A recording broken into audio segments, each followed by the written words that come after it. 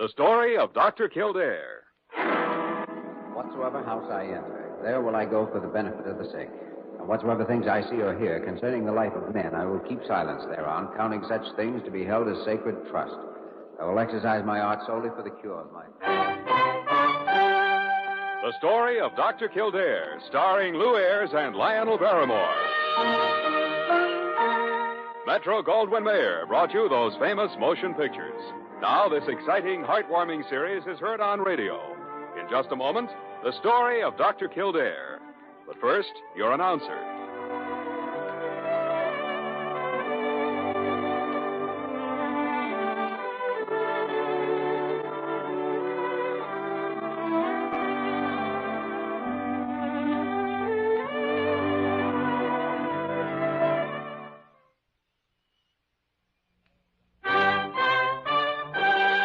Now, the story of Dr. Kildare, starring Lou Ayres as Dr. Kildare and Lionel Barrymore as Dr. Gillespie.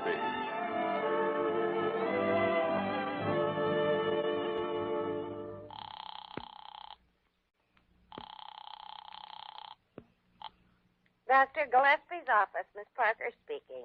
Speaking?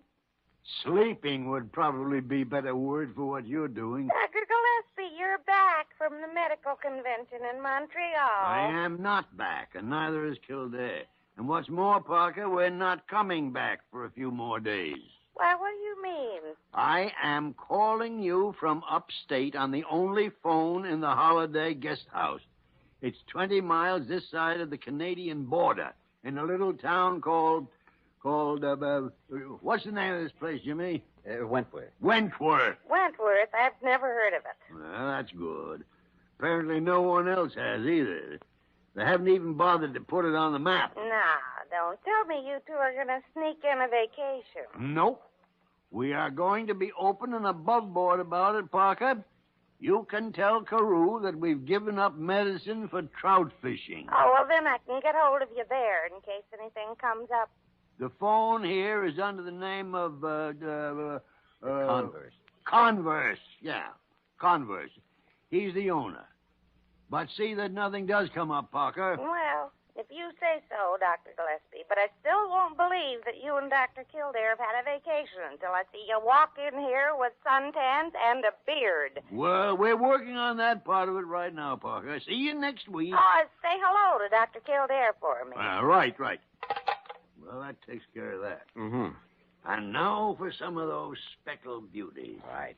Incidentally, Jimmy, did you ever hear about the time up in Michigan I caught a 14-pound muskie? Many, many times, Dr. G. And by the way, why is it that every time you tell that story, you change the size of the fish for each listener? well, I tell you, that's because I never tell a man more than I think he'll believe. I tell you what. You go and get our things up in the room, and I'll stroll down to the village and buy us some fishing tackle. I'm an expert on that sort of thing. Okay, Isaac Walton. I'll be right back. Good. Could I see you a minute? Mr. Converse, what's on your mind? Well, the nearest doctor around here is 20 miles away. And there's a young lady upstairs who needs looking after. And I heard you two mention you were doctors, and I thought... we were just... I guess the fish can wait. I'd be glad to look at the young lady. What seems to be the trouble? Well, I don't know. She's just been here since yesterday, passing through like you. And just now she called and said she felt all feverish and asked for a doctor. She's on the second floor front. I'll get my bag and go right up.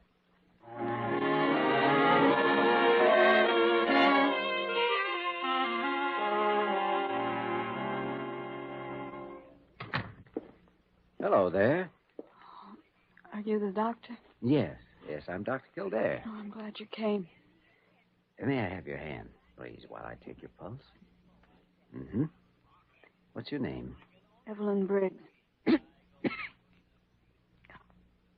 Cough hurts. I've been so hot, I feel weak and dizzy when I try to get up. Here, put this thermometer in your mouth.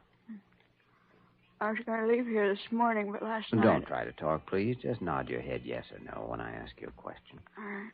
You've been perspiring a great deal, Miss Briggs? Mm-hmm. All right, I'll take the thermometer now. What's wrong with me? What do you think it is? Can't tell just yet. Open your mouth, please. Wide. Now say ah. Ah. Once more. Ah. Uh-huh. What is it, Doctor? Something terrible? Oh, no. Your throat's somewhat inflamed. Just try to rest until I get back. What is it, Doc? What is it? Is she all right? Has Dr. Gillespie returned? I haven't seen him. It's nothing serious, is it, Doc? Very serious, Mr. Converse. Come on downstairs. I want to talk to you. Well, what is it? What's the matter with her? She has diphtheria. Diphtheria? Yes. She needs a lot of attention. Oh. Well, the nearest hospital's in Collingwood, the county seat. That's 40 miles, but I guess she'll have to be taken there. Oh, I don't think so, Mr. Converse. You see, we can't move her. She'll have to remain right here. Well, you're only going to be here for a day or two. Who's going to look after her? Dr. Gillespie and I will stay as long as necessary. Meanwhile, Mr. Converse, I'm afraid you'll have to quarantine the holiday guest house. Quarantine? Why, I can't. Well, I can't do that. What? That would mean no one could come in and no one could go out. Well, I can't do it. I can't do it. Well, we're all set, Jimmy. You can't do what, Mr. Converse? What can you do, Jimmy? Quarantine this place, Dr. Gillespie. There's a girl upstairs with diphtheria. Maybe you made a mistake. Maybe it's something else. Mr. Converse, if Dr. Kildare says it's diphtheria, it is diphtheria. And you'll have to quarantine this place right now. But I can't. There's no question it can't. The word is must. Now, are there any other people on the premises? Well, yes, there's one, a man named Powers. No. But what difference does that make? You can't close my place. You've got no authority. We are registered physicians in this state. How do I know that? Look, this is no time to argue, Converse. I've explained to you what has to be done and why. We can't let this spread. You'd better consider it quarantined as of now. I will not. It looks like we'll have to get an order from the local police. Come on, Dr. G.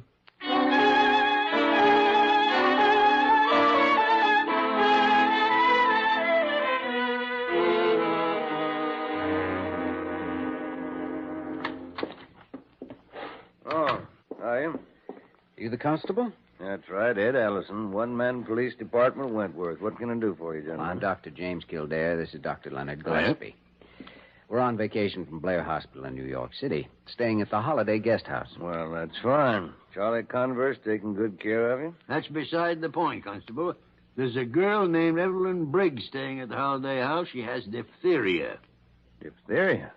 Oh, say, now, that's too bad. It's very serious. Highly contagious. The place has to be quarantined. Oh, I'd think so. I had diphtheria when I was a kid, and I remember. It's pretty bad.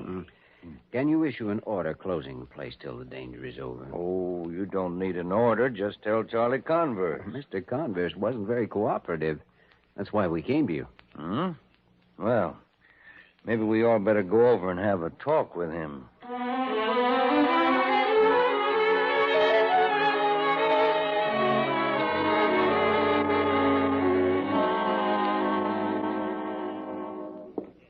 Well, hello, Ed. Hello, Charlie. These two doctors say you've got a diphtheria case here. Diphtheria? Is this some kind of a joke, Ed? This is no joke, Converse. This is deadly serious. Well, Charlie? Well, I don't want to question anybody's word, but there's no diphtheria case here, Ed. Converse, what are you talking about? You know I examined a girl named Evelyn Briggs in a room upstairs just a little while ago. She's seriously ill. I don't know what they're talking about, Ed. There's nobody named Evelyn Briggs stopping here, and there hasn't been. He's lying. Of course he's lying. How do you know? You weren't even here. Well, Converse, I don't know what this is all about, but I do know you're committing a criminal act. Charlie, you better talk up. Tell me what you know about all this. I'm telling you, Ed. Nothing. Nothing. Look, how long have you known me? 35 years. And how long have you known these two doctors? If they are doctors. 10 minutes. Well, that should be your answer.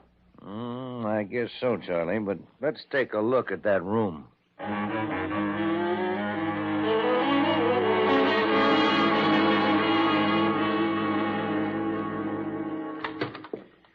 Well, there you are, Ed. Jimmy, are you sure this is the room? Positive.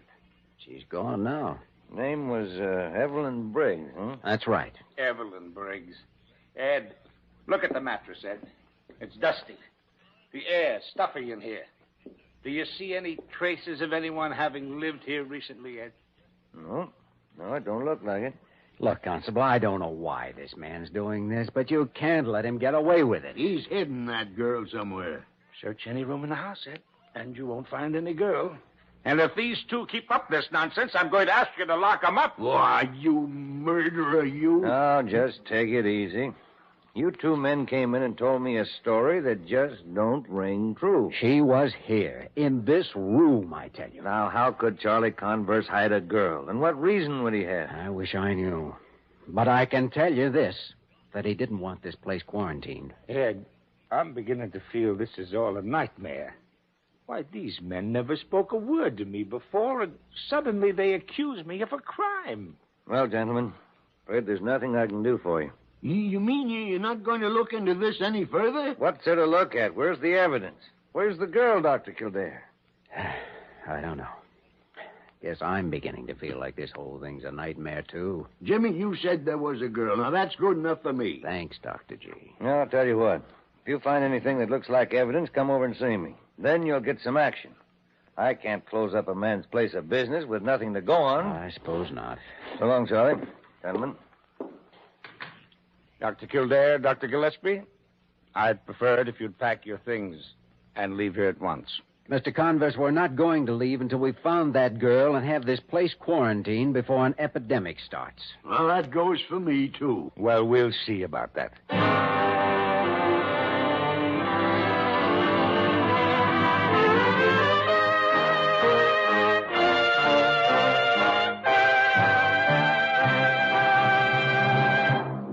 We return to the story of Dr. Kildare in just a moment.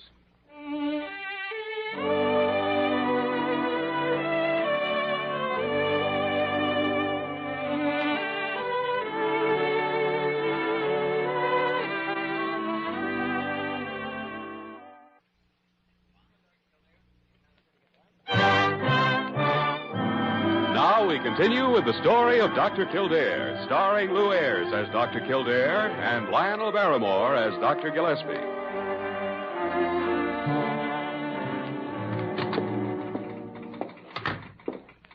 Jimmy, here I am. Did you get an answer from the county medical authority? Yes, here's the wire. Read it yourself. Have contacted Constable Allison Wentworth, who reports he cannot issue quarantine order without patient. This office powerless under conditions described, but will stand by pending further suspicious circumstances. Please advise. Lady. In all my years as a doctor and a human being, I never felt so helpless. Absolutely helpless. Dr. Gillespie, our only hope in getting that place quarantined and inoculating this area against an epidemic is to find the girl. Poor thing could be dead now. Yes. Well, let's go back to Converse's place and start looking from there. All right, Jimmy. Converse must have some important reason to endanger this whole community. Yes, but what could it be? What is it? You're the two doctors from New York City? Oh, yes. Who are you? Well, you might say I'm a sort of friend of the management. Come on, get in. Friend of what management? Charlie Converse's holiday house. Hey, you guys sure make a lot of noise over nothing. Over nothing? Come on, get in. I'm not going to get in anybody's car under force. Easy, Dr. G. He has a gun. Yeah, that's right. Play it smart, huh? Now, that's better. Okay, Converse, let's go. It's too bad you gentlemen didn't take my advice. Look, Jimmy, our suitcases. That's right. You've been officially checked out. Where are you taking us? Free ride to the station. Wouldn't want you to miss the only train today. Yeah, and I'm helping them. Like I said, I'm a friend of the management. Chuck, stop waving that gun around. Ah, button up, Converse. If you hadn't played it so dumb. Oh, this is fun. You were just going to say something about Evelyn Briggs, weren't you? Never heard of anybody by that name. Did you, Converse? Never, Chuck. Never. You know, I don't understand how they let guys like you become doctors. You're so dumb. Okay, Charlie, slow it down. Right. crew's up to the head of the train there. It's pulling out in about 2 minutes. All right. Out, you two. Stop your pushing. Come on. Hurry it up. Watch that gun, Chuck. Shut up. Come on, let's go. This'll do you no good.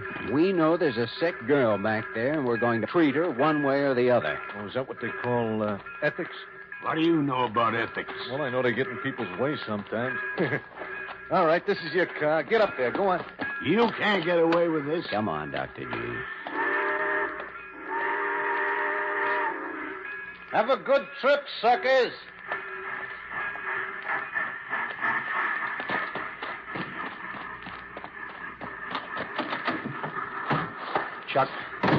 Chuck, you didn't have to wave that gun around so much. It wasn't very smart. Now, don't tell me what's smart. If you wasn't so dumb, the whole thing wouldn't have happened.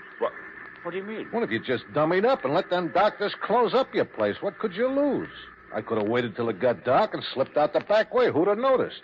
But no, you had to go make a federal case out of it, you dumb cluck. Well, maybe I did get a little excited.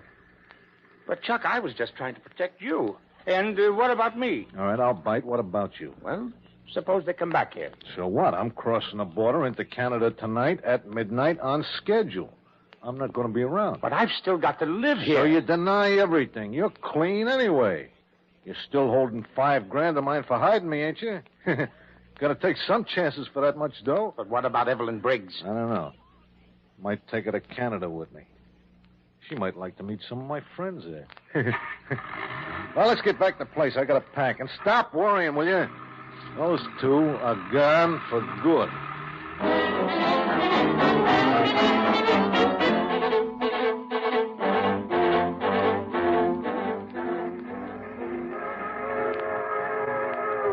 Jimmy, we just can't ride out of that town, leaving that poor, helpless girl there somewhere needing us. We aren't going to, Dr. Gillespie. Every minute we stay away from her, the more serious her physical condition becomes. Not to mention the possibility of diphtheria spreading all through the village. Dr. G, that's true, but we need help. We aren't going to get it in Wentworth. However, we may be able to in Collingwood, and that's the next stop on this line. Time, Jimmy, time. I know. What was that man's name at the county seat? Leahy. All right. Now, you stay on the train and go to him. Tell him that we have the patient and we want quarantine orders. And then come back to Wentworth as quickly as you can. Well, what are you going to do? I'm going back and find Evelyn Briggs right now. Hold on. You pulled the emergency cord. Only about a mile back to town. Be careful, Jimmy. Chuck has a gun.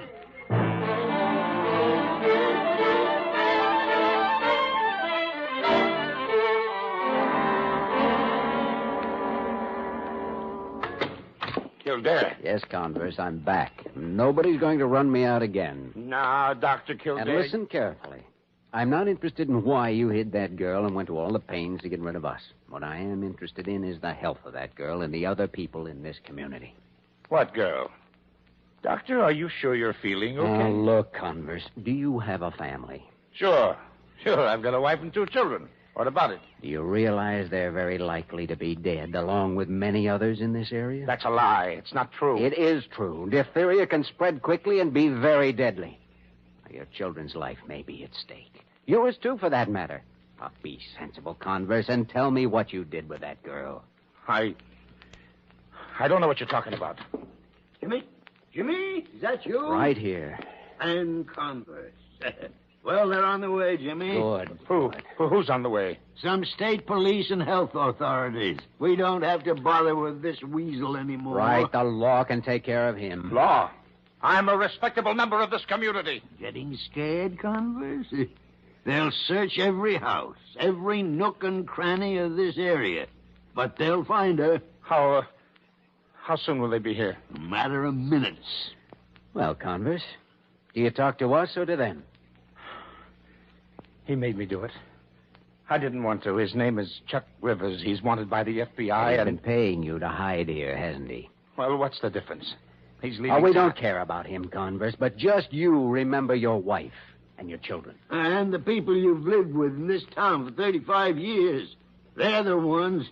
Now, come on, Converse. Where's the girl? Upstairs in the attic. You have to get up there on a ladder. That's why you didn't find it. Come on, Jimmy. I didn't want to do it. I didn't want to do it.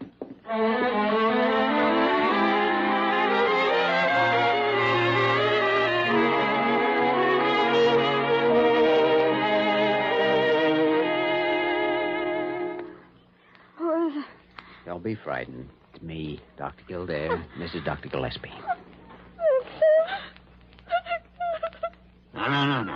No. We'll take care of you. Do you have sedative in the bag, Jimmy? Got morphine. I'll prepare it. What's the matter with me? You have diphtheria, my dear. But you're going to be all right now. It isn't like it was years ago. There, now. Ready, Dr. G. Good. Huh? Well, if the two sawbones didn't turn up again. He's the man who carried me up here. We know that, Miss Briggs. I just talked to Converse. He's all excited about health authorities and cops with warrants. He has a right to be. Not only for harboring you, but for helping you hide this girl. Yeah, I've been a real bad boy. There. Well, I'll let Converse explain things to him. I got places to go and things to do. You won't get very far, Chuck. Well, who's going to stop me, you? Oh, no. No, something much smaller than I. Something about 1/millionth of an inch long, wouldn't you say, Dr. Gillespie? Huh? Oh, yes, to be sure, Jimmy. Well, what are you giving me? What are you talking about? A germ. Miss Briggs said you brought her up here yourself. You had to carry her. Diphtheria is highly contagious. Go on. It's a kid's disease. That's where you're wrong, Chuck. You contaminated yourself. And a man your age is very susceptible. Knock it off, you're both nuts. Yeah, have you ever seen anyone your size and age with diphtheria? Huh? Oh, pretty horrible. Sometimes they choke to death. Let me see your throat, son. Get away from me. Let him go, Dr. Gillespie. He won't go far. He can't go far. Stop kidding me. I don't like that kind of kid. I'm not kidding. I haven't got no diphtheria. I'm as healthy as a lion, so just lay off that corny routine. Well, I seen that in a play once. You seen the play? Yeah. And the doctor in it was a dumb square just like you two. Guy tried to make some poor lambster think that he was blowing his top. This was just to give the cops time to get there. Huh? Well, you're not going to do that to me, and that is that. All right, Chuck. You're taking a long gamble. Yeah. So what if I have got it? They got serums. Haven't you heard of them? Of course.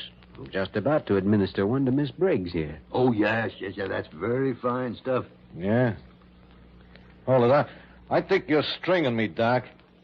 But just in case you're not, I just changed the prescription. You're going to give it to me instead. All of it. Now, look, this is all there is, and she's in desperate trouble. All right, Doc, you can give her some, just to make sure you aren't pulling anything.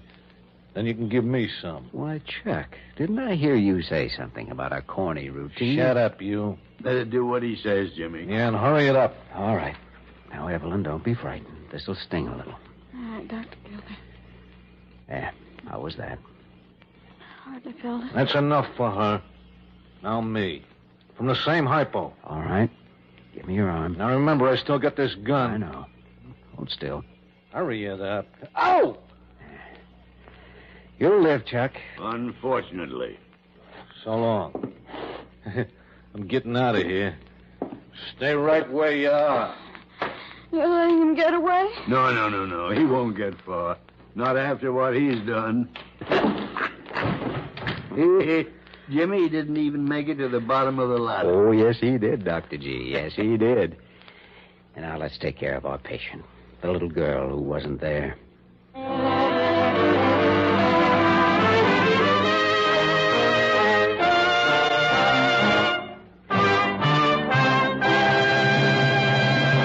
In just a moment, we will return to the story of Dr. Kildare.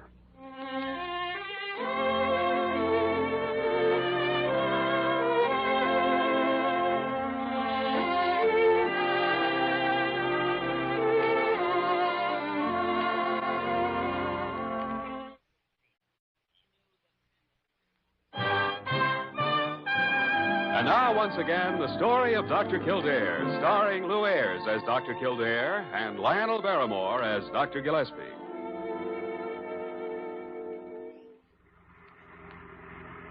Well, we should be home soon, Jimmy. But Parker's going to be disappointed in us. No suntans, no beards, and we're supposed to be on vacation. Inoculating a town of 300 people against diphtheria isn't my idea of a vacation. I never thought I'd have to go back to the hospital for a rest. Frankly, you know how I feel about it all? No. Tired. And I hope nobody mentions the word vacation to me for a long time. Oh? Does that mean you're through with fishing? Well, not exactly, Jimmy. Did I ever tell you about the time up in Michigan I caught a 16-pound muskie? No, Dr. G. Tell us about it. Well,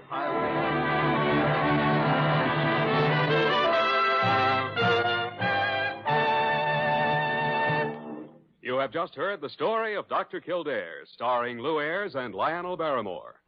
This program was written by John Michael Hayes and E. Jack Newman and directed by Joe Bigelow. Original music was composed and conducted by Walter Schumann. Virginia Gregg was heard as Nurse Parker. Others in the cast included Peggy Weber, Wally Mayer, Sheldon Leonard, and Barton Yarborough. Dick Joy speaking.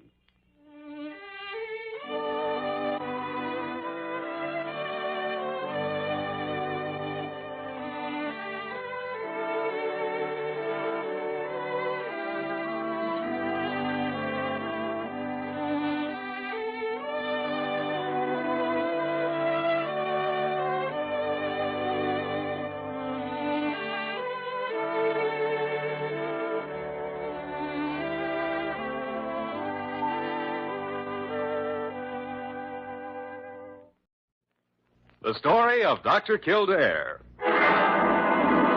Whatsoever house I enter, there will I go for the benefit of the sick. And whatsoever things I see or hear concerning the life of men, I will keep silence thereon, counting such things to be held as sacred trust. I will exercise my art solely for the cure of my... The story of Dr. Kildare, starring Lou Ayres and Lionel Barrymore. Metro-Goldwyn-Mayer brought you those famous motion pictures. Now this exciting, heartwarming series is heard on radio. In just a moment, the story of Dr. Kildare. But first, your announcer.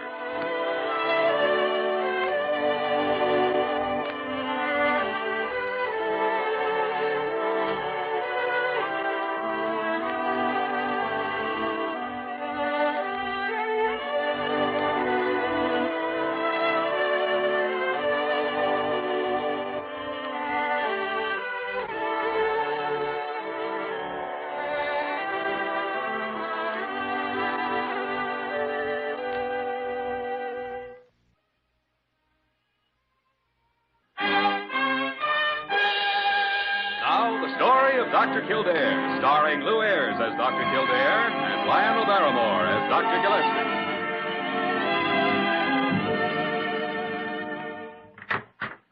Parker said you wanted to see me, Dr.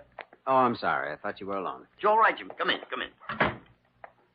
Mr. Sarvo, this is Dr. Kildare. Dr. Kildare? How do you do, sir? Jimmy, Mr. Sarvo has presented me with a problem, and I wanted you here as a witness. Oh?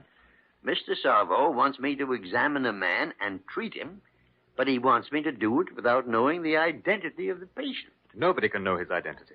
That is imperative. It's also highly unusual, Mr. Sarvo. I assure you it is necessary. It's also necessary that I protect Blair Hospital. I don't understand. Oh, that should be rather simple to understand, Mr. Sarvo. For all Dr. Gillespie knows, you may be asking him to treat a criminal or something, a man wanted by the law. No, I give you my word. The man you will treat is not a criminal. Quite the contrary. Well, then why can't you tell me who he is? Dr. Gillespie, I can't even give you a reason. All I can say is that I hope someday I may be able to explain it to you. Oh, there's one thing we're entitled to know. You didn't choose Blair Hospital and Dr. Gillespie out of thin air for this case. The choice was made after extensive inquiry. Dr. Gillespie is reputed to be the finest internist available. How do you know your patient needs an internist? Because of the symptoms. Severe abdominal pain, general malaise, insomnia. Doctor, it is my understanding that you cannot refuse to treat a patient simply because you do not know his identity. Oh, just a moment, Mr. Sarvo. Dr. Gillespie hasn't refused treatment. Then there's nothing further to discuss, is there? I will reserve 2 rooms here at the hospital for tomorrow morning. I'll occupy one of them so that I may be close at hand. And your patient will be admitted to the other under the name of John Smith. John Smith. All right. Bring him in the morning, and we'll have a look at him. Thank you, gentlemen. I wish I could tell you what a tremendous trust is being placed in your hands. Oh, just a moment, Mr. Sarvo. Dr. Gillespie, according to the symptoms, we probably should run a GI series. Huh? Patient might as well be prepared for it anyway when he comes in, huh? Yes, of course, Jimmy. That's right. See that your John Smith takes no food or liquid of any kind after midnight tonight. Have him here and ready for examination at 8 o'clock in the morning. Any request you make will be granted, Doctor. Yeah. Any request will be granted, Doctor, except telling us who the patient really is. Someday, frustration of your curiosity will give you an ulcer. Oh, is that so? When did I ever go around sticking my nose into other people's business? What was that noise? I'll bet I know. Since when have you taken over the janitor's job? You were listening at the keyhole. That's what you were doing. Oh, I was not. No, you were so. You're just busting to find out who John Smith is. Why, Go on. Go back to your work and stop meddling. Well, you don't have to go hollering just because I'm interested in my job, you know. Women. Did you ever see anybody so nosy in all your life, Jimmy? Well, that's a delicate question.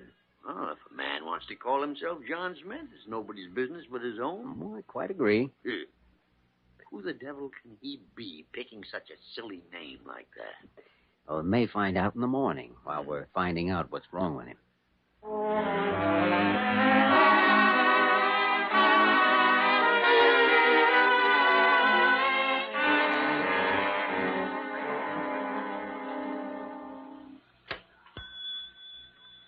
Now, don't be nervous, Mr.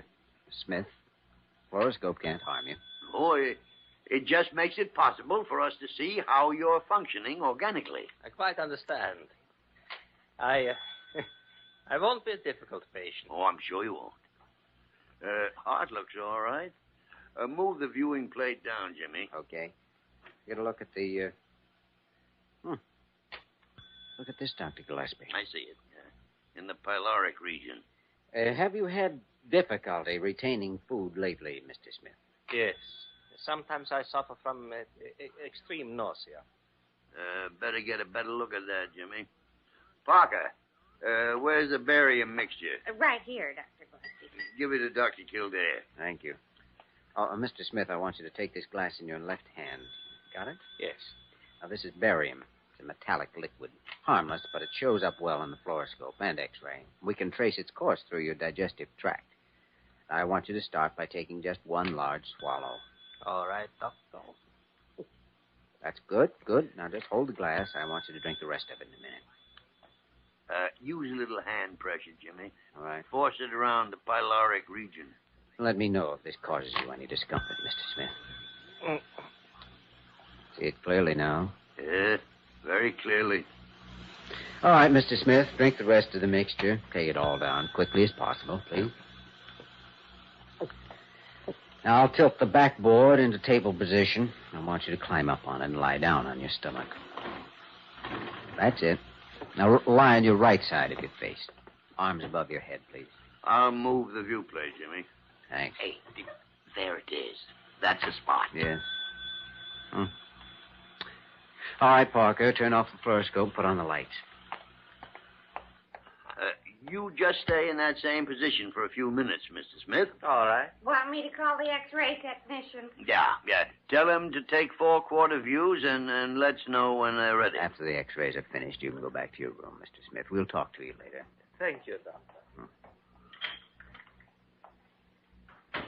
Well, what do you think, Jimmy? We'll know better when we see the X-rays, of course, but there's a definite growth in the pylorus. A dangerous growth? Not necessarily, not unless it's malignant. Well, if it isn't now, it will be if it's left there much longer. I'd recommend exploratory surgery unless the plates indicate a benevolent tumor. I am afraid that what we saw wasn't benevolent.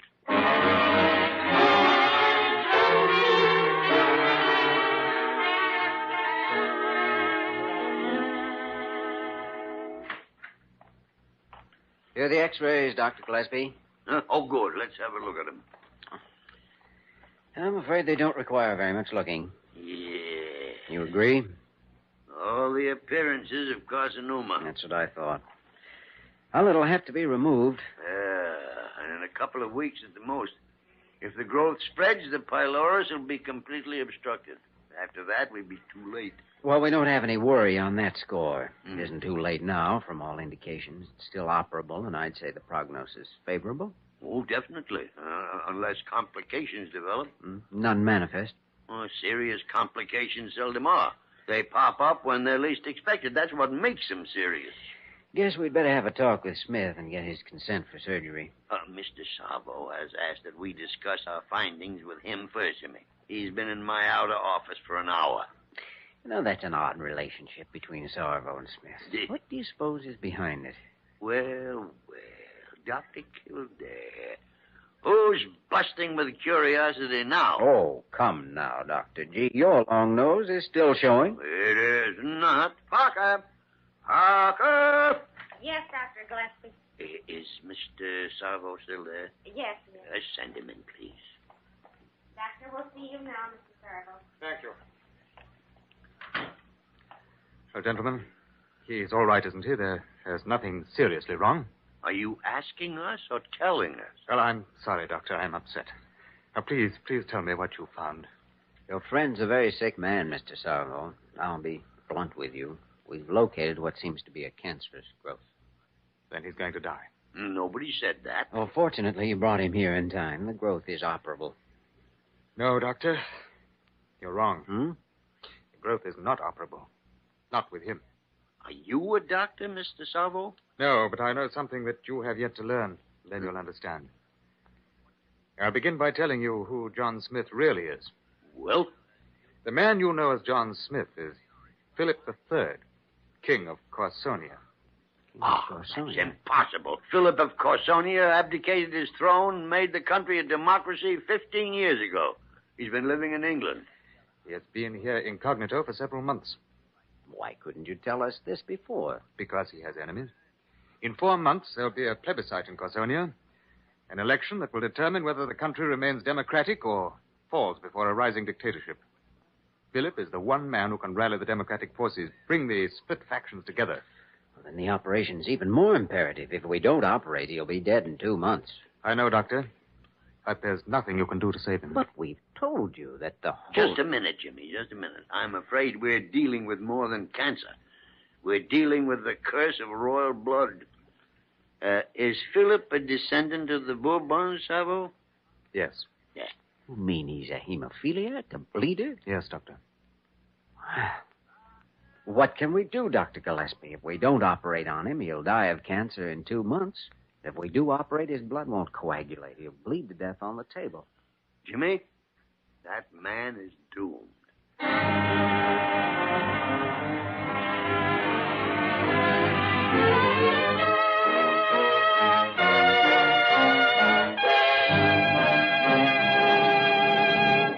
We return to the story of Dr. Kildare in just a moment.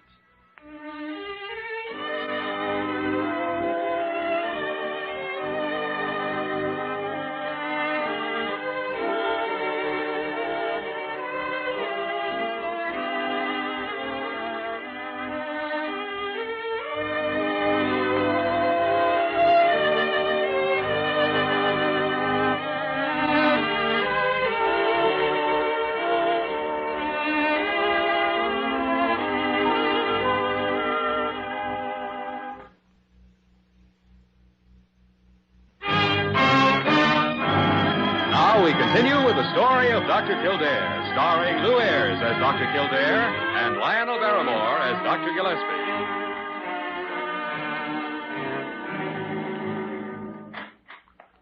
Dr. Gillespie. Well, Sunshine Carew, what's on your mind? Of course, my position as head of this hospital seems to mean nothing to some people I could name. But may I remind you, I do have certain rights. Did you come in here to read me the Constitution? I am speaking of my rights in this hospital. Oh. Why haven't I been informed that Blair Hospital is honored by the presence of His Royal Majesty, Philip III of Corsonia? What? Carew. How in tarnation did you find that out? That man's here incognito. You understand? I understand that you have tried to deprive Blair Hospital of the greatest publicity story in its history. Publicity. If one word of this leaks out, I'll cut out your giblets. But really, you expect me to ignore... How did you find out? I have my sources of information, Dr. Smith. So that's it. Is that... Parker? Did you call me your magic... Dr. Gillespie? You nitwit. So that's why you've been practicing that funny bowing stuff. Well, for your information, it's not funny bowing stuff. It's what they do at court, and it's called a curtsy. Curtsy. With those pretzel legs of yours. Pretzel legs. Let me tell you. You tell me nothing. I'll tell you, both of you. A man is going to die, and the country he loves may die with him. Is that what you two blabbermouths want to turn into a publicity circus? Get out of here!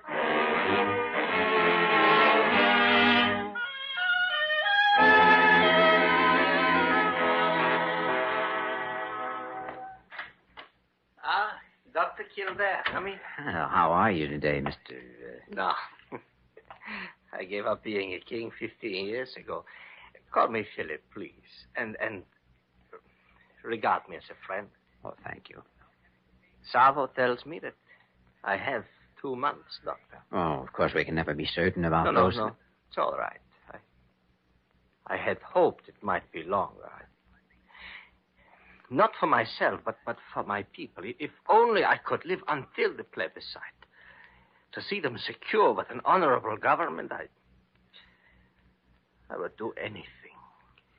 Would you gamble on losing the 2 months you do have to live? Would you take that chance? Why do you ask, Dr. Kildare? Because even with the odds of 1,000 to 1 against us, I'm going to ask you to risk that operation. But with hemophilia... Just a moment, Savo.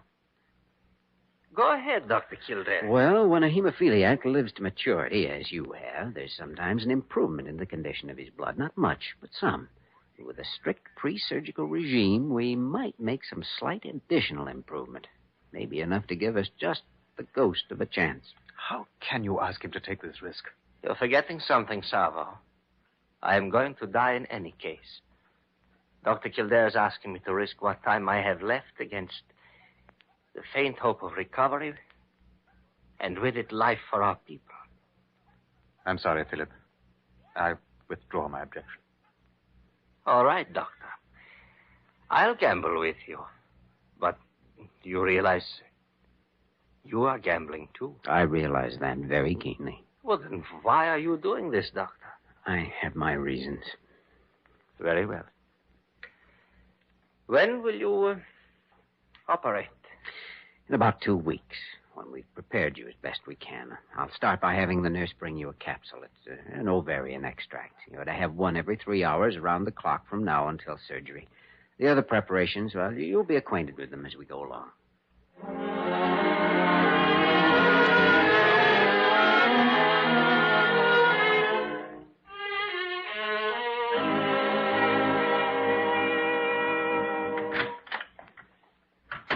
You sent for me, Dr. Gillespie? You know darn well I did. Sit down, Jimmy. Sit down. What are you up to? Why, I don't know what you mean. Do you think I'm deaf, dumb, and blind?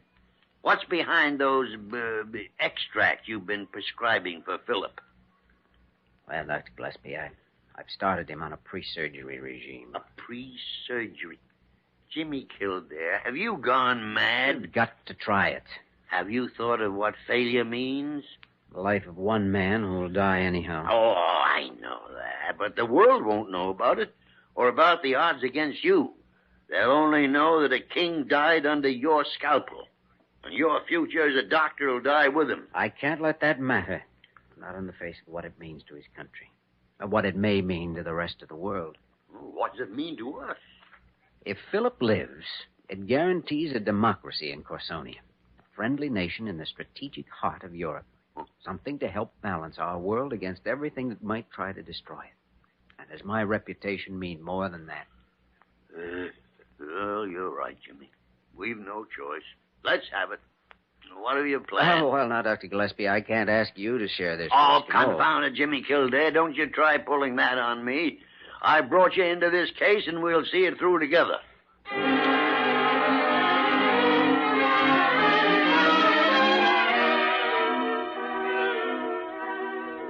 Now, if we can get a look at this blood smear under the microscope.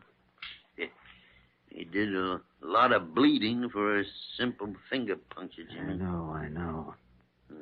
How's that slide look? The platelet count's all right. Let's see. Above 250,000, but there's still a qualitative defect. That's the trouble. It won't clot. Type AB. We'll call a donor.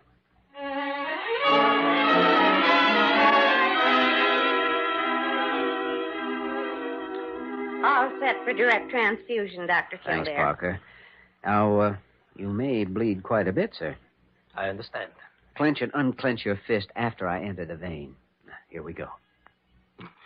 Hey, watch the point of entry, Jimmy. It's all right. He'll get more than he loses. Yeah, not as much as you'll need.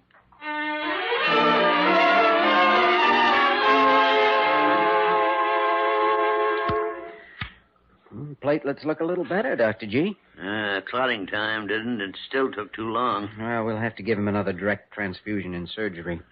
Parker, prepare an injection of fresh serum, 30 cc's. Intramuscular? Yes, Parker, but I'll administer it. I better repeat the same injection 24 hours before surgery. I will. But that'll be it, Dr. Gillespie. There's nothing else we can do. Yes, there is, Jimmy. Yes, there is.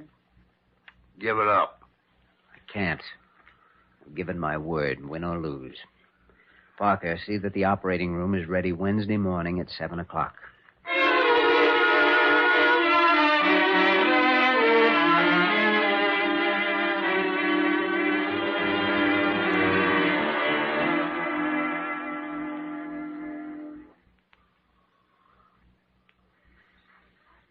Scalpel, Parker. Yes, Doctor.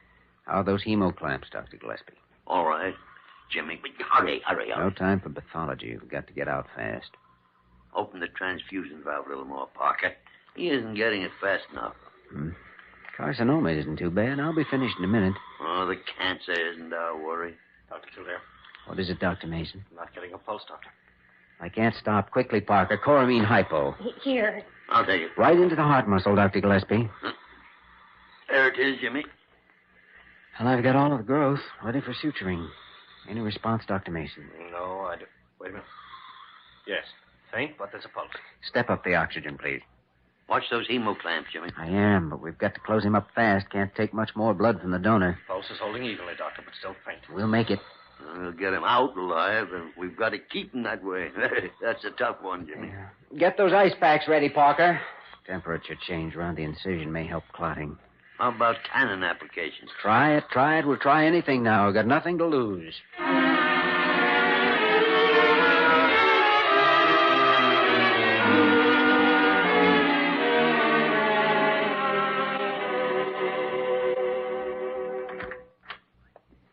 Hello, Jimmy. Oh, Dr. G. How is he? Oh, I'm afraid. I'm afraid we've lost. See for yourself. But, Jimmy, there's no excessive blood loss here. Clotting seems to be all right. All right, but too late. Jimmy, come over here. Is he gone? Gone, nothing. Well, what was his last temperature reading? Very low, almost down to 96. Well, it's better than that now. You can tell by feeling him. Get those ice packs off him right away. He does seem to be warmer. Of course he's warmer. He's not in coma. He's in shock from loss of blood. But he's holding now. Let his temperature come up. The clotting's strong enough to hold. If he's watched every minute to keep him from moving. Once he comes out of shock, one more transfusion would get him over the hump. Yes, unless we've failed where we can't see our failure. Inside, there may be internal loss. Well, if there is, he won't regain consciousness. If there is, it'll be my fault. Don't ever say that, Jimmy. Getting him this far is a miracle. You had to work faster than any surgeon I've ever seen, and against fantastic odds. He's stirring. He's coming around. Talk to him. Penetrate his consciousness. I'll try. Philip, do you hear me, Philip? Dr. Kildare. He's coming through, Jimmy. Yes. Finished? Yes, Philip, we're finished. It's all over. You'll be all right now. I had faith in you. You couldn't have had faith in a better man. Jimmy, I'm going to call the donor. Oh, I'll do it, Dr. No. You stay here with your patient. I'm the assistant on this case, and I'm proud of it.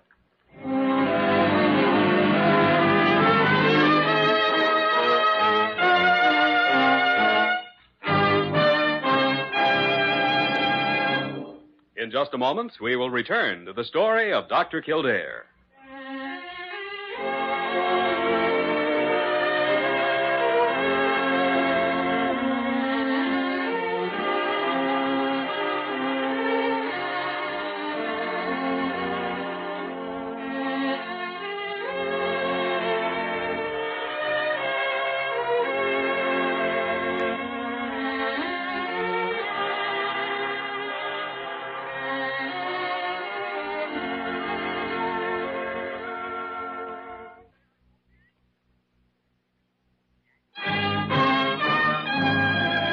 Once again, the story of Dr. Kildare, starring Lou Ayres as Dr. Kildare and Lionel Barrymore as Dr. Gillespie. Good morning, Dr. G. Well, Jimmy, why so bright and cheerful? Why, haven't you seen the morning papers? Hey, look. Results of the Corsonia plebiscite. Look at that headline. Former monarch leads Democratic faction to overwhelming victory. People rallied to ex-king. Jimmy, that is wonderful. I know, and look at this. The man we knew as Sarvo was elected president of the Republic. Ah, president. I like that word, Jimmy. I like it. Gives me a safe feeling. Dr. Kildare. Oh, Dr. Kildare. Yes, Parker, must you come in here like you were shot out of a cannon? Well, I wanted to give this to Dr. Kildare. It's a cablegram. It just came all the way from Europe. From Europe? Here. What is it? What does it say? Well, give him a chance to open it. Do you think he has X-ray eyes? Good.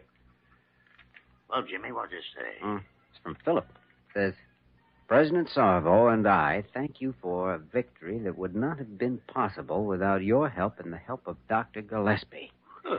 And persuading Sarvo to appoint me ambassador to the United States and look forward to seeing you again. Sarvo and I pledge that you and your country will always have friends in ours. With humble gratitude, Philip.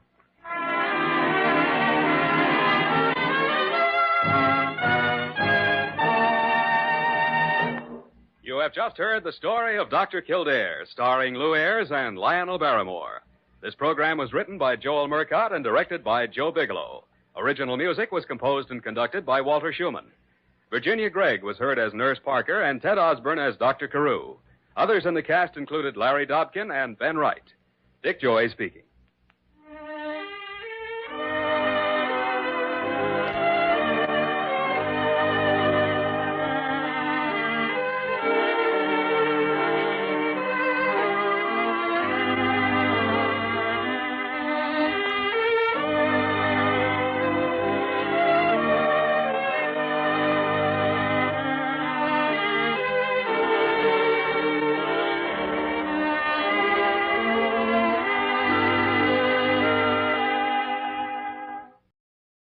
The story of Dr. Kildare. Whatsoever house I enter, there will I go for the benefit of the sick. Whatsoever things I see or hear concerning the life of men, I will keep silence thereon, counting such things to be held as sacred trusts. I will exercise my art solely for the cure.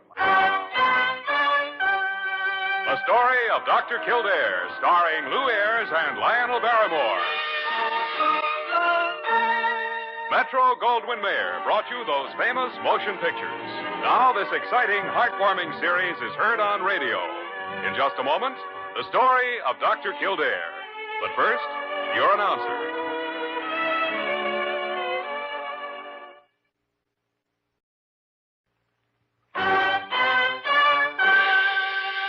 Now, the story of Dr. Kildare, starring Lou Ayres as Dr. Kildare and Lionel Barrymore as Dr. Gillespie.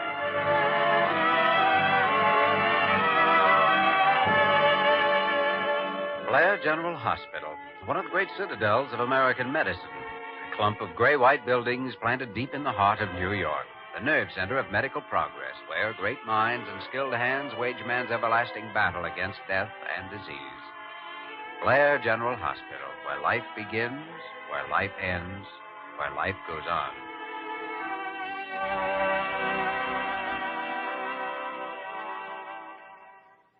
Of course it's your business, Jimmy, your problem.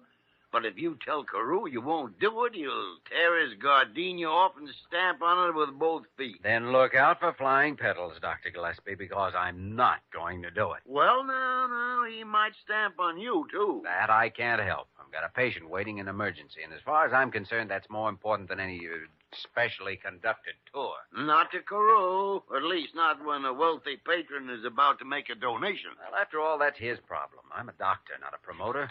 Let me see. Oh, confound it, Jimmy. After all, Carew is the superintendent of this hospital. You? Taking his side? I don't believe it. Well, now, I'm thinking of your career. Yeah, sure. I never played hospital politics, you know, that's true. But maybe I should have. Look where I ended up. Only the world's greatest diagnostician. Too bad you couldn't have been a success.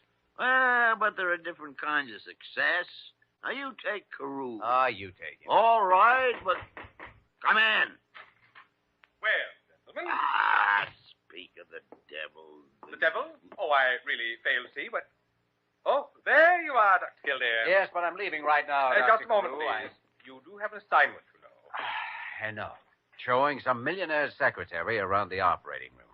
Sorry, I haven't the time. And precisely what is this case you consider so important, may I ask? Some poor fellow collapsed down the street, and they brought him in here a little while ago. He's still unconscious. Why, it's a heart condition, obviously. The intern can deal with it. It was the intern who called me, Dr. Carew. He's scared, and I know how he feels.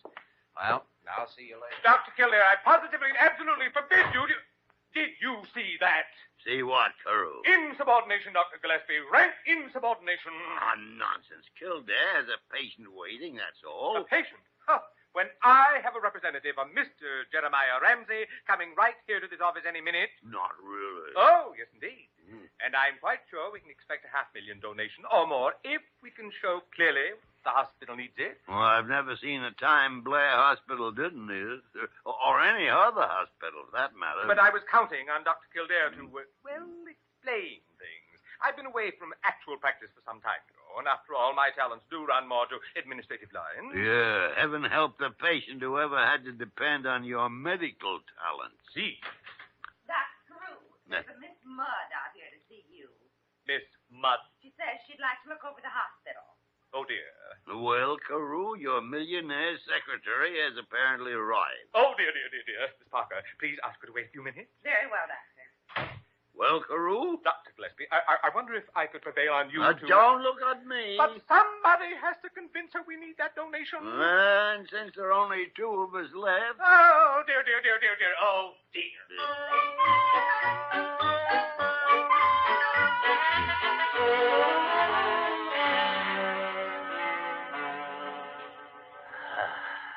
Parker, hand me that stethoscope again, will you? Here you are, Dr. Kildare. Well, it certainly isn't a hot condition, as Carew calls it. You can take a look at that thermometer now. All right, Doctor. Good thing young Benton called me. If this had been handled as a routine 97.4. It's abnormal. Let me see now. Oh, there's a slight precipitate beginning to form here. What do you think's wrong with him, Dr. Kildare? Well, it isn't a heart attack. I wonder if he could possibly... Come in. Oh, Benton, yes. Brought his wallet and things up from the office, Dr. Kildare. Is there any change yet? No, none of any importance, but I think I know what's wrong. Let me see now. Yes, if I'm right, there should be... Here we are. What is that? If bearer is found unconscious, notify nearest physician immediately. Give no stimulants. So that's what it is. Uh-huh. Diabetic coma. Parker, get 20 units of insulin from the dispensary, and hurry.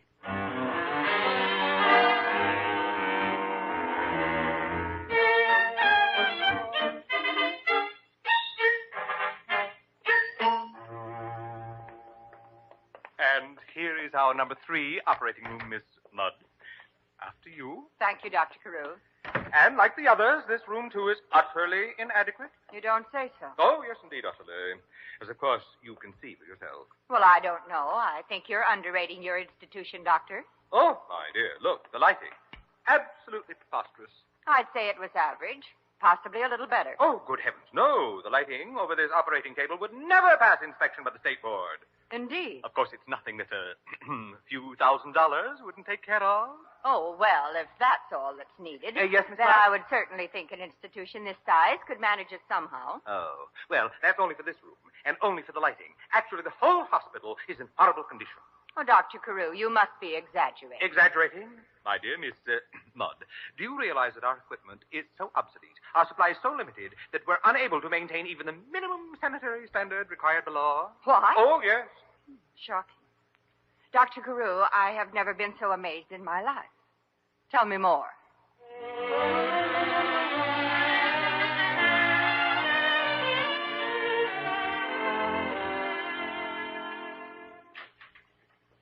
Oh, come in, Jimmy, come in.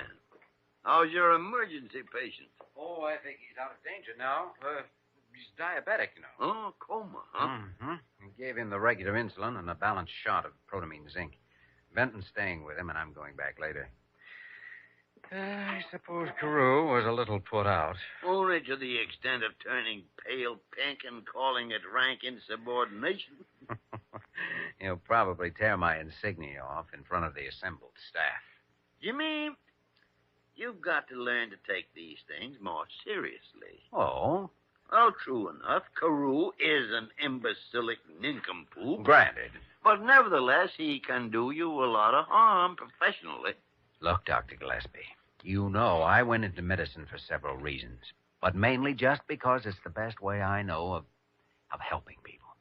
And as far as I'm concerned, the only professional harm that could happen to me would be to change that idea. Kildare, that's rank idealism. You know where I learned it. If you mean from me, that's different. I've been at this hospital since time immemorial, so I can afford to be a cantankerous rebel. You can't. Maybe not. But I still believe the first consideration in medicine always is the welfare of the patient. Sure, I agree with you, but... Oh, I know the hospital needs money, too, and unfortunately a big part of it has to come from donations. Okay. But I still think... I have no argument with you at all. You're absolutely right. But confound it, why can't you be a little more diplomatic with Carew? You really mean that? Well, of course. Pull his whiskers. I don't care what you do. Well, I'm back, Dr. Gillespie, in case you need me. Parker, every time you're away for an hour, I'm reminded just how little I do need you for anything. Well... You'd make a good, horrible example for Carew's sales talk. Why, Miss Mudd would take one look at you and... Miss Mudd? Quite a name, isn't it? And Carew thinks that she's a representative from his wealthy patron? Why, yes. Come on, Dr. Gillespie, before it's too late. We've got to find Carew. Oh, yes, gentlemen. Miss Mudd just left, went out to lunch. She'll be back later, of course. She was most impressed by the things I told her. Yeah, imagine she was. Well, Kildare? Just what kind of things did you tell her, Dr. Carew? Well, now, of course, I may have gilded the lily just a bit, overemphasized the rundown condition of our equipment, even hinted at slight irregularities in our ethical standards due to lack of funds, but all in a good cause, Dr. Kildare, if I may take occasion to remind you. I see. Then I take it you're entirely satisfied with what you've accomplished. Feel now that it's just as well I didn't talk to this woman. Well, far be it from me, Dr. Kildare, but I really do doubt that you could have done quite as good a job of selling. Go on, Kildare. Slip in the business. I can't wait. Slip me the business? Dr. Carew, you'd better hang on to something. You see, Miss Mudd is not who you think. She's not? Well, then, who is? I mean, where is Mr. Ramsey's representative? Well, it sounds very much as though he's the man I've had waiting downstairs in the lobby all morning. What? Anyway, Mr. Grunion sent word up that he wanted to look over the hospital. And you kept him waiting all morning? We're ruined. Absolutely ruined. Oh, that isn't the worst of it, Dr. Carew. There's still Miss Mudd. Oh, dear, I'd forgotten her. And apparently you've also forgotten the announcement of her appointment a few months ago. She's one of the new examiners for the State Board of Hospitals. Really? Well, in that case, I suppose I better... Oh, heaven help me. Yeah, you'll need help from somewhere. But you don't realize all the things I told her. We can imagine. I said we were violating sanitary regulations, ignoring fire codes, paying no attention whatsoever to institutional law, and... Good heavens. Carew, stop spinning. But we're ruined. Absolutely ruined. Oh, I don't think it's that serious. She'll make a report to the Board of Regents. They'll throw you out, of course. Throw me out? But after that, things should settle back to normal. Normal, you say? Normal? Huh. I won't see anyone. I won't see anyone. Dr. Carew, get a hold of yourself. Cast aside like an old shoe, and my poor wife, she just ordered new drapes for the dining room. Fine. Be nice for the new superintendent. After all the years I've given to Blair Hospital, the best years of my life, Oh, Dr. Kildare, it's all your fault. My fault? Now, really? Sorry to butt in, fellas, but I got kind of tired of waiting down there. My name's Grunion. Mr. Grunion, I just now learned of the atrocious treatment you were given this morning, and I want to offer you, nay, beg you to accept my abject apologies and humble assurances. Carew, stop licking Mr. Grunion's boots. What's wrong with him? One of the mental cases? No. Dr. Carew is our former superintendent. You're kidding. No, really. You see, he takes the patient's trouble so much to heart that sometimes it's just too much for him. Now, Mr. Grunion, if you don't mind waiting outside, I'm sure he'll be all right in a few minutes. But I've been waiting up. Well, now, what are we going to do? Carew, you're a fathead. No, dear.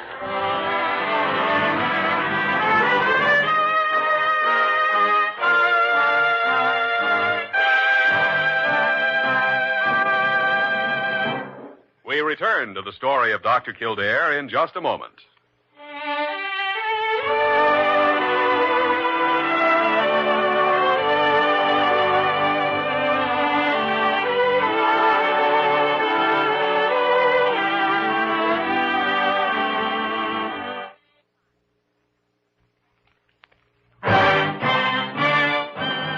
Now we continue with the story of Dr. Kildare, starring Lou Ayres as Dr. Kildare and Lionel Barrymore as Dr. Gillespie.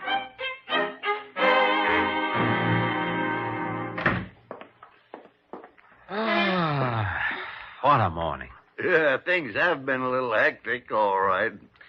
Dr. Gillespie, I'll give you 10 to 1. We made a mistake in letting Carew go off alone with that Mr. Onion or Grunion or whatever his name is. Well, I don't know how we could have stopped him, Jimmy, without locking him up. I guess not. He's all set to die for dear old Blair. To make one last gesture and hand over $500,000 along with his resignation. The idiot. Well, I've never seen anyone else in my life who could blunder into as many ways of doing the wrong thing. He's a biological paradox, the only example known to medical science of a living human being born without a brain. What on earth are you talking about, Dr. Gillespie? My mistake, Jimmy. He is one of two examples. Well, what do you want, Parker? You don't have to shout at me. I don't even have to put up with you. Well, It's all right, Parker. He just has another mild case of Carew-ingitis. Carew and what? Never mind. How's the diabetic in 508? He's conscious now. That's what I came to let you know. Good. Dr. Benton said to tell you that he's responding normally and can probably have something to eat about 2:30. Fine. I'll drop by to see him right after lunch. Which, by the way, is a good idea. Well, my dear doctor, shall we go across to Sullivan's and risk ptomaine poisoning again? No, you go ahead, Jimmy. You go on. I've got a halfway idea how we might straighten out the blunders Carew made when he talked to Miss Mudd. Now, wait a minute. You're not starting to come up with brilliant schemes, too. Well, no, something has to be done. All right. Tell her the truth. It isn't quite that simple. It could be. You just leave it to me, Jimmy. Now, 10 minutes conversation, I'll have everything all fixed up. That's exactly what I'm afraid of. Parker? Huh? Parker, I'd like your opinion about something.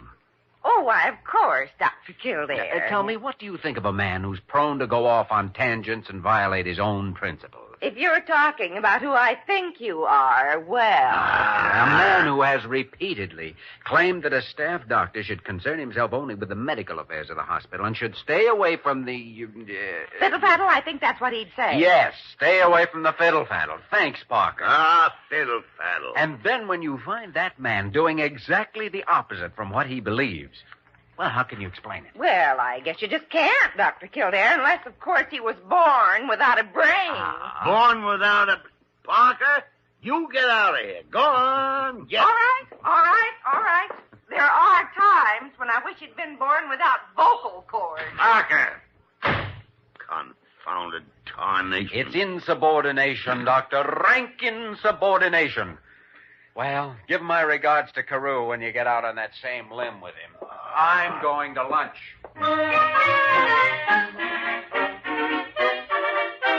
Oh, yes, indeed, Mr. Grunion.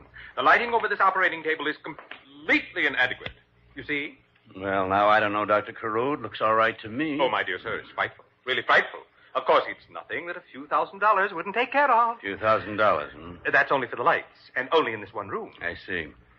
Well, it sounds like the place is in pretty bad shape. Of course, $500,000 isn't really very much to a wealthy and generous philanthropist. No, I suppose not. You know, Dr. Carew, I'm frankly amazed. I had no idea the conditions were so bad here at Blair. Mr. Grunion, you've only heard the beginning. Just wait until I get through.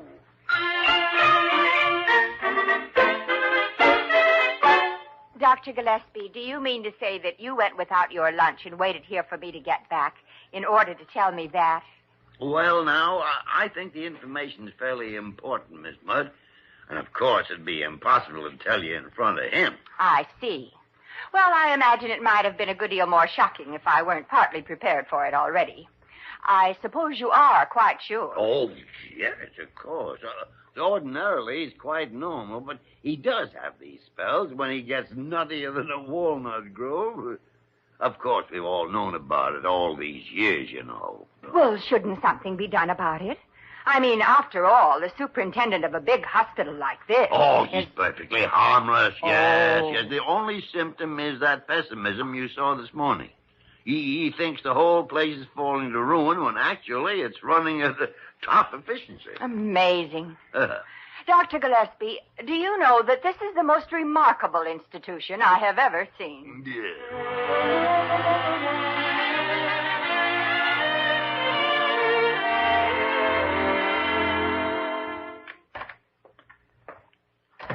Good afternoon, Benton. How's our patient? Well, Dr. Kildare... Young man, I'm quite capable of answering the question for myself. Oh, you apparently are. Feeling all right, eh? I haven't felt better since my 62nd birthday. Thanks to you, so I'm told. Oh, well, you've been told wrong. Dr. Benton's your physician. I'm only a consultant in the case. Thanks to both of you, then.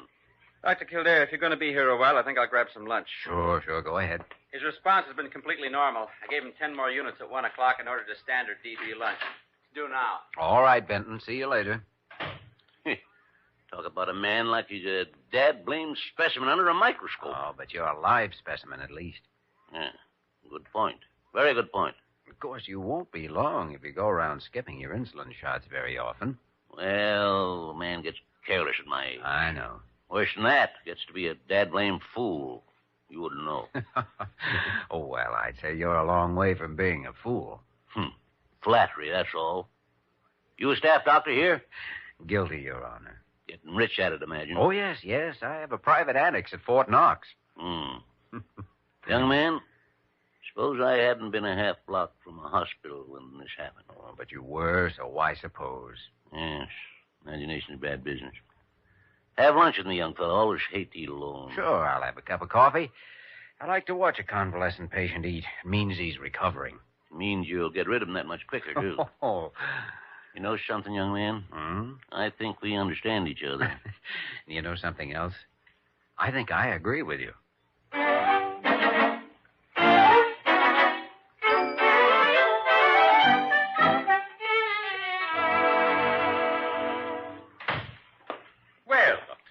Come in. Dr. Carew, Dr. Gillespie, what are we holding here?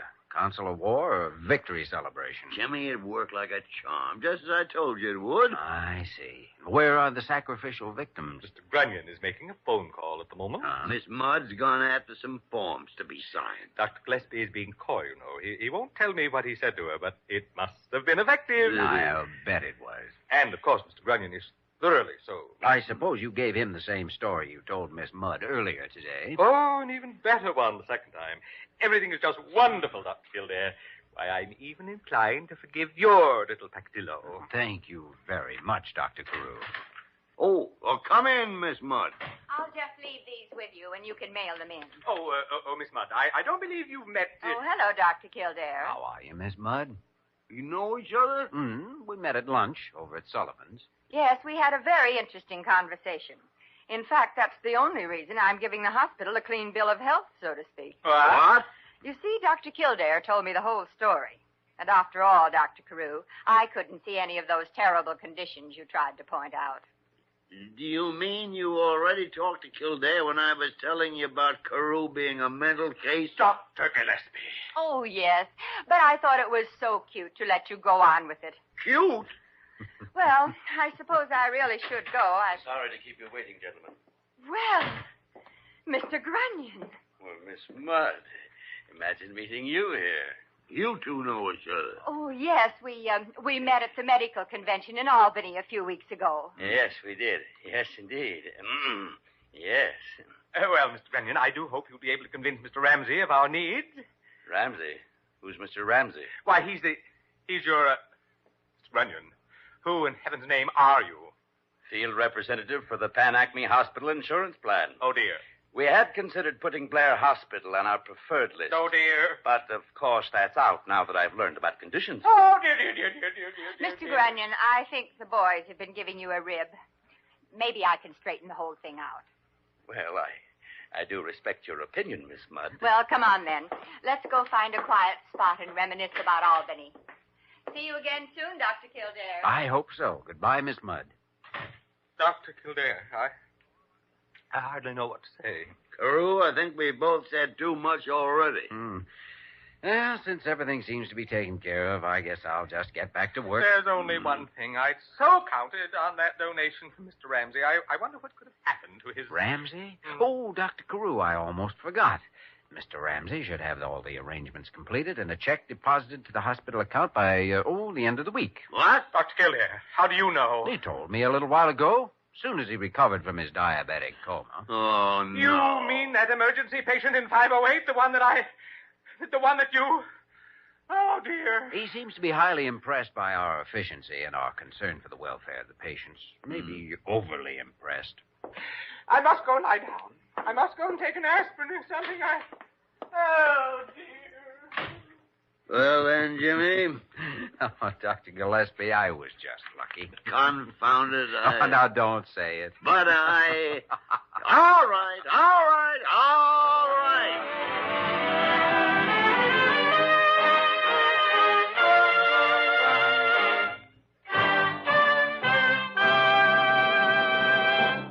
In just a moment, we will return to the story of Dr. Kildare.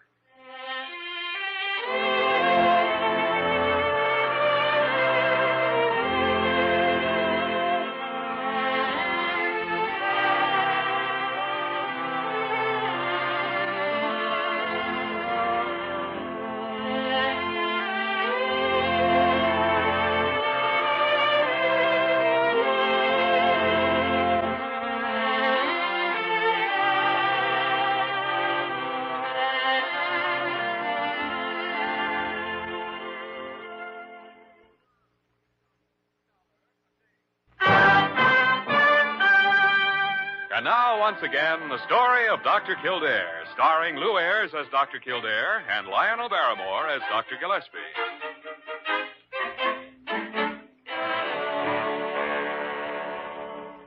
Dr. Gillespie, I've got all these forms filled out now for the State Hospital Board. If you'd like to sign them, we'll get them sent off. Love to sign them, Jimmy. I hope you've included our best regards to Miss Mudd. Oh, yes, enclosed a personal note. Personal, huh? I hope you asked her to say hello to Mr. Grunion just in passing. Maybe at some Albany convention. I mentioned his name. Good. Well, here you are. And may they both rest in peace.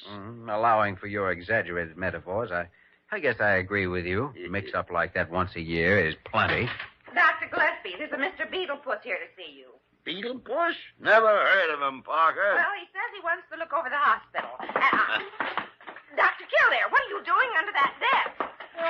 Dr. Gillespie, get down off that coat rack. Parker, why does he want to look over the hospital? Well, because he works for the phone company, and he has to know where the new telephones are supposed to go. Jimmy, You go with him. Not me, Parker. Take Mr. Beetlepuss upstairs and introduce him to Dr. Carew.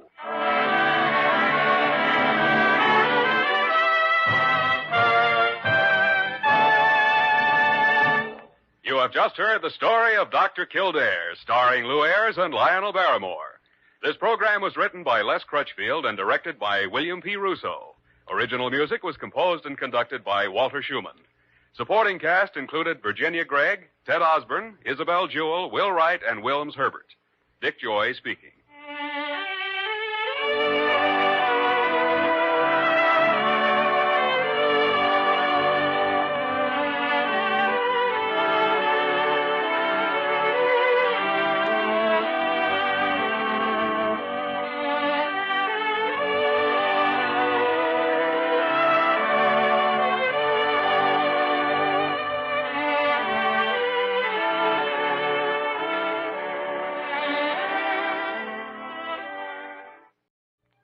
The story of Dr. Kildare. Whatsoever house I enter, there will I go for the benefit of the sick. And whatsoever things I see or hear concerning the life of men, I will keep silence thereon, counting such things to be held as sacred trusts. I will exercise my art solely for the cure. The story of Dr. Kildare, starring Lou Ayres and Lionel Barrymore. Metro-Goldwyn-Mayer brought you those famous motion pictures. Now this exciting, heartwarming series is heard on radio. In just a moment, the story of Dr. Kildare. But first, your announcer.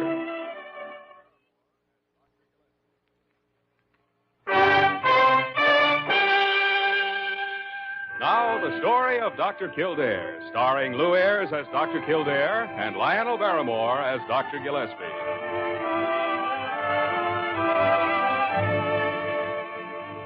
Blair General Hospital, one of the great citadels of American medicine. A clump of gray-white buildings planted deep in the heart of New York, the nerve center of medical progress where great minds and skilled hands wage man's everlasting battle against death and disease.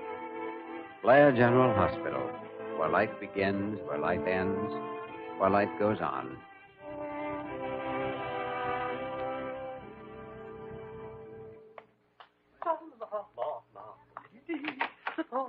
Oh, good morning, Dr. Carew. Good morning, Miss Parker. Isn't it an enchanting morning this morning? Not especially. Well, maybe it's just me then. Oh, there's good news today. There is? Oh, yes, indeed. Guess who's writing?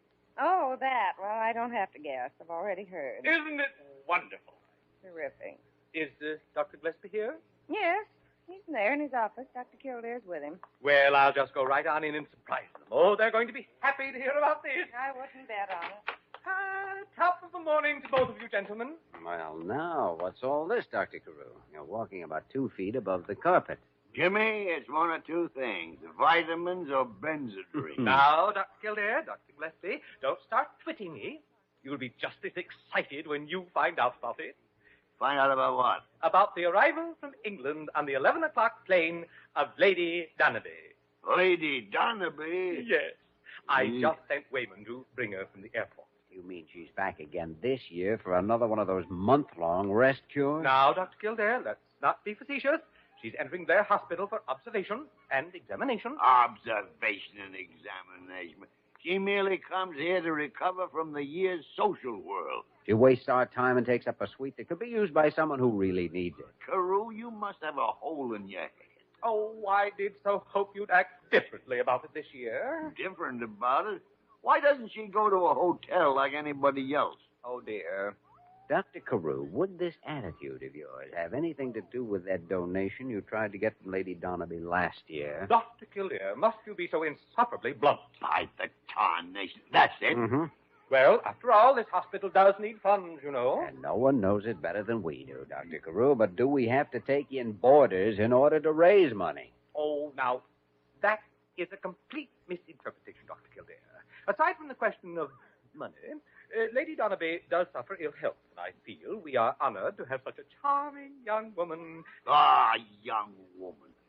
According to rumor, Lady Dunabees, before she managed to hook Lord Dunabees in a weak moment, was one of the original Floridora gals. Yeah, third from the end, as I heard the story. Oh, dear, it's just no use trying to reason with you two. It's just no use at all. Carew, Suppose we make a bargain with you. A bargain? Yeah. This woman is coming here for observation and examination. So that's exactly what she gets. Oh, good heavens, no. I'm sure she wouldn't like that at all. Nor do I imagine the Board of Regents would like it if they knew a patient was spending a month here without even a diagnosis being made. Oh, dear. And, of course, that would reflect back on me as head diagnostician. Oh, dear, dear. I think it's only your duty to inform them right away, Dr. Gillespie. Here, can you reach the phone all Oh, right? dear. No, thank you, Jimmy, thank you. Now, let's see. No! Stop! Yeah. Oh, dear gentlemen. You will be as easy on her as possible. Now, just relax, Carew. Don't worry about it. You know us.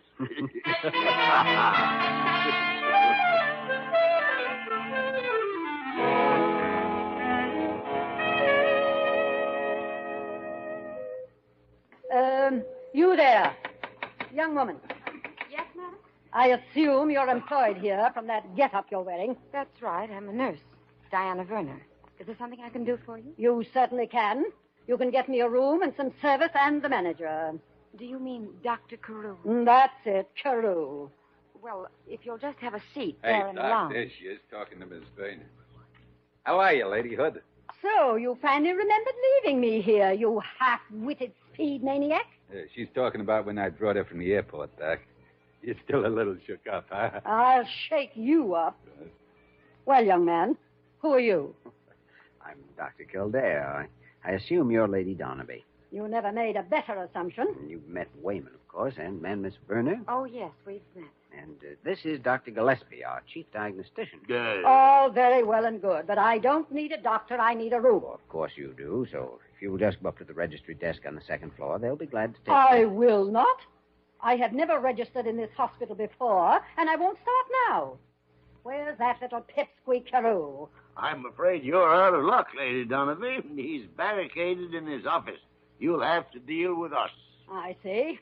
All right, let's start dealing. I demand that you have my luggage brought from the airport at once. I demand a suite within 5 minutes. I demand the presence of the hospital dietitian within 10 minutes. Lady Donabees, shut up. What? In this hospital, I give the orders, not the patients. Well. And you can take one or two choices. Either get up there and register or call a taxi and get out. Now make up your mind. Shall we go, Jimmy? Right. See you later, Diana. Okay, Jimmy. Well, now, you don't find a man like that very often these days. He's quite a lad. Well, I think so. Knows his own mind. He can be awfully stubborn when he thinks he's right. And he's not too bad looking either. Most people think Dr. Kildare is rather handsome. Kildare? Well, who said anything about Kildare? Oh, now, where did Dr. Gillespie tell me I must go to register?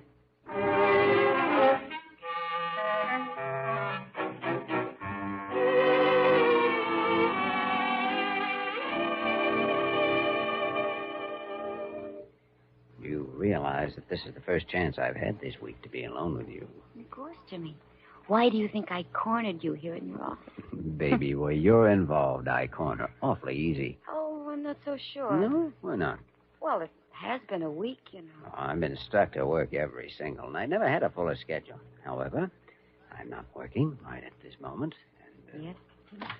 Dr. Kildare, would you mind looking over the... Oh, well, I'm terribly sorry. I didn't know that... It's all right, Parker. What is it? Oh, nothing, Dr. Kildare. Nothing at all. That won't keep until... until... I'm just awfully sorry. There's a great example of tactful exit, Well, her heart's in the right place. I suppose. How about yours? Oh, it's showing some rather strange symptoms lately. Huh? Jumpy, I call it. Interesting coincidence. Mine's been doing the same thing. Huh? I wonder if there's any connection. You tell me, Jimmy. You're the doctor. Well, Good morning, Jimmy. Miss Werner? It was a good morning. Why is everyone acting so unfriendly? Parker just tried to shoo me away. Oh, don't pay any attention to Jimmy, Dr. Gillespie. He doesn't mean it. Why, it's all right. It's a very good attitude in view of the examination we're due to make in about 5 minutes. Huh? Oh, yes, Lady Dunabees. I'd forgotten about that. Well, if you're going up there in 5 minutes, I'd better get it ready. You mean you got stuck with her? How come? Oh, I asked for it, Jimmy. Oh. Knew you'd be on the case. Bye. Of course, I don't know what a general condition may show, but I think we should concentrate on that game leg. Game leg? Diana? Jimmy? Oh, Lady Dunabees, yes. Well, from what she said, her trouble is apparently sciatica, so it may be tough to do anything. Sciatica nearly always had an uncertain etiology. Yes, I agree. But we've still got to make a stab at it. We're out on a limb with Carew, you know. Yeah, I know. All right, Doctor. The lioness lurks in her den.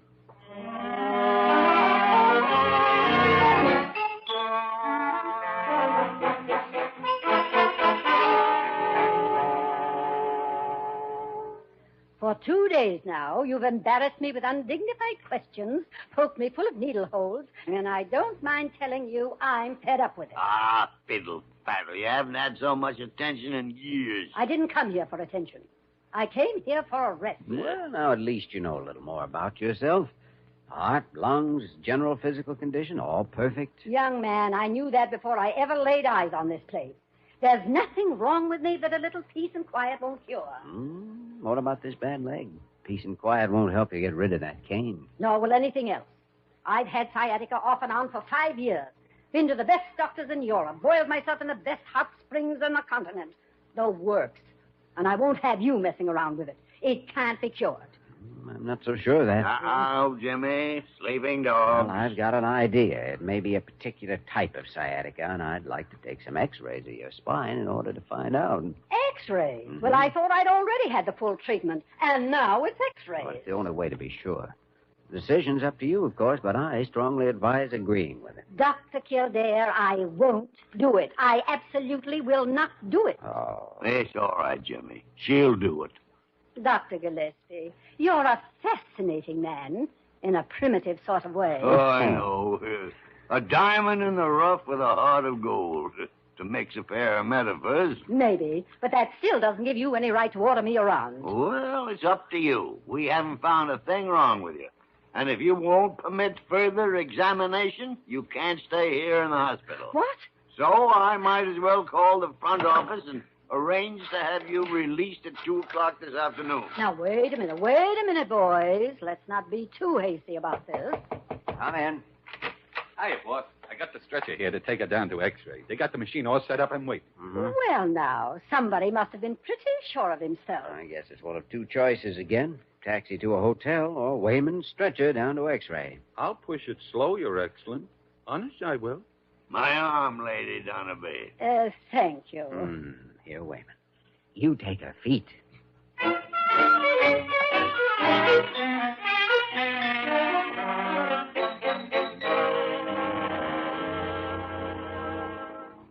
Confounded, Jimmy, you're sticking your neck out 1.5 miles. You're going off the deep end and jumping at conclusions. And you're mixing metaphors again.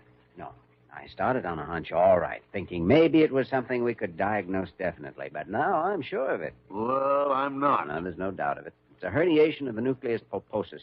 Ah, it's a wild guess, tied up with wishful thinking. Why? Everything points to it. The fact that only one leg is affected, that the pain is intermittent, disappears suddenly sometimes. Well, that's insufficient evidence. Doesn't mean a thing. Well, I'll go on record with it. Well, sure neck, Jimmy. I'll wait for the x-rays. All right. Take a look at these. By the great horn spoon, a double cross. Yeah, I'd already seen them. It was a dirty trick. Here, look at this one. Notice the cartilage disc between the last lumbar vertebrae and the sacrum. Yeah. There's a crack, all right, on the left side. And the pulposus is protruding into the spinal canal, pushing against the nerve root. And there's your sciatica. Why argue, Jimmy? You're right. Not a doubt about it. We're lucky. This is one we know what to do about. Well, now you are jumping at conclusions. She's a hard-headed dame, and there's a limit to how far you can push her. Furthermore, she's had the opinions of the best doctors in Europe. Jimmy, you'll never convince her. No, I think I will. In fact, I'm not only going to convince her, I'm going to operate her. And I'm going to cure her. Now, you wait and see. The works.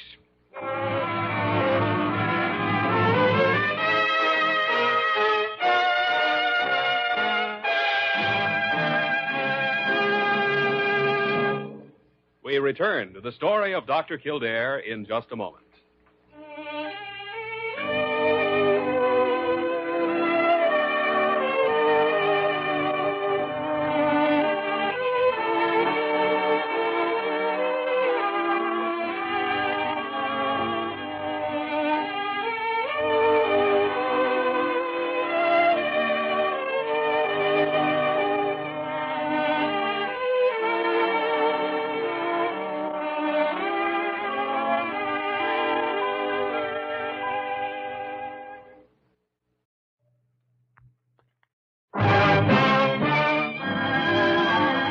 We continue with the story of Dr. Kildare, starring Lou Ayres as Dr. Kildare and Lionel Barrymore as Dr. Gillespie. I don't have any idea how he found out, Dr. Gillespie. All I know is that he's on his way down here, and he's in a tizzy. Yeah, I'll bet he is. I just can't imagine who could have told him. Ah, come now, Pug. I can imagine very easily. Really, who? You. Huh? You confounded idiot shooting off that big mouth of yours all over the hospital. I did not. One of these days, I'm going to remove that flapping tongue of yours and pickle it. Well, I like that. Hey, what's going on here? Oh, come in, Jimmy. Come in.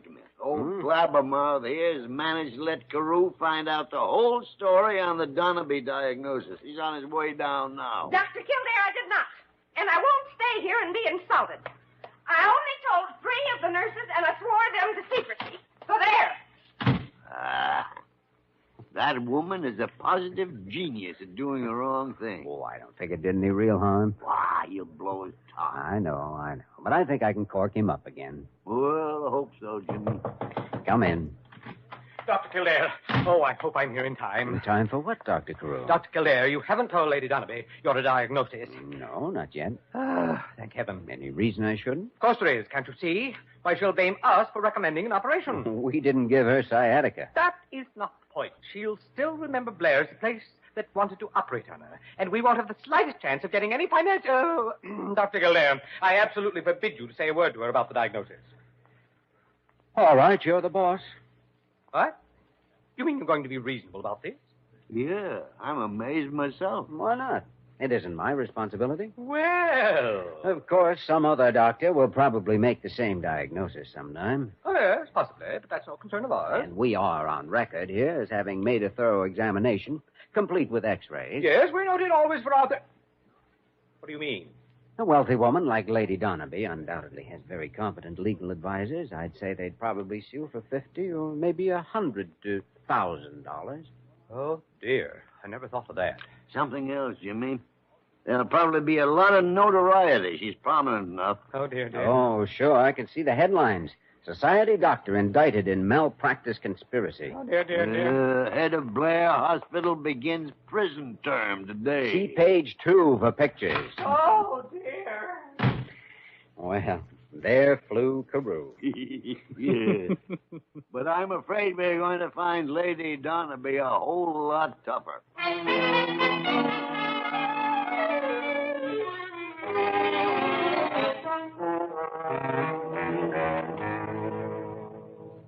Do you boys really mean to stand there and try to convince me that I ought to be operated on merely because of a little shadow on a piece of film? Well, it's not quite that ridiculous, Lady Dunabee. That's only one final piece of evidence that ties in with the symptoms I mentioned. Evidence, symptoms, poppycock. Why didn't those European doctors find out about it? I couldn't say. If it's the operation you're worried about, forget it. It's comparatively simple, and Kildare's one of the best surgeons in the country. You agree with this idea of his, Dr. Gillespie? Certainly, no question about it. An operation would mean you could throw away that cane, be free of any more discomfort, and forget you ever had sciatica. If you're right, of course. I know I'm right. Oh, you do, huh? Of course, it's up to you to decide, Lady Dunabee. Well, I'll tell you. The whole thing sounds just too simple. So simple, I'm not going to have it done. Well, I think you're making a mistake. Jimmy, it's no use. We're wasting our time. I never saw a more contrary human being in my life. Well, you just try looking in a mirror, you old Airedale. Airedale? Yes, I got you figured out perfectly. You're me all over again. Ooh, I certainly hope not. Come on, Jimmy, let's go. All right. Lady Dunabee, I still hope you'll reconsider your decision. I have already, Dr. Kildare. When do you want to operate? Hmm? Oh, Grouchy was right, you know. I am contrary. Why, the great horn spoon. I simply don't believe the operation is going to help. And I want to have the horse laugh on both of you. We'll take the chance. How about 9 o'clock tomorrow morning? 9's too early. I'm a late sleeper. Make it 10. Cantankerous, stubborn, mean. A woman after my own heart.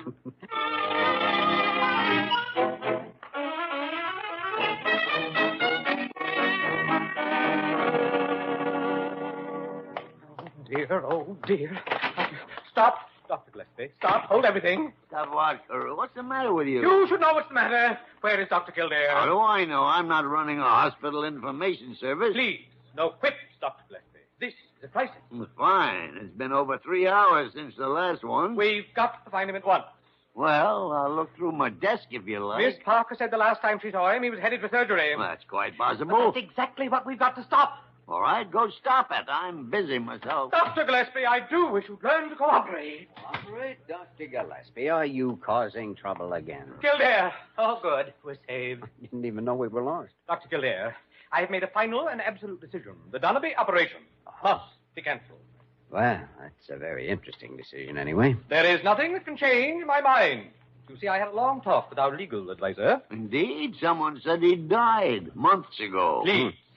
Now, as for all those terrible things you said might happen, our attorney advises me that they were nothing but, well, to put it baldly, flim-flam. That's certainly bald, all right. So, I think it's time both of you listen to reason. Oh, that's too much to hope for. Well, Dr. Carew, you seem to be holding all the cards. What do you propose? That this operation be cancelled at once. I see. Of course, Dr. Carew, if those are your instructions, people will certainly think I'm out of my mind. I don't see why. You will when I tell you I operated on Lady Dunabee 2 hours ago. Oh, no. Oh, yes. Oh, dear. Where the tarnation did I put those smelling salts? Oh, never mind, Dr. Gillespie. Here, I'll just wave a $1 bill under his nose.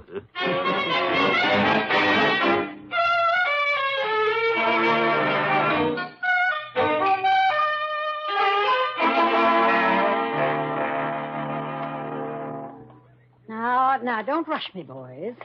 As far as I can tell, you've cured that dang sciatica all right. But you've given me aches and pains I never had before. Sore muscles. Ones you haven't been using because you were favoring that leg. Just walk slowly now and take it easy. It'll work loose. And you know, you ought to stop every few steps now and give us the horse laugh. Oh, be quiet, you old billy goat. If I hadn't been confident, I wouldn't have agreed to the operation, no matter what I said. I think we'd better head back to your room now, Lady Dunabee. You've been walking nearly half an hour. Yeah, doing very well at it, too. Why, we'll have you dancing by the end of the week. That's a good idea. I'll take you up on it. Oh, well, I only meant... I don't care what you meant. I've already accepted. Well, that's what I like in a woman. Subtlety. Piffle. Well. Now, isn't this a happy little group? Good morning, Dr. Carew. You're looking much better this week. I feel fine, Dr. Kildare. Good morning, my dear Lady Dunabee. Mr. Carew, stop nibbling my hand. Oh, forgive me, your ladyship. It's just my exuberance at seeing you looking so well. Your old charming self again. But that's their hospital. We always get results when we go into action. Well, I don't know about that we stuff, but actually I have changed my mind about this place. Always regarded it as a glorified rest home. And I'm a little amazed to find at least a couple of the staff are medically competent. Boys, you've got more important work than walking an old woman up and down the hall. Mr. Carew will take me back to my room. He's not doing anything. Well, now I mean, of course. Delighted. Don't forget that date of ours, Dr. Gillespie. Oh, to be sure, yes. My arm, Lady Dunabee? Thank you. You call this an arm? I found bigger muscles in clam chowder. Well, now, Dr. K, how does it feel to be royal court physician? It's like riding a merry-go-round backwards, Dr. G. Ask me the next time I come fast. I'm still spinning.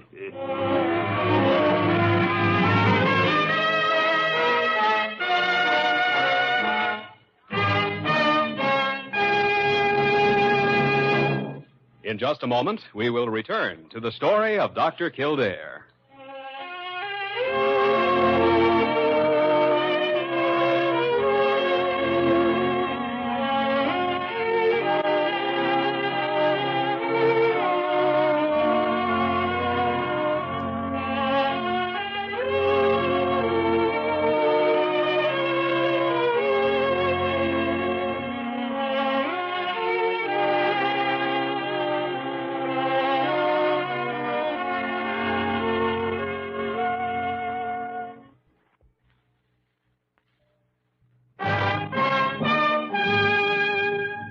once again the story of Dr. Kildare, starring Lou Ayres as Dr. Kildare and Lionel Barrymore as Dr. Gillespie.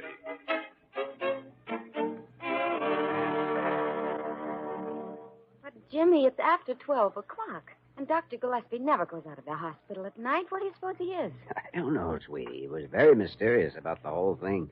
Slipped out around 7 o'clock without a word to anybody. Well, after all, something could have happened to him, you know. Well, if he can't take care of himself at this age, there's not much use. Here we go. Hey, what's all this? Oh, hiya, Doc. Look, it's Doc Kildare and Miss Bain. Oh, tarnation. What's the idea of the stretcher, Dr. Gillespie? Nothing, Jimmy, nothing at all. I got an emergency call to come over and get him at the Cobania Club. So that's it. And at your age. Jimmy, I am not intoxicated. Maybe it's sciatica, Dr. Gillespie. Oh, young lady, you keep out of this. Come on now, let's have it. What's wrong with you? Confound it. I am merely suffering from a well-known tropical disease called the conga. The conga? Oh, Lady Dunabees. Yeah, that woman is the original whirling dervish. Oh, Jimmy, will you set up an X-ray room in the morning? Think I'm out of joint in 14 different places. Be glad to. And putting it another way, you might say it was caused by being out of place in 14 different joints. Oh. Good night, Doctor.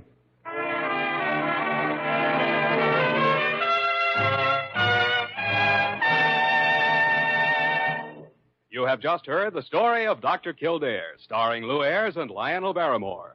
This program was written by Les Crutchfield and directed by William P. Russo. Original music was composed and conducted by Walter Schumann. Supporting cast included Virginia Gregg, Ted Osborne, Georgia Ellis, Ed Max, and Isabel Randolph. Dick Joy speaking.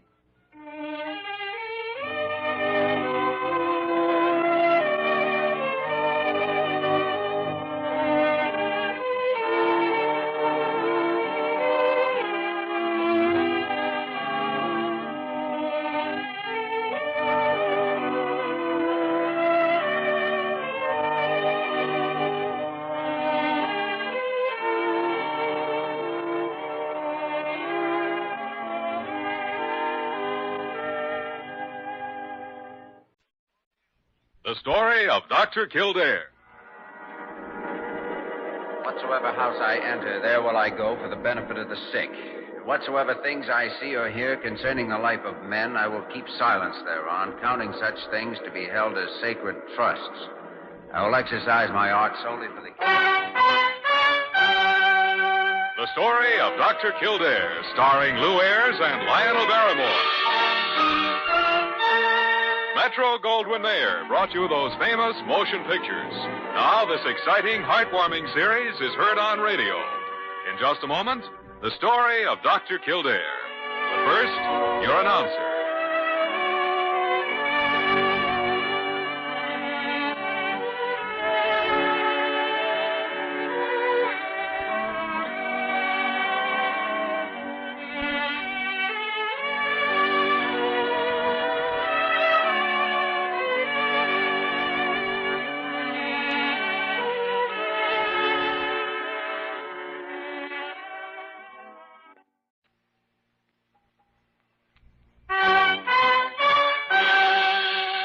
The story of Dr. Kildare, starring Lou Ayres as Dr. Kildare and Lionel Barrymore as Dr. Gillespie.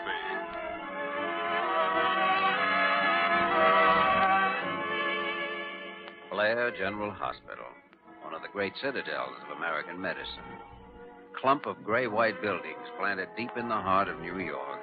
A nerve center of medical progress where great minds and skilled hands wage man's everlasting battle against death or disease.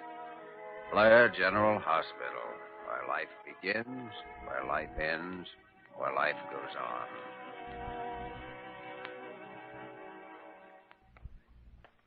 Molly, have you seen Dr. Kildare anyplace? No, I haven't, Dr. Gillespie. Huh. He doesn't seem to be in the hospital. And he isn't out on an emergency either. I checked that. Wait a minute. Wait. I'll bet I know where he is. I'll bet I know just where he is.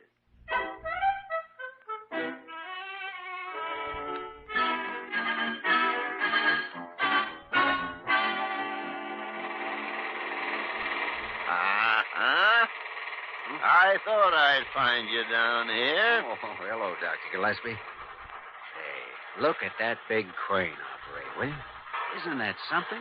I should say it is. And look at the way those girders are being lifted up, just as though there weren't any... Jimmy Kildare, you have no business down here. You're on duty at the hospital, and no one at the hospital has known where to find you. Well, I just walked down here for a minute to watch. Has anyone wanted me? They certainly have. Who? Me. You? Yes, me. And when I want you, I'm supposed to be able to find you. Yes, Doctor. There goes that crane again. Look at that. You know, as long as I've been at the hospital, no one has had to go looking for me during working hours. And another thing... Well. Here are my two naughty boys. Good morning, Dr. Good morning. Carew. Now, where should we be right this minute? Come on, Kildare. I told you that you shouldn't I be... hope you aren't teaching Dr. Kildare bad habits, Dr. Gillespie. You hope I'm not? Every time a new building has gone up anywhere in the neighborhood, Dr. Kildare, we've had the same trouble with Dr. Gillespie. He's like a big, overgrown boy. Can't keep away. Oh, that's not true. That's ridiculous. I Come never... on now, back to work. Come on. So you've had this kind of trouble with Dr. Gillespie before, have you? If I hadn't come along just when I did, heaven only knows how long he would have stood there. Ah, pickles. You talk as though I were a delinquent minor. Well, dear fellow, as head of the hospital, I must administer the scoldings as well as the pat on the head when they're needed. Oh, Dr. Kildare, a patient just arrived for you. I put him in your office.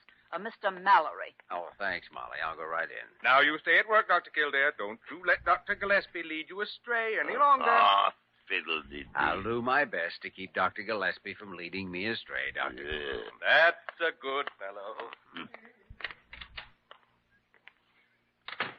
Oh, Mr. Mallory? Yeah. Oh, I'm Dr. Kildare. Oh, sit down, won't you? Oh, thanks. What seems to be the trouble? Well, I haven't been feeling very good. My wife's been after me to come to a doctor. Well, tell me about it. Well, I haven't had much appetite. I get these pains in my stomach. Severe pains? Yeah, pretty bad. When did they start? Oh, about 3 weeks ago. Have the pains become worse as time passed or remained about the same? They've become worse. My wife kept taking my temperature, but I didn't have any.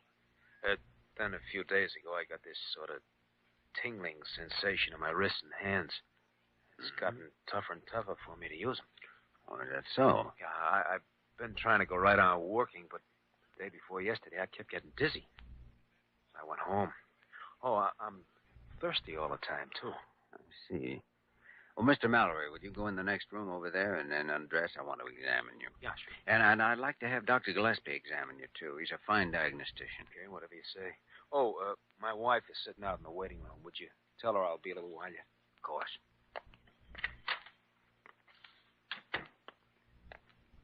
Mrs. Mallory? Yes. Oh, I'm Dr. Kildare. Your husband's going to be a little while yet, and we're going to examine him. Do you think it's anything serious, Doctor? Oh, it's nothing for you to worry about. Tell me, what does your husband do? He's a painter. I see. I wanted him to come to see a doctor before this, but he's so stubborn about things like that. Have you noticed any change in his disposition lately? Oh, I should say I have. He's been constantly irritable and depressed. Of course, he's been feeling so rotten. Yes, I understand that. The foreman called him in last week and told him he'd been making mistakes that had cost the company money. And, well, if he made any more, they were going to have to let him go. Well, that's because of the way he's been feeling. It won't last. Where's he been working? On the building project across the street. Oh, yes. Oh, Dr. Gillespie, this is Mrs. Mallory. How do you do, Doctor? How do you do, Mrs. Mallory? I wonder if you'd have a look at Mrs. Mallory's husband with me, Dr. Gillespie. I'd like your opinion. I'd be glad to.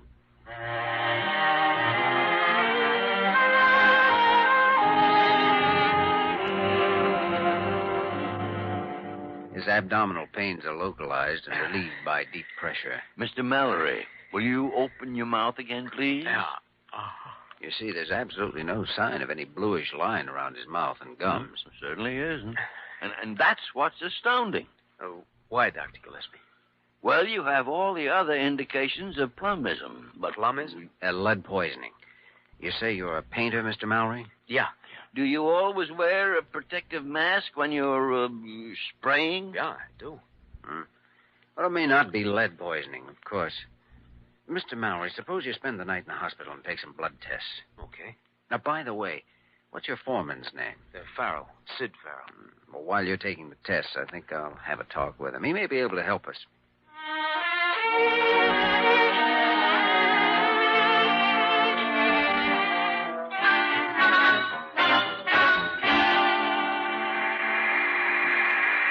Mr. Farrell, I'm Dr. Kildare from Blair General Hospital. This is Dr. Gillespie. Well, how do you do? Well, what can I do for you? We're pretty busy here, as you can see. Oh, won't keep you but a moment. We have one of your workmen under observation at the hospital. Yeah? Well, what do you want me to do about it? Send him flowers? We want a little help from you, Mr. Farrell. And unless you want to have a lot more of your workmen out sick, you better give us whatever help you can. All right. Which one of the men is at the hospital? There's a man named Gordon Mallory. I might have known. Worst man on the job, always making mistakes. Well, maybe he had a good reason for his mistakes. Mistakes cost money. We haven't got time to nurse along anyone that can't do his job and do it right. I was going to pay him off at the end of the week anyhow. If a man's ill, it isn't his fault if he don't do a good job. Ill. That big bruiser? He could make two of most of the men working here. Well, let me tell you something, Mr. Farrell. If Mallory has lead poisoning, which is what we think he has, then it may be your fault he's sick. A foreman's supposed to look out for the health of his men. Look, Doctor, I'm very busy, and I haven't got time to stand around chewing the fat about what my duties are. I know my job. It's to get this building finished. Your job is to take care of sick people. So you take care of Mallory, and I'll take care of my business. But don't you see, you should be taking preventive measures of some sort for the protection of your other work. My workmen are all right. Now, if you'll excuse me, I have to get back to work. Hey, watch where you swing that train. Come on, Jimmy. We aren't going to accomplish anything here. I guess you're right. Now, what do I see here? I thought we were on our honor to stay at our jobs. We're down here on a case, Carew. One of the workmen's in the hospital. Oh, well, of course, that puts a slightly different face on the matter. And while we're on the subject, what are you doing down here? Oh, I was just passing by. Just passing by. I think that whole building project could bear a little investigation. Dr. Kildare, please. Not on hospital time. Now, bet you anything you care to name that before the week is over, we get some more of those workmen in the hospital. Farrell doesn't give 2 cents for the welfare of anyone. I'm afraid you're right. I wonder if Mallory does have lead poisoning. We should learn that from those blood tests tomorrow.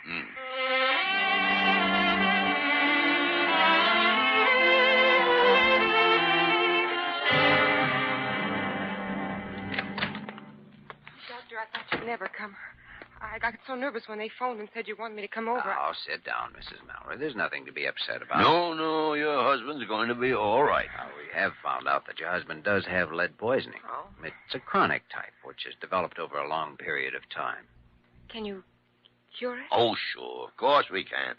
We simply put him through a process of diet and treatment that removes the lead. Diet? Yeah. You see, food with a calcium content helps retain the storage of lead in the bones. So we'll put him on a high phosphorus diet, and that'll help him get rid of it. He'll have the things like meat and liver and potatoes, rice and bananas. Oh, it's not a difficult diet. And then, of course, certain medications. He's going to have to stay in the hospital for 3 or 4 weeks, so. 3 or 4 weeks? Yeah. It seems like a long time to you, but it is necessary. Well, it's just that financially things have been a little difficult for us. But we'll manage. Huh. Doctor, how did he get it? Haven't been able to figure that out yet.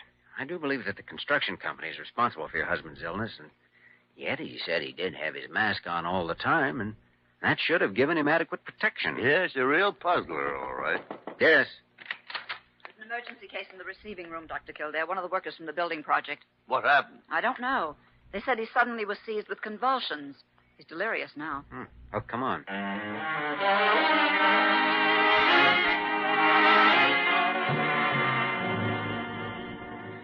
Well, this man has a bluish line along his gum margins, all right. Look at that.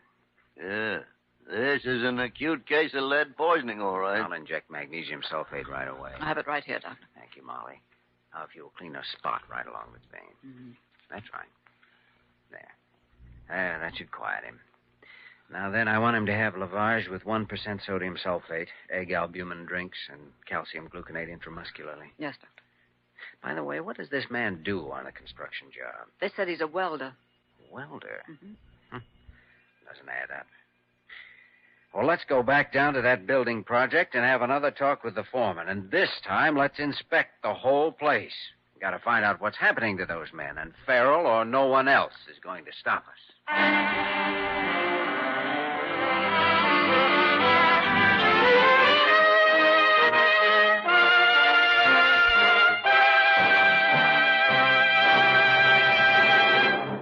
In just a moment, we will return to the story of Dr. Kildare.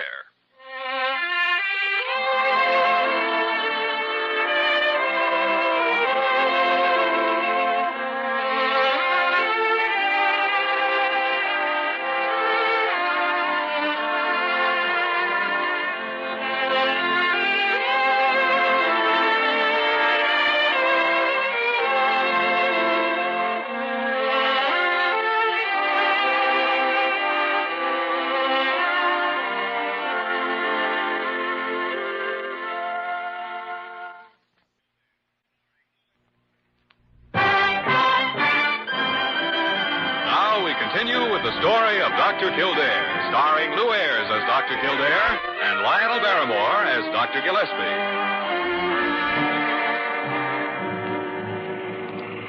Look, I don't know what you two doctors have got against me. But whatever it is, I haven't got time to play games with you. I'm working against time as it is. We're already behind schedule on this business, and you keep coming down here and interrupting me all Now, see here, Mr. Farrell, you've got a job to do. Okay, so have we. But 2 men from this outfit are in the hospital with lead poisoning, and it's our job to find out why. And also to see that more of them don't end up the same way. Watson didn't look too good when I took him on the job. I shouldn't have hired him. I can't understand you, Mr. Farrell. Why don't you want to help your man? I haven't got any more time to waste talking, Dr. Whatever your name is. Do you realize that Watson might have died? In fact, he would have died if science hadn't only recently discovered antidotes for poisoning of this sort. Before, in cases like his, when a man had convulsions and delirium, he died within a few days. Watson has the cerebral form of plummism. All right. What do you want me to do about it? We want to inspect the places where both Mallory and Watson work. I'm not going to have you walking around bothering my men. We won't bother anyone. We simply want a chance to observe their working conditions. No, I'm not going to start anything like that. Mr. Farrell, if you don't permit us to inspect this building, we're going to take the case to the State Board of Health and have them inspect it. There's nothing going on here that would concern the Board of Health. I'm sorry, but we think there is. All right. Look around if you want to. Hey, Joe. Yeah, Miss Farrell? Show these 2 gentlemen over the whole layout, will you?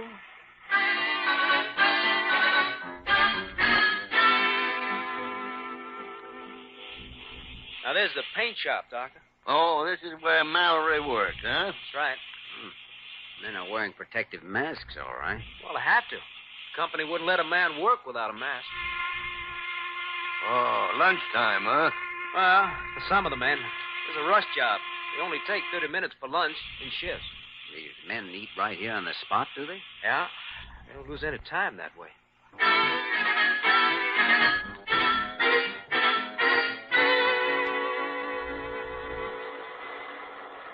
Wow.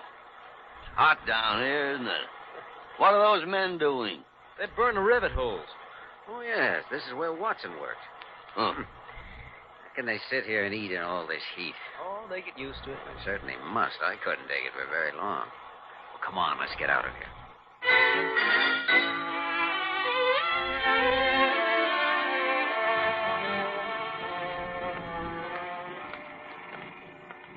Well, I didn't come up with much from there, did I?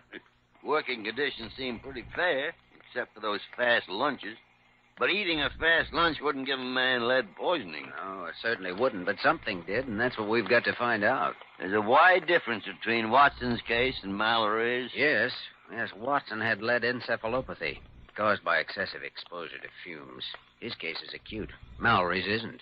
Mallory wore a mask. Yes, and that mask should have protected him completely. Now, what about Watson? Well, let's go up and see him as soon as we get back. He ought to be improved enough by now to be able to talk to us.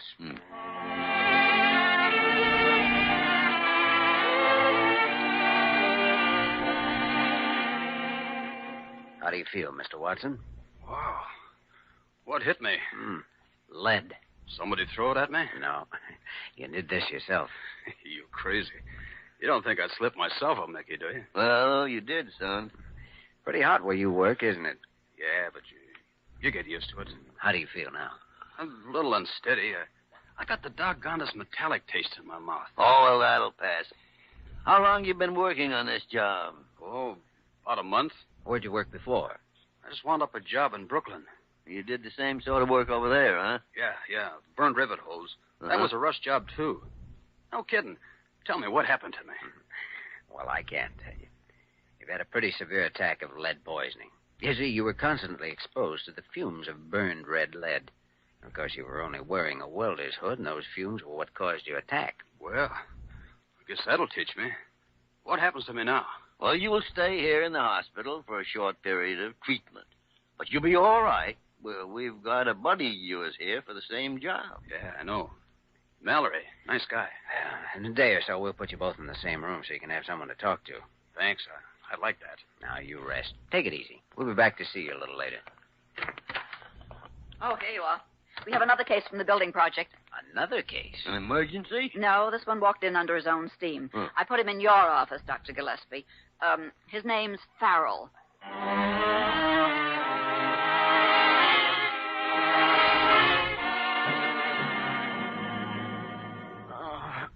Oh, that hurts. Oh, pressure hurts, does it? Oh, after you left, I got hold of a book on lead poisoning and read up on it. It'd be pretty serious at that, can't it? It's a very serious matter, Mr. Farrell. What are you going to do about me? I don't know. What do you suggest, Dr. Gillespie? I've been turning the matter over in my mind, Dr. Kildare. You'll have to put me through that de-leading process, won't you? I don't think that would help in your case. Do you, Dr. Gillespie? No, I'm afraid not, Dr. Kildare. You mean nothing can be done to help me? None of the antidotes for lead poisoning will do a thing. Why not? Because you don't have lead poisoning. I don't? No. But I've got all the symptoms. Acute abdominal pains, weakness, dizziness. Those are also the symptoms of acute indigestion, Mr. Farrell. And that's all that's wrong with you. Acute indigestion? You got a bellyache, Mr. Farrell. You're sure of that? Positive. Now, put on your clothes. We want to have a little talk with you.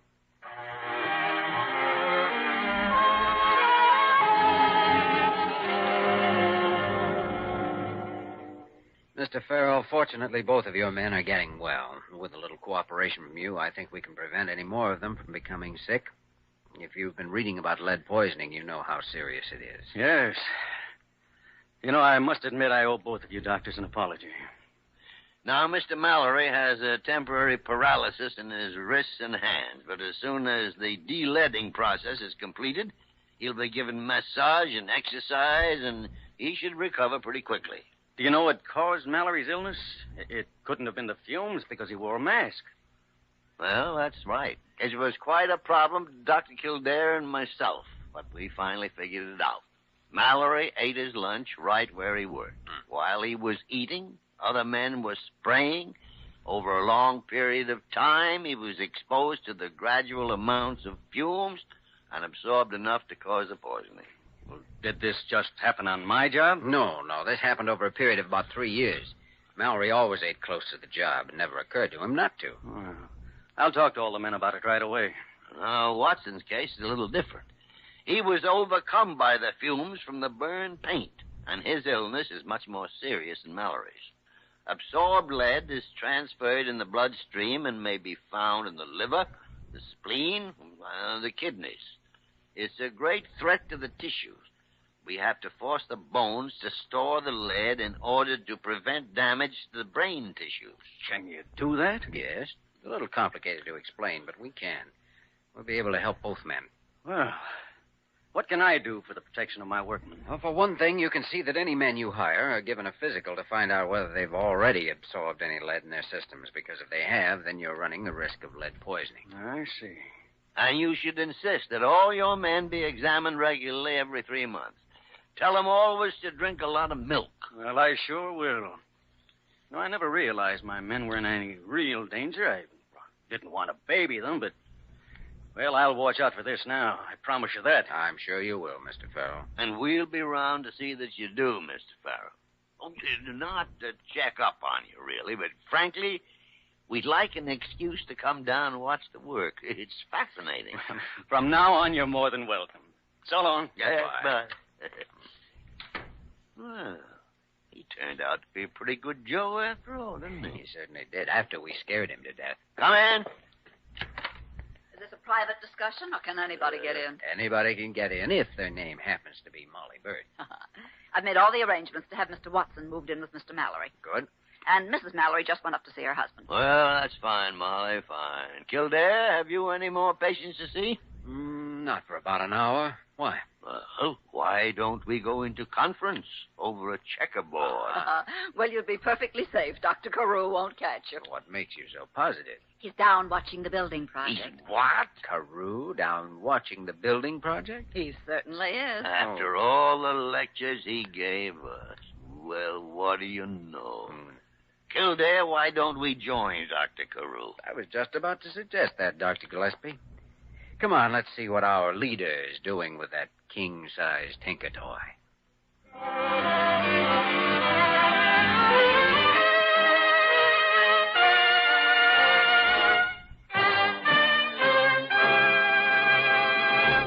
In just a moment, we will return to the story of Dr. Kildare.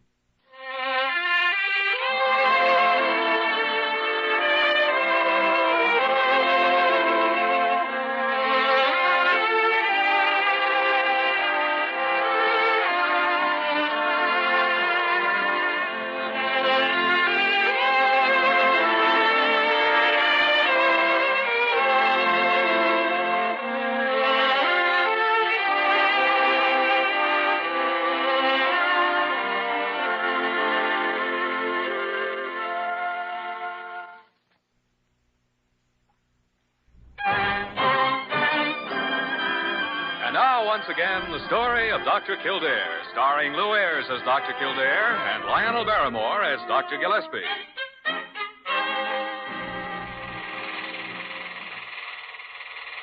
Well, Dr. Carew, what a surprise to find you here. Yes, we didn't know you were interested in things like this. Oh, you dear fellows. Well, I'm not really here, you know. You're not really here. You mean it's not our leader we see, but a mirage? No, I mean I'm not really here. I'm just passing by on my way to the hospital. That's where I really am. On my way to the hospital. Oh, I see. Yes.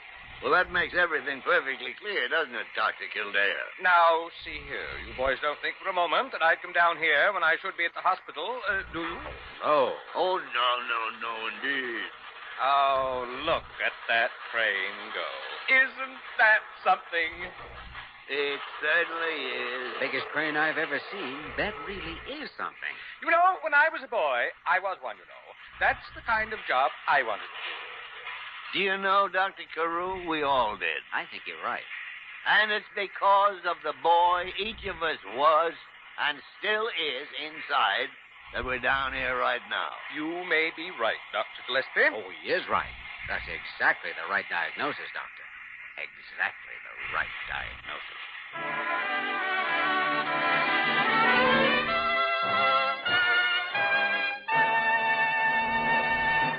You have just heard the story of Dr. Kildare, starring Lou Ayres and Lionel Barrymore. This program was written by Gene Holloway and directed by William P. Russo.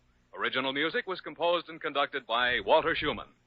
Supporting cast included Eleanor Audley, Ted Osborne, Dick Simmons, Tony Barrett, Jack Petruzzi, and Lillian Baeff. Dick Joy speaking.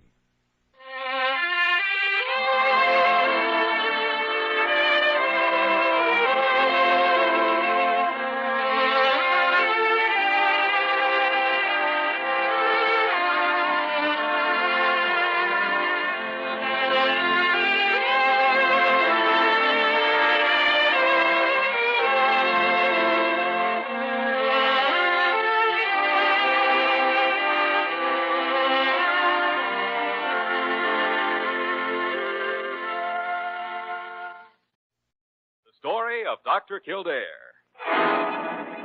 Whatsoever house I enter, there will I go for the benefit of the sick. Whatsoever things I see or hear concerning the life of men, I will keep silence thereon, counting such things to be held as sacred trust. I will exercise my art solely for the cure. The story of Dr. Kildare, starring Lou Ayres and Lionel Barrymore. Metro Goldwyn Mayer brought you those famous motion pictures. Now this exciting, heartwarming series is heard on radio. In just a moment, the story of Dr. Kildare.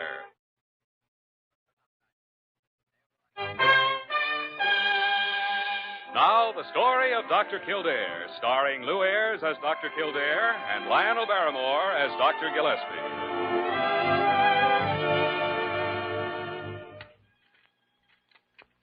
Now, let me have a look at your throat, Mr. Carlton. Open your mouth as wide as you can, please. My throat hurts, I told you. I just can't sit still. I feel terrible. All right. All right, you can get up and move around if you want. You've got to do something for me. Dr. Gillespie examined me. I don't see why you have to waste time going over the same thing again. I'm only doing it at Dr. Gillespie's request. Now, just how long ago were you bitten by the dog? 4 days ago. It's hurting worse all the time. I can hardly stand on my leg. Well, you'd better get back into bed. Well, aren't you going to help me? Aren't you going to give me any treatment? You'll be taken care of as soon as I've consulted with Dr. Gillespie. I'll be right back. My mother's in the waiting room. Why can't she come in? She can come in later.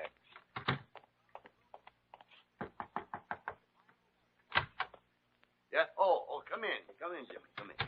I've just examined Mr. Carlton. Well, Jimmy, what did you think? I diagnose it as the onset stage of hydrophobia. 4 days after being bitten by a dog? Well, I know the usual period of incubation is from 3 to 8 weeks. Or longer. Or longer, yes. But just the same, all the symptoms are present. Anxiety, depression, discomfort in the area of the wound. But he has no fever, Jimmy. Nevertheless, we'd better prepare for Pasteur treatment. Well, I guess there's no choice about that in any case. Until we're certain, well, we'd better tell his mother. Parker! Parker isn't here, Dr. Gillespie. She's off duty today. Oh, well, Diana. Is Mrs. Carlton out there? Yes, she is. Yeah. Well, will you show her in, please? Of course.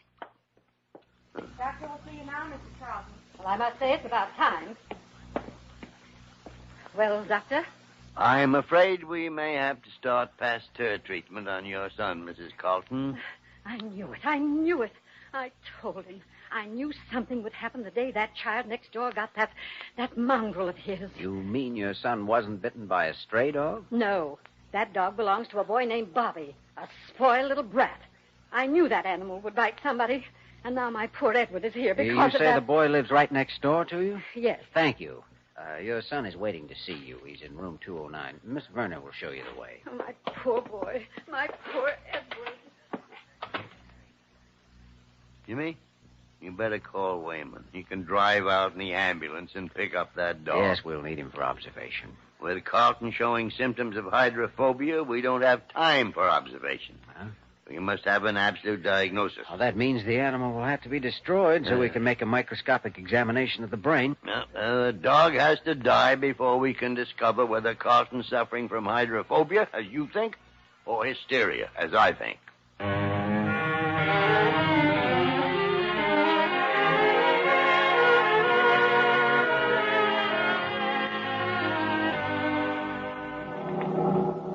Hey, Doc. There's a kid and a dog playing in that empty lot. I'm afraid the dog we're looking for isn't going to be as playful or as healthy as that one, Joe. Yeah. Guess not. But maybe that kid can tell us where the kid we want to see lives. We'll ask him. Hey, jump now. Come on, Big. Come on. Hello there, young fellow. Oh, hello. It's a very smart dog you have there. He ought to be smart. He's 1/4 collie. Oh, that makes him very smart, then. What's the other 3/4? Nobody knows. Whatever it is, it's good. I'm sure it is. Oh, we're looking for another boy around here and owns a dog, too. His name's Bobby. Well, that's my name. Spot's the only dog in the whole block. Uh-oh. Yeah. Watch out for that animal, Dutch. Bobby, has Spot been acting strangely lately? Like he hasn't been feeling well? Why do you want to know? Well, you know Mr. Carlton, who lives next door to you? Who are you? Are you the dog catcher? No, Bobby, I'm a doctor. Mr. Carlton is very sick, and he claims Spot bit him. Sure, Spot bit him. Because that big lug Edward chased me with a broom when I went to get my ball out of his yard. Bobby, don't get excited, please. He sent you to take Spot away from me, didn't he? Oh, okay. Don't flip your wig. You can't take him. I got a license for him and a new collar and everything. Oh, Bobby, I'm sorry, but we have to take him. For your protection as well as Mr. Carlton's. I'll put a muzzle on him, mister. I'll keep him in the house all the time, but don't take him away. I got him, Doc. Watch your hands, Joe. Bobby, I'll come back tomorrow. I'll drive you over to the dog pound, and you can pick out another dog, one that's half collie, maybe all collie. I don't want another dog. I want Spot. Shall I put him in the ambulance, Doc? Yes, Joe, put him in.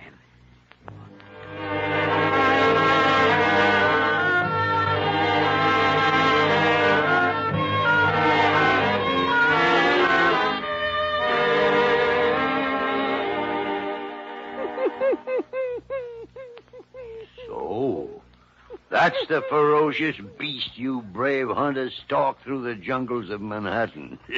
Well, I didn't stalk him, Doc. I just followed him until I caught him. Too bad he didn't take a chunk out of you. Oh, I wasn't worried about that, Doc. I figured if he bit me, you'd take care of me. Wayman, if that dog had bitten you, I'd have to treat him for ptomaine poisoning. Now, Dr. Gillespie, I admit the dog seems to be all right, but we can't overlook Carlton's symptoms. The dog can't give rabies unless he's got rabies. Why doesn't the dog show some symptoms? They just aren't manifest yet, I guess. Carlton showed the symptoms early. The dog may develop them late, but he's capable of infecting. Dr. Gillespie, the dog has given some indication of being rabid. Where?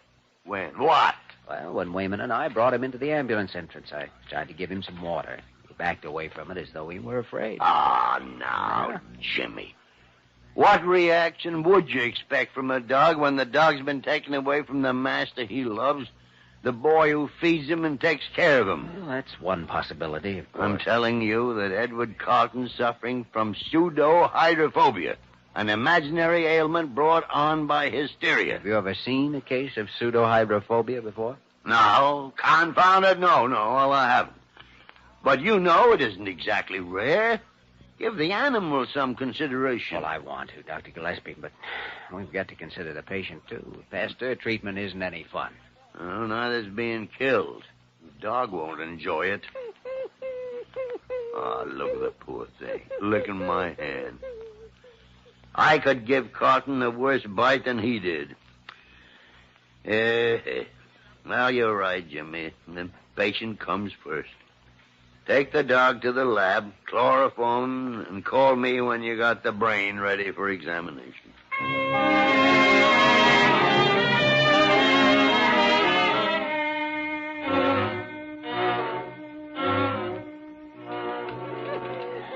Oh, gee, Doc, can't you call somebody else to hold him? He keeps looking at me with them big brown eyes like I was a bookie who wasn't paying off on his bets. Yeah, and I keep thinking of that boy, Bobby. So think later, please.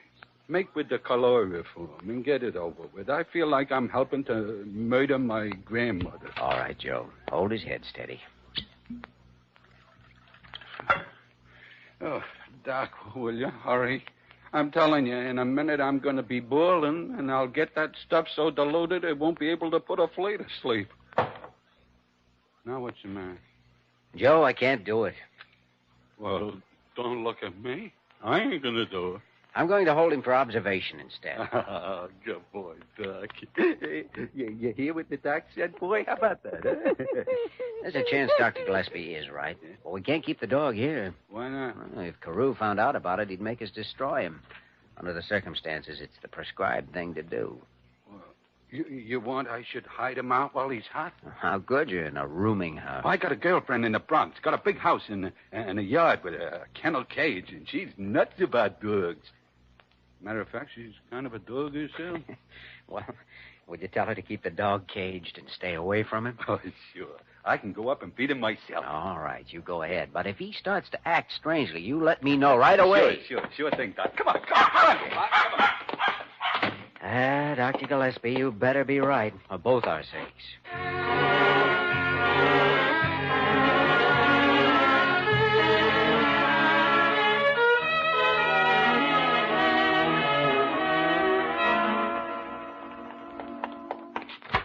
Oh, Jimmy, Hmm? you better come. Well, what is it, Diana? Dr. Gillespie wants you right away. Something wrong? Well, it's Mr. Carlton. He's worse. Oh, I see. He's paralyzed and behaving very strangely. He sounds like he's growling. In here. Jimmy, over here. Come on, over here. Oh, he looks pretty bad. Yeah, I'm afraid you were right, Jimmy. Oh, but it could still be pseudohydrophobia, as you said. Not with these advanced symptoms. The pseudo cases don't go beyond the common symptoms they've heard about. They don't know enough about the disease to simulate the paralysis stage. Okay, we'd better start Pasteur. The moment we finish examining the brain of the dog. Is he ready? Dr. Gillespie, I sent the dog away, alive, with Wayman. You sent... Oh, we got to get him back, Jimmy. He's a menace to anybody who gets near him. We've got to get him back here and destroy him.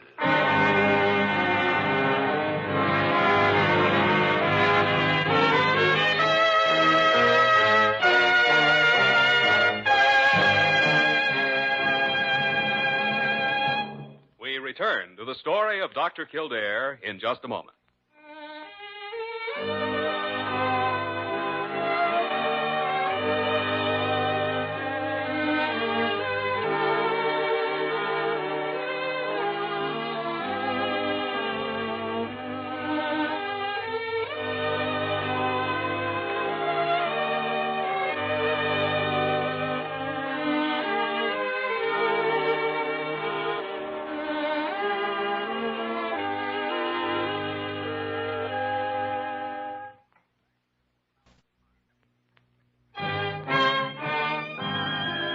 Now we continue with the story of Dr. Kildare, starring Lou Ayres as Dr. Kildare and Lionel Barrymore as Dr. Gillespie.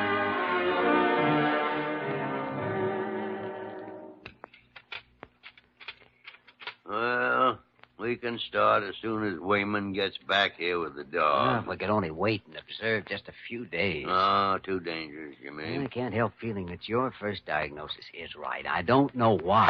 Doctor, I gotta see you. Well, Bobby. I tried to stop him, Jimmy, but... It's all right, all right. Well, Dr. Carew saw him and said children weren't allowed. Oh, we'll take care of him, Diana. Just tell Carew that I was expecting him. All right, Jimmy.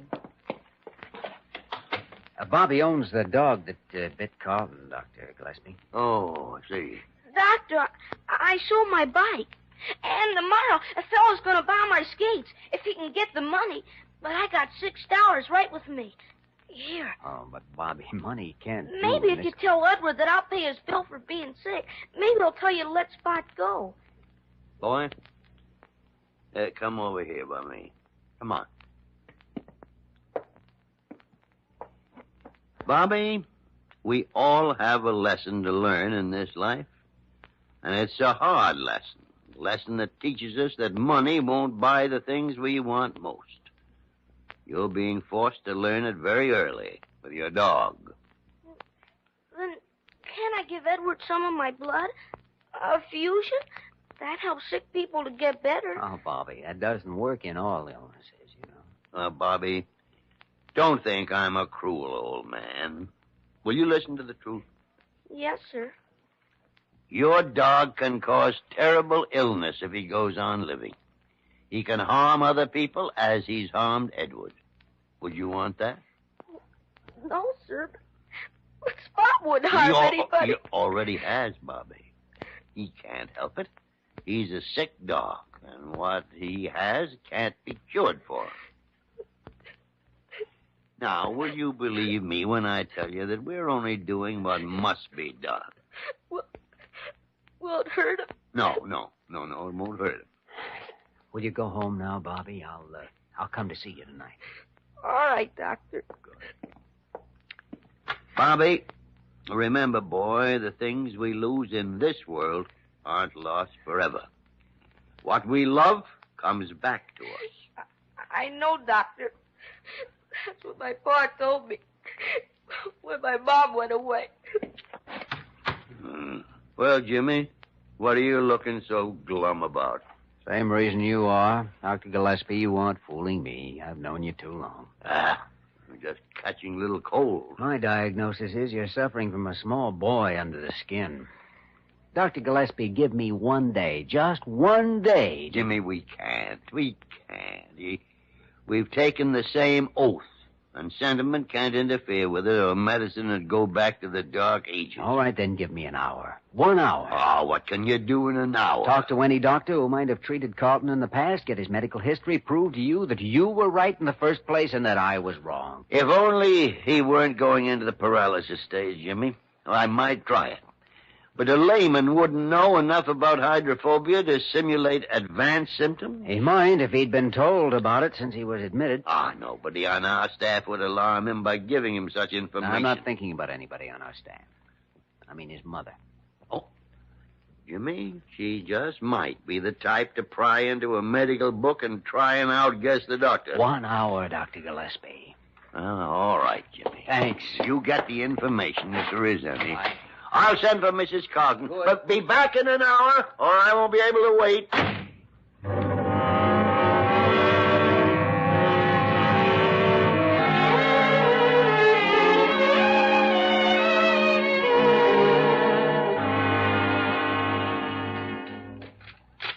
All right, Diana. You don't have to strap him down.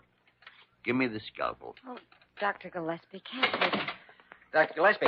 Jimmy, where have you been? I expected you 20 minutes ago. Oh, Dr. Gillespie, the dog, have you... No, he's only chloroform. Oh, good. But I was just going to start. Carew has been screaming for the test, and Mrs. Carlton's backed him up. We won't have to make it now. Oh, Jimmy. You mean you got some information? Yes. Edward Carlton has a history of asthma since he was 5 years old. That isn't necessarily psychosomatic, Jimmy. Well, I think it is in this case, and so does the doctor who brought him into the world. A chronic asthmatic is usually born with some evidence of an eczema rash. If the asthma is hereditary. Carlton's asthma is primarily caused by an allergy to dogs, though. Well, that does make a difference. And it didn't start until he was 5 years old. That's right. And I think I know why. So do I. Come on, let's have a talk with Mrs. Carlton.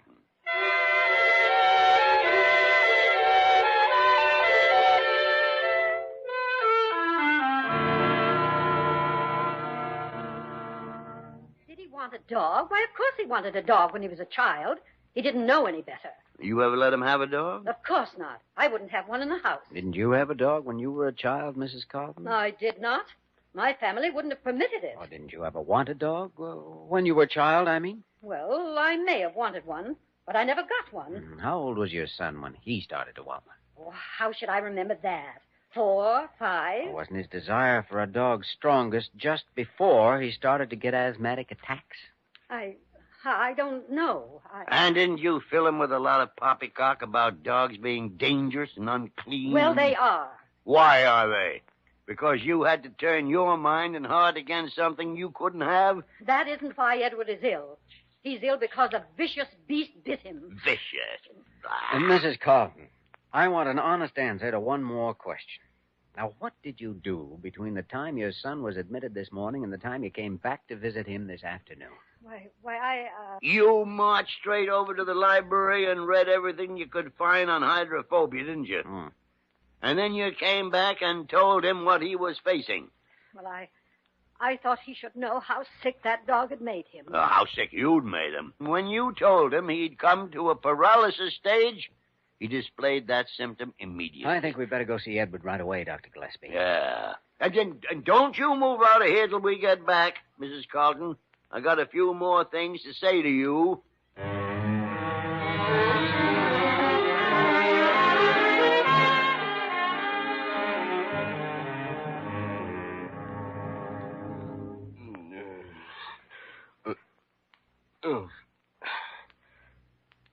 Hello, Doctor. I feel sort of... You've been under sedatives for a few hours to quiet your nerves. Have you started the treatments yet? Treatment's all over. How long have I been out? Only a few hours. But it takes from 15 to 21 days for pasteur treatment. My mother told me. Your mother told you too much. You haven't got hydrophobia. I was bitten. You saw the bite. It's right here. Well, for a fellow who was paralyzed a few hours ago, you can sit up pretty quickly and throw those covers back, can't you? Carlton, you need treatment for neurosis, not hydrophobia. Get up out of that bed and get your clothes on. But where am I going? Home, so we can have that bed for somebody who's really sick. You mean you're not going to do anything to help me? Oh, we'll help you all right, sure. I want to see you for an hour a day, every day for the next month. It'll take you that long to realize what a sap you've been.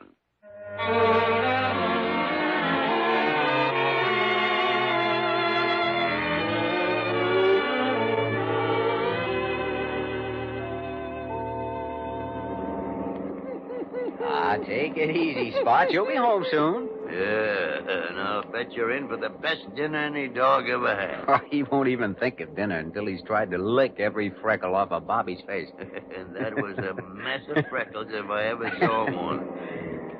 Oh, look, Jimmy. There's the boy now. Yeah, sitting on the steps of his house with his head in his hand. Bet he hasn't eaten much today either. Doesn't even look up. He will. I'm just going to open the door and let Spot out.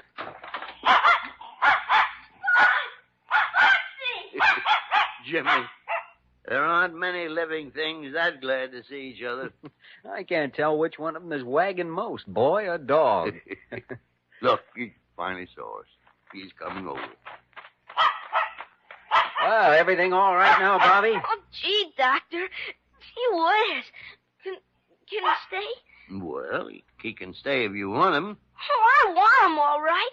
Honest, I do. Honest. Do you believe him, Jimmy? Oh, I think he might be telling the truth. Well, I guess you can keep him, Bobby. But we're sending you something you're going to need. It's a new bike, Bobby, to replace the one you sold. A new bike? Yeah. Gee. Well, goodbye, Bobby. Goodbye. Come on, Spot. I got a big bone for you. He didn't seem too happy about the new bike. Oh, he will be later, Jimmy. Not now. All he cares about now is that his dog's home again.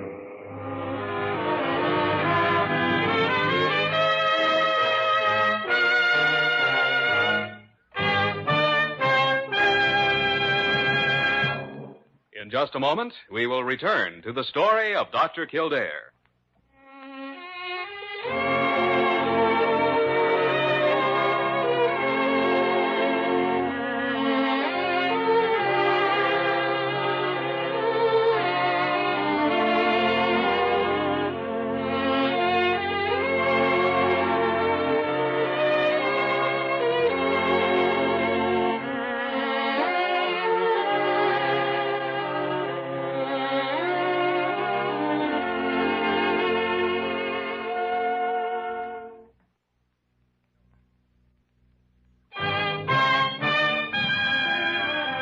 Once again, the story of Dr. Kildare, starring Lou Ayres as Dr. Kildare and Lionel Barrymore as Dr. Gillespie.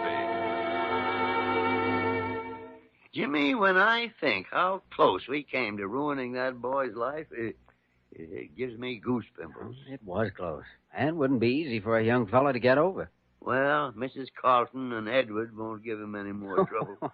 I noticed Mrs. Carlton when they left here. Come in. Hi. Oh. Dr. Gillespie, I have the ticket you sent me for. Oh, yeah. Thank you.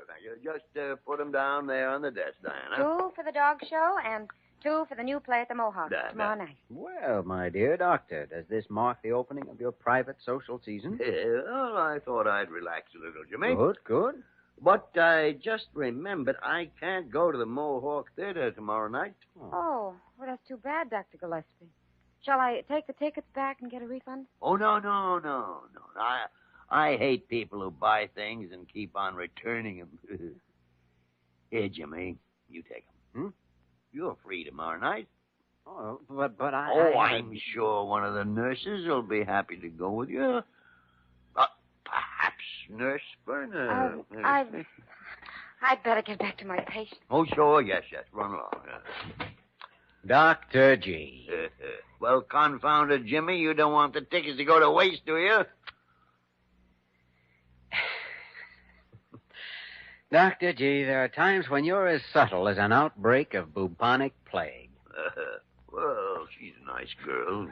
All right. You win. And thanks. Well, what about those other tickets for the dog show? They're for Edward Carlton and his mother. Who knows? They may buy a dog. It'd help make 'em better human beings. Certainly would. But I know something they won't find in that show. They'll never find a smart dog that's 1/4 collie. No, Jimmy, I'm afraid they won't.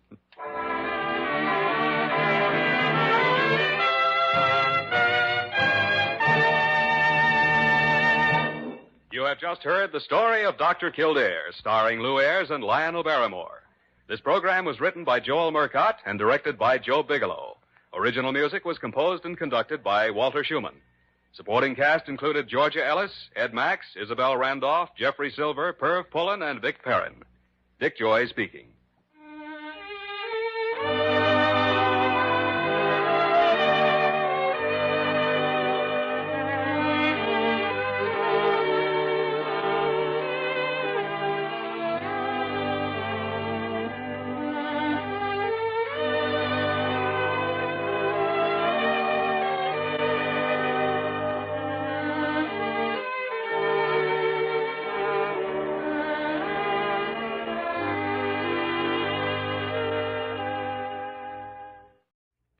The story of Dr. Kildare.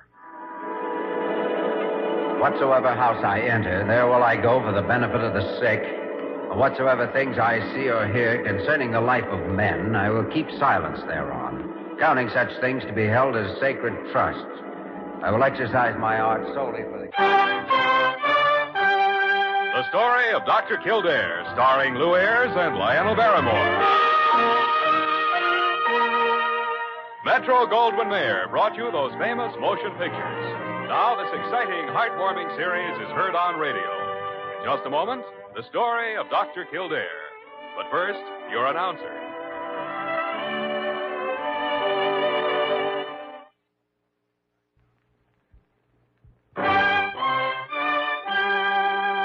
Now, the story of Dr. Kildare, starring Lou Ayres as Dr. Kildare and Lionel Barrymore as Dr. Gillespie.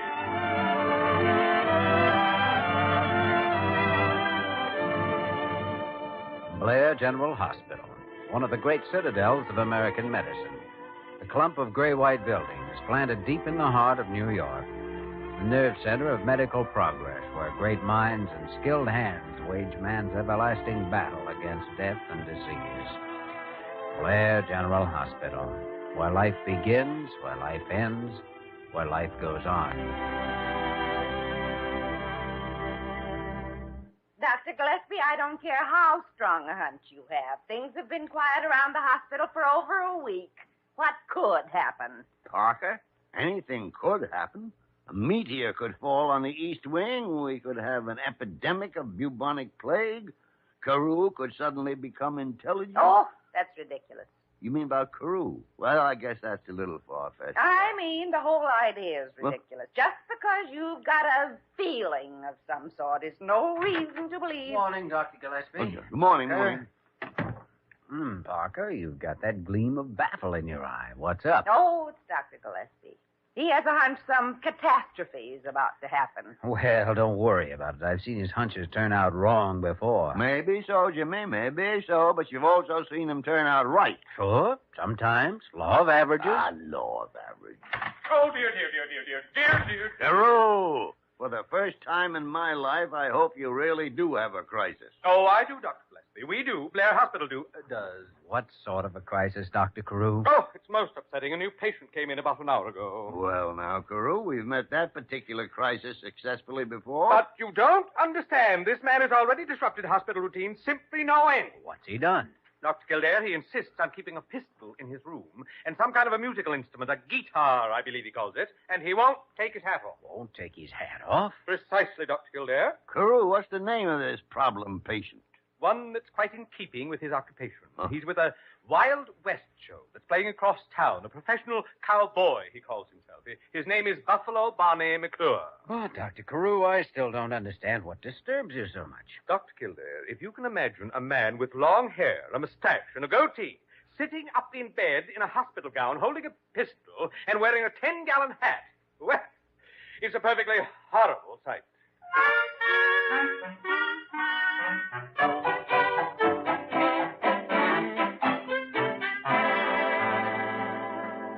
Boys, I want to tell you that I ain't never been sick a day in my whole life till this happened. I see. And the pain seems to center in the upper abdomen around here? Oh, careful, Doc. My innards is mighty tender.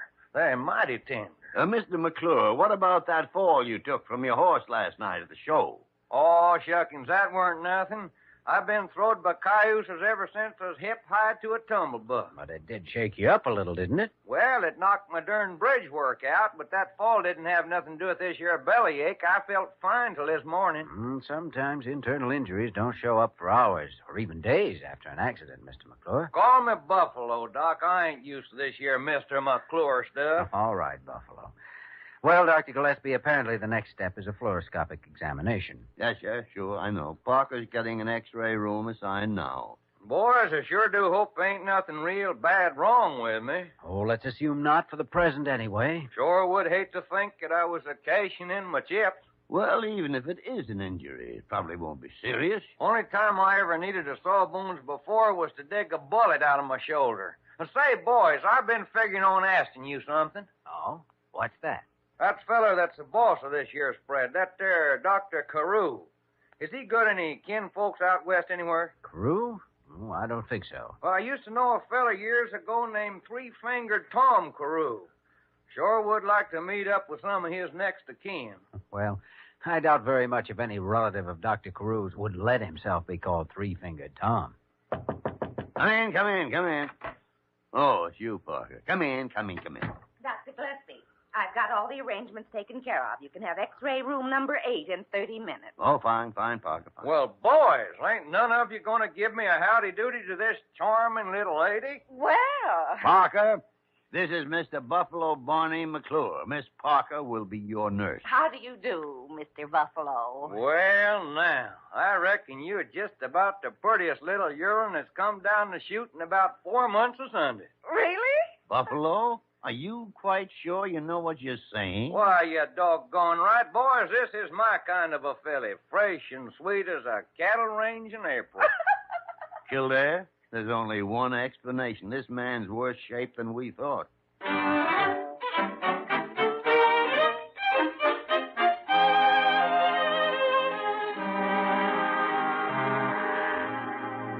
All right now, Buffalo. All you have to do is just stand there behind the fluorescent screen and relax. Like this, huh? That's right now. We may have to try a barium milkshake later, but we'll have a look first without it. Are you ready, Dr. Gillespie? Anytime, Jimmy. Anytime. Parker, turn off that examination light. All right, Doctor.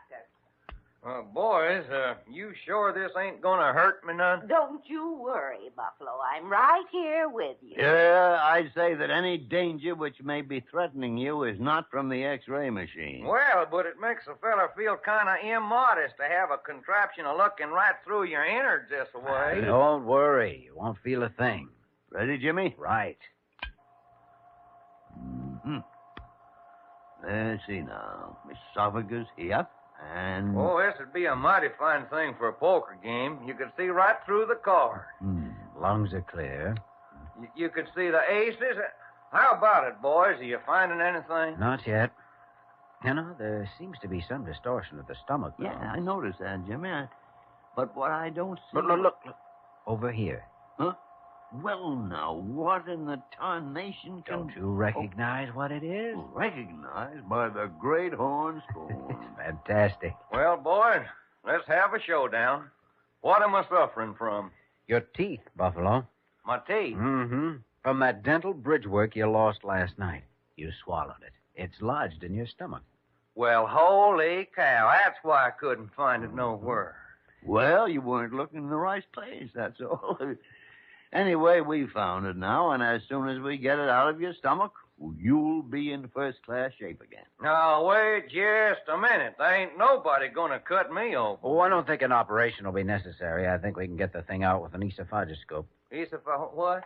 Esophagoscope. Oh. It's an instrument designed to reach down a patient's throat and into his stomach. Just like a darn sword swallower. No, you don't, boys. That is out. Now, let's be reasonable about this. If that thing isn't removed right away, it may cause serious trouble for you. I don't give a hoot and a holler what it may cause. And there's a six-shooter down there in my room that says ain't nobody gonna cut me open nor shove nothing down my throat. And that's for sure. That's for dang sure.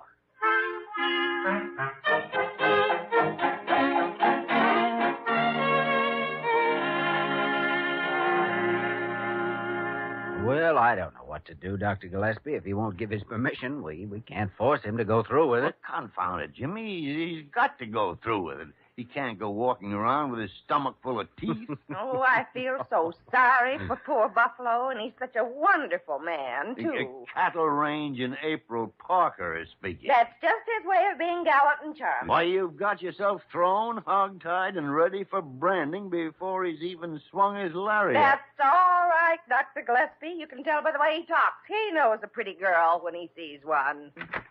No, come in, Dr. Carew. Gentlemen, I just saw your diagnosis in the Buffalo Barnie case. Yes, another oddity for the hospital files. That man himself is an oddity, Dr. Kildare. Careful, Carew. You're speaking of the man Parker loved. Oh, why, Miss Parker, I certainly hope you're not guilty of any irregularity. Of course not.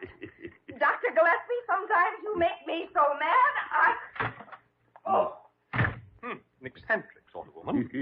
Well, fortunately, gentlemen, it shouldn't take long to remove those dentures and get rid of this Buffalo person once and for all. I'm afraid it's not that simple, Dr. Carew. He's refused to let us do anything at all for him. But he can't do that.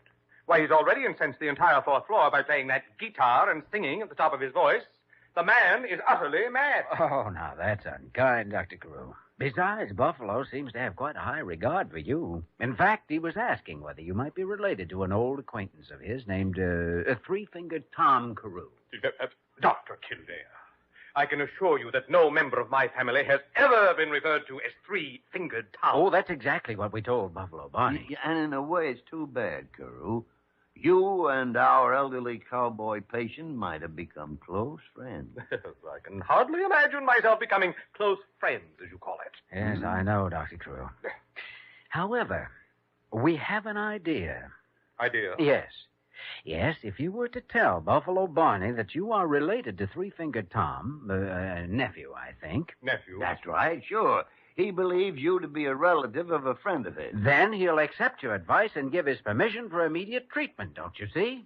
Not too clearly. Carew, it'll solve the problem and nothing flat. You think so? Oh, yes, indeed I do. And now we'll excuse you so you can go up and tell him right this minute. Dr. Kildare, why are you pushing me? Well, we don't want to detain you, Dr. Carew. Here's the door. Dear.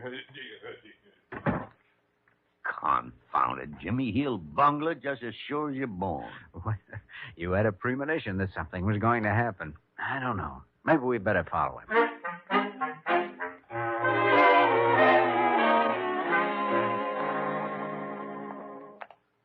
Well, there's Buffalo's room right ahead, Jimmy.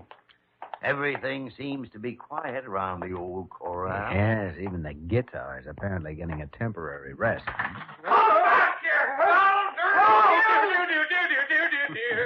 What's the matter, Carew? Good heavens, gentlemen, you like you whopper, John, stiffy cow, fill you full of lead. I'll ventilate. He'll do it, too. Where's my brushes at? Hey, come on in here. This room is empty. Now, be calm, Dr. Carew. Now, what's this all about? Well, when I told him I was the nephew of Three-Fingered Tom, he reached for his gun. He says he's had a feud with that family, and he'll kill any of them on sight. Well, Carew, now we all have to go sometime. And at least you'll be dying with your boots on. Please, Dr. Gillespie, this is not an occasion for levity. There you are, Carew. Oh, dear. I seen you sneak in here, you wall-eyed sidewinder. Now, Mr. Buffalo, let's be reasonable. You're going to meet your maker. You're drawing your final breath right now. Hey, take it easy. If you got any last words, spit them out. Oh, dear, I think I'm going to... Well, lucky yonder. Son of a gun, keel right on over. Boys, get a doctor. Get a doctor. Buffalo, put that confounded pistol away before it goes off and hurts somebody. Why, heck, fire, it ain't loaded with nothing but blanks. Hey, Buffalo Barney McClure wouldn't never shoot an unarmed man. I was just a funning him. It's too bad he didn't know it. He's out like a light. Buffalo! Oh, Buffalo, are you all right? Oh, shucks, honey, I'm all right, but this here Carew feller's done swooned plumb away. Well, good heavens. We've got to do something. Out of the mouths of babes. Parker, would it be too much of an imposition on a young filly to ask her to trot down to the dispensary and bring some smelling salts for dangerous Dan Carew?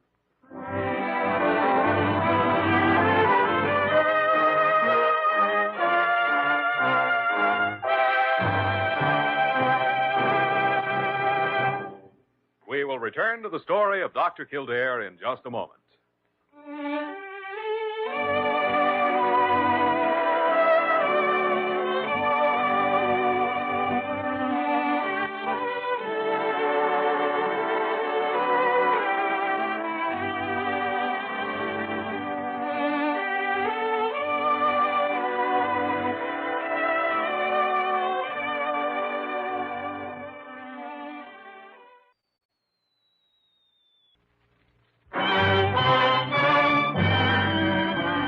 Continue with the story of Dr. Kildare, starring Lou Ayres as Dr. Kildare and Lionel Barrymore as Dr. Gillespie.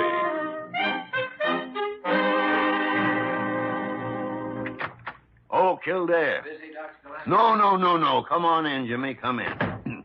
How's your patient? Oh, self-styled grand old man of the West is propped up in bed serenading Prairie Flower Parker at the moment. And Carew? Well, he's resting quietly. Locked up in his suite. He ought to be locked up somewhere. I don't know. I think he'd manage to get into some kind of a predicament even in a padded cell. Yeah, the nincompoop. And since that idea of ours didn't work, you still got the problem of Buffalo. What are we going to do now? Release him and forget about him, as long as he's so confounded stubborn. Well, that's all we can do, I guess, unless he decides to cooperate. But I hate to leave it that way. It's dangerous. Yeah, that bridge work could start an irritation that might become pretty serious in a little while. But what can you do? It's just it. I don't know. Wish I did. Jimmy, a doctor can't afford to worry about impossibilities. Once he's done all he can, well, he's got to let it go at that. How can you be sure that you've done all you can? I mean, sometimes you have... Oh, the blue violet is blooming in Texas, but they won't bloom for me very long. Well, now, it's our little girl of the Golden West. No, I'm just so happy today, Dr. Gillespie, that it doesn't matter what you say. It doesn't matter at all. But why so starry-eyed, Parker? I didn't know you were such a great lover of Western folk songs. No, but it's the way Buffalo sings them, Dr. Kildare. He's terrific. Only a cowboy's sweetheart. He's such a man of the great outdoors. A man's man, if you know what I mean. Well, then where do you come in? I think that once a man has lived in the Western range country, there's a flavor that clings to him the rest of his life. Yeah, sure. Especially to his boots. And what a life for a girl. Up early in the morning to watch the rosy-fingered dawn steal out of the east. While you're chopping firewood for the kitchen stove. Then down to the little house and back to gather up the eggs for breakfast. Oh, so you're going to keep chickens on the ranch. Well, a few hens, I think. Just for the eggs. Oh, none of this is real, of course, Dr. Gillespie. I'm just dreaming, that's all. Well, Parker, as long as that's what you're doing, it'd be nice if you could dream up some way of getting Buffalo to let us take that bridge work from his stomach. Oh, I forgot to tell you, Dr. Kildare. He's already agreed. He's already what? Agreed to let you go ahead with the treatment. Ooh. You see, he's doing it for me. You should never underestimate a girl's influence on a man's heart. It's not his heart, Parker. It's his stomach. And if you're a girl, I'm a mere puling infant. Oh! You're looking a gift horse in the mouth, Dr. Gillespie. Come on, let's go to work.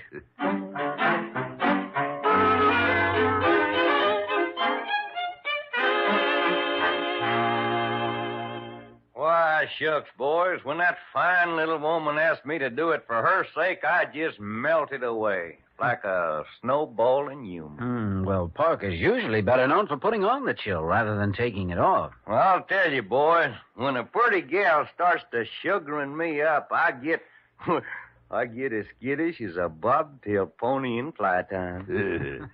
And apparently the same effect can be achieved by a horse-faced old maid. Doc, I sure would hate to think you was casting some of them mad aspersions on that little gal. No, Buffalo, nothing like that. Dr. Gillespie has a peculiar sense of humor, that's all. Yeah, I'm a veritable clown. As a matter of fact, I've often suspected him of being an unsuccessful suitor for the affections of that same little lady. Kildare. Well, Doc, all I can say is let the fight be fair, and I hope the best man wins. Well, I hope not. What the tarnation would I do with her? Come in. Well, howdy, Miss Parker. Howdy, Buffalo. I sure hope you... Oh, Dr. Gillespie. Howdy, Parker. I have everything ready now in the X-ray room. You can go ahead whenever you like. Good. Let's get started then. Now, just hold your horses a minute there, boys. I was hoping that maybe we could do this thing tomorrow or maybe the next day. There's no point in putting it off. The sooner it's done, the quicker it's over. Yeah, but doggone it. More I think about having that easel of whatchamacallit shoved down my gut, the more I just wonder. Buffalo. Uh-huh. You just can't back out now. Why, you've already promised the little lady there. Yeah, I know it. Oh, darn it, but I'd rather be hog-tied and branded. Courage, Buffalo. The eyes of Texas are upon you. They are? And a promise is a promise. Doc, I reckon you're right at Of that. course I am. Why, it's a matter of honor between a man and his own conscience. You speak in a language we savvy out in God's country, mister. Then what do you say? Why, my duty's as clear as the beller of a bull calf on a frosty morning. Miss Parker, would you do me the honor of handing me my boots?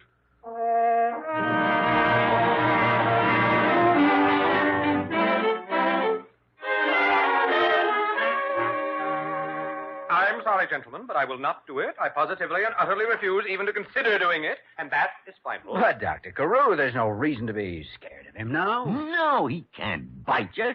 His teeth are right there on the table. I am not scared. I simply will not have anything more to do with that man. Well, in that case, Dr. Carew, I'm afraid you'd better expect trouble. Trouble? Oh, yes. Yes, there's no doubt but what he'll take your refusal as a personal insult. Oh, dear. And, of course, by the code of the West, that calls for a gunfight. Oh, dear, dear. This time with real bullets, not blanks. Oh, dear, dear, dear. I imagine he's a deadly shot. Oh, dear, dear, dear, dear, dear, dear, dear. Oh, suppose we go pay our respects to your dear, dear friend, Buffalo Barney McClure. Oh, dear.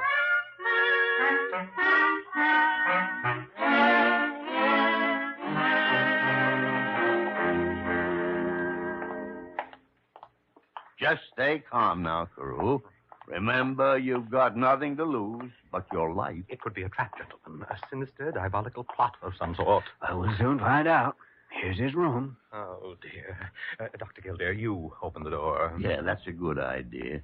Go ahead, Jimmy. Now, you too, eh, Brutus? All right. Well, Like this, Buffy. Oh, a shucking, Sugarfoot, you're doing fine.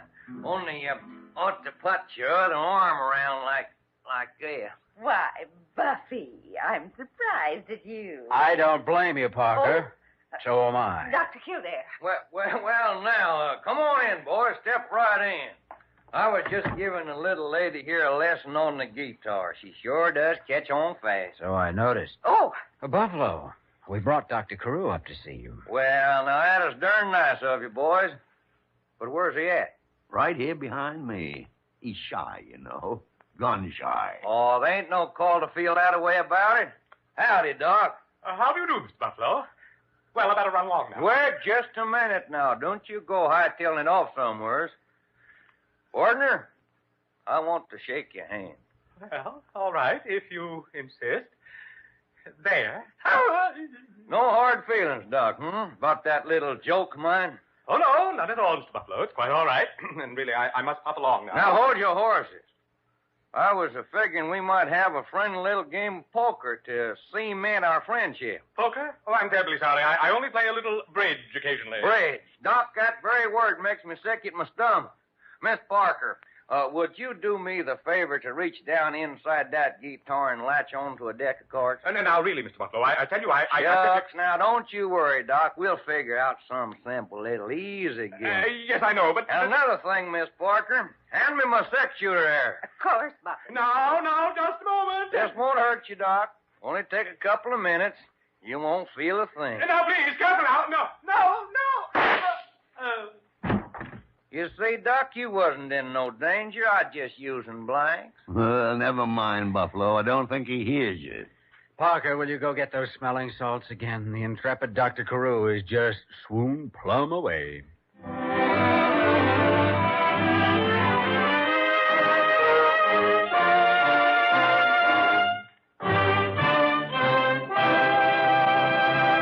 In just a moment, we will return to the story of Dr. Kildare.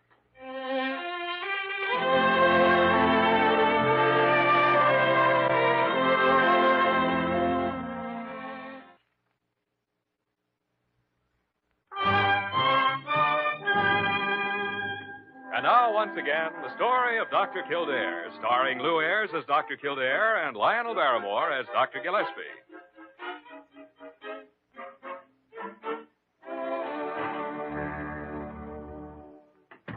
Good morning, gentlemen.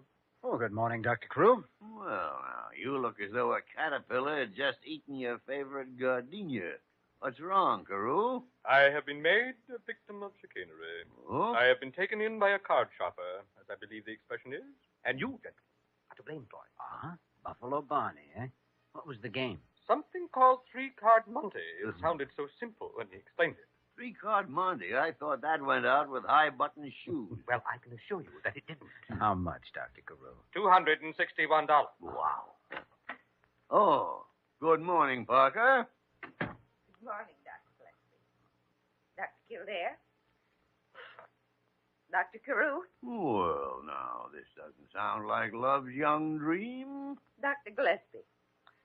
Mr. McClure was released from this hospital a couple of hours ago. Hmm?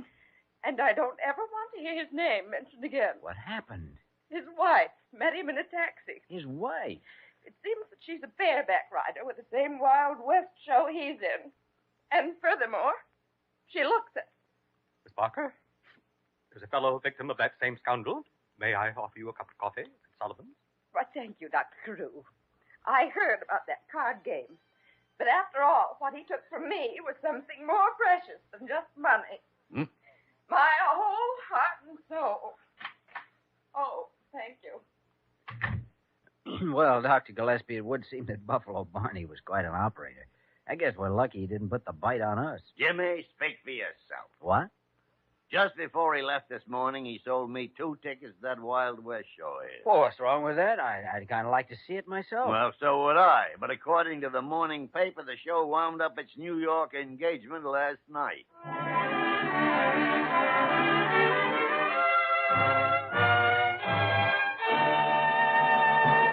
You have just heard the story of Dr. Kildare, starring Lou Ayres and Lionel Barrymore. This program was written by Les Crutchfield and directed by William P. Russo. Original music was composed and conducted by Walter Schumann. Supporting cast included Virginia Gregg, Ted Osborne, and Barton Yarborough. Dick Joy speaking.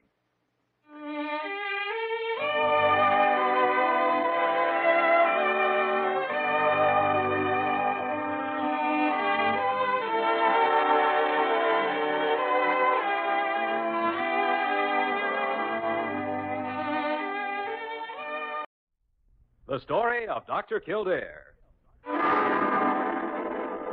Whatsoever house I enter, there will I go for the benefit of the sick. Whatsoever things I see or hear concerning the life of men, I will keep silence thereon, counting such things to be held as sacred trust. I will exercise my art solely for the...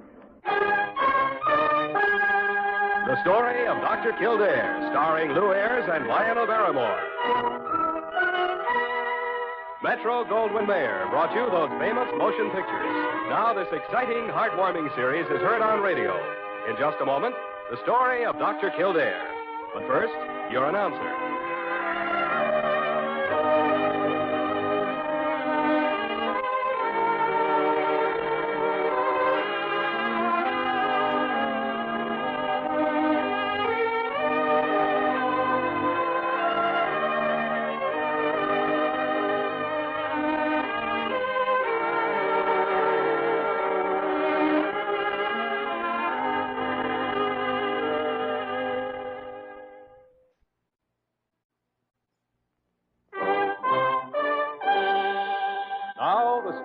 Dr. Kildare, starring Lou Ayres as Dr. Kildare and Lionel Barrymore as Dr. Gillespie.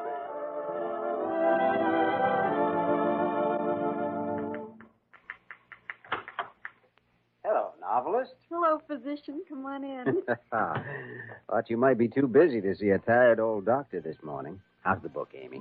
Still going to the Emerson Publishing House, chapter by chapter. Oh, I'll be looking forward to reading it and saying I knew her when. If it's published.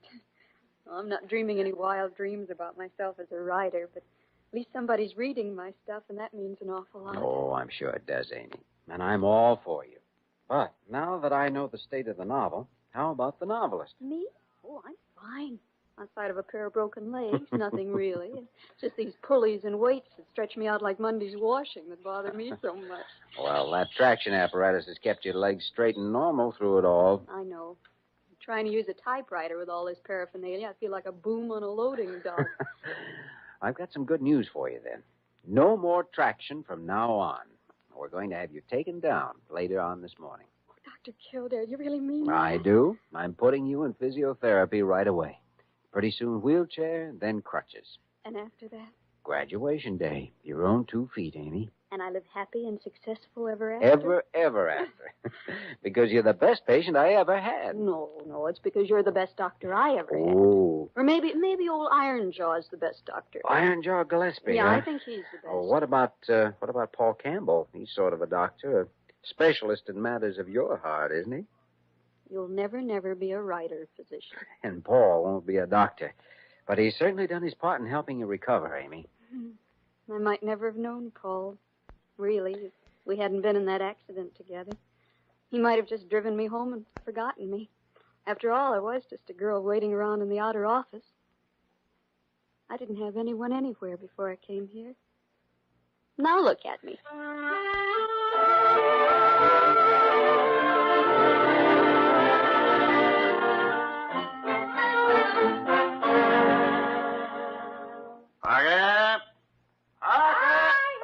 Dr. Gillespie, I heard you. You don't have to yell at me. I was born with ears.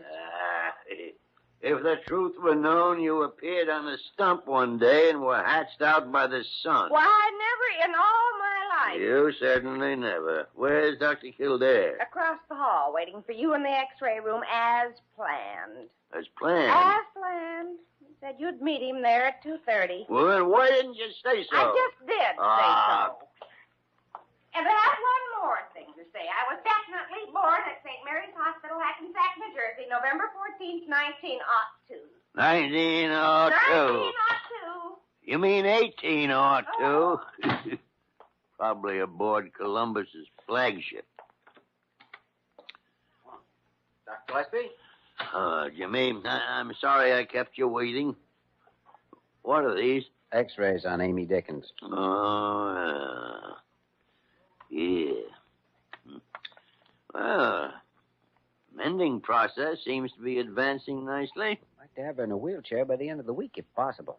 Aren't you rushing things a bit, Jimmy? I don't think so. She's in a fine state of mind, eager to get on her feet again. Probably to get married. Yeah, I suppose so. Paul Campbell, of course. Of course. Who else comes to see her every day? Jimmy, I've been meaning to speak with you about that. Oh? I know Amy Dickens is your patient, and... Hello. Anybody here? Oh, Paul. Hi, Paul. Come in, boy. Come in. We were just talking about you. How are you, Dr. Gillespie? Dr. Kildare? Fine, Paul. How's Amy? Dr. Gillespie and I have just been going over her x-rays. She's making wonderful progress. We've taken her off traction. Really coming along fine. That's good news. Anything that makes her well. As you know, I'm the guy who was driving the car. I put her in the hospital. If it hadn't been for me, she wouldn't be lying upstairs now. I want to do everything I can. And you are, Paul. If it weren't for you, I'm afraid Amy would be much further away from recovery than she is at this point. She was in pretty bad shape. Oh, I understand you've placed her novel. Not exactly. I've given it to my boss, Mr. Emerson. I hope he likes it, although Amy doesn't expect him to buy it and publish it right away. Oh, that's good. A severe disappointment in her life right now could be disastrous. Just getting Mr. Emerson to read it seems to be good enough for Amy. Yeah. It's about all she thinks about, so I'd say her recovery was pretty much in your hands. I'm beginning to realize that, Doctor. Could I see her? Oh, it's a little early in the day for visiting, but I suppose it's all right.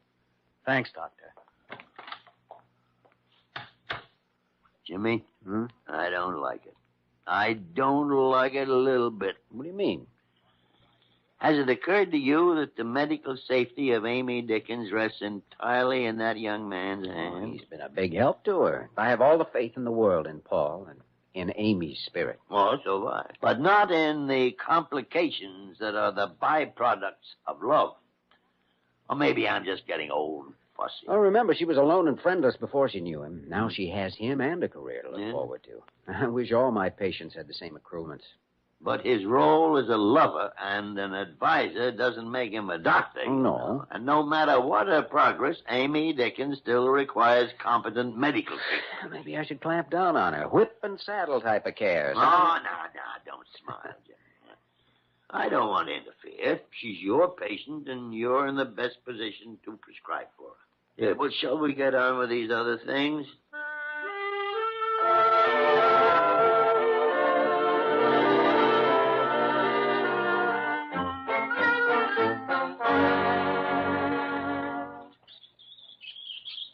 Well, I think the ride's over for today, Amy. Here we are. I'm back in your room, safe and sound. How do you feel? Just a little dizzy. Well, you can't expect anything different your first time in a wheelchair. After all, you've been flat on your back for a long time. I certainly don't want to be this weak when I'm downtown talking to Mr. Emerson. After all, what would he think? Hey, whoa, slow down there. What? Oh, what do you mean when you're downtown talking to Mr. Emerson? Oh. Well, you do have a special ambulance for wheelchair patients, and I thought I could sort of go out for a drive one of these days and and sort of drop in and talk to your publisher? That's exactly it. I see. So what is all this? Well, Dr. Gillespie, I had a letter from Floyd Emerson today, and he says he likes what he's seen of my novel, and he wants to discuss it with me as soon as I'm out of the hospital. But that won't be for months. Dr. Kildare, please. Well, once you get over the dizziness, I don't see why not. The outing might do you some good. Thank you, Doctor. Thank you. This means everything to me. All right, but right now, young lady, rest. All right. Rest.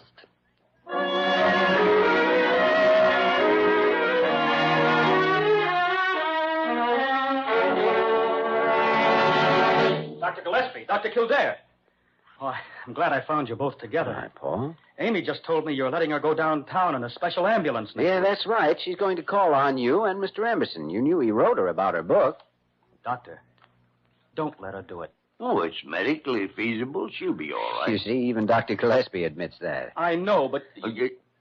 What is it, Paul? There's something wrong.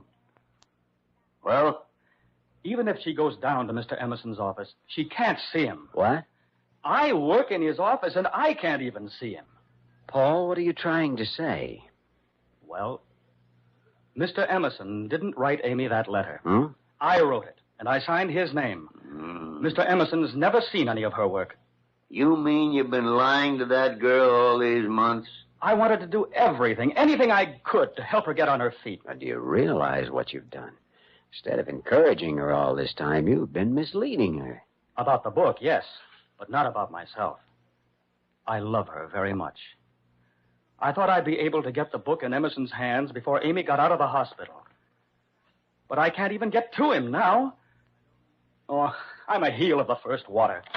Dr. Kildare. Yes, Parker. Your nurse just phoned. She wants you right upstairs. It's urgent about Amy Dickens. Thanks, Parker. I'll go right up.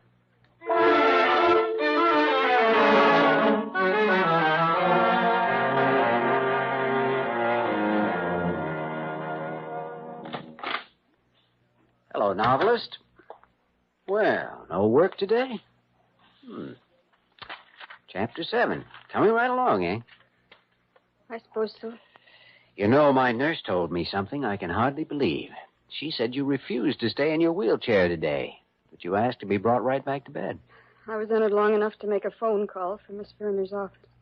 Oh, I see. I called up to make an appointment with my publisher, Mr. Emerson. Amy, please. The secretary said he'd never heard of me or of my novel. Don't you think that's funny? You mustn't take it. Paul's been lying to me all the time. You and Dr. Gillespie have been helping me a lot. That's not true. Paul only did what he thought best. He does know. You must realize. I realize anything. I can't believe him anymore. Oh, Any of you. How do I know you're not lying to me about my legs?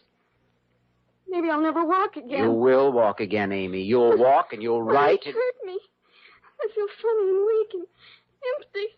The same way I feel inside. Amy, stop this. You've all lied to me. Lies.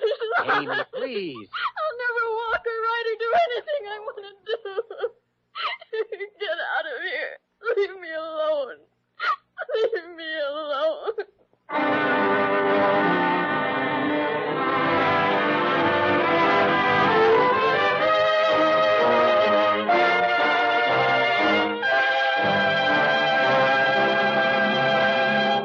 We return to the story of Dr. Kildare in just a moment.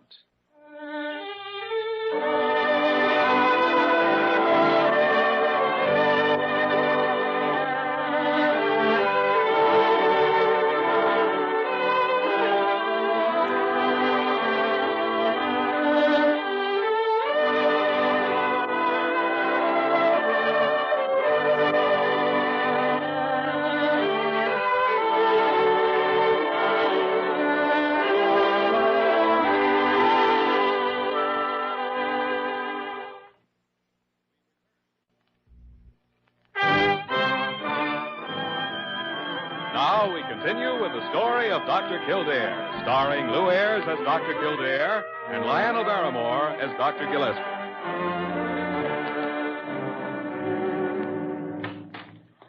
Oh, excuse me, Dr. Gillespie. I didn't know you were busy. Come in, Jimmy. Come in. Turn on the lights, please. I was just trying to get a sharper focus on this X-ray light. But I've seen all I need to see. Amy Dickens, eh? Yeah. Oh, what do you think, Doctor? She's getting worse. Notice the increase in muscle atrophy in a single week? Yes, I noticed. She won't cooperate. She's just talked herself into not recovering. If only that boy hadn't lied to her. He tried to do what he thought was best. It backfired, that's all. He feels absolutely miserable over what he's done. He begged for a chance to straighten things out. Truth is the only alternative here. He's got to realize exactly what he's done. And Amy Dickens must be made to realize all of the facts. You can't pamper a patient with rosy pictures of... Come in! Good morning, Dr. Gillespie. Dr. Kildare. Hi, Paul. I came over as soon as I could get off. I want to go up and see Amy. Oh, well, she doesn't want to see you, Paul. Oh. Well, I guess I can't blame her. She's a very unhappy girl. Doesn't want to see anybody or do anything. She just lies in bed looking at the ceiling. She won't even try to get up and use her wheelchair. I was just trying to encourage her. I want you to know that. I didn't think it made any difference how I did it, as long as I did it. I'm not a psychologist or a medicine man. I'm just an average guy who did the best he could. We know that, Paul. And don't think we've been reading the riot act to you. We just wanted you to have a clear picture of how things stood. And then we can proceed with the repairs. I'll do anything. Anything at all. Believe me. I love Amy, and I want her to get well. I called you over, Paul, because everything seems to revolve around the publisher, Floyd Emerson. Now, if you could just get Emerson genuinely interested in Amy and prove it to her, it might fix things up. I'm afraid Amy's more disappointed in me than Mr. Emerson. Oh, that's not quite true, Paul, but that could be remedied, too. Now, my suggestion is that you make your promise good and somehow get Emerson really interested in Amy's work. I'll try.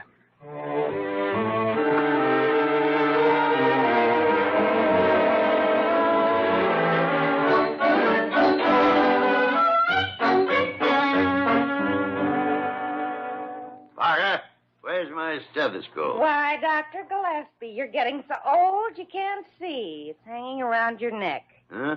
Oh, yes, so it is. That's right. Light's kind of bad in here. Light? Huh. If you ask me, you're about ready for retirement. Retirement? Why, you old crone, I'll be practicing medicine years after you entered the old lady's home. They'll have you. No, they probably won't if they heard I've been working for you. Is that so? What are you doing with a stethoscope, anyway? My watch has been running slow, and I'm listening to see if it has a murmur or something. Well, I'll be hanged. I hope so. I'll get it, Parker. I'll get it. You can go. Dr. Gillespie speaking. Doctor, this is Paul Campbell. Oh, well, Paul. How'd you make out? Terrible. I couldn't get an appointment with Mr. Emerson, so I tried to force my way into his office. And guess what? What?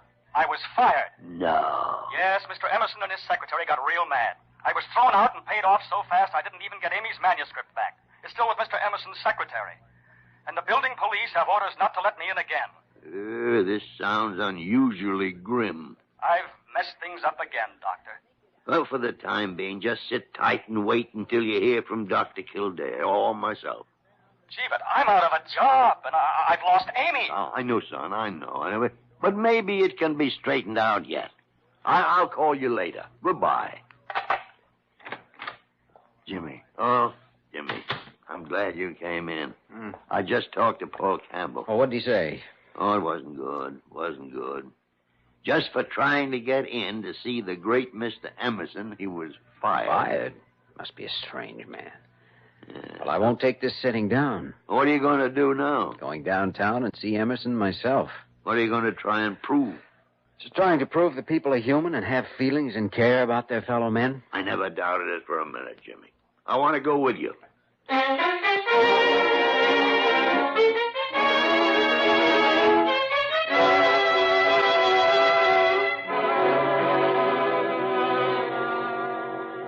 My secretary said you told her it was an important matter. You perhaps have a medical book you're interested in publishing. Well, this company publishes only fiction titles. No, Mr. Emerson. We didn't come here with a medical book for you to publish. No? No. To put it quickly, we came to talk about a patient of ours named Amy Dickens. Oh, that. I'm sorry. There's nothing I can do. This is not a college for would-be writers. And the effrontery of that girl to use the name Dickens. Well, this is an unusual medical case, and we thought that if we explained Look, it to you... I have already fired one man because of it. And I intend to take up no more of my time worrying about it. Good day, gentlemen. Mr. Emerson, just one word, please. Our schedule is as busy as yours, and we have a young girl who's eager and rich in promise, and we took the time to come down and talk to you about her. Didn't seem to be an unnecessary strain on anybody's time, but perhaps my sense of values is distorted or something. Perhaps if I were more like you, I'd be more successful, whatever that is. But I'd trade a bestseller any day for the warm love of a human being I respect. Shall we go, Dr. Gillespie? Not before I say this. Emerson, if you ever get ill, don't show up at Blair General Hospital, or I'm likely to cut all the meanness out of you, and your life wouldn't be worth living. Come on, Jimmy. I can't wait to get out of here.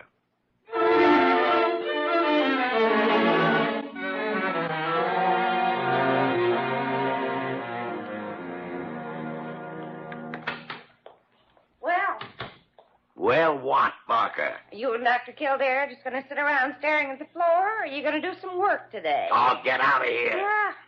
Oh, Dr. Carew called. He said he had a complaint from a Mr. Emerson that you threatened to commit mayhem on him. I did. And I would. He just said it in the excitement of the moment, Parker. You know. I wonder. Well, Doctor, I guess we'd better do it. That's the only thing left to do. Nothing's worked so far.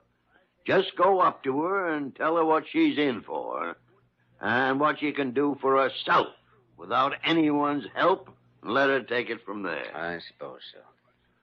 Hope it does. Dr. Gillespie, there's a man outside. I tried to tell him you were out. Yeah, but he's right here. Hello, Doctor. Well, if it isn't the publishing tycoon. Don't tell me you're sick and need an operation, Mr. Emerson.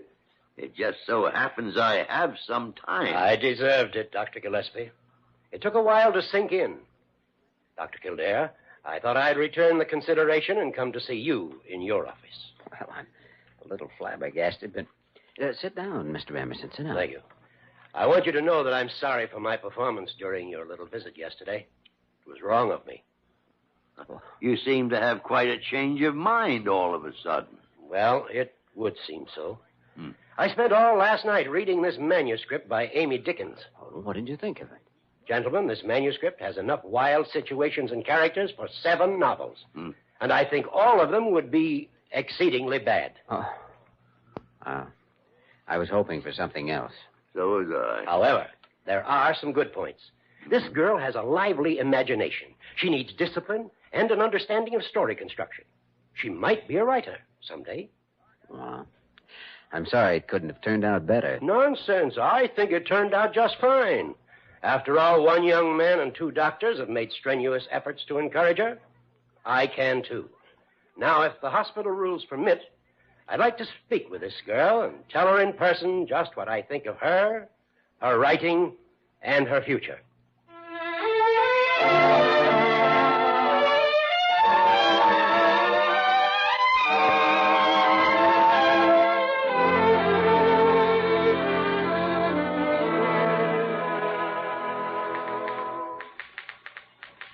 Hello, novelist.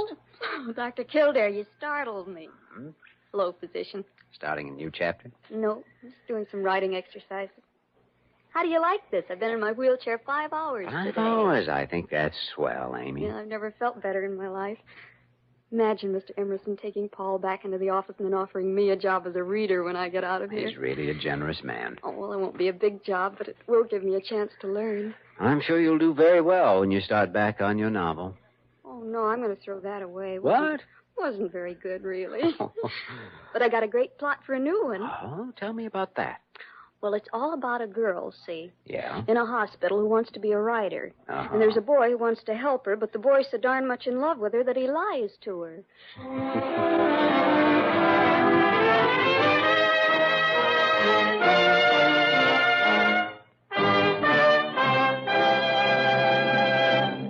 In just a moment, we will return to the story of Dr. Kildare.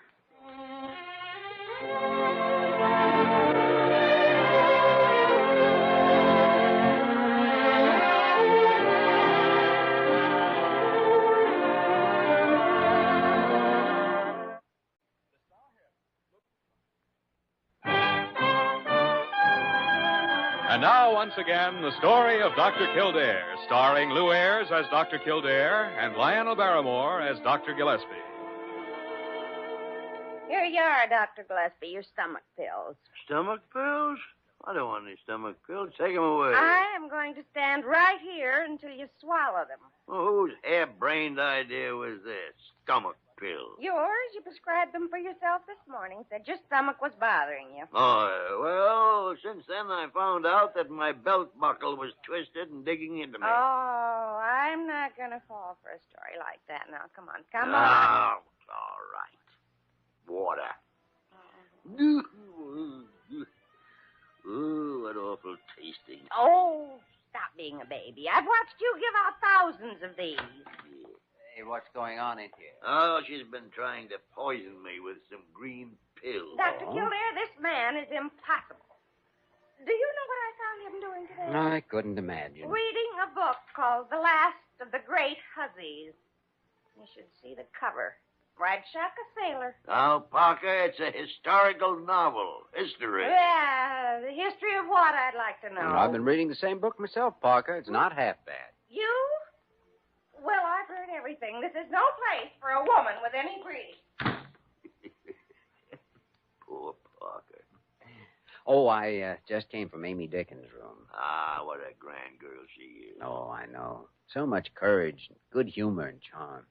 Jimmy, are you by any chance falling for this young lady? No, Dr. G. Ah, don't Dr. G me. Put an intelligent, pretty girl and a handsome man together for some months, and things develop. No, that's nothing like that. Besides, she and Paul are going to be married. Well, just to make sure, I've arranged a little program for you tonight.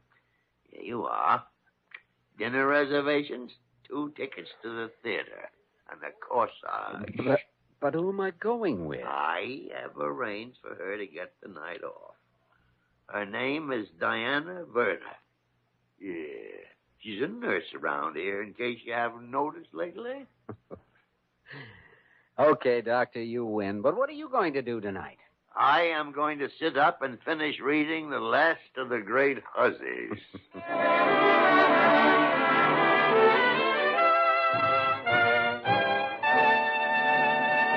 You have just heard the story of Dr. Kildare, starring Lou Ayres and Lionel Barrymore.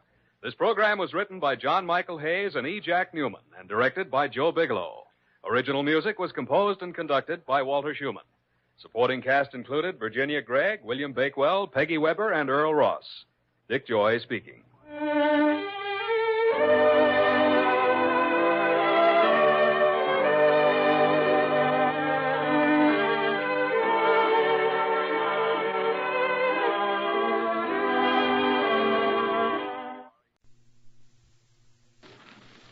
The story of Dr. Kildare. Whatsoever house I enter, there will I go for the benefit of the sick. Whatsoever things I see or hear concerning the life of men, I will keep silence thereon. I will exercise my art so... The story of Dr. Kildare, starring Lou Ayres and Lionel Barrymore. Metro-Goldwyn-Mayer brought you those famous motion pictures. Now this exciting, heartwarming series is heard on radio. In just a moment, the story of Dr. Kildare. But first, your announcer.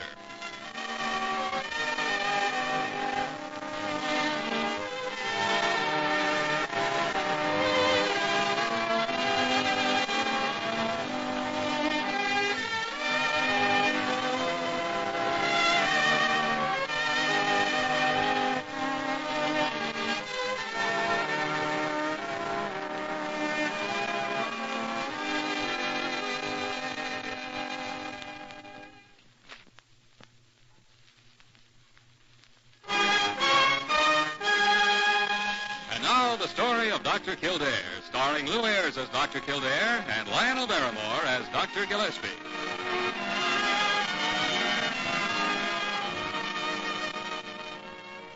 Blair General Hospital, one of the great citadels of American medicine. A clump of gray-white buildings planted deep in the heart of New York. The nerve center of medical progress, where great minds and skilled hands wage man's everlasting battle against death and disease. Blair General Hospital, where life begins, where life ends, where life goes on.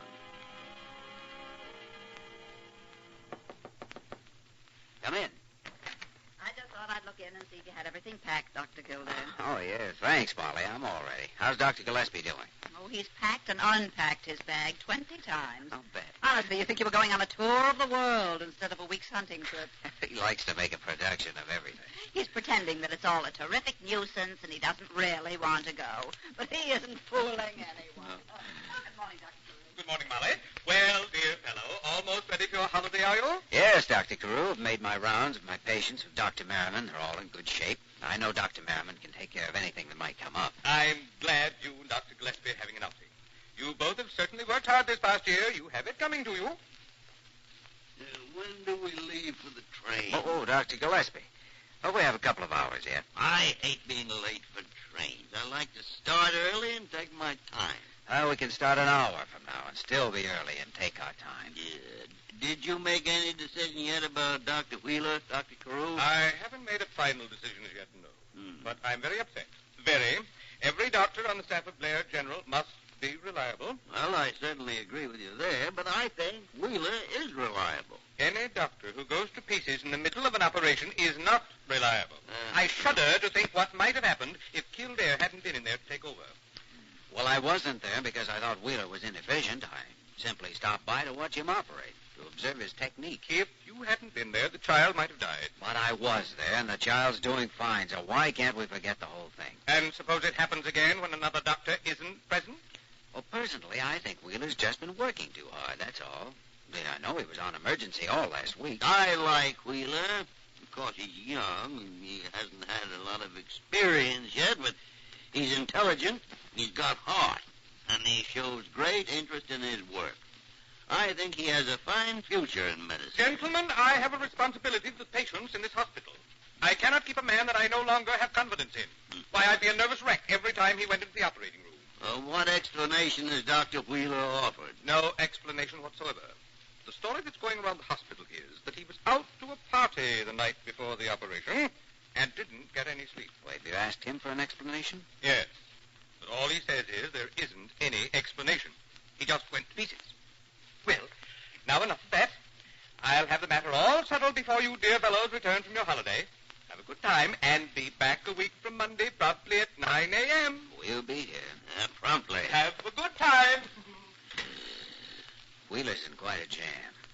What do you think the reason is? I don't know.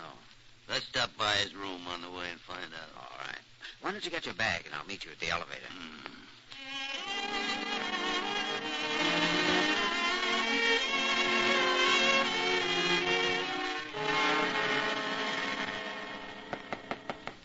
Yes? Oh, hello, Dr. Kildare. Dr. Gillespie. Hello, Wheeler. We're just leaving on our vacation. Thought we'd stop in for a minute and say goodbye. I didn't thank you for taking over for me during the operation the other morning, Dr. Kildare. I'm really very, very grateful. Oh, I'm glad I was able to help. What happened, son? You performed that operation many times. I don't know. I just suddenly couldn't hold my hand steady. What were you doing the night before, Wheeler? Oh, I was around. What time did you get to bed? I didn't get much sleep. You want to tell us about it, Bob? There isn't anything else to tell. I see. Well, then I guess there isn't anything more to be said. You know, this can turn out to be a very serious matter, Bob. For your own good, you should be willing to talk about it, to present whatever excuse you have. I don't have an excuse, Dr. Gillespie. I don't think there is any excuse for what happened in that operating room.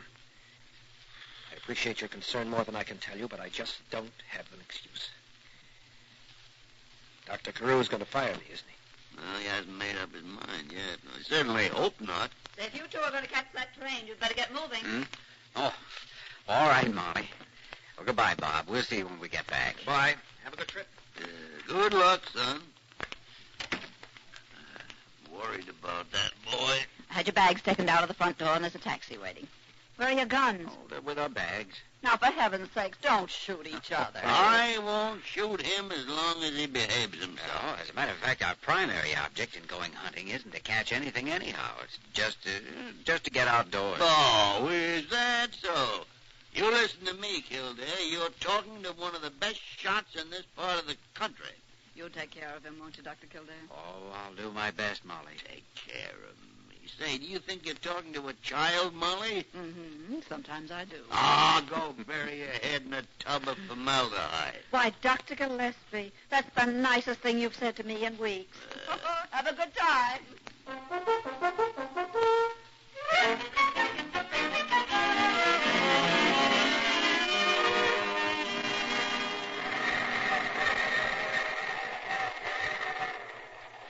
Well, we'll be in the station in a few minutes. They're pretty country up here. Yeah, I like the mountains. Yes. I used to spend a lot of time up here with my father when I was a boy. Nothing much to the town. Boarding house, combination bar and grill, and a church, meeting room. That's about all. People live in cabins scattered back through the mountains. But the hunting and the fishing, they're wonderful. And there's something in the air. Something that makes you throw your shoulders back and start climbing. We're getting in. Uh-huh. Streets are always empty, by the way. You won't see a soul around. I'll get the bags. You go ahead. They don't stop here long.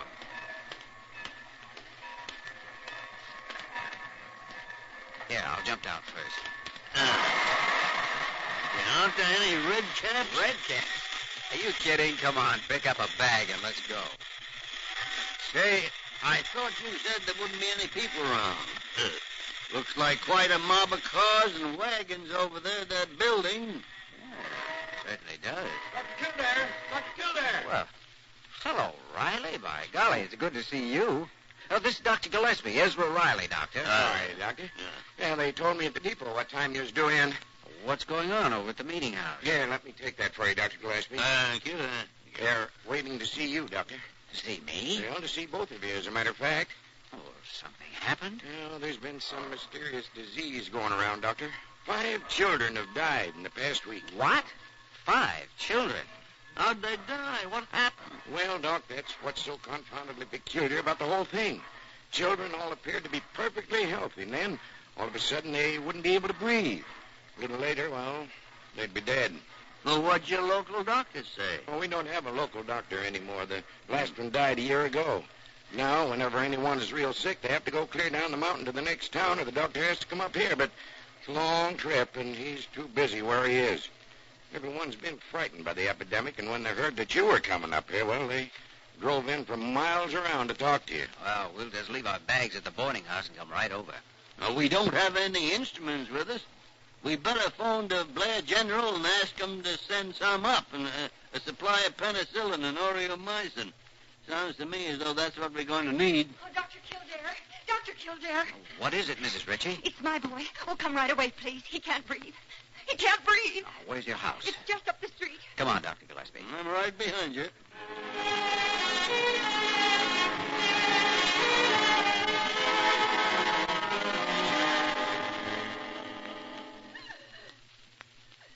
Poor kid. You gotta act fast, Kildare. That's laryngotracheitis, all right. What's that? It's an inflammation of the larynx and the trachea. It's caused by a germ similar to influenza. It closes the opening to the larynx, causing asphyxiation. I'm going to have to perform a tracheotomy if your son's to live, Mrs. Ritchie. I haven't any instruments. Let me think. Yes, I have a hunting knife in my pocket somewhere. Oh, here it is. Have you a pair of tweezers? Yes. Yes, I have. All right, just get me some alcohol and quickly. We'll operate with what we have. We'll have to work without an anesthetic. What are you going to do? I'm afraid I'll have to cut an opening in the throat so he can breathe.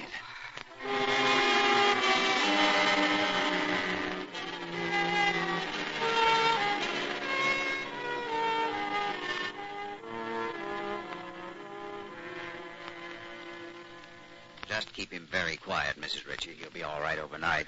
By morning, I'll have the proper tube from the hospital to put in his throat. I'll be back to see him later. Oh, Dr. Kildare, I'll never be able to thank you. Oh, don't thank me. Just thank God that we got here on time. Come on, Dr. Gillespie. Let's go over and talk to the people in the meeting house.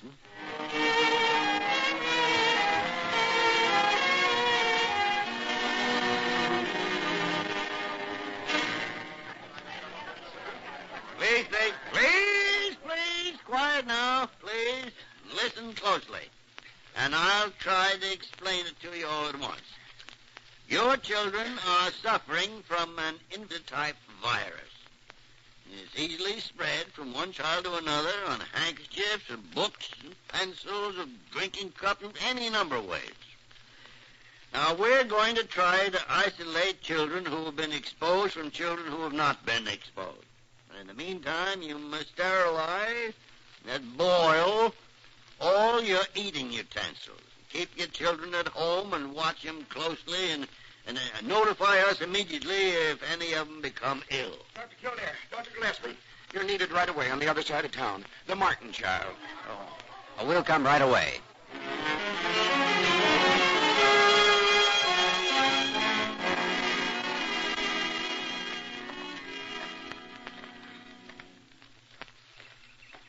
Well, good morning. What are you doing up so early? Oh, morning. I was just sitting here on the back steps, watching the forest come to life. It's going to be a fine day. Oh, beautiful. You know, when I was a kid, I used to sit here and pretend I could see Indians slipping from tree to tree. Old Daniel Boone riding along on his horse, Davy Crockett with his bear. Sometimes when there was a crack of thunder and a flash of lightning, I'd almost see Paul Bunyan striding across the sky. In those days, I was going to be an explorer and lead expeditions to new frontiers. Well, it seems to me that scientists and doctors are the only real explorers left in the world today, and the frontiers of medical progress are the last real pinnacles left for man to conquer. You're prejudiced, of course. Oh, yeah, sure, of course.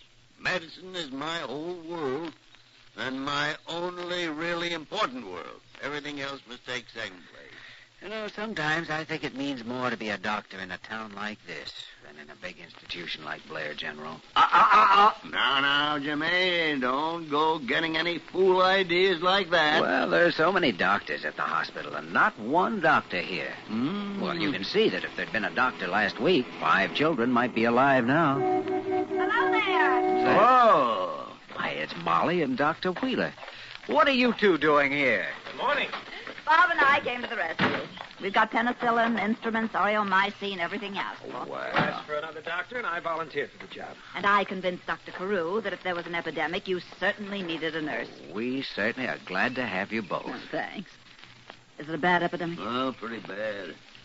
These kinds of cases are difficult to handle because the child seems perfectly normal and well, and then suddenly, a few hours later, he's ill. However, with penicillin and aureomycin, I think we'll be able to check it fairly rapidly. I'd like to have a look at the patients I operated on last night right away. What can I do, Doctor? Would you be willing to wait around here, Bob, in case any emergencies develop? You bet. Well, I imagine you'll want to go upstairs and rest for a while after you drive anyhow. Well, I would if I'm not needed. And I would like a long, hot bath. You just go right in and holler for Mrs. Kelly. She'll take care of you. May I borrow your car, Bob? Help yourself, sure. Thanks. Well, come on, Dr. Gillespie. Let's get to work, huh?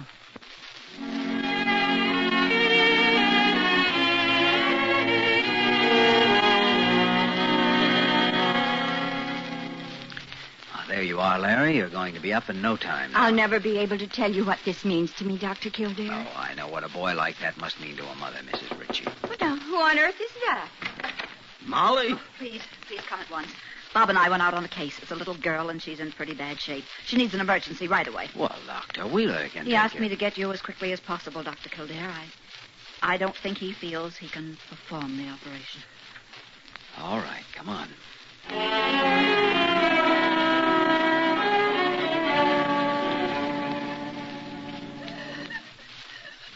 Bob, everything's ready for you. You want me to operate? Yes. I want you to save this child to life. You can do it, Dr. Wheeler. You can do it.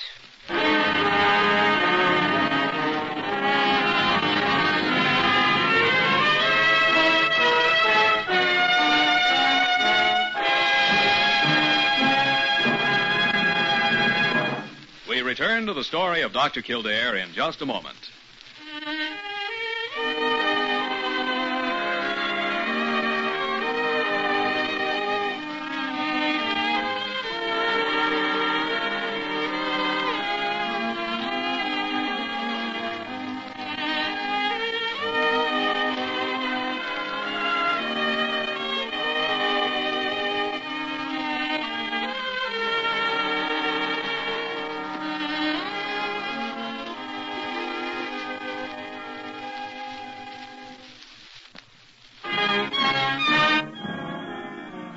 We continue the story of Dr. Kildare, starring Lou Ayres as Dr. Kildare and Lionel Barrymore as Dr. Gillespie.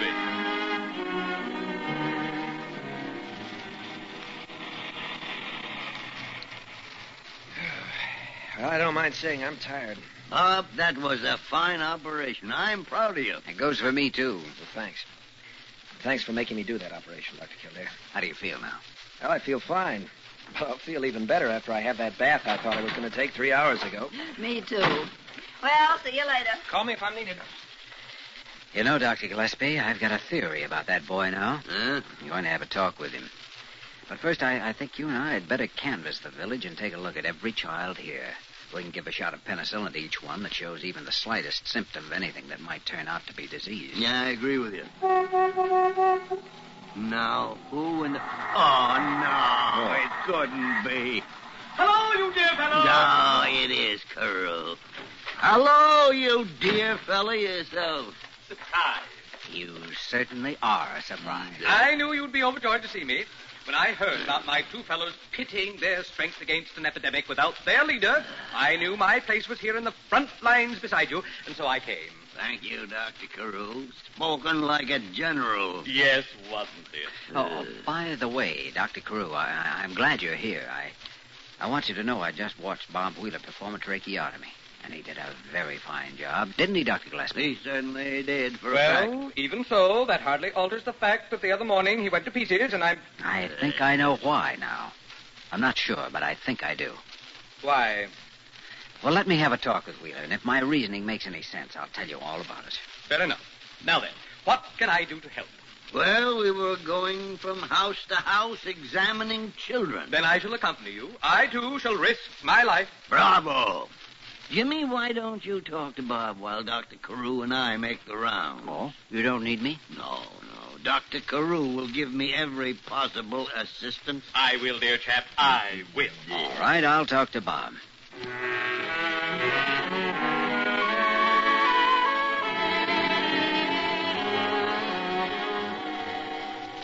Bob, before that tonsillectomy the other day, you had chills, didn't you? Why, I'm not sure. Did I? Yes. Have you been having trouble with migraine headaches? No, I haven't. Chills? Hypertension? I'll bet if I took your blood pressure right now, I'd find it was high. Emotional reaction, lack of confidence, and depression. All the symptoms are there. I don't agree that all the symptoms are there. Why should you try to deny it? All right. Suppose we have Dr. Gillespie examine you and see what his diagnosis is. No, his diagnosis would be the same as yours. I've tried to hide these attacks for months now, but there's no use any longer. What do you want to hide them for? Well, I was afraid Dr. Carew would think I couldn't be depended on and dismiss me from the hospital. Oh, but that's ridiculous. Is it? How many times have you heard Carew say there's no room at Blair General for a man who can't pull his load? Well, he meant that for people who are lazy, not people who are ill. Ah, come on. When did you start having these headaches? While I was an intern. First, they weren't very serious, and I thought they were caused from studying and losing a lot of sleep. Later, I realized they were migraines, and I began giving myself treatments. What did you use? Ergotamine tartrates. Did that help?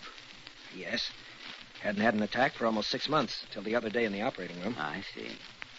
This morning, I thought I was getting one when I found myself faced with that tracheotomy. But it didn't materialize. Well, migraines can be psychosomatic. You can bring on an attack sometimes simply by fearing that you're going to have one. You should never have tried to prescribe for yourself anyway. You should have come to one of us. Dr. Kildare, isn't it true that sometimes a doctor is the hardest person in the world to persuade to see a doctor? You're probably right about that. I know that many types of migraine are difficult to cure.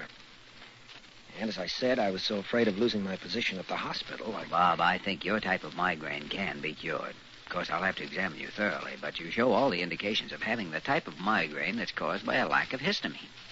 If I'm right, we can cure you permanently with injections. Yes, I read about it. It's a new treatment. They've had some wonderful results with it. Now, how about it? Will you put yourself in our hands, Bob? I certainly will, Dr. Kildare. Good. You want to stay at the hospital permanently? Well, not forever. What I'd really like to do someday is to get a little town of my own. Oh? Well, how about this one? This one? Oh, yes, indeed. Here's a town that really needs a doctor. And you're a doctor that needs a town just like this.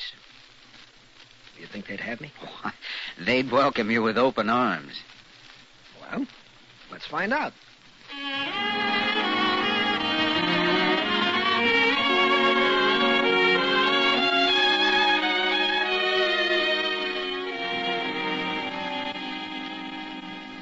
Well, Dr. Wheeler, Blair General will miss you. I was very happy indeed to learn from Dr. Kildare that the incident in the operating room was due to illness and not to negligence. By the way, Dr. Wheeler is going to practice right here, Dr. Carew. Yes, I know. And I think that's very commendable of you, Wheeler. Very commendable indeed. Well, thank you, Dr. Carew. And as for you, Dr. Kildare, Dr. Gillespie, I must say you men have done a magnificent job. Magnificent. You are a credit to Blair General Hospital. Thank you, sir. Thank you, sir. Oh, now, don't twit me. I know how you feel about flattery, but I must pass it out when it is merited, and you have merited it. The epidemic is checked, the emergency is over, I return to town well contained. Now, have your holiday, enjoy yourself. We only have 3 days left. Do we still have to be back at the hospital at 9 Monday morning? Well, you haven't had much of a rest, have you?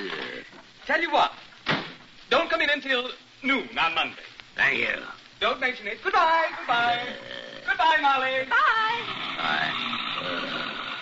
Well, you haven't got much time to hunt now, have you? How long are you staying, Molly? Oh, Dr. Carew was very generous. He said I didn't have to be back at the hospital until tomorrow morning at 9. The old fossil. And my train leaves in half an hour, so I'd better get my bag. Oh, why didn't you drive back with Carew? That is a fate worse than death. Yeah. See you later. Oh, it's a beautiful day. I'm going to hate to leave. I don't blame you, Dr. Kildare. Come on, both of you. Let me show you around my town. Thanks, Bob. We'd like very much to have you show us around your town.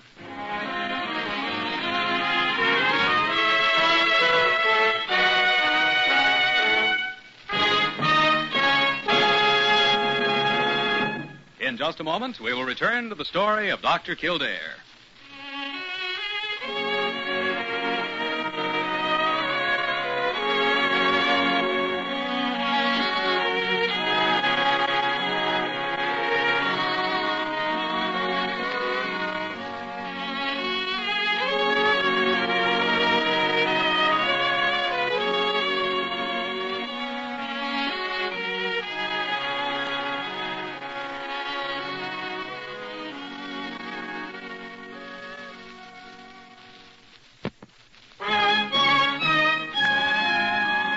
once again, the story of Dr. Kildare, starring Lou Ayres as Dr. Kildare and Lionel Barrymore as Dr. Gillespie.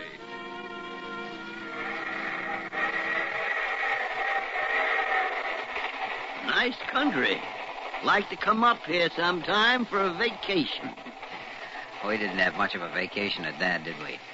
Wouldn't you think that old goat Carew would have given us a few extra days? Carew never gives away anything except advice. You know, as hard as we worked all week, I still feel as though I had a rest. Oh, so do I. I guess that comes from living in fresh air and hiking and No all that. food ever tasted better, I'll tell you that. I was really hungry. Well, I wonder what's waiting for us back at the hospital. I don't know. But knowing Carew, I guarantee there'll be plenty of work to do. Well, there's no rest for the wicked, Dr. Kildare. Quite so, Dr. Gillespie. Quite so.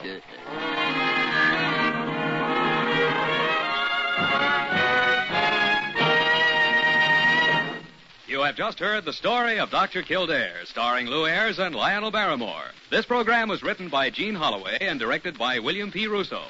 Original music was composed and conducted by Walter Schumann. Supporting cast included Eleanor Audley, Ted Osborne, David Ellis, Isabel Jewell, and Ken Christie. Dick Joy speaking.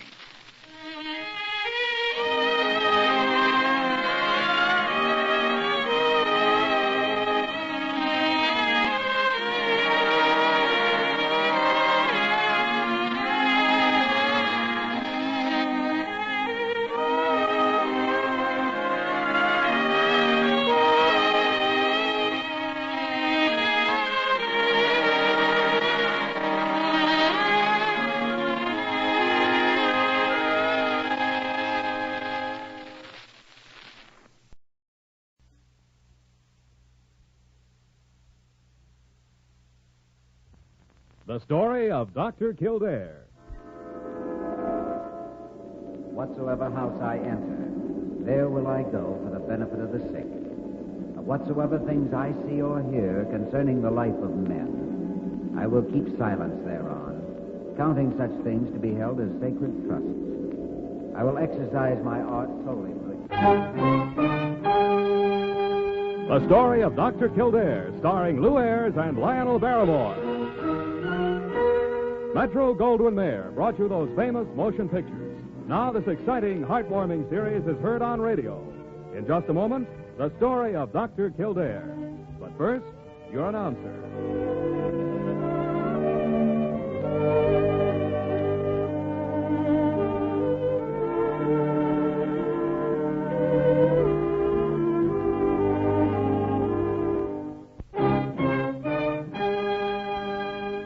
The story of Dr. Kildare, starring Lou Ayres as Dr. Kildare and Lionel Barrymore as Dr. Gillespie.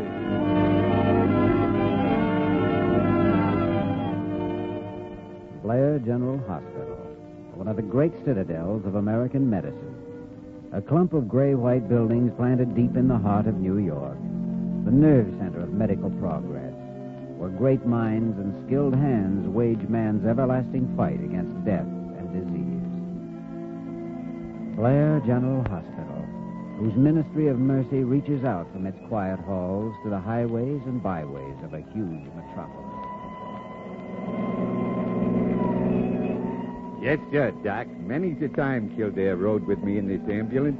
Of course, he was just an intern then, like you, before they made him a resident. Interesting, Wayman. Well, keep your eyes on the road. Those are the police flares around the smash-up just ahead.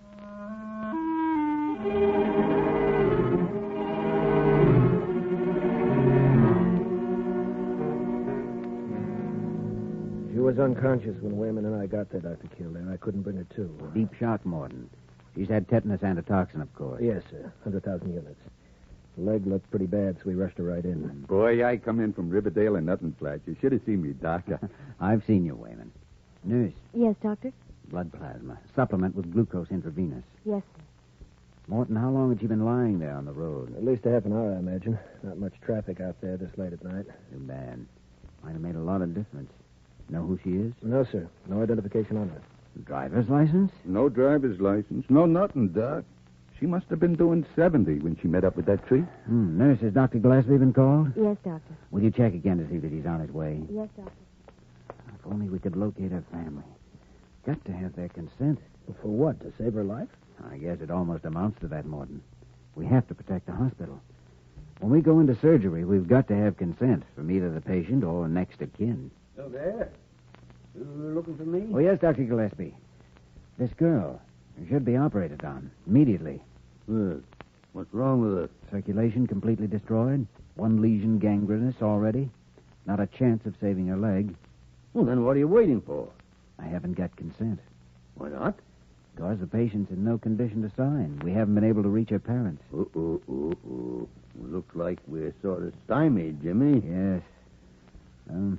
No, we're not. That girl's going into surgery. You mean you'd amputate?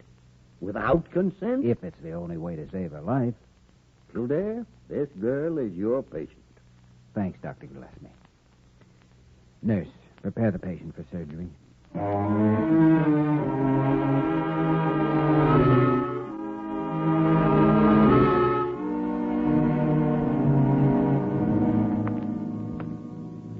morning, Dr. Kildare. Good morning, nurse.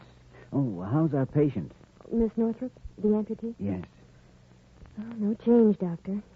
Despondent, uncooperative. Apparently no desire to overcome her handicap. It's been the same for 3 months now. It's understandable. If I could only find someone who knows her. It's not easy for an attractive young girl to accept the loss of a leg. You mean mentally, Doctor? Yes. Well, that's my problem. I'll go in and see her now.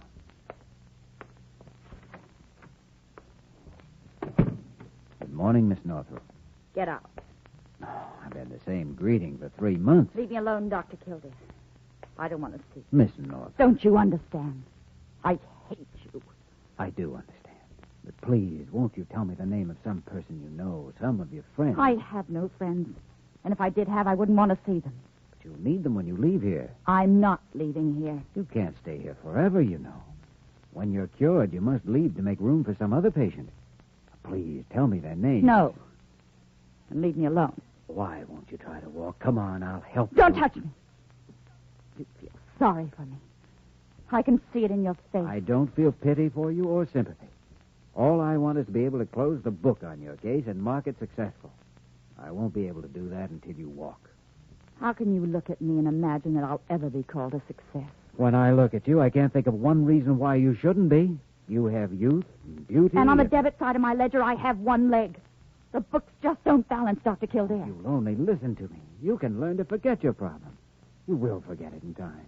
You must learn to walk. Just work with me. Give yourself a chance. A chance, Dr. Kildare. That's very funny. A chance to go swimming again. A chance to go dancing. I'd do a very graceful rumba, Dr. Kildare. I'd rather die.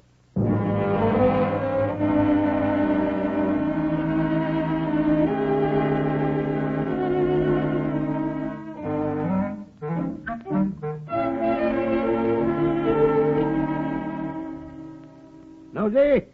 Nosy, Parker! Nosy! Yes, Dr. Gillespie. Nosy, why in thunder are you always poking around here when I don't want you?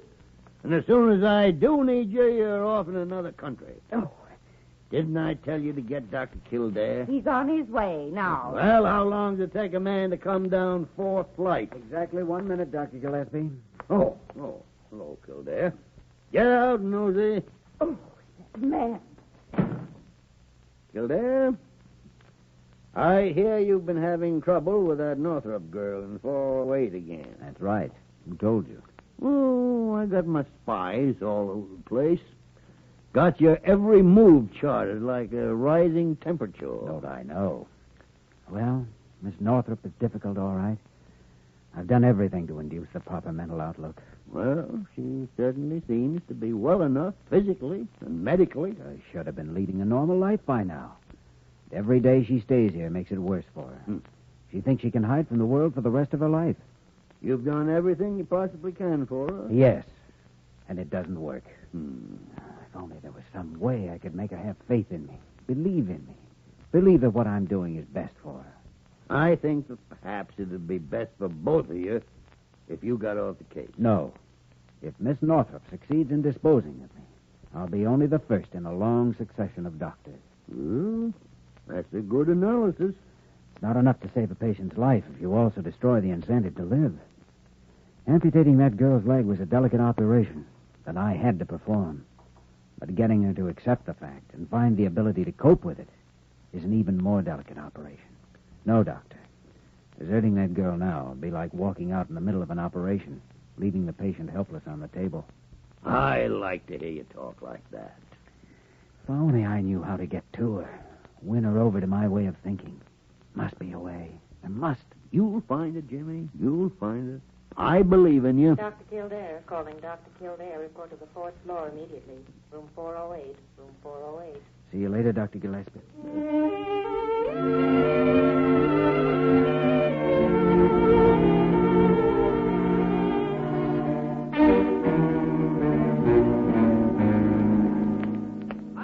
Right in the world to see her. I know she wants to see me. You want me, nurse? Oh, Dr. Kildare. Dr. This man Kildare. insisted... They told me you were her doctor. You've got to let me in to see her. Now, whoa, now, slow down here a minute. Who is it you wish to see? Marjorie Northrup. We've been engaged for over a year, Doctor. Where have you been for the last 3 months? I was looking for her. Please take me to her, Doctor. What's your name? Willard Mason.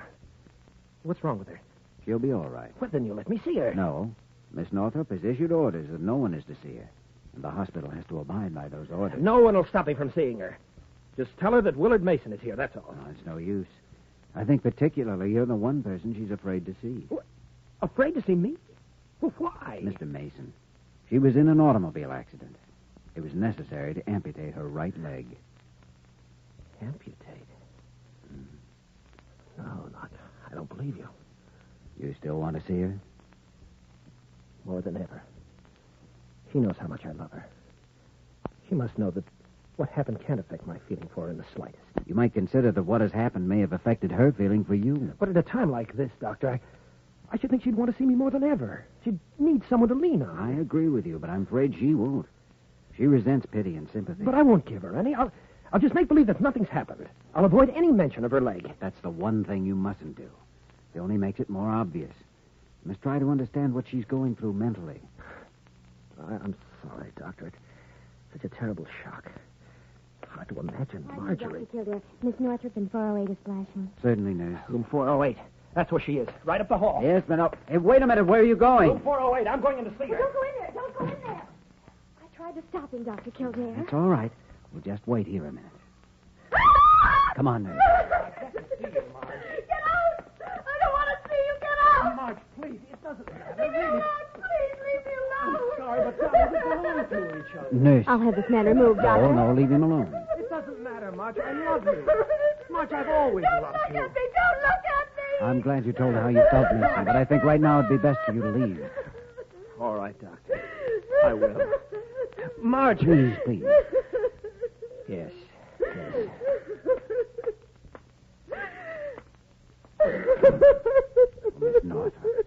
Miss Northrup, surely you know now that what happened to you doesn't matter to him or anyone else. He still loves you, and if you love him, that's all that matters. Oh, please, try to understand. He saw me. He saw me. Yes, he saw you, and you've lived through it. When you lose the fear that you now have of facing people, you'll have won your fight. Don't you see? I see. I see everything. You planned his coming here to humiliate me. I hate you, Dr. Kildare. I hate you.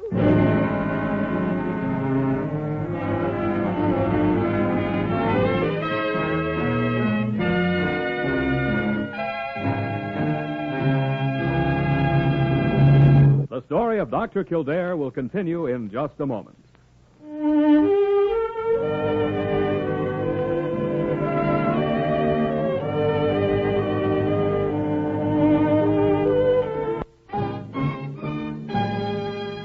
Now we continue with the story of Dr. Kildare, starring Lou Ayres as Dr. Kildare and Lionel Barrymore as Dr. Gillespie.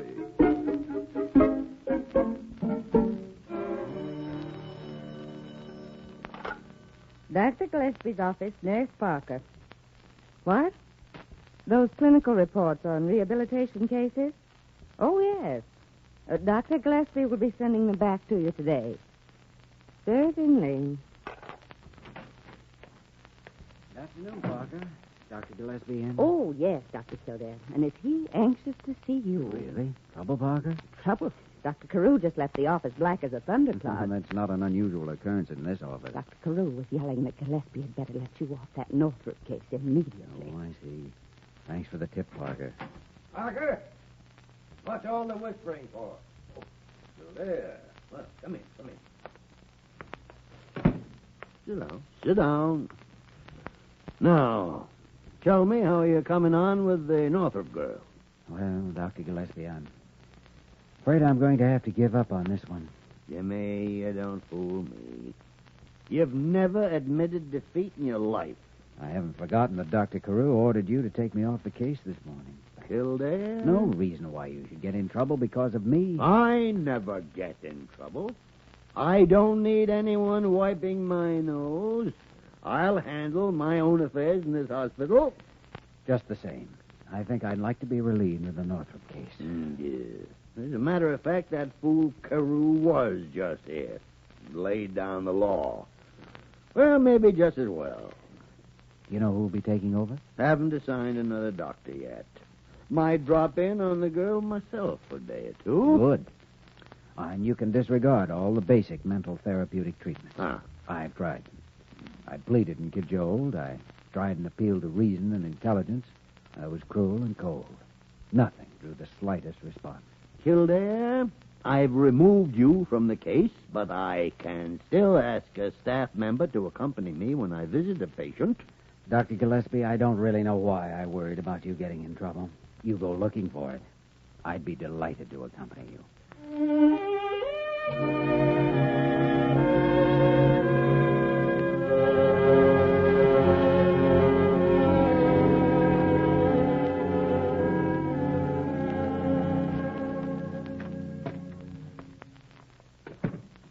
Well, how are you today, Miss Northrup? Hello, Dr. Gillespie. What is Dr. Kildare doing here? I thought he was relieved of my case. Well, now, Kildare is showing me round until another doctor is assigned to you. It's just procedure. I have to learn all the facts. Let's say Kildare is a guest. Not my guest. Dr. Kildare saved my life when he amputated my leg. I preferred to die. So I'm not grateful to him for what remains of me. Miss Northrup, since I'm no longer your doctor, may I just say one word as a friend? As a friend? Yes. You seem to feel you have no value in society, but believe me, you have a place. A worthwhile place, and it's waiting for you whenever you make up your mind that you're ready. The sooner, the better. Dr. Gillespie, make him get out. I don't have to listen to him now, do I? Certainly not. Well, you heard the young lady. What? Kildare, I'm beginning to get the impression that you were derelict in your duty. There's no reason for Miss Northrup to be in such an emotional state. Perhaps I was the wrong doctor for her. You certainly were. You certainly were. I tried my best. Your best wasn't good enough. Not good enough, Kildare. Not good enough. Do you understand? Yes, I quite understand. Miss Northrup, I promise you won't have to see Dr. Kildare again. Is that better? Much better. You know, there's no reason for you to remain in your bed. As your doctor, I recommend that you get around a little. No. I don't want even you to see me in my condition. Oh, I don't want you to go outside this room. I just want you to be comfortable here. Warm? Why not sit over near the window? I won't leave my bed. You mean you don't have the courage? You wouldn't even do it if you were alone. You said I didn't have to listen to him, Dr. Gillespie. That's right. Kildare, you'll report to my office when we finish here. All right, Doctor. And don't you ever dare to accuse Miss Northrup of not having courage. If and when she wants to go to the window, I am sure she'll do so. Yes. Yes.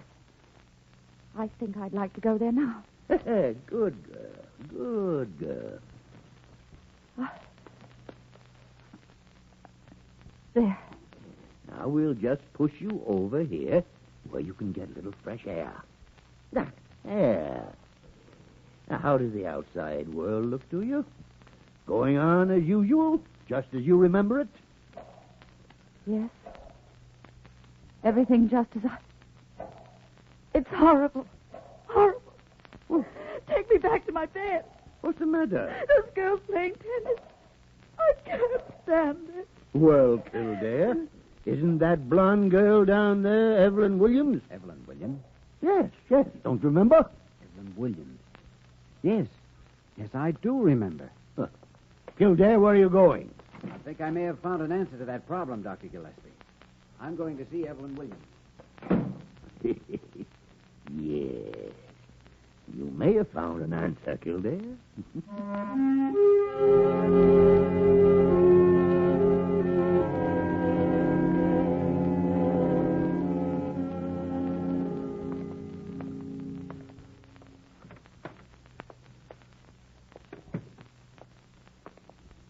Miss Northrup, I brought someone to see you. No.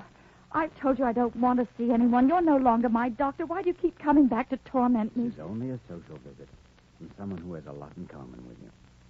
Really? Evelyn Williams, I'd like you to meet Marjorie Northrup. Hello, Marjorie. How do you do? This is the girl you saw playing tennis on the court under your window. I can't see that we have anything in common there, Dr. Kildare. But you play a very good game of tennis, Miss Williams. Thank you. I was doing quite well up to 3 years ago. Almost made the finals in the women's singles. And then I had to learn all over again. Oh? What happened? Oh, I had an accident. An automobile accident. You did? Mm-hmm. That's what happened to me. Yes, Evelyn was a mighty lucky girl. She was out of the hospital and around again in no time. I've often thought how fortunate I was not to lose both legs. What did you say? Oh, I'm sorry. I shouldn't have mentioned it, I guess. You mean you actually have... Oh, I don't believe it.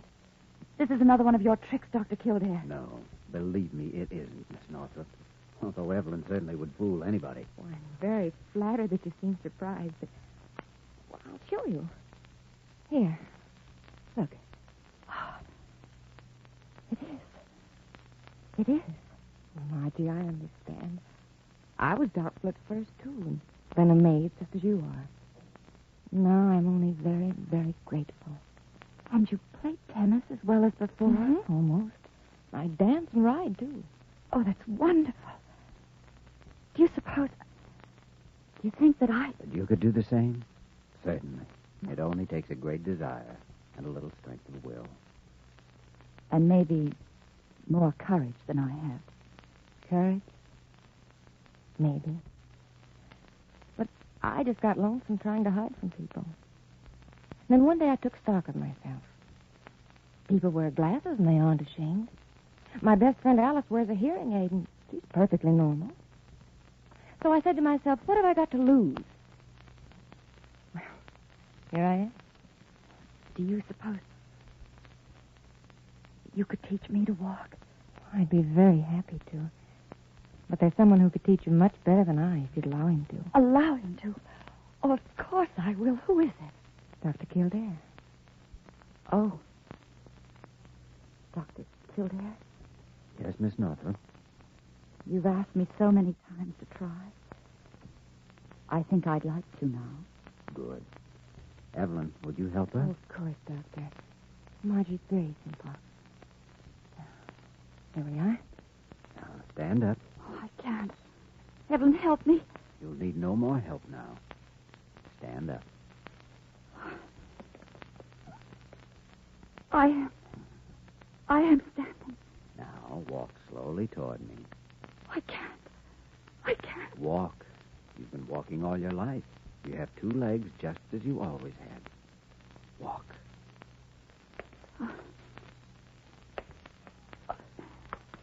Oh, I can't. I knew I couldn't. Now, you did fine for the first time. I'll never make it, never. I wasn't meant to walk again.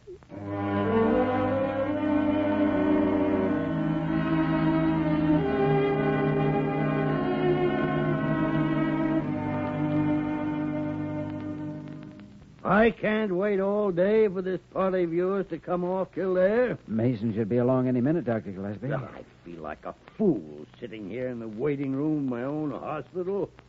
They'll be sending me out on an ambulance call if I don't look out. Here he comes now. Dr. Kildare, I rushed right over as soon as I got your message. Is there something wrong with Marjorie? Not a thing in the world, Mr. Mason. By the way, I'd like you to meet Dr. Gillespie, our chief of staff. Oh, how do you do, sir? How do you do, young man? Dr. Kildare here is treating us to one of his dramatic finishes. Has Marjorie asked to see me, Dr. Kildare? Yes, she has. Oh, that's wonderful. May I go in? That won't be necessary. She's coming down the corridor to meet you now. Marjorie. Look, she's walking. Alone. Will? Oh, Will. Marjorie. Oh, darling, I'm so happy. Kildare, Yes, Doctor. don't stand there gaping like an idiot. Come on, we've got work to do. Of course, Dr. Gillespie, of course.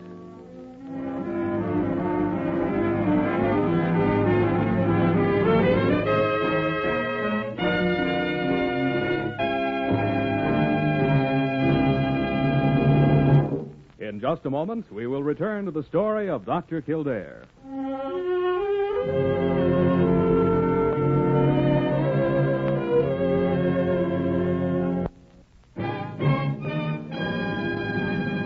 Now, once again, the story of Dr. Kildare, starring Lou Ayres as Dr. Kildare and Lionel Barrymore as Dr. Gillespie. Dr. Kildare, calling Dr. Kildare, report to the 5th floor. Well, what are you waiting for, Kildare? I thought I'd like to show you a little present I just received from Miss Northrup. She sent you a present? Girl must be ill again. Read the inscription. To Dr. Kildare, with gratitude, Marjorie Northrup. Very impressive. She made one mistake. Mistake? Yes, it should have read, to Dr. Gillespie with gratitude. What in the world would she be grateful to me for? You cured her. Ah, you're talking nonsense, Kildare. You planted Evelyn Williams in that tennis court, and you made sure Miss Northrup saw her. Now, see here, Kildare. That's a pack of lies. Who told you a thing like that? See you later, Dr. Gillespie. Nosy Parker, that's who it was. Oh, wait till I get my hands on that woman. Nosy! Nosy! Where are you?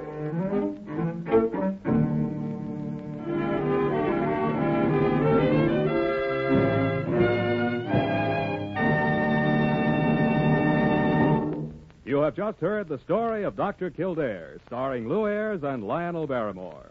The story of Dr. Kildare is presented by arrangement with Metro-Goldwyn-Mayer, producers of the Technicolor picture That Forsyte Woman, starring Errol Flynn, Greer Garson, Walter Pitchin, Robert Young, and Janet Leigh.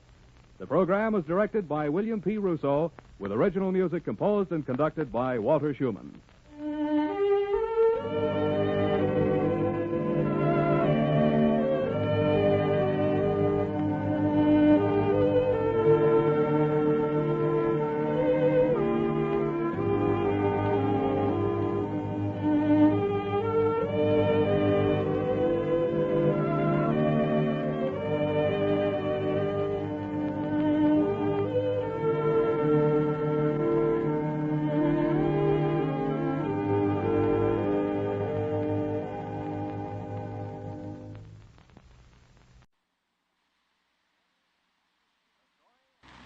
The story of Dr. Kildare. Whatsoever house I enter, there will I go for the benefit of the sick. And whatsoever things I see or hear concerning the life of men, I will keep silence thereon, counting such things to be held as sacred trust. I will exercise my art solely for the cure of life. The story of Dr. Kildare, starring Lou Ayres and Lionel Barrymore. Metro-Goldwyn-Mayer brought you those famous motion pictures. Now this exciting, heartwarming series is heard on radio. In just a moment, the story of Dr. Kildare. But first, your announcer.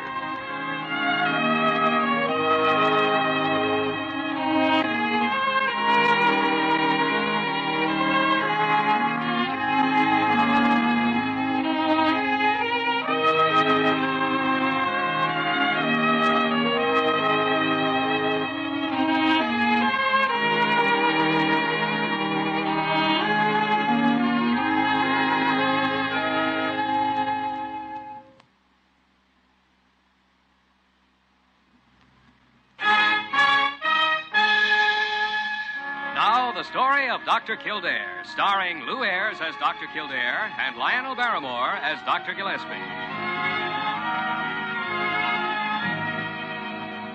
Blair General Hospital, one of the great citadels of American medicine. clump of gray-white buildings planted deep in the heart of New York, the nerve center of medical progress, where great minds and skilled hands wage man's everlasting battle against death and disease. Blair General Hospital, where life begins, where life ends, where life goes on.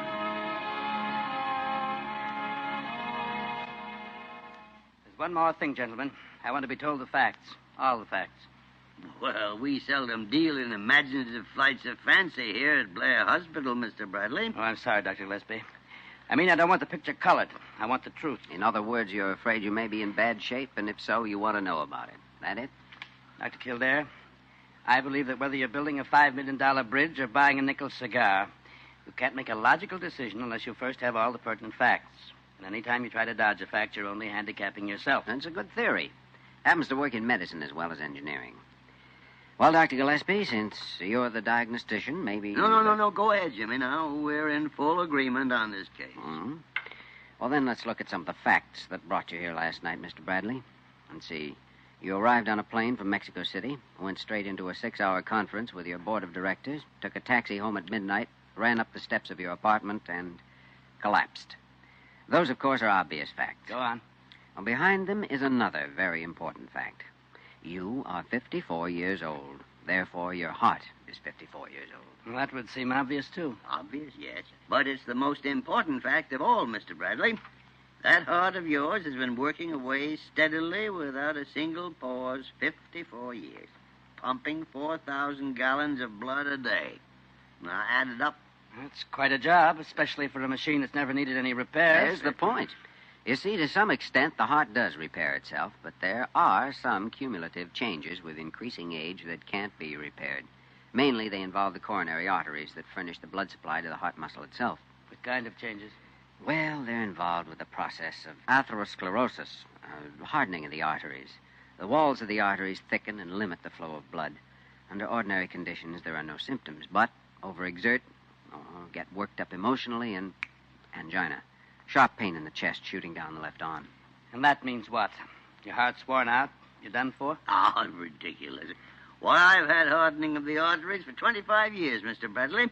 An attack like this one of yours is merely a warning that you've got to slow down and take it easier. Quit your job and rest for a while. Avoid emotional... Oh, that's impossible. Impossible? Why?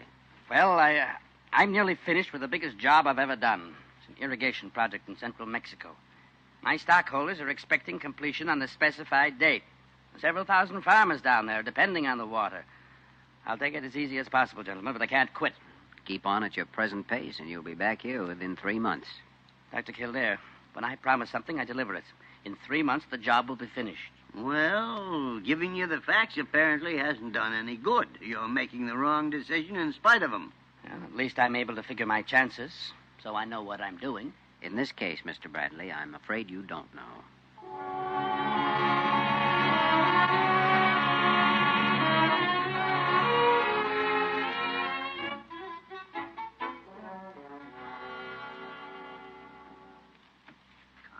Confound it.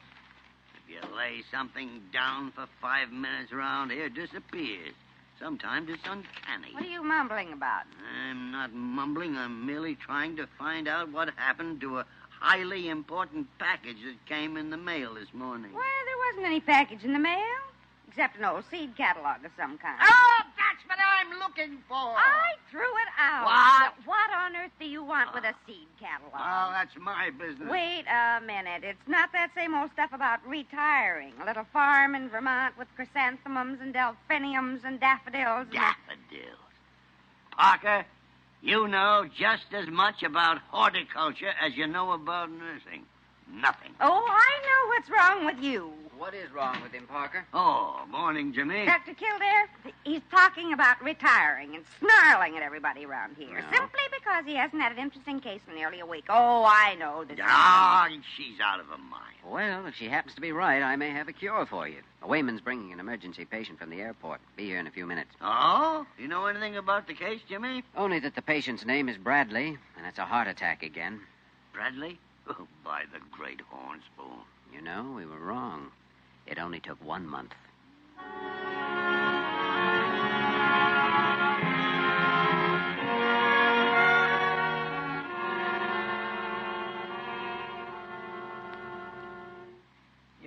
gentlemen, and I was wrong. Well, the construction job's near enough done now, so it doesn't need pushing. It was quite a gamble, Mr. Bradley. Your life against the completion of a job. I've always kept my promises, Dr. Kildare. Anyway, I won the gamble. Well, now, that still remains to be seen. Hmm? A coronary thrombosis, when it isn't fatal, sometimes leaves the heart permanently damaged. I see. This coronary thrombosis, exactly what is it? Well, it involves those diseased coronary arteries I told you about before. For some reason we don't know, a blood clot forms in one of the constricted spots and blocks off the blood supply to a part of the heart muscle. Result, heart attack. Felt pretty much like the other attack, the one you called angina pectoris. Well, they're a lot alike, but a thrombosis is more serious. In some cases, yours, for instance, there's enough collateral circulation to keep the heart going on short rations until the thrombus is eliminated. But can't anything be done to prevent it? Yes, it can. Yep. Anybody who is warned by a mild attack of angina can have sense enough to change his way of life. Slow down. Take it easy. All right, Dr. Gillespie. I'm ready now to buy that advice. Come in. Oh, hello, Diana. Jimmy? Dr. Gillespie? Mr. Bradley, this is Miss Werner. Hello, Mr. How do you do?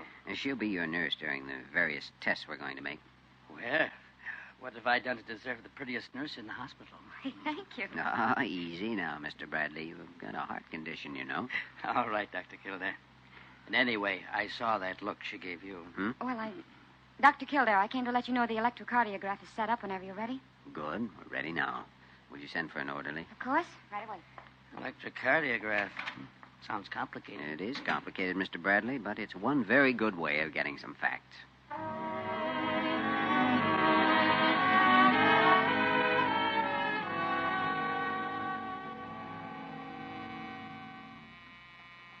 You sure that machine's working all right? I don't feel a thing. No, you shouldn't. I think you better step it up a little, Jimmy. It's only touching 7. All right, Doctor. Maybe I'm short-circuited somewhere. It could be. It may blow a fuse any minute. Diana, are you ready with those hypos? Yes, Doctor. More shots? What are they for this time? Oh, just to test your heart response to a couple of drugs. Gives us a few more facts. And what are those 2 drugs I'm taking now? This dicumarol, what's the other one? Quinine sulfate? Quinidine sulfate. Now, the dicumarol tends to keep the blood liquefied. Helps dissolve that thrombus and reduces the danger of an embolus. Quinidine sulfate's a big help in the prevention of ventricular fibrillation. The heart beating out of rhythm and ceasing to function as a pump. Jimmy, I think we got enough control film now. Let's try the digitalis. Right. Diana, first hypo. Yes, Doctor? What have you found out so far, Dr. Gillespie? Well, we won't know until we go over the charts later. This is all being recorded on photographic film. I see. Guess I was expecting something more spectacular. You'll get it with the next test. Phonocardiograph. Phonocardiograph? Yeah, picks up your heartbeat and amplifies it electrically.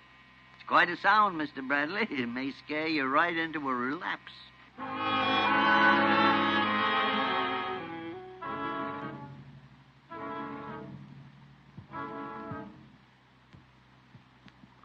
There's an irregular slur on the recovery beat, Dr. Gillespie. Notice it? Yes, I did, Jimmy. Interesting. Now, what's that mean? Nothing by itself. Just another fact. You shouldn't talk, Mr. Bradley. She's quite right. In fact, for a few seconds, I want you to hold your breath. All right. Yeah, there it is. I can't quite understand it, Jimmy. All right, Mr. Bradley, that's enough. How many more of these tests are you going to have to make? Oh, this is only the beginning. What's coming up next? Well, we've recorded your heart action. We've listened to it. I think it's time we took a look at it. No, wait a minute. Oh, you can relax. We'll use a fluoroscope. We don't have to take it out to look at it.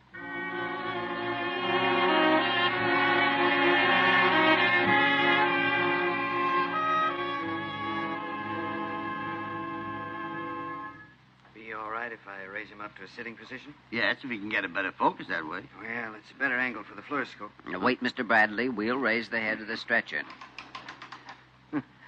Sounds like the ratchet gear on the guillotine. Well, that's a fine morbid observation, Mr. Bradley. There, how's that? Well, let's see now. I can put the screen across here. Now, that's fine, Dr. Kildare.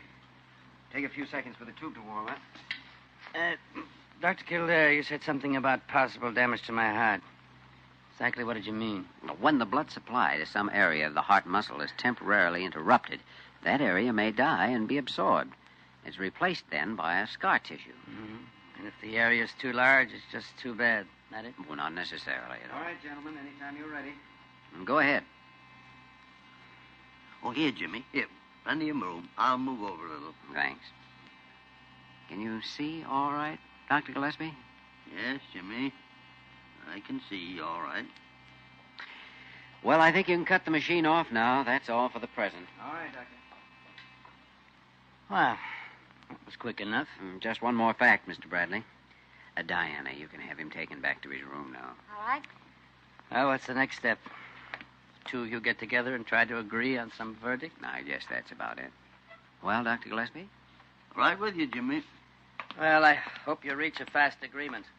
Everybody tells me the third attack is the one that's fatal. Just a superstition, Mr. Bradley. We'll look in on you later. You saw it, Jimmy, huh? Yes, bulging out a half-inch or more with every heartbeat. That area is so thin you could poke your finger through it. And it'll get even thinner before it starts to heal. May break through any minute. I know. Well, he doesn't need to worry about a third attack. He hasn't got one chance in 100 of living 10 days.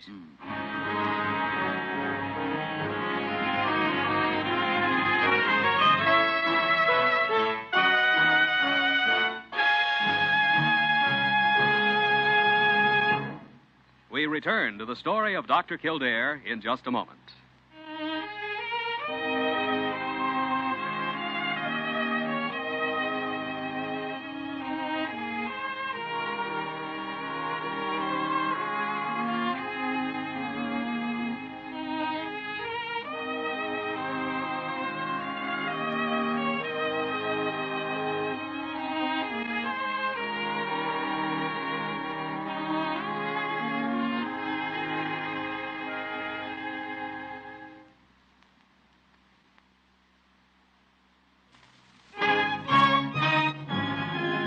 Now we continue with the story of Dr. Kildare, starring Lou Ayres as Dr. Kildare and Lionel Barrymore as Dr. Gillespie.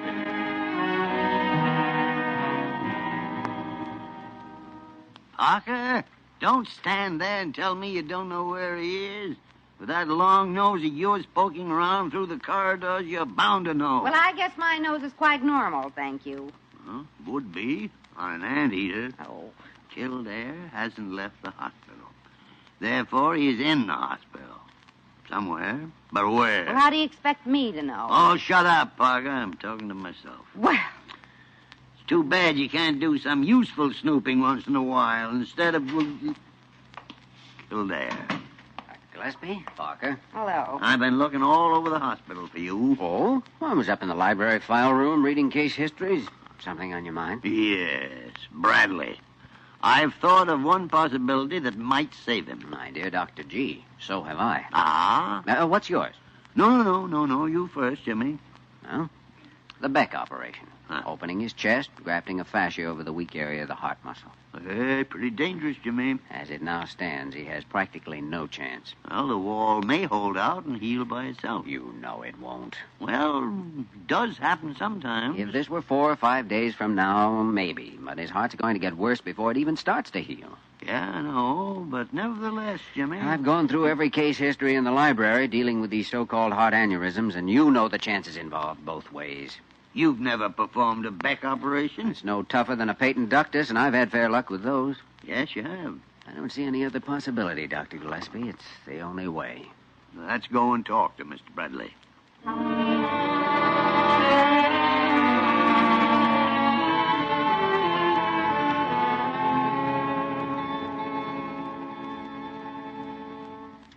All right, gentlemen.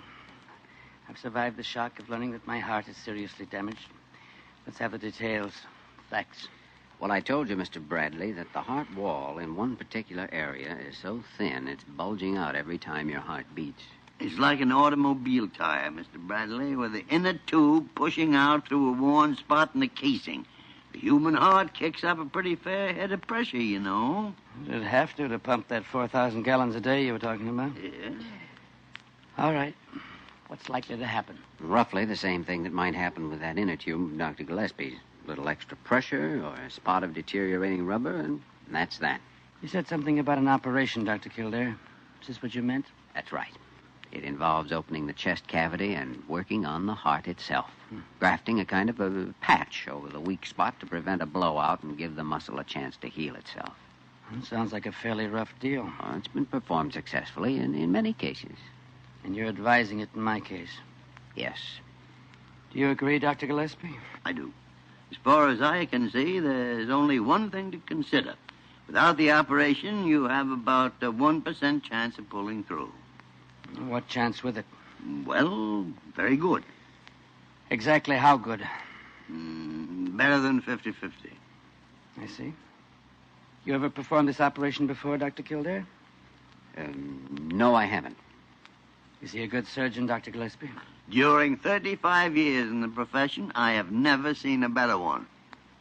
Well, for 20 years, I run a successful engineering firm on the policy of always hiring the best man for the job. And 50-50 is a fair enough bet. Let's get started.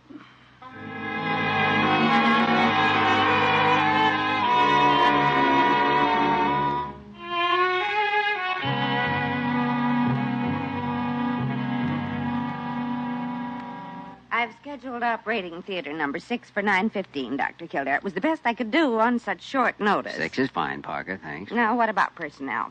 Diana Werner will stand in as surgical nurse. I'd like you to handle the pre-med. All right. Anything special on it? No, standard. Still haven't heard about Ramsey, but I... Ramsey's assigned. I just okayed it. Oh, thanks. Here are the lab reports. Bradley's general physical condition's excellent. So how do you feel? I'll be all right. Kildare speaking. This is Ramsey, Doc. Understand we got a job of work to do. Yeah, kind of a tough one. So I hear. What do you plan to use? Maybe on the table a long time, so we'd better play it safe. Cyclopropane, plenty of oxygen. 2080? We'll start with that. Okay. 9:15 and 6, huh? Right. Bye. Well, I guess that's that. Well, apparently the next step is to operate.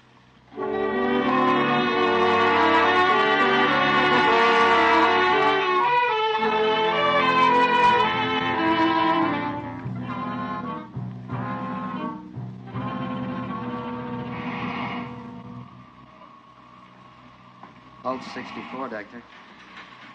I won't need these other clamps, Miss Werner. Very well, Doctor. Short forceps, please. Here you are. Amazing vitality. Muscle tone is marvelous. Sponge, please. Yes, Doctor. Pulse 63. What oxygen balance are you using now? Still 80-20. Good. Sponge, please. Thanks. You still dripping plasma? Yes, Doctor. Good. Better give that second hypo now. Pulse 63. I think we can dispense with that pulse reading. Oh? I'm holding his heart here in my hands.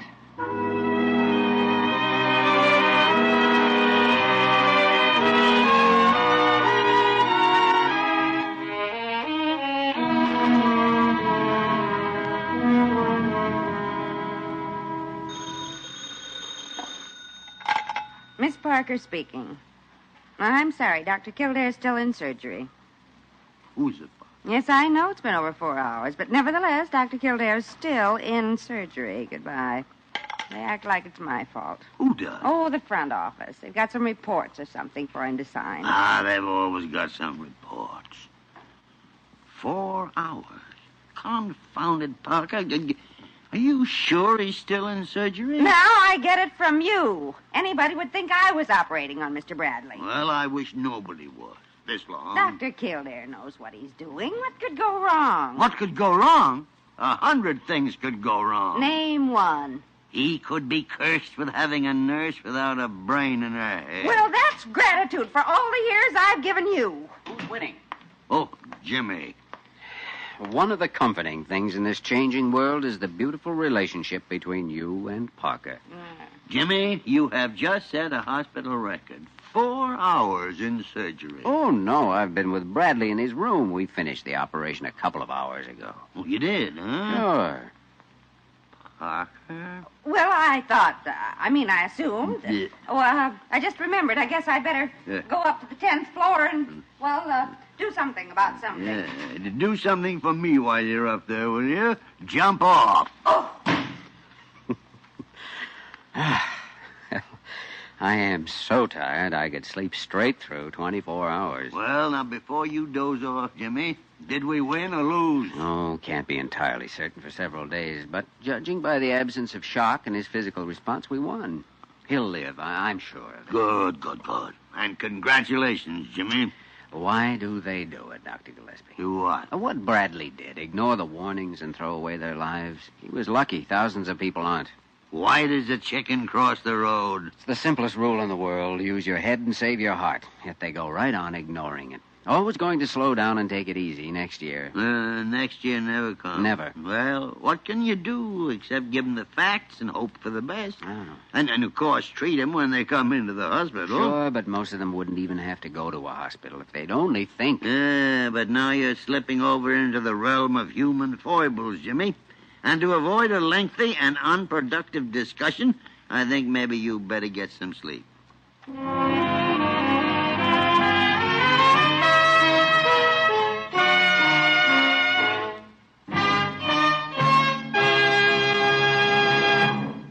In just a moment, we will return to the story of Dr. Kildare.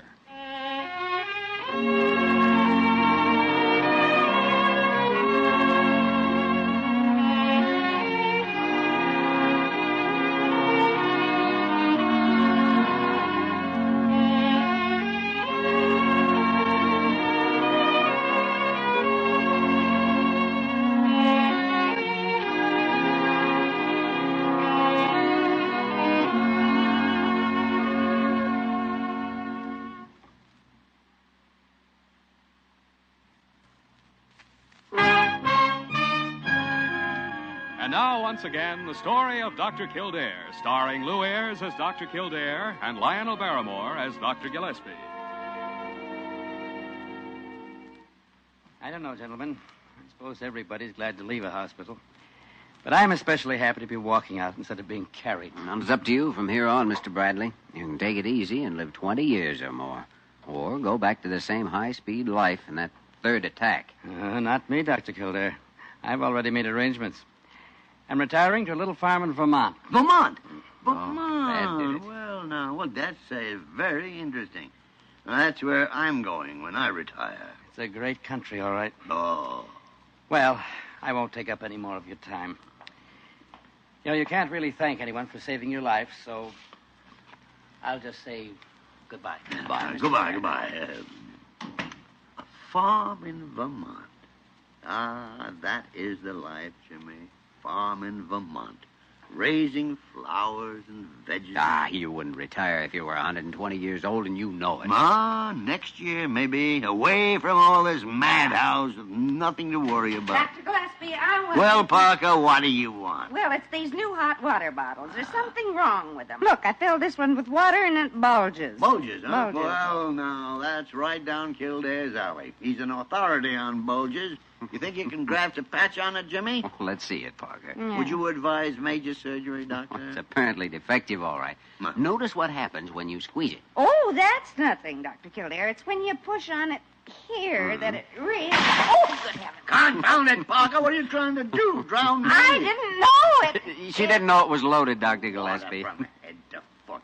Of all the nincompoop... Oh, in answer to your question a moment ago, I wouldn't advise surgery. No. The patient is just too far gone. Here's a towel.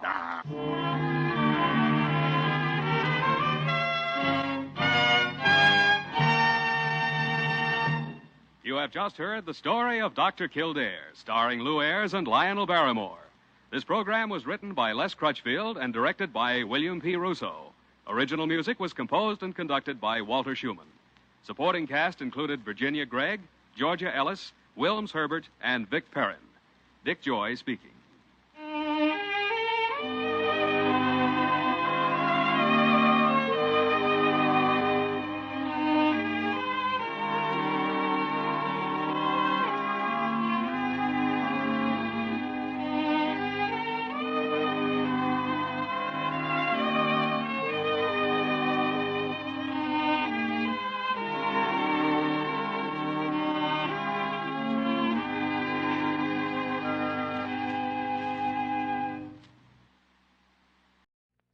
The story of Dr. Kildare. Whatsoever house I enter, there will I go for the benefit of the sick. And whatsoever things I see or hear concerning the life of men, I will keep silence thereon, counting such things to be held as sacred trusts. I will exercise my art solely for the cure of my faith. The story of Dr. Kildare, starring Lou Ayres and Lionel Barrymore. Metro-Goldwyn-Mayer brought you those famous motion pictures. Now this exciting, heartwarming series is heard on radio. In just a moment, the story of Dr. Kildare. But first, your announcer.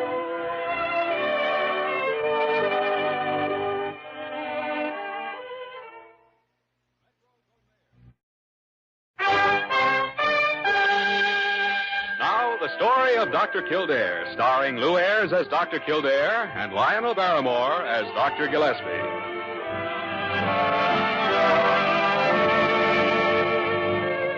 Blair General Hospital, one of the great citadels of American medicine.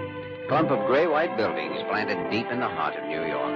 The nerve center of medical progress, where skilled hands and great minds wage man's everlasting battle against death and disease. Blair General Hospital, where life begins, where life ends, where life goes on. Morning, Johnny. Oh, hi, sweetie. Well, everything's all right now, and my day has begun. You've been working for hours. Ah, but not living. Well, thank you, sir. What have you got there, Angel? 7 case histories, all for you, with the compliments of the chief diagnostician. Dr. Gillespie, the old son of a gun. What's he doing? Oh, he kept about the same number for himself. Sure he did. Picked out the interesting cases and sent me the culls. I've seen him operate before. Well, he ought to have some privileges after all these years. Oh, I know. I'm just kidding. Why, with 35 years staff service as of next week and being the greatest diagnostician, he ought to have all the privileges. Well, he could have them, too, if he wanted. Yes. I think the Board of Regents lies awake nights worrying for fear he'll retire. Carew has nightmares about it, too. Do you think he'll be surprised by the testimonial dinner Friday night? I doubt if anything would really surprise Dr. Gillespie, but as far as I know, he hasn't heard about it anyway. Unless Parker's found out. I know. I like Parker, but she's such a gossip.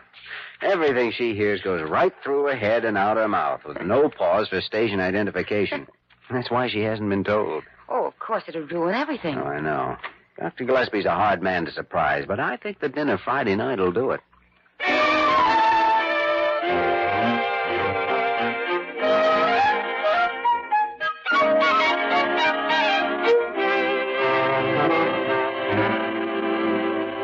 Dr. Gillespie, I don't have the faintest notion of what you're talking about. Oh, confound it, Parker. Of course you know. You know everything that goes on around this hospital, whether it's any of your business or not. Well. A rumor wouldn't have a chance of getting past those flapping ears of yours. Not to mention that long, snoopy nose. Oh! I have asked you a simple question, Parker, and you're just a simple-minded moron to give me a simple answer. I've told you 3 times already I have not heard any rumors about you, and if you won't tell me what kind of rumors, then you can All right now. The rumor is that the board is planning to retire me next week. Retire you? Not so loud. 10 to 1, that pipsqueak Carew's behind it. But they can't do that. I am 6 years over age. Of course they can. Oh, but they wouldn't. Why, it's the last thing in the world. Come to think of it, they might at that. Parker, stop grinning. If you think for a minute you're going to get out from under my thumb, why, so help me heaven. Oh, good morning, Dr. Kildare. Good morning, Parker. Dr. Gillespie, I want to pick up my medical kit. I have 7 new ward patients this morning. Oh, really, Jimmy? As if you didn't know. To be sure, yes. Yep. Jimmy, have you happened to hear any interesting rumors around the hospital this morning? Rumors? No, can't say that I have. No wild, fantastic stories? Nothing out of the ordinary at all? No, same old stuff. Well, better get on with my rounds. Oh, by the way, Dr. Gillespie, have you made any plans for Friday evening? Friday? No, as a matter of fact, I haven't. Why? No, Board of Regents is calling a special meeting. Special meeting? Yes, I thought we might attend together. Well, Well, you know I never go to board meetings, Jimmy. Might be a good idea to go to this one, though. It starts at 8 o'clock, incidentally. Special meeting, huh? Mm-hmm. I don't suppose you have any idea what it's all about. No, I guess we'll find out when we get there. Well, see you later. You were right, Dr. Gillespie. That's what they're going to do. Retired. Thrown on the scrap heap. Cast aside like an old hot water bottle. Well, I guess they realize that you aren't getting any younger. I never felt better in my life. Why, I can out-diagnose any other 3 doctors in this hospital. By the tarnation, I'll prove it to them.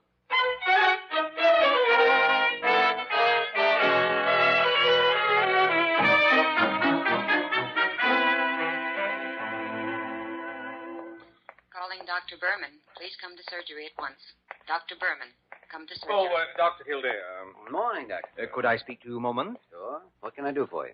Well, I know you and Dr. Gillespie have always been very close, and I wanted to ask you something about him. What do you mean?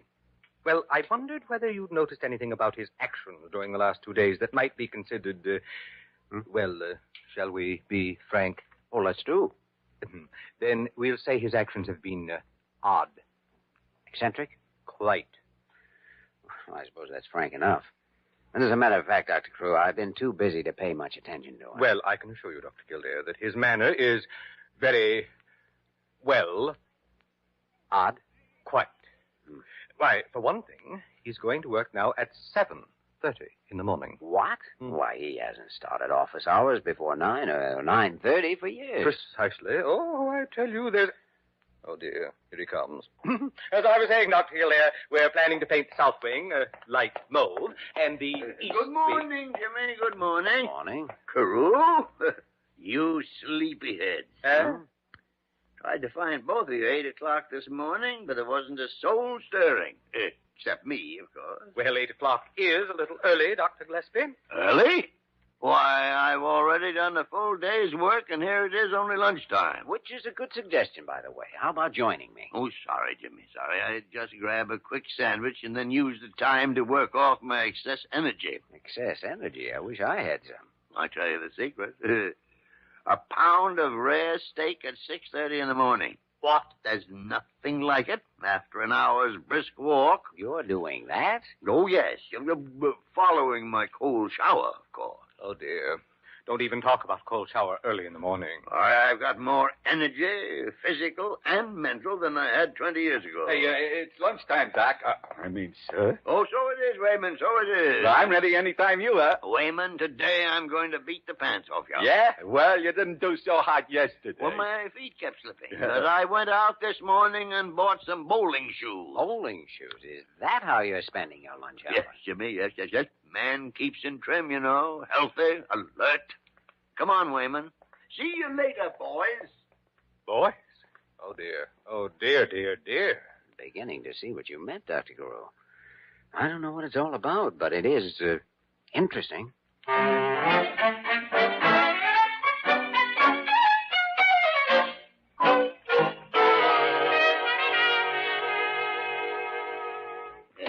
Just picked up the morning haul, Jimmy. Here are 5 new cases for you. Only 5? Lightest check-in in a long time. Well, there were 17 altogether, but I'm handling the other 12 myself. Oh, I see. Oh, good morning, Miss Barnie. Good morning. I didn't mean to ignore you. That's all right, Dr. Gillespie. I've noticed how busy you've been this week. Merely evidence of a well-known medical fact, young lady.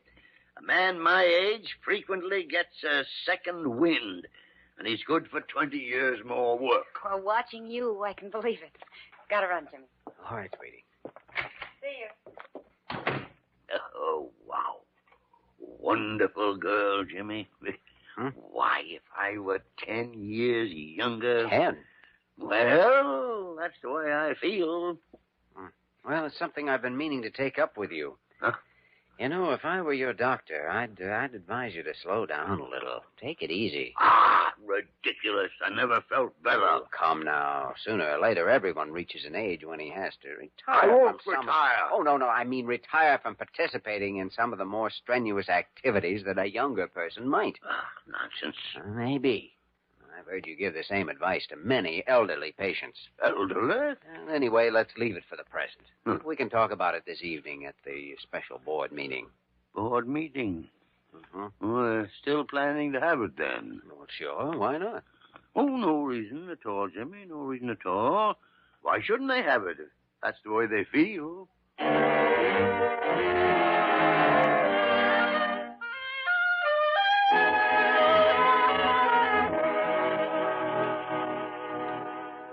I know exactly how you feel, Dr. Gillespie, and I'm very sorry for you, but after all, what can I do about it? Ah, you're just as ungrateful as that Board of Regents. Here I've nearly killed myself all week long trying to show them I'm fit for something beside retirement. But do they care? No. Shut up! No, they don't care. They're still going to hold their confounded meeting tonight, sit there and gloat while I'm drummed off the staff. Oh, yes, it's all so dramatic, just like the movie. Ah, Parker, confound it. If I were flat on my back and dying, you'd stand there and say it was just like the... What's the matter? Now, if they thought I was ill, dying maybe, why, they might call the whole thing off. Huh? Of course they would. Why, they wouldn't have the heart to retire a man who was only one step from death. Oh, hello, Dr. Kildare. Say, Dr. Gillespie, I was wondering if... What's the matter with you? Huh? Oh, terrific pains, Jimmy. Oh, really? Where? Oh, the heart, lungs, liver. Well, we better get you to bed and check you over. Oh, it came on suddenly, Jimmy. It's serious, I'm afraid. Oh, I'm sorry about the Board of Regents tonight. Oh, yes. Well, I'd better let Carew know. Yes. Then we'll get to work on you. See what you can do for him, Doctor. I know what I could do for him. You phony. Shut up, Parker. This is Kildare, Dr. Carew. Dr. Gillespie has just been taken ill. Can I get something for you, Dr. Gillespie? Oh, what a lousy act. No, I don't know how serious it is yet, but I thought you'd want to know in regard to the meeting tonight. Just let me lie here in the chair, Carlton. Mm-hmm. Yes. Back me up or I'll murder you. Oh, fine, Dr. Carew. I think that'll work out very well. All right, goodbye. Well, that takes care of that. Jimmy, I'm sorry about the meeting. Oh, that's all right. They're calling it off. Oh, they shouldn't have done that, Jimmy. Oh, it'll work out all right. You see, Carew's postponing it until next Tuesday.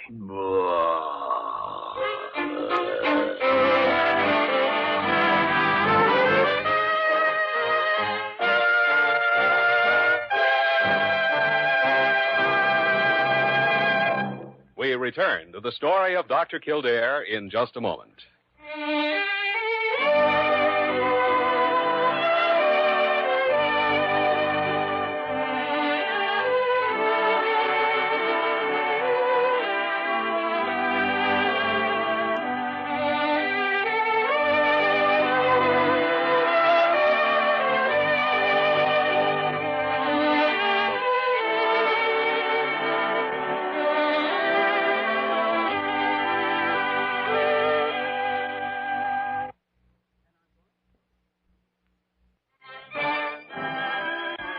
We continue with the story of Dr. Kildare, starring Lou Ayres as Dr. Kildare and Lionel Barrymore as Dr. Gillespie.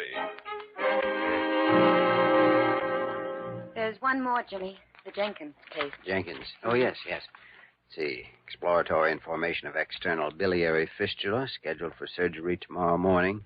General preoperative condition good. Prognosis favorable. All right. That's the last one. Oh, good. I hate reports. Jimmy, what's the prognosis for us? No, very favorable. Is that all? Excellent, then. That's better, Doctor. Has anyone ever told you that you're very lovely? Oh, yes. Nearly all the interns. So that's what's been going on behind my back. Daily. Every hour in the hour. Well, it's got to cease. Yes, Jimmy. Drastic measures seem to be in order. Yes, Jimmy? And I only know of one sure way to put a stop to it. Yes. Good morning, Dr. Kildare, Miss Werner. Come in, Dr. Carew. Thank you very much. Though, of course, I had, in So you are. I guess I'd better take these reports to the office, Dr. Kildare. Mm-hmm. What was your opinion again on that last case? Oh, prognosis terrific. Mm-hmm. See you later. I can't say I've ever heard that expression before. Prognosis terrific. You're not likely to again, Dr. Carew. Anything I can do for you? Well, frankly, I'm very concerned about Dr. Gillespie. Oh, he's feeling much better today. I couldn't find anything wrong with him. In fact, I think he probably just strained some muscles with all this athletic activity he's gone in for. And that's precisely what I'm concerned about, Dr. Kildare. In what way? I wonder if it might not be a good idea for Dr. Gillespie to retire. Retire? Well, now that's odd. He mentioned the same subject himself a few days ago. Really? Of course, he seemed highly opposed to the idea, but that might be just a cover-up. Cover-up? I don't follow you. Well, he's talked about retiring for years, you know, and I've never taken him seriously. Maybe he really wants to retire, but feels he has a duty to the hospital. Certainly developed a lot of non-medical interests lately. Oh, he has. Well, if that's true, we could make the testimonial dinner a retirement dinner, as much as I'd hate to. Mm-hmm. Well, I'll talk to him, try to find out. Subtly, of course. Well, all right. But I wonder No, if just sit tight, keep your gardenia watered. I'll let you know.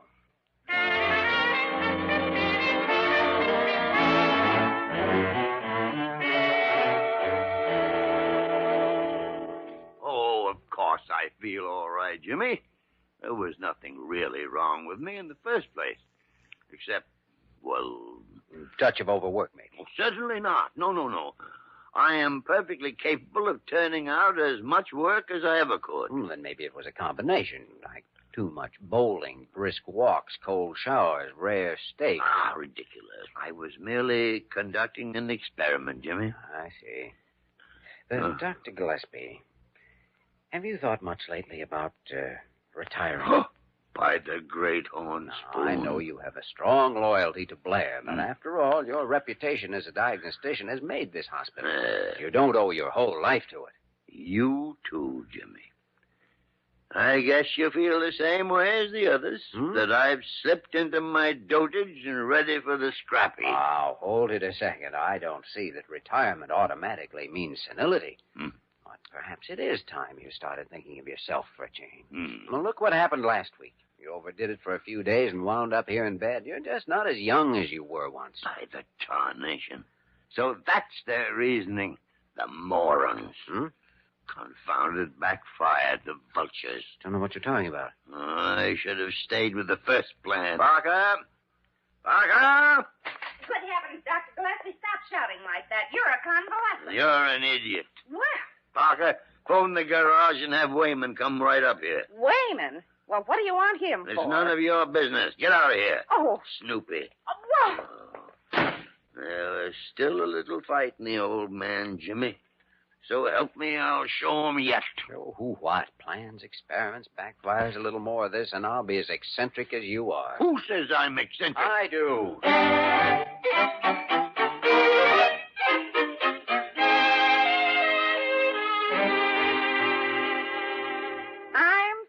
Dr. Gillespie, but I simply don't get it. Parker, you never get it. Well, I guess I'm not so stupid. Parker, you idiot.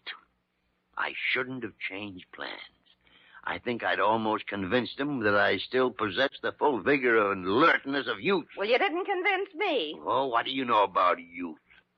I think one last desperate measure may do the job. Well, it must be desperate if you plan to use Wayman for it. If there's one human being who's a direct descendant of a chimpanzee, Wayman's it. Somebody mention my name? Oh, come in, Wayman. Come in. Shut the door. I was just telling Parker that you're the only man with the right qualifications for a little project of mine. Well, thanks, Doc. I mean, sir. I've always tried to keep myself mental fit. Mental fit, huh? Well, that does explain your personality. Yeah, I'm a great guy for pinball games and tic-tac-toe. Yeah, mental type stuff. Well, the qualifications I had in mind are slightly different. Huh? One is the fact that you like to make a fast buck. You said it. Yeah. The other is your lack of inhibitions about prevarication. Oh, what you said. Yeah, I don't know if I want to get mixed up in nothing like that. Well, what I mean is you don't mind telling a lie if there's money in it. Oh, well, yeah, well, why didn't you say so? Wayman, I think we understand each other. Yeah, sure we do. What's your proposition, Doc? Doc? What? So help me, if I didn't need you, I'd... Well, misery, politics, and retirements make strange bedfellows. Yeah. Wayman, have a cigar.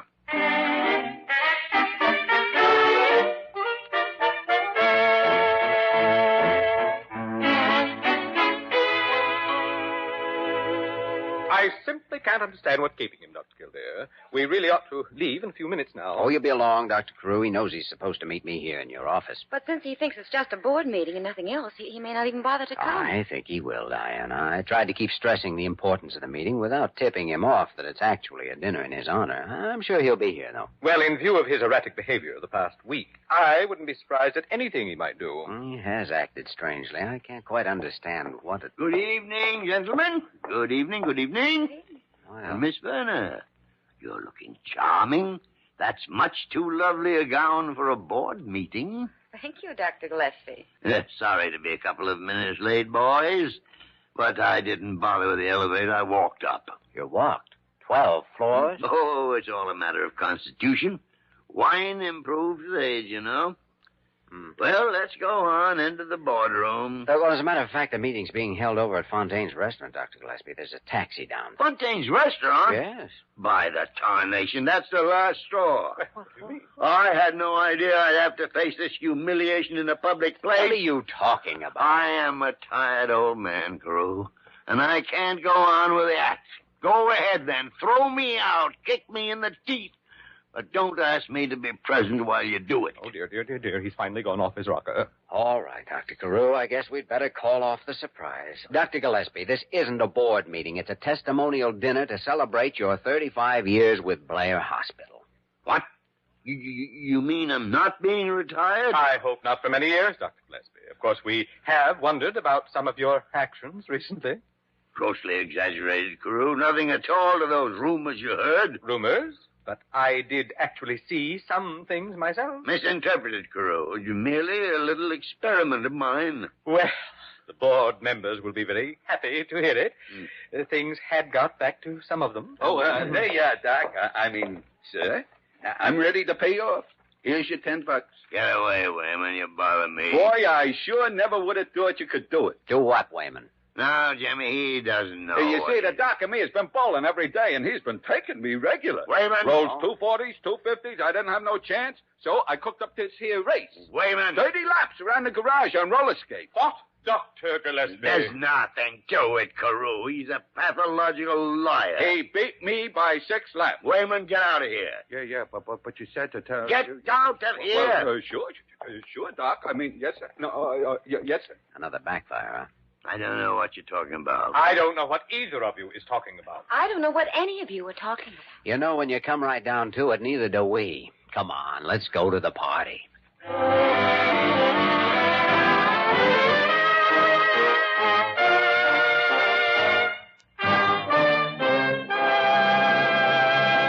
In just a moment, we will return to the story of Dr. Kildare.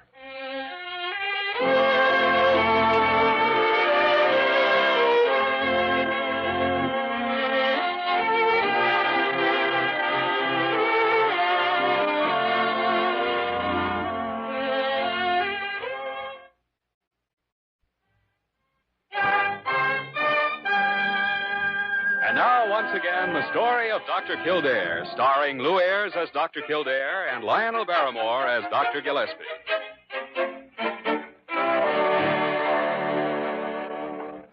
And so, in closing, ladies and gentlemen, I wish to assure you again of my appreciation for the things you said, the sentiments you expressed, and to the distinguished members of the board for their fine gift of this handsome gold watch. Thank you.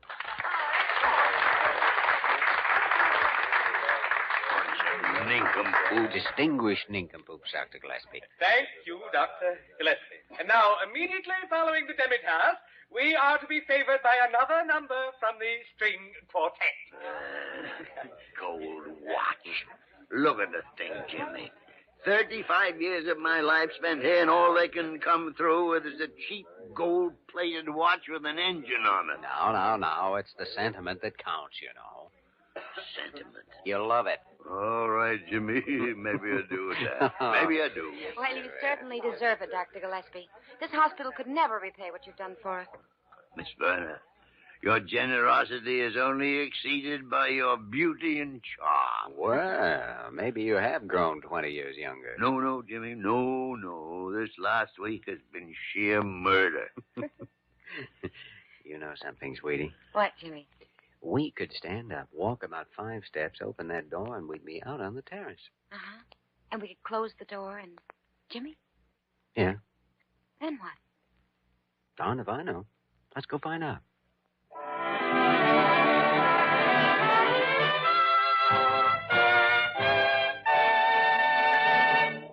You have just heard the story of Dr. Kildare, starring Lou Ayres and Lionel Barrymore.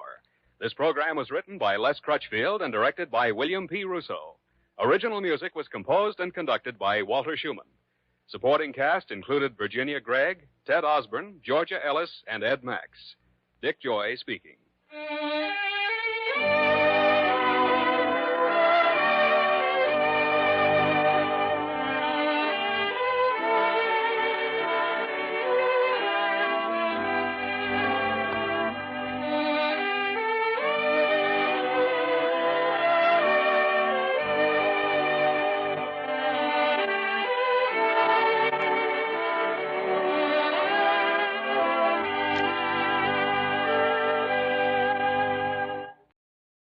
The story of Dr. Kildare. Whatsoever house I enter, there will I go for the benefit of the sick. And whatsoever things I see or hear concerning the life of men, I will keep silence thereon, counting such things to be held as sacred trust. I will exercise my art solely for the cure of my... The story of Dr. Kildare, starring Lou Ayres and Lionel Barrymore. Metro-Goldwyn-Mayer brought you those famous motion pictures. Now this exciting, heartwarming series is heard on radio. In just a moment, the story of Dr. Kildare. But first, your announcer.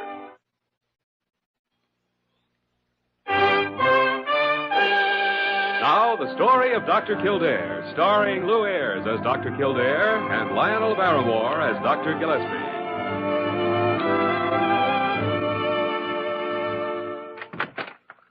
Hello, Dr. G. Well, where have you been, Jimmy? I haven't seen you all morning. I've been giving Walter Benton a final checkup before his release.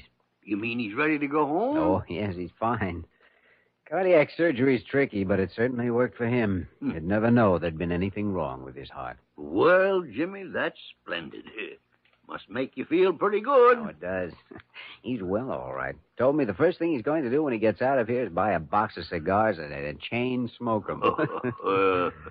Say, have you seen Parker around any place? No, why? Well, I can't find some of my charts. The old witch is always disappearing when I need her. You can blame me for that. I asked her to go bring Benton's clothes to him so he could get dressed. She should be back any second. I can't find anything. The way she upsets things. Oh, Dr. Gillespie, is Dr. Kildare here? Is Dr. Kildare here? No, Parker. Dr. Kildare's in Honolulu. Who the devil do you think that is? Napoleon Bonaparte? Well, if you didn't have so much junk on your desk all the time, I might be able to see who was on the other side of it. You're lucky you can see who's on the other side of a plate glass window. Now, what do you want? Well, if your Royal Highness doesn't mind, the desk needs Dr. Kildare's signature on this release for Mr. Benton. Oh, give it here, Parker. Is he ready to go? Yes, he's all dressed.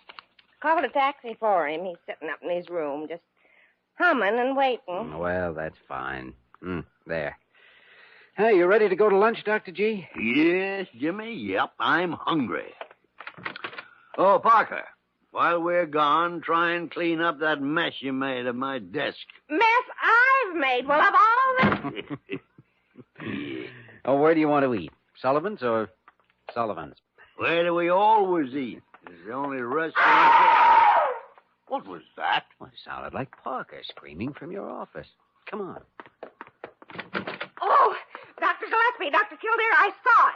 It went right past the window. A man's body. A man's body? Someone must have fallen from the upper stories. I don't see anything down there. Oh, there is something moving in the bushes along the driveway. Oh, it's only Wayman. He's trying to drag somebody. Hey, Wayman! Doc, you better come quick. This guy, he fell. See, I told you I saw We it. better get down there. Wonder who it is. I know who it is, Dr. Gillespie. I saw the suit he was wearing when Wayman moved the bushes. It's Walter Benton.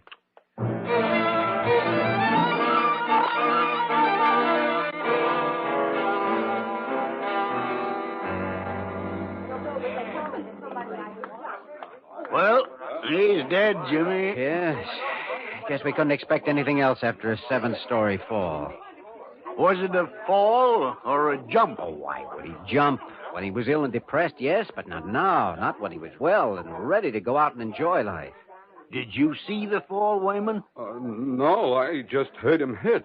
I was sitting over there in the ambulance entrance reading the paper, and I heard it. That's all. I guess I was the only one. I run right over to him and tried to drag him out of the bushes to the Well, I to the realize driveway. you meant well, Wayman, but you know better than to touch a body until the police arrive. I didn't know how far he fell, Doc. I thought maybe he'd still be alive. Well, even so, no one should touch him except a doctor. You especially know that. Well, yes, Doc. I was only trying to help. Well, the police will want a detailed report, Jimmy. You better get complete statements from Wayman and Parker. Meanwhile, I'll go up to the 7th floor and see what information I can get from the floor nurse.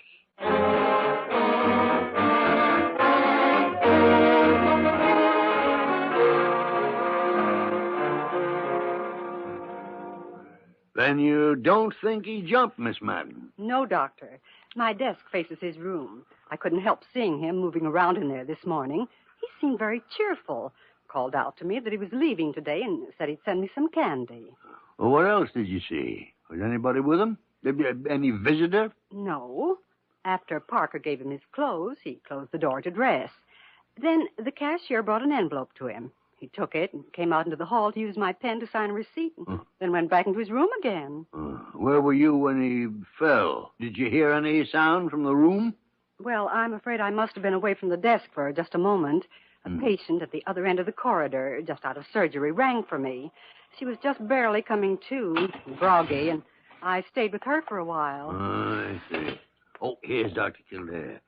You finished downstairs, Jimmy? Yes, but nobody saw anything. Benton must have fallen. Well, Miss Madden agrees with that theory. She said Benton seemed very cheerful. Well, that doesn't prove anything. A police squad car was here. They reported to their headquarters, and Detective Kerner is being sent over.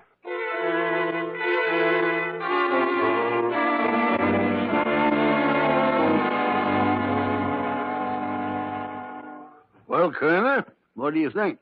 Fall or jump? I'll go along with Dr. Kildare's theory. My official report will say a fall, but there's something else that must be cleared up. These are the personal effects we took from Benton's body. Keys, papers, $6.81. Uh-huh. Well, what about it? Dr. Kildare, how long was it between the time your ambulance driver, Wayman, reached the body and the time somebody else got there? Well, I don't know. Couldn't have been more than a minute or so. Why? Wayman all alone with the body during that minute? Yes, I guess so. What are you driving at? Doc, Benton had a visitor yesterday, his attorney, Robert Walsh. He delivered $25,000 in cash to Benton. What? And it was placed in the hospital safe, and it was given to Benton by the hospital cashier just a few minutes before Benton's body landed in that driveway. $25,000 in cash? There was something else in the safe, too. Benton's ring, worth $2,000. The cashier has a receipt for both the money and the ring, but when Benton landed out there, he had no ring and only $6 plus change. Doc, I don't like this any more than you'll like it, but we're going to have to put Wayman under arrest. My boys are picking him up at home right now.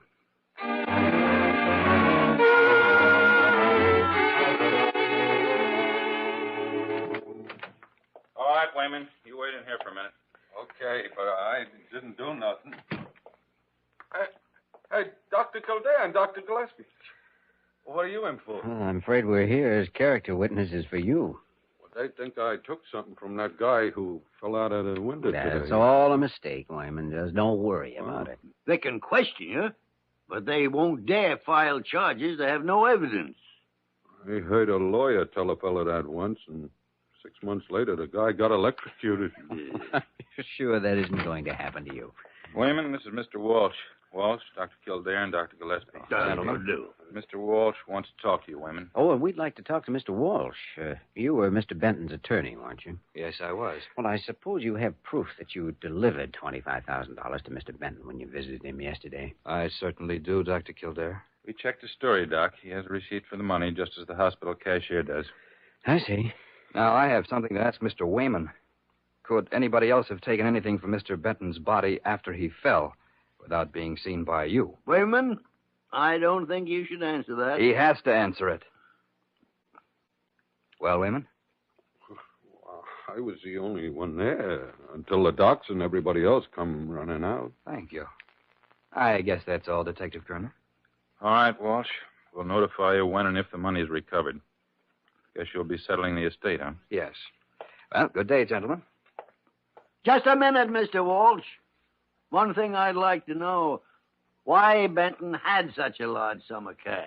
Well, habit, idiosyncrasy. I'd sold some stock holdings. He'd always insisted on cash payment delivered into his own hands. Is there anything else? I guess that's all. All right, then, gentlemen. Goodbye. Well, Doc, there it is. What is? Oh, Kerner, we'll vouch for Wayman. He didn't have anything to do with this. It's ridiculous. We've worked with him for years. That money didn't just go up in smoke. No, but you didn't find it on Wayman either. Now, Kerner, until you have something definite, I think he should be released. Oh, I don't know. Will you guarantee his appearance if we want him again? Oh, absolutely.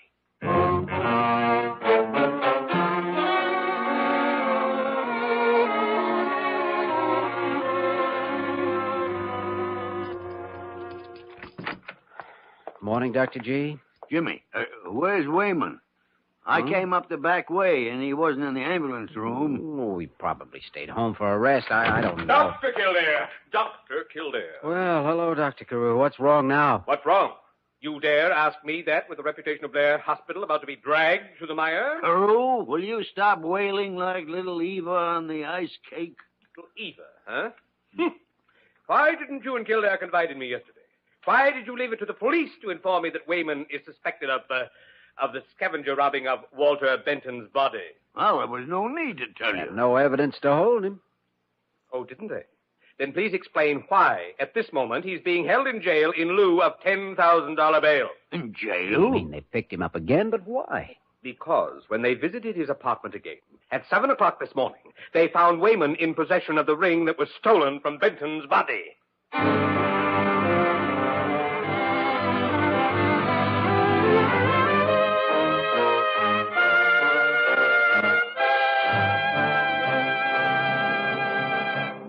We return to the story of Dr. Kildare in just a moment.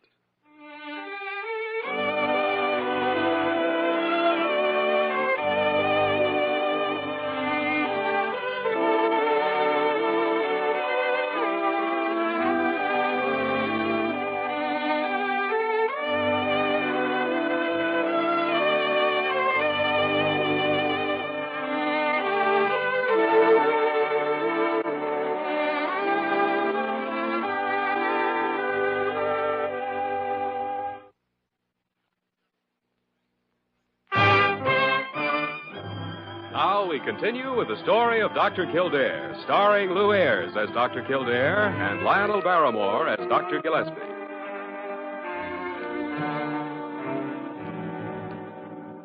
Gee, Doc, it was nice of you to come and see me. I can just barely see you through this wire mesh. Yeah. This ain't no chicken coop. Wayman, I thought you were innocent, and I want to keep on thinking so, but they say they found the ring at your place. Yeah, they found it all right, but I don't know how it got there. Honest, I was having my breakfast when they bust in. They looked all over and didn't find nothing. Then, all of a sudden, one of the cops, he empties my bottle of milk in the sink, and boing, there it is, the ring. In the bottle of milk? Yeah, Doc. But I just brought the bottle in from the hall not 10 minutes before that. I don't know. I heard the rings in a box of crackers.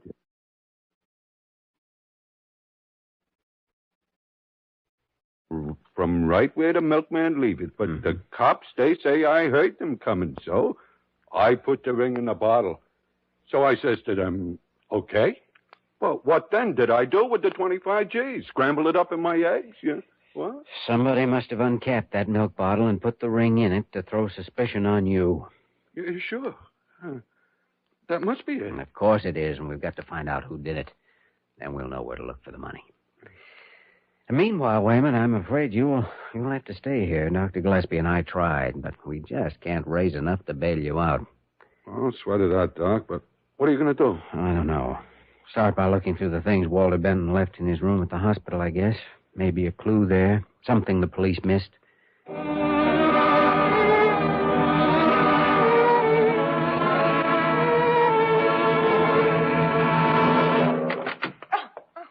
Oh, I'm sorry.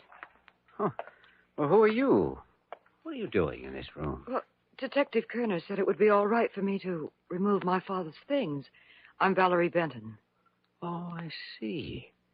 Well, I'm Dr. Kildare. I took care of your father. He was my patient, but I didn't know he had a daughter. No, I guess he stopped telling people that he had one. My poor father, Now, take it easy. Why did a thing like this have to happen to him? Why did he do such a thing? Oh, Miss Benton, your father didn't do anything. Now, set your mind at ease. From all the police and the staff can determine, his death was an accident. You don't look so well. I don't think you should be here. You should be resting.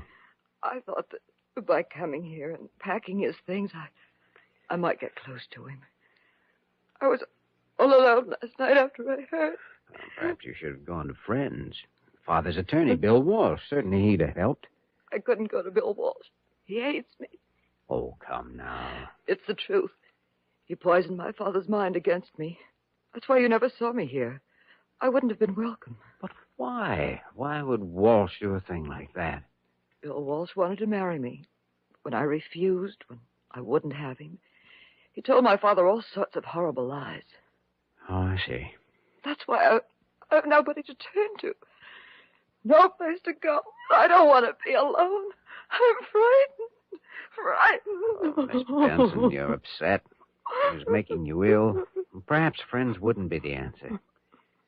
Why don't you check into the hospital where you can get some rest and care? You're the first person who's been kind to me in ever so long. If I do stay here, will you take care of me? Of course, Miss Benton, if you want me to.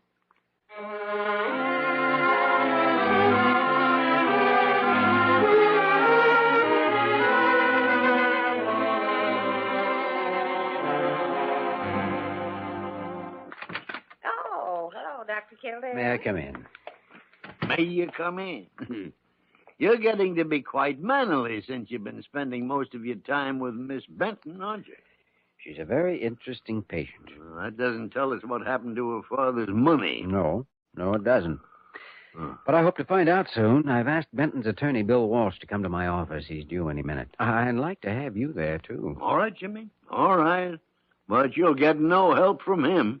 Not unless he helps put a bigger noose around Wayman's neck. Oh, may get more than you think. Hey, Doc, look. Wayman. It's me, yeah. Wayman. I'm out of the clink. Oh, that's pretty obvious, but how did you get out? Did you get a file and saw your way out? No. Somebody put up my bail. $10,000? Bail who? I don't know, Doc. A bondsman come and got me. He said he was sent by a friend of mine. Well, I thought maybe it was you. Why the devil didn't you make him tell you? Doc, why should I choke a guy who rescued me from that place? Someone must have had a good reason for wanting you out of jail and away from the police. Come on, Dr. G. We better meet Bill Walsh in my office.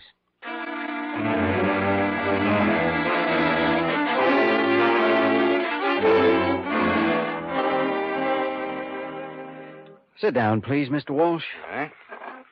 Thank you.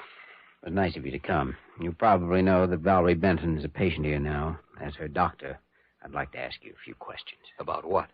About my alleged persecution of her? Is that it? No. Because, frankly, I haven't believed Valerie Benton. I think she's mercurial, neurotic. Could be a pathological liar. Well, Dr. Kildare, you surprise me. I thought she could fool any man for a while. You're very observant. Well, that's part of his business. He's a doctor. We're both trying to help a friend. Your ambulance driver, of course. Yes, but to help him, we need help. Now, tell me, were you ever in love with Valerie? Never. Despite what I imagine she told you, there was never anything between us. Valerie blames you for the estrangement between her and her father. Her stepfather. Oh? Yes. And in a way, what she says is true. Kildare, Valerie is one of those people who suddenly become obsessed with anything they can't get. I tried to discourage her. Benton saw what was happening. He tried to send her away. She refused to be sent. Packed up and left home. Is that the truth? Why should I lie about it? Benton hadn't been convinced of that. Do you think he'd have let her go and continue to let me handle his affairs? Well, it's a good answer. Does that girl benefit by Benton's will? No, she doesn't. She was to be cut off with $1. He told her that the last time they met before he came here. Then Valerie might have done a lot of things to get her hands on that money Benton had. Yes, but how? Any stranger would have been seen in the building. The police checked thoroughly. They know nobody was near Benton. Somebody was near enough to get the money. Well, thank you, Mr. Walsh. You've helped more than you know. Well, if you don't need me for anything more, I'll... We have all we need. Goodbye, Mr. Walsh. Goodbye. Jimmy, you painted Valerie Benton as quite a character in trying to draw out Walsh. Might have been a better portrait than you think, Dr. Gillespie.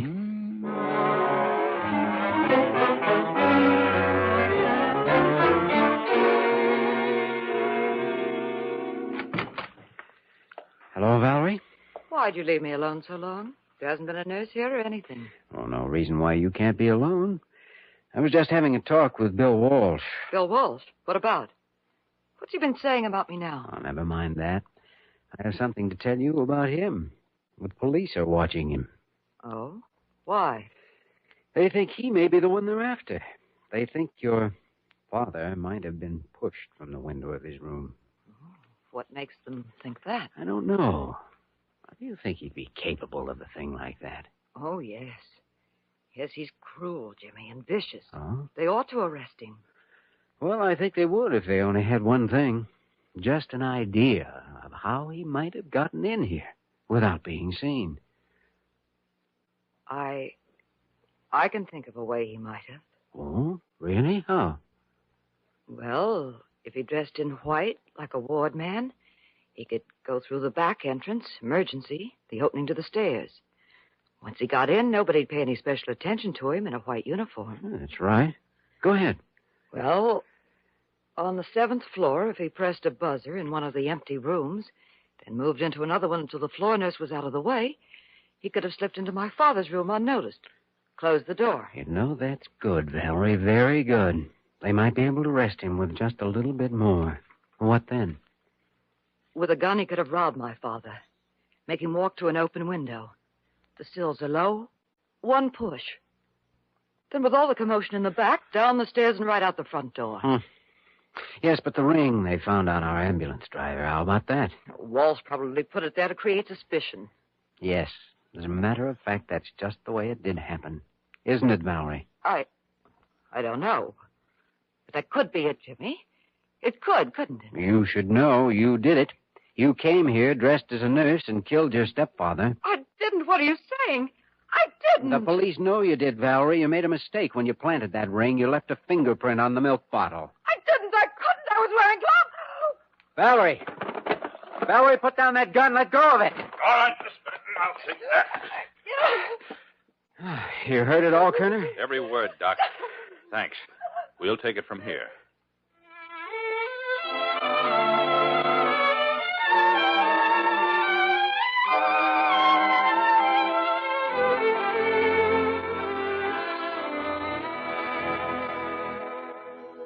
Wayman, I still don't understand how anybody could put up $10,000 without your having some idea who it was.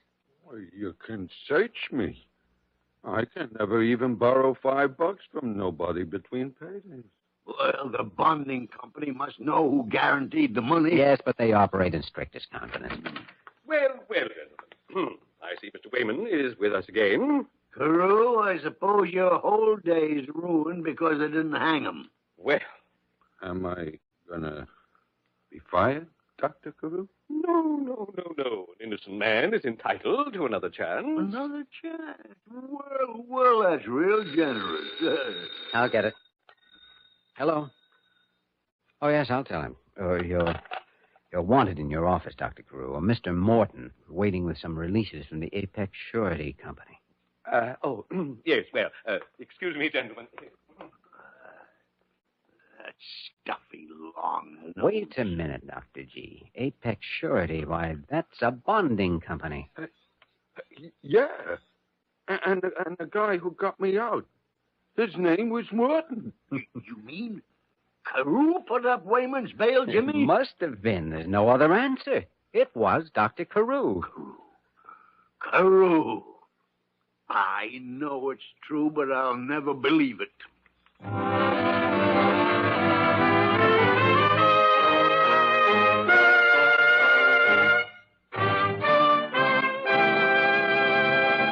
In just a moment, we will return to the story of Dr. Kildare.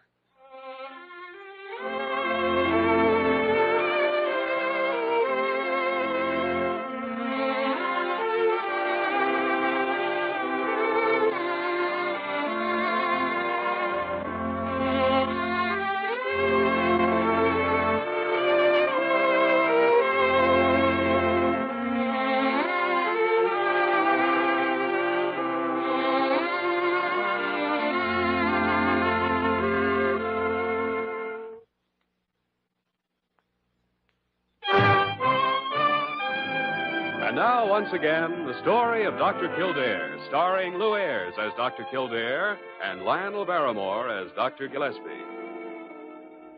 Yeah, fine thing.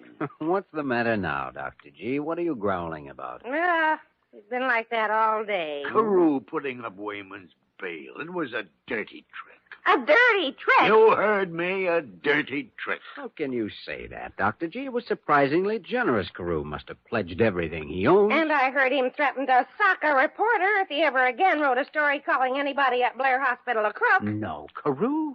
Sure he did. That's just part of the whole dirty trick. He does a thing like this when he knows I've spent the last 20 years learning to hate him.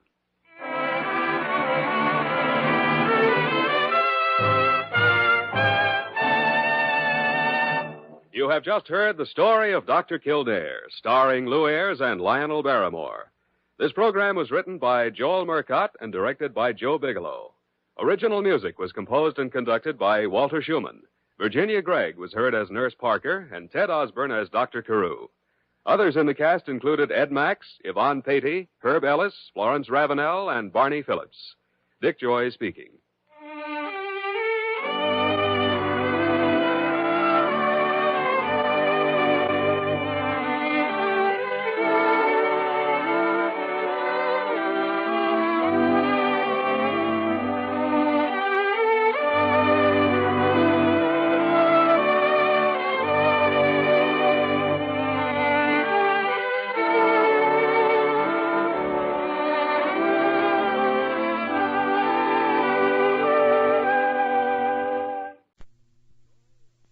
The story of Dr. Kildare.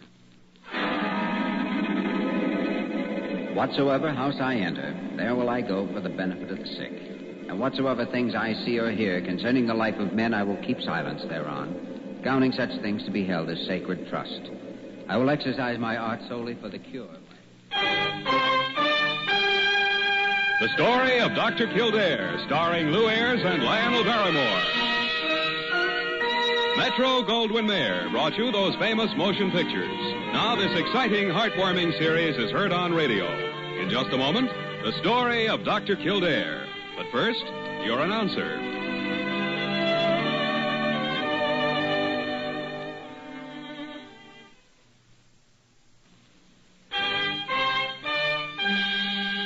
Now the story of Dr. Kildare, starring Lou Ayres as Dr. Kildare and Lionel Barrymore as Dr. Gillespie. I beg your pardon, Dr. Gillespie. Did you say Parker wasn't in your office? Not only did I say she isn't in my office, Diana, but I've dialed my office 3 times in the last 15 minutes and still no answer. 3 times? That's peculiar. No more peculiar than Parker is. But find her for me, will you?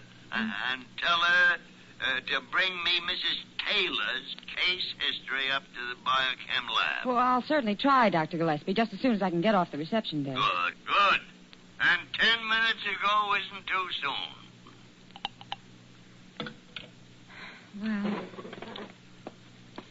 Well, Bessie, have you seen Parker recently? Why, yes, Miss Verna. She just left the diet kitchen a minute ago. Oh, thanks, dear. You get out of here, you go on now. Parker, for goodness sake. Don't stand there, Diana. Help me get this cat out of the building. Parker, will you skip the cat and get into the office so Dr. Gillespie can have Mrs. Taylor's case history up in the biochem lab before he has to be scraped off the ceiling? Well, as if I had anything to do with a stray cat being in here. You'd imagine I... Here, you cat, you. Don't you dare go in Dr. Gillespie's office. Come here, you fugitive from a back alley. Did you hear me? I said, come here. If you don't get off that desk, I'll... Why, the great horn spoon, Parker. How long do you think you're going to keep me waiting for? Parker, 1 in tarnation. It's a cat, Dr. Gillespie. Well, a cat. A friend or just one of your relatives? Oh. I'm sorry, Parker. What? Well, naturally, I'm sorry. I understand your interest in animals.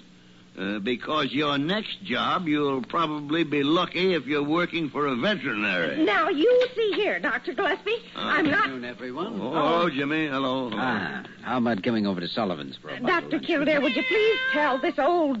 Well, now, Doctor. A new patient? Now, wait a minute, Jimmy. Wait. There you are, Dr. Gillespie. I'm glad I found you at last. Oh, no.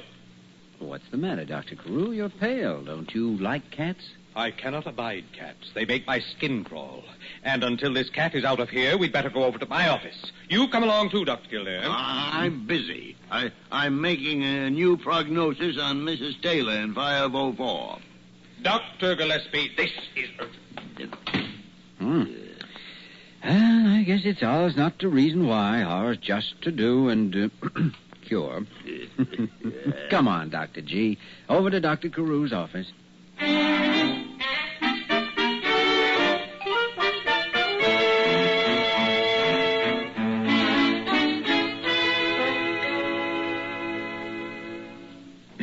Now, gentlemen, have you ever heard of Oliver M.W. Van Meter? Oliver M.W. Van Meter? Well, who hasn't heard of him in New York? Just oozing money. Not only oozes money, Oliver oozes influence. Oh, Oliver, eh? Well, yes. We met at a dinner party last night. But we spent almost an hour together alone talking confidentially about Mr. Van Meter's health. Not only money and influence, but health, too. Now, there's a lucky man. Gentlemen, it's a very, very strange case. But on my insistence, and upon my professional advice, mind you, he's coming to Blair Hospital. And, gentlemen, that is what I want to talk to you about. Well? Mr. Van Meter suffers from a most peculiar malady. Most peculiar. Every Monday of the year, his eyes start to water. Then his nose starts running. And by Tuesday, he has a horrible case of asthma. Oh, what's so strange about that? Probably an allergic reaction or something. Allergic reaction. Have you ever heard of an allergy that was able to read a calendar so that it could get started every Monday? Well... Just a minute, Carew. What happens after Tuesday? There is the strangest part. By Wednesday, the asthmatic condition starts subsiding. By Thursday, Mr. Van Meter is completely well again. And then Monday, each and every Monday, the cycle starts all over. It's unusual, all right, but still probably an allergic upset. Well, I've practiced medicine too long to make snap judgments, Jimmy, especially before I've seen the patient. I stand corrected, Doctor. And I'll bet you the 6-course lunch at Sullivan's with an extra plate of rice pudding, that no allergy recurs every Monday and then fades away. You just made a bet, Dr. Gillespie, with an extra rice pudding and an extra pitcher of cream. When does Mr. Van Meter check in, Dr. Carew? He's coming this Sunday, so as to be here for observation when the malady starts developing Monday.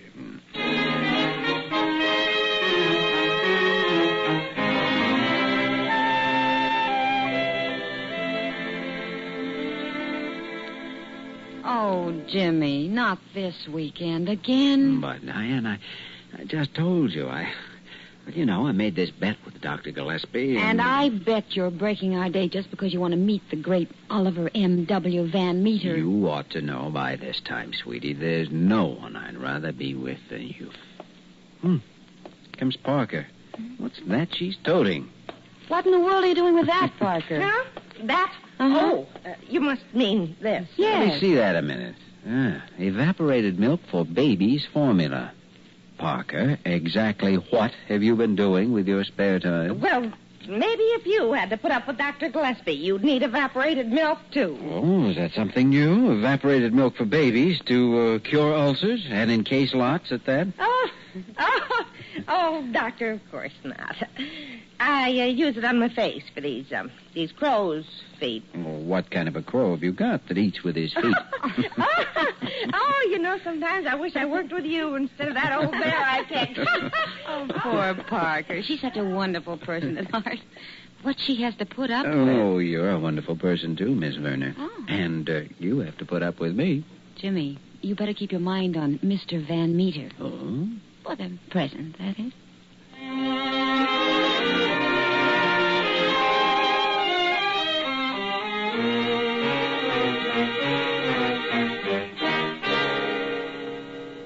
Now, if there is anything at all you want, Mr. Van Meter, just press that little call bell right over your head, and you will get some of the service for which Blair Hospital is so justly famous.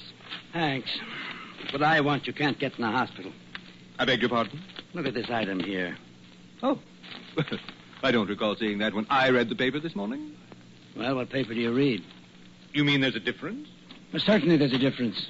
Yes, I see. Oh, Dr. Gillespie, Dr. Kildare, do come in and meet Mr. Van Meter, Oliver M.W.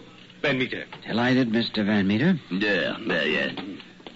Now, Dr. Kildare and I would like to start by getting a case history, Mr. Van Meter. I told Carew the entire case history the other night, and I... Oh, dear. In the lab, everyone, and not one of them is positive. Well, that should be pretty solid evidence that it isn't an allergy, then, shouldn't it? No, unfortunately not, because when I made the nasal smear for eosinophiles, it showed Van Meter's definitely allergic to something. Some unusual thing we just don't know about and can't find. Oh, this is dreadful. Dr. Gillespie, can't you suggest something? Yes. Give him a box of face tissues for his sneezes and send him home. Oh, Dr. Kildare, isn't there something you can do? Well, there is, but I'm afraid you're not going to like it, Dr. Carew. I'm not? It seems that whatever Mr. Van Meter is allergic to is some substance we haven't got in our lab. Something the medical profession probably doesn't even know about. Such as what, Jimmy? I don't know. I'm starting to think it's something here in New York. Perhaps something in the air of the city. You mean there's no possibility of finding it? None that I know of. So, in all fairness to the patient, and since you and the Board of Regents tell me to do the same thing the day after.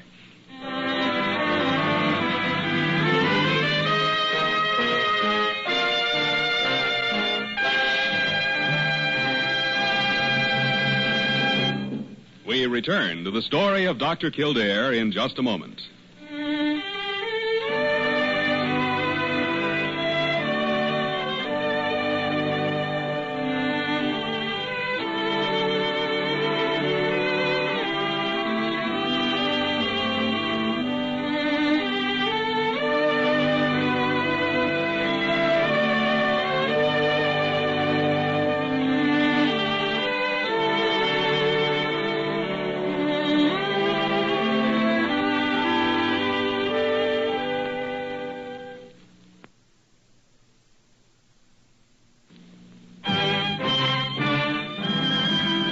we continue with the story of Dr. Kildare, starring Lou Ayres as Dr. Kildare and Lionel Barrymore as Dr. Gillespie. Dr. Gillespie, not alone have you been my friend, but you've been my mentor. You know that. Ah, mentor. My Aunt Bessie's bustle. When you came into the hospital, you were wet behind the ears, and someone had to take care of you. I appreciate that. And you're still wet behind the ears. In fact, what you did with Van Meter was all wet. Oh, please, let's not start that song and dance again, arguing whether he has a bad cold or an allergy. Oh, that's not what I mean. Why don't you face the facts? Carew was so tickled getting Van Meter into the hospital, he wasted no time letting the Board of Regents know all about it. Oh. And I suppose the board has nothing better to do now than wonder why Van Meter isn't here anymore. Jimmy, the fact is somebody dropped a golden egg into their basket, and you're the one who's thrown it away. Well, I'm sorry, but I did it for the good of the patient. Yeah? But did you consult me? Well, did you ask whether I thought he should leave New York? No. I suppose I should have. But with you feeling so miserable... Sure, yeah, I feel miserable, all right, and it's from that cold Van Meter sneezed all over me. Oh, now be reasonable. If he did have a cold, how could you contract it that soon? How possibly? Well, you heard Carew. Van Meter has influence. Oh, I'm sorry, but right now there's nothing so funny about that. When I see a patient racked with spasms and gasping for breath the way Van Meter did last Tuesday, I'm afraid I suffer as much as he does. How do you think I feel? I must have spent 35 years in this hospital for some reason. Breathing was so labored, clenching his fists, twisting in agony to get his breath. Well, we'll see. This is Tuesday, and if Van Meter does what he promised me, he'll be telegraphing from upstate and letting us know what happened. Jimmy, I hope Carew and the Regents don't kick you out before you pay for that lunch. Well, Dr. G, if they do kick me... Oh, hello, Parker. A telegram just came for you, Doctor. Thank you, Parker. A night letter from Oliver M.W. Van Meter. Oh? Is he all out of face tissues already? I'll say he isn't. Listen to this. Quote, this is the first Monday in 3 years I've had no symptoms or discomfort. Congratulations, Doctor, and my eternal thanks. Well, Dr. G, it is just about lunchtime. By the tarnation, I can't figure it out. Van Meter's well, and I've still got my... my cold. Parker. Yes, Doctor. I feel so good about this telegram, I'm going to buy you a whole case of that evaporated baby milk. Evaporated what? Oh, nothing, Doctor. Nothing at all. Dr. Kildare, congratulations on your diagnosis of the Van Meter case. You should have waited, Parker. Another telegram just came for Jimmy. Another? Yes. How popular can you get? Well, maybe your grateful patient wired you $100,000 in partial appreciation. Maybe. Yeah, give me that. By the great horn spoon, grateful patient. Not only opens my personal telegrams, laughs in my face. Dr. Gillespie, what does it say? I'm laughing so much I can't read it. Oh, this is rich. Good night, Doctor. Parker, shut up. Would you please let me read that? Oh, here, Jimmy. Well, I'll be blasted. This just doesn't make sense. Well, for heaven's sake, what doesn't make sense? Let's see. Yes. First telegram from Van Meter was a night letter sent Monday, and this is a straight telegram sent today, Tuesday. Yes, and? Upstate at Lake George, Van Meter was all right on Monday, but 24 hours later, on Tuesday, the whole thing started up again exactly the way it did here, except 1 day later. Well... Is there a doctor in the house? And if there is, tell him Dr. Kildare's taking me to Sullivan's for lunch.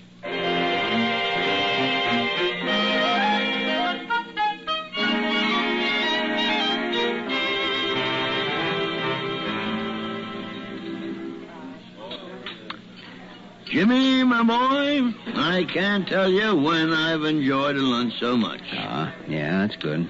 Go on, eat your pudding. No thanks. Doctor, not only is your slip showing, your slip in diagnosis, of course, but you're not even diagnosing yourself properly. It's a kind of very old phrase of yours, Doctor. What the tarnation are you talking about? Do you know? By the ever-living...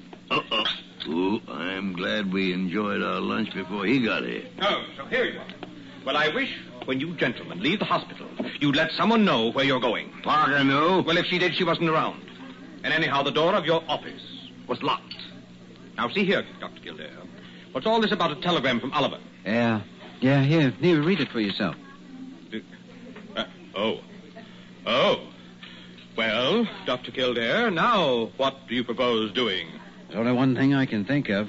Cutting your own throat, Doctor? No, but I'm going to telephone Mr. Van Meter Thursday when his new attack has subsided and ask him to come back down here, back to Blair Hospital. Back to... Dr. Kildare, you don't think for a moment he'd come back after you gave him the bum's rush? I don't know, Dr. Carew. I only know that if Mr. Van Meter can be cured, I'm going to cure him. If I have to work till I have a long gray beard.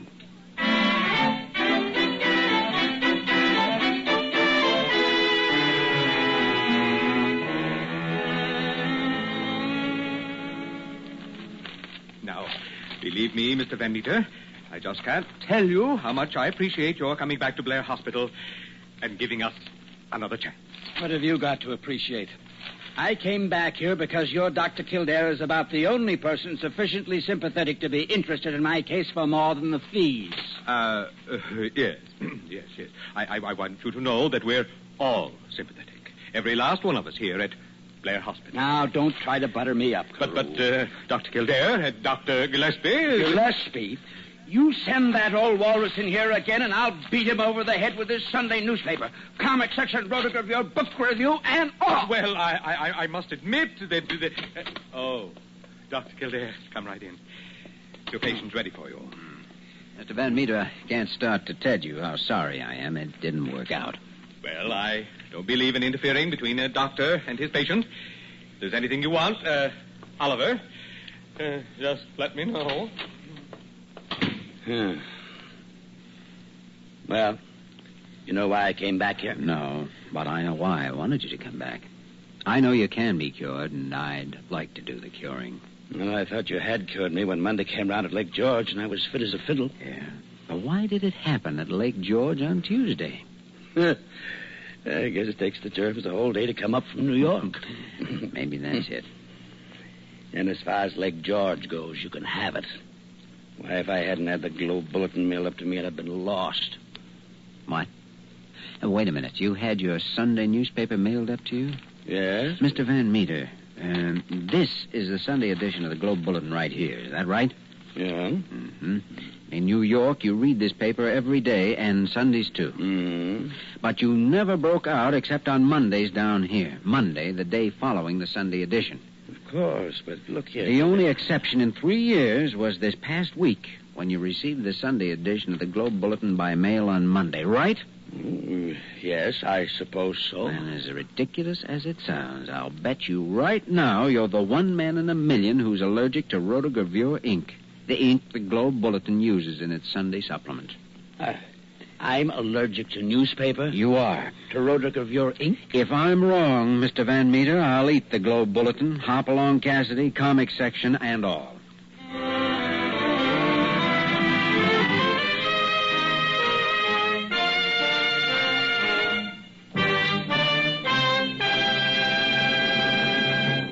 In just a moment, we will return to the story of Dr. Kildare.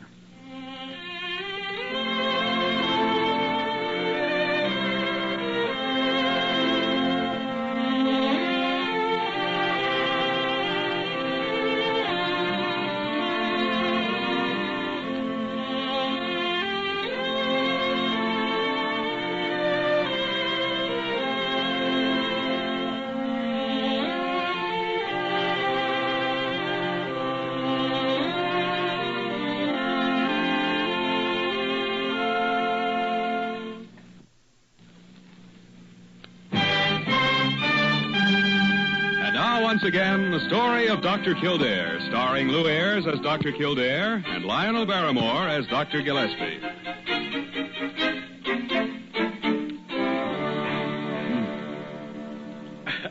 Well, this is such a happy moment, gentlemen. Certainly is for me. Well, goodbye again, Dr. Kildare, and thanks to you too, Dr. Gillespie. I take back all the things I said about you. The only thing I want you to take back's this blasted cold you gave me. Oh, but how can it be a cold, Doctor, when you and Dr. Kildare both proved Mr. Van Meter was allergic to the rotogravure ink in the Sunday edition? Parker, shut up. Well, come along, Oliver. I'll walk you down to your car. Goodbye. Yes, goodbye. Well, Doctor, not only do you owe me a lunch at Sullivan's, but you owe me the one you made me pay for prematurely. Compounded corruption, Jimmy. How can a man eat when his head's choked up with a cold? Tarnation. Now, this tissue box is empty. I thought you kept your whole hoard of face tissue in the back of that double drawer in your desk. Oh, no. There's been none there for weeks now. I'll go right down to the pharmacy and get you some. Now, wait a minute, Parker. There were at least a dozen boxes. They can't all be used up. Now, hold your horses, Parker. I'll take a look. Oh. By the great horn spoon. A cat in my desk. And a blanket. Parker, come back here. Locking the office and evaporated baby milk for your crow's feet, eh, Parker? Now, Doctor, you've simply got to give me a chance. Gave you a chance to nothing. I'm going to take this cat and... Well, Dr. Gillespie, now are you convinced you haven't got a cold? Why, even a second-year med student could tell what's wrong with you. You're allergic to cat's hair. Parker, I've wanted to do this for a long time. But now I'm going to wrap my fingers around your throat until rigor mortis sets in. Well, and I've wanted to do this for a long time, too. I'm quitting. Oh, no, you're not. You're fired. That's a fine way to treat me. And after she's given you the best years of her life, for shame, Doctor. The only reason I hid the old kitten in the first place was because I couldn't catch it. And then when I heard Dr. Carew say cats made his skin crawl, I thought, well... I don't care if Carew... Huh? Carew, huh? Well, now, maybe you got something there. A new secret weapon. You bet she has, Dr. G. Parker, honey, you sit down. You're not fired. You're just wonderful. Oh, good and tight.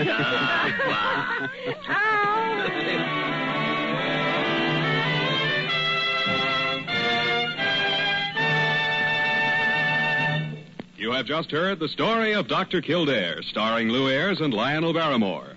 This program was written by Paul Franklin and directed by Joe Bigelow. Original music was composed and conducted by Walter Schumann.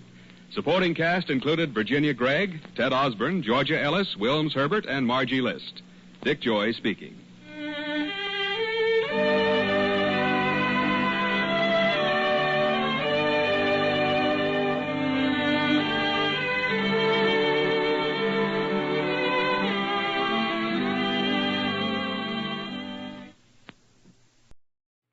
The story of Dr. Kildare.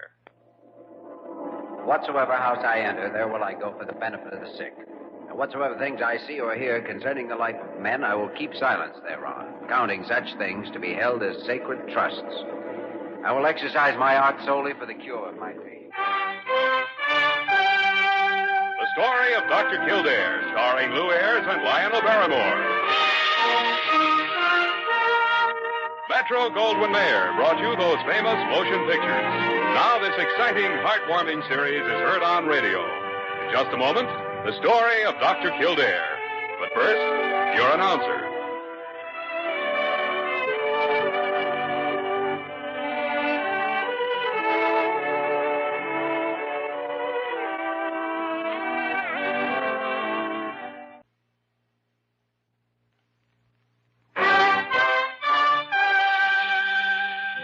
The story of Dr. Kildare, starring Lou Ayres as Dr. Kildare and Lionel Barrymore as Dr. Gillespie.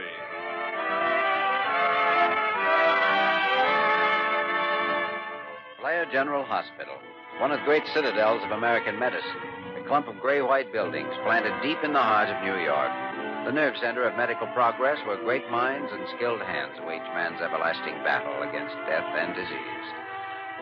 Blair General Hospital, where life begins, where life ends, where life goes on.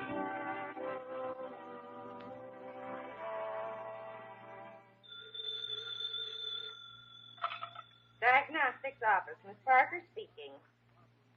Yes, just a moment.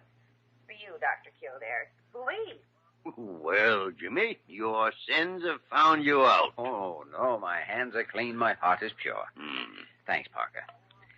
Kildare speaking. Hello, Jim. This is Ed Dana at Precinct Headquarters. Ed, how are you? Oh, can't complain. Was this a social call or business? I'm afraid it's business. Are there any patients in the jail ward at the moment? No, it's empty. And I hope it stays that way. Sorry, Jimmy. It isn't going to. Oh?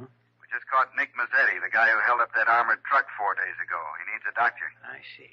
He's been carrying 2 bullets ever since the robbery. Hasn't had medical attention. He's in bad shape.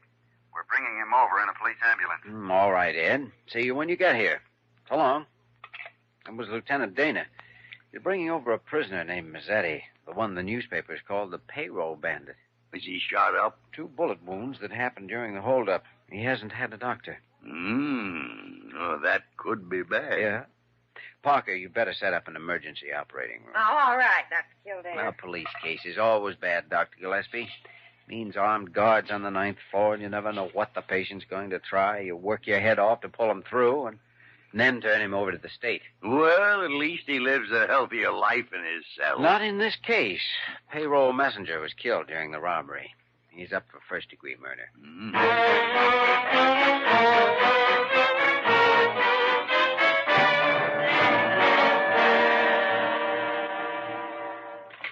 Pardon me, is this where... Yeah, come on in, Ed. Oh, hello, Jim. I didn't recognize you. All you guys look alike in those uniforms. Guess we do. Dr. Gillespie, Lieutenant Dana. Glad to meet you, Doctor. How are you, Lieutenant? I'm sorry, but I can't shake hands. You're unclean, you know. Huh? You mean surgically unclean, Ed. We've already scrubbed up. Now, what's the location of those bullets? I haven't seen the x-rays. Well, one's high up in the left shoulder. Mm-hmm. The other one's in the chest, the area right around here. Oh, yes. You probably call it by some name a yard long. That's the only thing that gives the medical profession any position of prestige, Lieutenant Dana. The fact that most people don't understand Latin. Dr. Kildare, we're ready whenever you are. Oh, all right, Diana. Did Parker tell you about the case? He just said police emergency. Bullet wounds. That's right, 2 of them. One's probably a probe, and the other's in the chest, so it may take an incision. All right, Doctor. Oh, and instead of local anesthetic, I think under the circumstances we better have the patient unconscious. Cyclopropane? Right. Okay. See you inside. Well, everything's ready to go, but the patient. He ought to be here any second now. Sergeant Riley's bringing him up on a stretcher. Mm-hmm. Riley, by the way, will stand guard the rest of the day and evening. I'll send a relief at midnight. What's likely to happen to this fellow, Lieutenant? He killed a man, Dr. Gillespie. Incidentally, I'd like to be present in the operating room when you take these bullets out. I take him and mark him for evidence. Well, just crawl into one of those white robes, put on a face mask. Am I in the right place? Yeah. Wheel him in, Riley.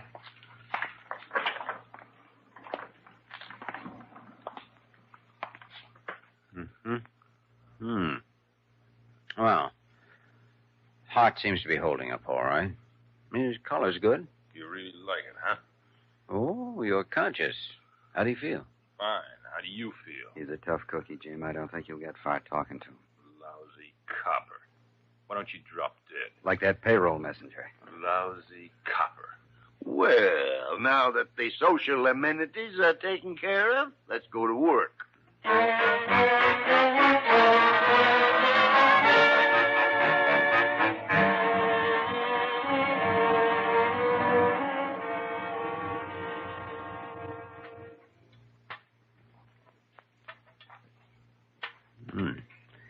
It's deeper than it looked. Tighter, too. Number 7 forceps, please. Here you are, Doctor. Oh, thanks. Is it flattened out any, Jimmy? No, I don't think so, but it's right in the center of that muscle group. The round nose 38 shouldn't have flattened much unless it hit a bone. Sponge, Doctor? Oh, thanks.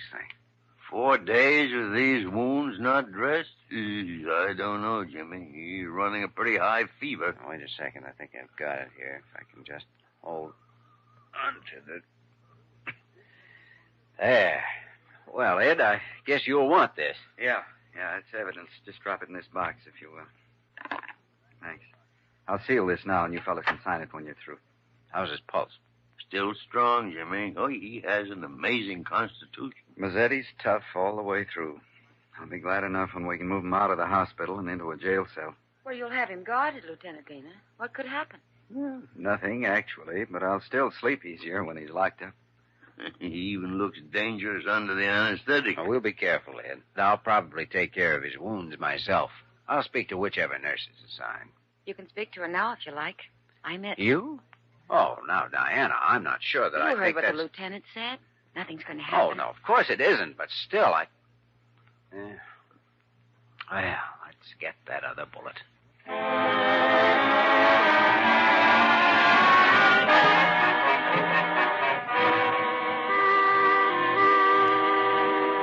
I don't care what you say, Dr. Gillespie. Maybe silly, but it's dark outside, and I won't walk across the street to that lunchroom alone. All right, Parker. All right. Sit there and starve to death, then, for all I care. I'll buy you dinner if you'll go with me. I had dinner an hour ago. Oh. Well, then I'll just call up and have them send over a sandwich. No, you don't. Put that phone down. Well, I like that. There'll be no more eating in this office. You know what I found yesterday folded up in old lady Sprottley's pathology record? No, what? A slice of salami. I never eat salami. Well, somebody did. Now, go on over there and eat your dinner. I couldn't eat a bite just thinking of that criminal. Oh, confound it, Parker. He's on the 9th floor under guard. What is it to worry about? Well, you just never know, Dr. Gillespie. You never know. Never know what, Parker. Oh, she's seeing armed killers around every corner, Jimmy. Even scared to walk across the street to Sullivan's. I don't think you have to worry about Mazzetti, if that's it. Diana says he's still delirious. Yeah, not so tough after all, huh? I guess those 4 days of fever and infection took a heavier toll than it seemed. He was evidently going on his nerves. Yeah, I noticed that even under the anesthetic. He was as taut as a fiddle string. He's worse now. Diana says he's been rolling and tossing continuously from one side of the bed to the other. I don't know whether it's nerves, fever, or just his imagination working overtime. Well, it's got plenty to work on, Jimmy. Yes, it has. By the way, Parker, I haven't had dinner either. Oh, Dr. Kildare, would you? I would. Come on, we'll protect each other.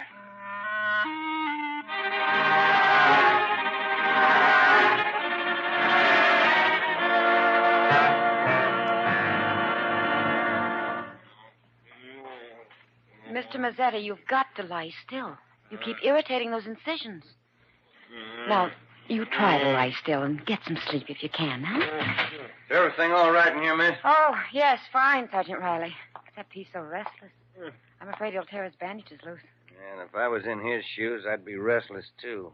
Oh, so.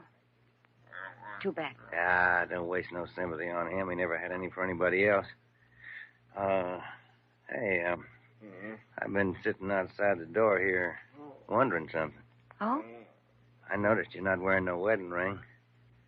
Wondering if you ever go out with fellas. Oh, yes, Sergeant. I go out quite often. You do? With Dr. Kildare.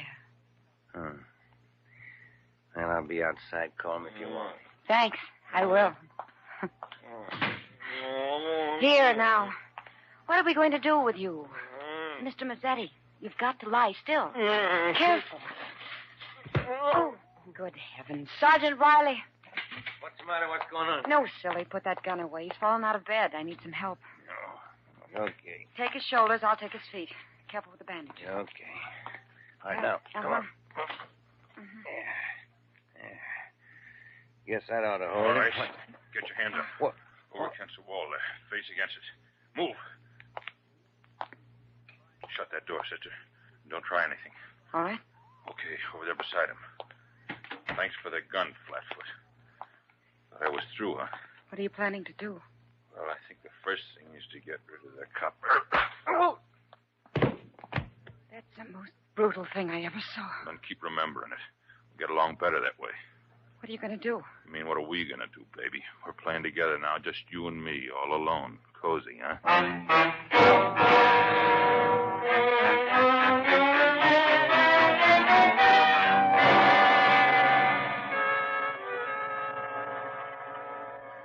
That's all very well for you to say, Dr. Gillespie. You're not a defenseless woman. Neither are you. And at least I enjoyed my dinner in peace, thanks to Dr. Kildare. A pleasure, Parker. Instead of sitting over there expecting any minute to be shot in the back. Parker, it would have to be in the back. That face of yours would stop the most hardened desperado. Well, I like that. You wouldn't if you had to look at it every day. I don't mean that. I don't... Oh... Kildare speaking. What? Yes, I'll be right there. Dr. Gillespie. What's wrong? The night supervisor just found Mazzetti's guard slugged, lying in the room. What? Lazetti and Diana are gone. By the great horn spoon. Parker, call Lieutenant Dana at precinct headquarters and tell him to get over here fast.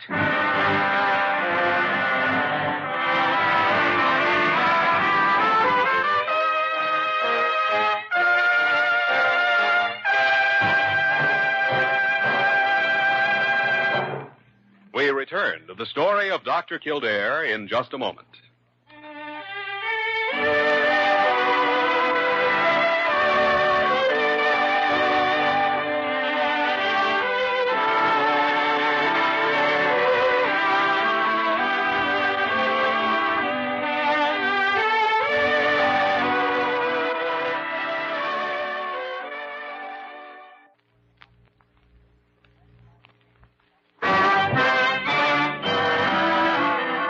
Continue with the story of Dr. Kildare, starring Lou Ayres as Dr. Kildare and Lionel Barrymore as Dr. Gillespie.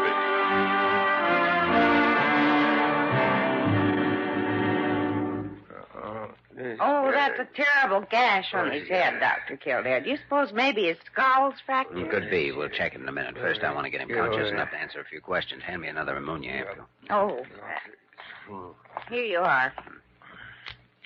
Now, breathe in now, Riley. Deep breath.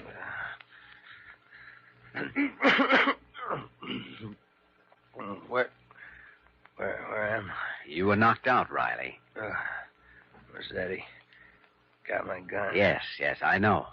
Now, listen, Riley. Did he say where he was going? He pretended to fall out of bed. Mm-hmm. Helped the nurse pick him up. He grabbed my gun. Yes, I know. Did you know where he was going, or did he say what he planned to do? No, he got... Oh, he's passed out again. Yeah, check his pulse, Parker. One thing sure, he's not going to be able to help us any. Come in, Ed. How's Riley? Conscious a minute ago, but no help. He scarcely knows what hit him. Mazzetti pulled a trick and slugged him with his own gun. And he's got that gun with him now, wherever he is. Yeah, that's right. Well, I've thrown out 2 fast police cordons, one at 6 blocks radius and one at a mile. Mm-hmm. Been an APB on the police radio since 20 seconds after I was notified. And we've ordered out the day shift detectives for special duty. We'll get him, Jim. He doesn't have a chance. Ed, how much chance do you think Diana has? Well, she's a nurse, and he's got those bullet holes to think about. She's valuable to him, so... Jim, let's not look on the worst side unless we have to.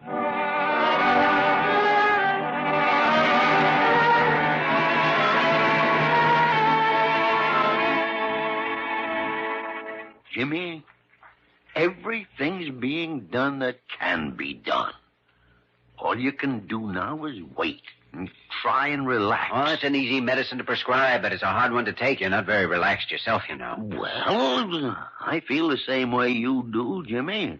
I couldn't love that girl anymore if she was my own daughter. But our hands are tied. I know one thing, Dr. Gillespie. I'm a physician, and I've always believed in protecting life and saving it. But if he harms Diana in any way, so help me. Oh, no, Jimmy, that kind of thinking doesn't lead anywhere. And Lieutenant Dana said himself Any word yet? No, not a thing.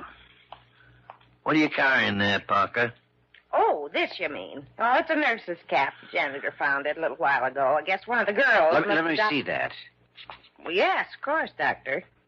Jimmy? I'd know that perfume anywhere. It's Diana's. Huh? Parker, do you know where he found it? I mean, exactly where. Why, yes, in front of the door of the pathology lab, but Dr. I don't... Gillespie, she dropped it on purpose, and they're still here in the building. No wonder the police hit a dead end. You mean Diana and that killer are right here in the hill? Let her lie there, Jimmy. If we revive her, she'll only have hysterics. Yeah. Look, will you call Ed and have him get over here with some men? I'm going down to that lab. Might be a little dangerous. If the police try to take him, someone will get killed. Alone, I may have a chance. I'll see you later.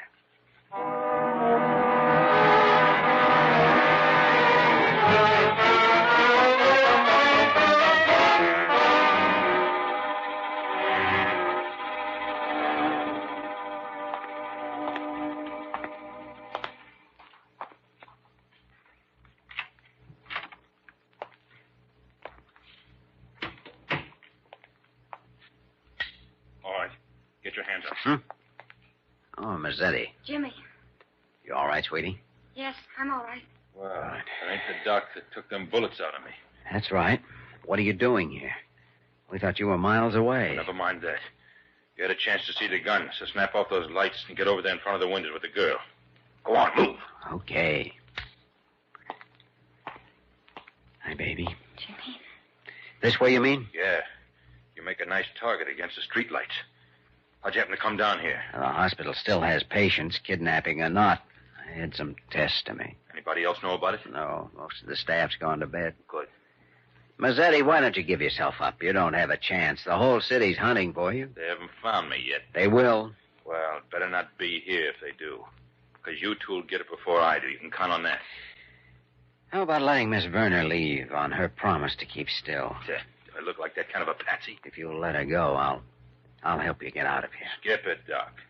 Not so much talk. I like it quiet. Okay. Jimmy, is that my cap? Yeah. You want it?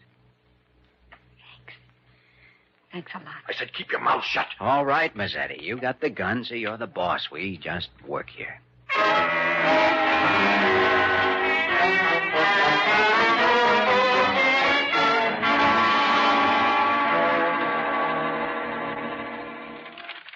Well, there's the floor plan of the lab section. Lieutenant, you can block off that corridor at each end and put men on the ground below the windows. No other way out. So I see. Well, I'll have the boys keep out of sight and just stand by, Dr. Gillespie. But if something doesn't break in the next 10 minutes, we'll have to move in regardless. Over my dead body. Now, be reasonable, Dr. Gillespie. You said yourself he didn't even have a plan when he went down there. Well, he will have, though. Just give him time. I'll give him all the time I possibly can. He's a friend of mine, too, you know. Well, he's more than a friend to me. He and Diana Werner are the two people I love most in the world. And so help me, I'm not going to have them killed through some more police bungling. Well, you hit a sore spot there. We did bungle on it. All right, what do you suggest? That we stand by, Lieutenant. That's all. Just stand by.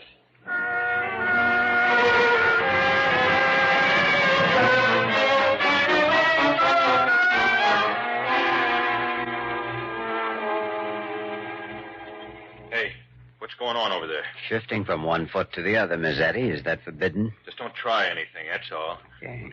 Can we have the light on? No. Couldn't be seen from the corridor if that's what bothers you. You'll attract more attention if you knock over something else. Like that bottle you broke. I said no. Bottle? What bottle? I don't know. It was one of those on the specimen table. Well, be careful moving around. There's some fairly rough stuff in these bottles. What do you mean, rough stuff? No, bacteria, germ cultures, virus specimens. It's a pathology lab, you know. There isn't really much danger as long as no one gets cut on the broken glass. You go on over and turn on the light. Just turn it on and go right back where you were. Okay. Now stay there. Doc, take a look at that broken bottle and see if you can tell what was in it. Sure. I don't know what you've got in mind, but... Here's the piece with the label. Adepsilon ion hydrins. Well, Lazetti, you picked the worst specimen in the lab to knock over. Yeah? What's it mean? Leprosy. Leprosy? You'd both better stay away from the table. One sliver of this glass, and it's just too bad. Yeah. Look at your hand. Yeah, I cut it when I broke that bottle. What? Let me see that. Uh-oh. Doc, I'm not going to get leprosy, am I? How long ago did this happen? I don't know. It was when we first came in here. It's been almost 4 hours now, Jimmy. But not quite 4 hours, huh? No. All right. Diana, make a 3 cc aqueous solution of Panapon hydrochloride. It's in the middle cabinet there. All right, Jimmy. Now, there should be a case of hypos here in the table drawer. What's the pitch, Doc? Is there any chance? Is there anything you can do? Yes, if it hasn't been 4 hours yet, there's a good chance. No, here we are. Here's the solution, Jimmy. No, thanks. Now, I'll fill this syringe. Look, Doc, if you're trying to pull something, don't forget I got a gun on you. Lazetti, I don't care whether I give you this hypo or not. It's entirely up to you. Okay, go ahead. But just don't try nothing. All right. Now, let's have your left arm. Tourniquet? Yeah, thanks. Now, we'll find a vein. This needle's going to sting, so be careful with that trigger. Go ahead. Okay. There. That ought to do the job. The fee is $5. Send the bill to the police commissioner. How much longer are we going to have to stay here? Until I get ready to leave. That may be any time from now until... Oh, you may be a little dizzy from that shot, but it'll pass over in a few seconds. Yeah, I feel like... like... Doped me. That's ridiculous. Double cross. Watch it, Jimmy. He's going to shoot. Yeah, I've got him. You missed, Lazetti. You doped me. Well, we can breathe easy, maybe. He's out cold. Jimmy. All right, Lazetti. Over. Come on in. It's unlocked. Where is he, Jim? There on the floor. Asleep. Asleep? What happened, Jimmy? Oh, he cut himself on a broken lanolin bottle and for some reason got the idea he had leprosy. Leprosy? That's right, Ed. Noticed the cut on his hand, and when Diana said he'd broken a bottle, I played a hunch.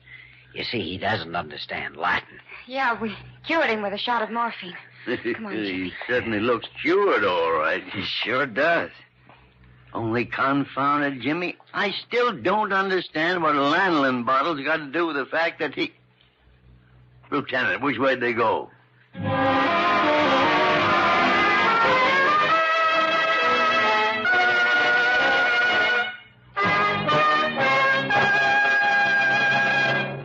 In just a moment, we will return to the story of Dr. Kildare.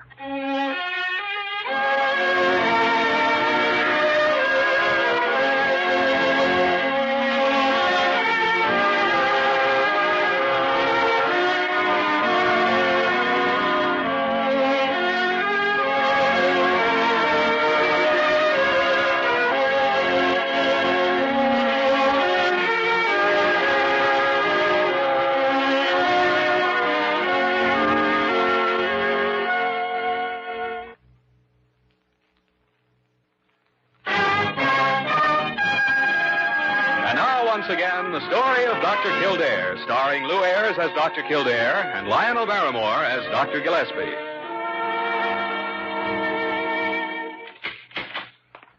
Oh, morning, Jimmy. Hi. Come on in. Anything new today, Dr. Gillespie? No, couple of patients waiting for diagnosis, but I haven't had time to see them yet. Oh. What's with you? I was just up the 9th floor checking the Lazetti setup. Ed's certainly taking no chances this time. Oh? He's using 3 guards, 1 inside the room and 2 outside. The door stays open all the time. I imagine. Good morning, Dr. Gillespie, Dr. Kildare. Morning, Parker. By the way, Parker, here are the assignment sheets for nurses on the Lazetti case. Mm-hmm. Give them to Molly Bird, will you? All right, Dr. Gillespie. 8 a.m. to 4 p.m., Miss Brawley. 4 to midnight, Miss Jenkins. Of course, from midnight on is the Miss Parker. Yeah, that's right, Parker. All alone up there in the darkness. With... Oh. Well, by the great horn spoon. Jimmy, will My dear Dr. G, I'm way ahead of you. Here's the smelling salts.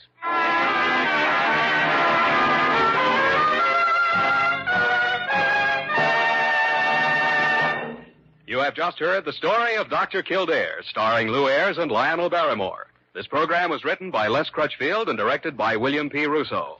Original music was composed and conducted by Walter Schumann. Supporting cast included Virginia Gregg, Georgia Ellis, Barton Yarborough, Barney Phillips, and Vic Perrin. Dick Joy speaking.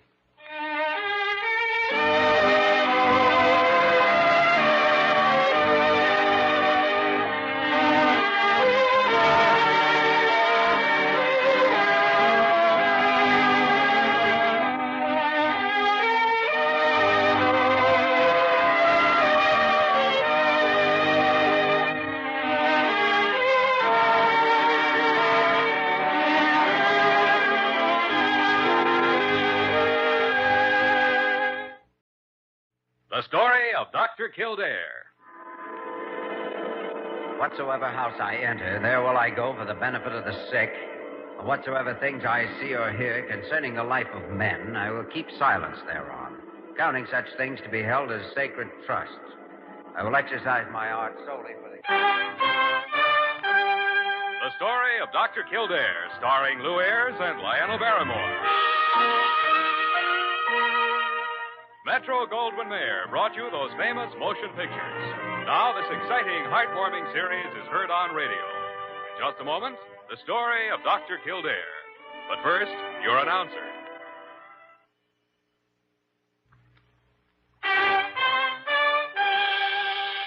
Now, the story of Dr. Kildare, starring Lou Ayres as Dr. Kildare and Lionel Barrymore as Dr. Gillespie.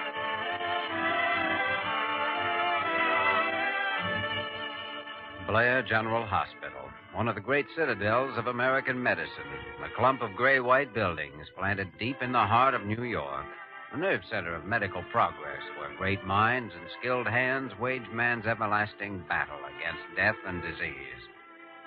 Blair General Hospital, where life begins, where life ends, where life goes on.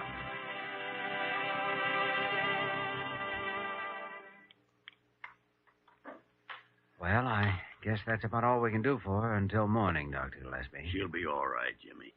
She showed a good response to the stimulant. Parker? Yes, Dr. Gillespie.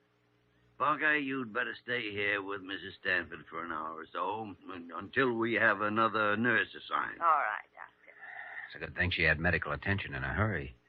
At her age, with a case of angina pectoris as bad as this, well... Apparently, she didn't even know she had a heart condition. No. The intern who went out with the ambulance said no one in her family had given her any kind of a stimulant. Didn't have any in the house, in fact. Well, they better have some now, from now on. Yes.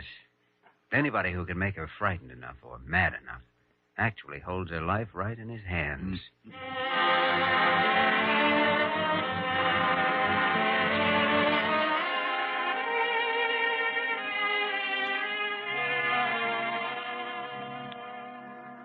I'm Mrs. Stanford's nephew, gentlemen, Everett Ward. How do you do? This is Miss Lane, Deborah Lane, my aunt's companion and secretary. You do. How is my aunt? Well, she's asleep now, Mr. Ward, and out of danger as far as this particular attack is concerned. Oh, I'm so glad. We were terribly worried. A reason to be, young lady. That woman's heart's in pretty bad shape. None of us even suspected it. Then her condition really is serious. I mean, there'll be danger from now on? Oh, considerable, Miss Lane. She'll have to be carefully protected from any kind of emotional excitement. That is, anger, fear, that sort of thing.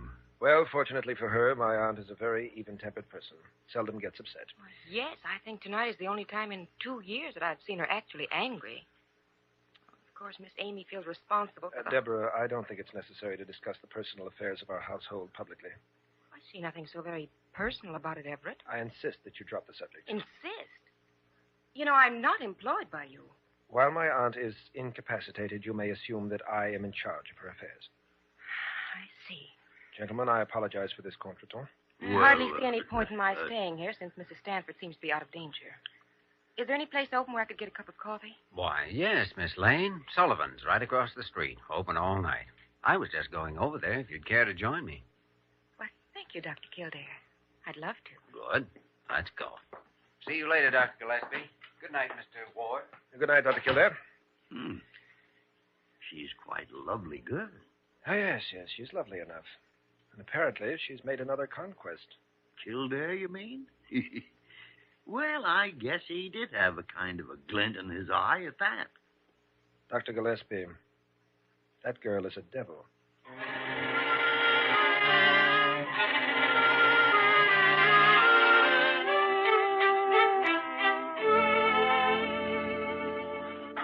Oh, good morning, Dr. Kildare. Good morning, Parker. Dr. Gillespie.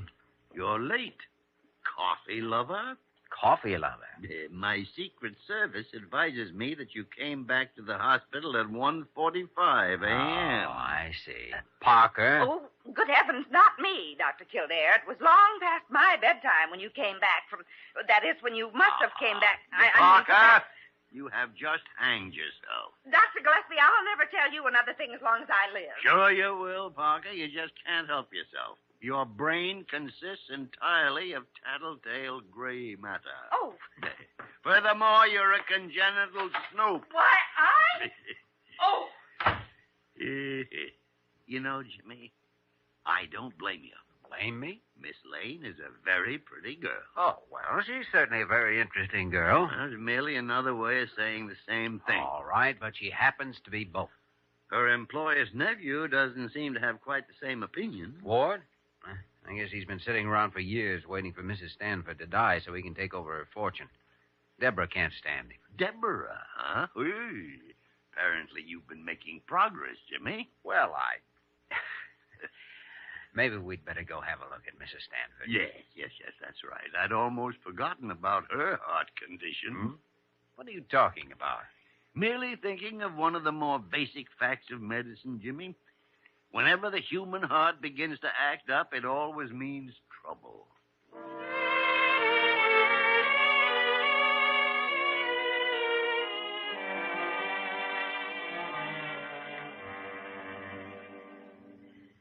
Gentlemen, I hardly know what to say. Of course, I've noticed pains once in a while, but a woman my age expects to have an occasional pain. Well, an occasional pain is all you'll need to worry about if you'll just take care of yourself. No more arguments like the one last night, for instance. Oh, I shouldn't have let myself become so angry, but Amy knows better. She knows how those things frighten me. Those things? Oh, didn't Deborah tell you? No. Well, you see, my sister Amy lives with me, and last night I found it was something I had expressly forbid her ever to bring into the house again. A Ouija board. A Ouija board? Well, now, that seems like a harmless pastime. Possibly for some people. But Amy has an obsession along those lines. She spends most of her time trying to communicate with the dead. And as you say, this sort of thing frightens you, Mrs. Stanford? Terrorize me. Apparitions, ghostly voices. Oh, I don't even like to think about them. Well, maybe I'd better speak to Amy when I stop by to see you tonight. Stop by to see me? Why, yes. In a case of angina, there's no reason to keep the patient in the hospital after the attack is over. Oh. But I thought I would call at your home after dinner and see how you were feeling. But, Kildare, you're not on duty tonight. Oh, that's all right. I don't mind. It's no trouble at all. I see. You would. Mrs. Stanford, I think you can count on some very devoted medical attention from Dr. Kildare. That's awfully nice of you, Doctor. But I do hope you won't scold Amy. She probably feels guilty enough already. No, but I do want to impress her with the importance of not upsetting you under any circumstances. Yes, that is something to think about. My life is in the hands of anybody who can make me frightened or angry. It makes you wonder.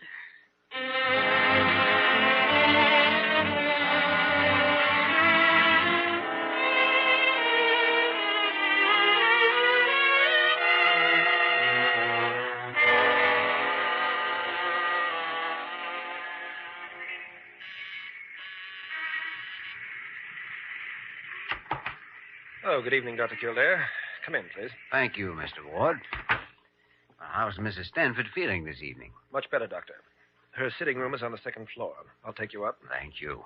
Oh, but I'd like to see Miss Lane first, if I may. I see. You're wasting your time, you know. Oh? Well, It's my time, Mr. Ward.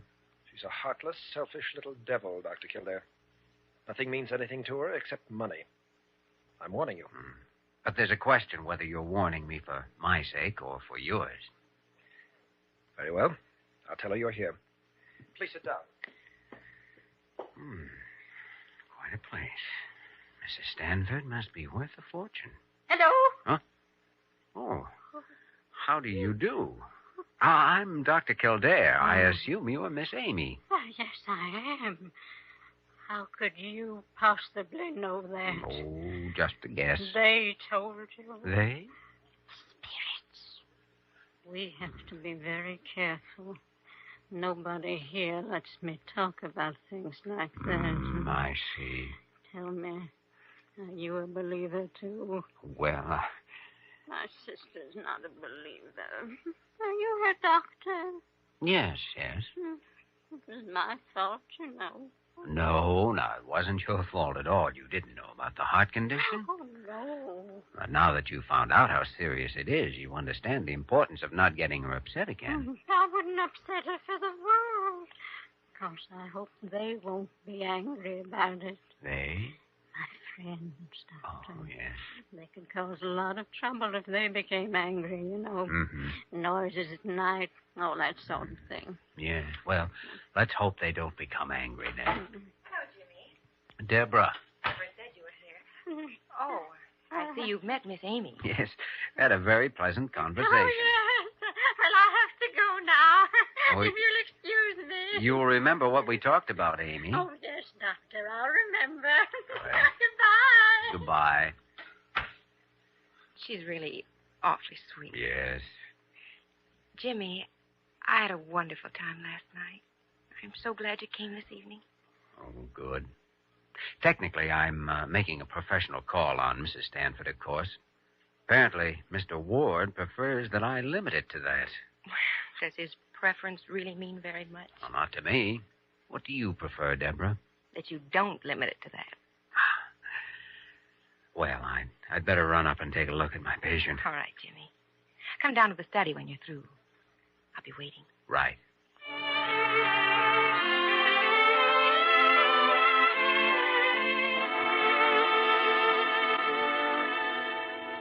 Doesn't mean a thing, Dr. Gillespie. Not a thing. Doesn't mean anything.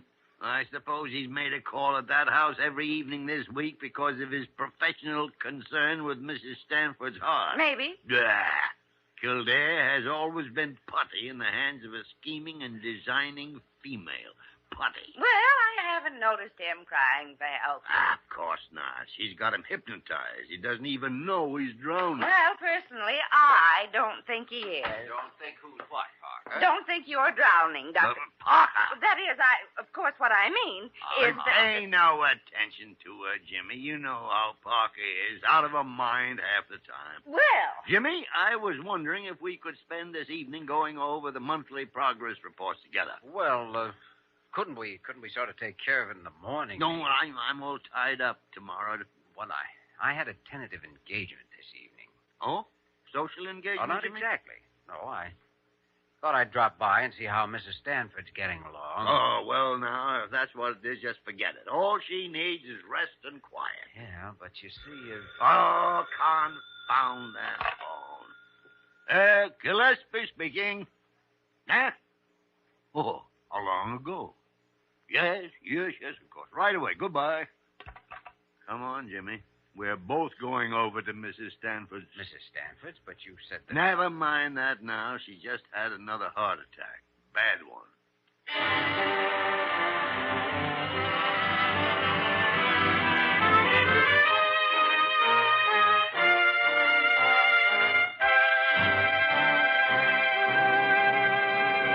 We will return to the story of Dr. Kildare in just a moment.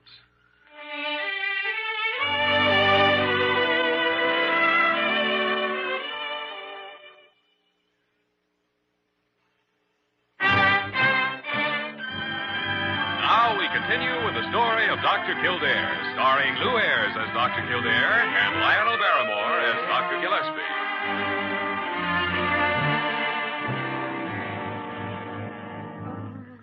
He's beginning to come out of it. Yeah, pulse is said it is it's stronger now. It was a close shave. Wonder what brought it on. None of them seem to know. She was apparently alone at the time. No, go away. Easy now. It's all right, Mrs. Stanford. Everything is all right. Oh, I thought...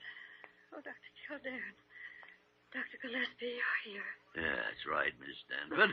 You just relax now. Nothing to worry about. Oh, I was so frightened. I tried to scream. I was terrified. Terrified of what? Something, I don't know what. What do you mean by something, Mrs. Stanford? Oh, it was like a ghost. It was carrying a long knife. I could see it in the moonlight, and that's all I remember. Well, anyway, it's all over now. We're here, and your family's outside there in your sitting room, so you just lie back and go to sleep. Oh, yes, sleep. I'm so tired. But I'm so glad that both of you are here. It's all right now. Come on, Jimmy.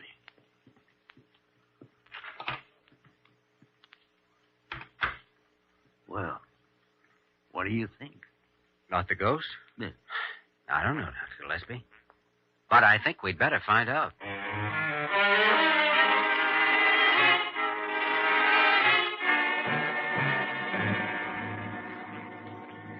No, I think it's best that you don't go in to see her tonight, Mr. Ward. That none of you do, in fact. She's asleep now and shouldn't be disturbed. Yes, I suppose you're right. And in view of what happened tonight, it's Kildare's and my opinion that she should have a permanent nurse with her starting in the morning.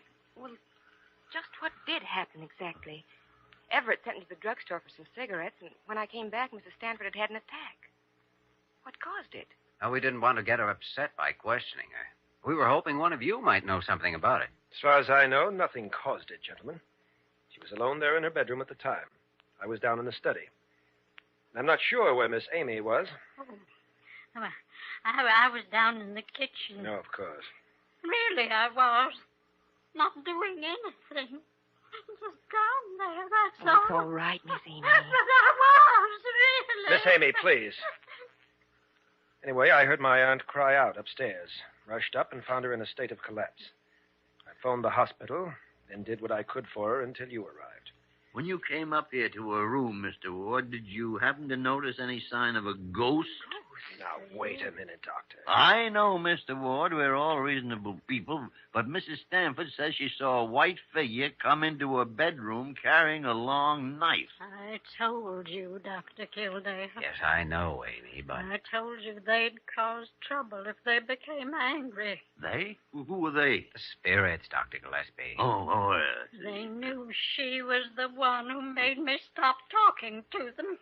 It was retribution, that's what it was. Miss Amy, please, that's enough now. You don't believe me either, Everett, but you'll find out.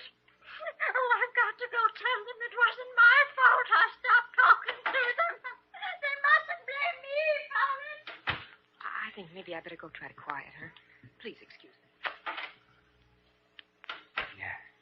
Gentlemen, I have a somewhat painful question, but I do feel it necessary that I ask it. Oh? What is it? Is there a possibility that my aunt may be suffering from hallucinations, a mental instability, as you might call it? None whatever, Mr. Ward. If she says she saw a ghost, then she did see a ghost. But that's ridiculous. Maybe. But so is the idea that Mrs. Stanford is not of sound and competent mind, as I believe the legal phrase reads. I don't know what you're implying, Doctor.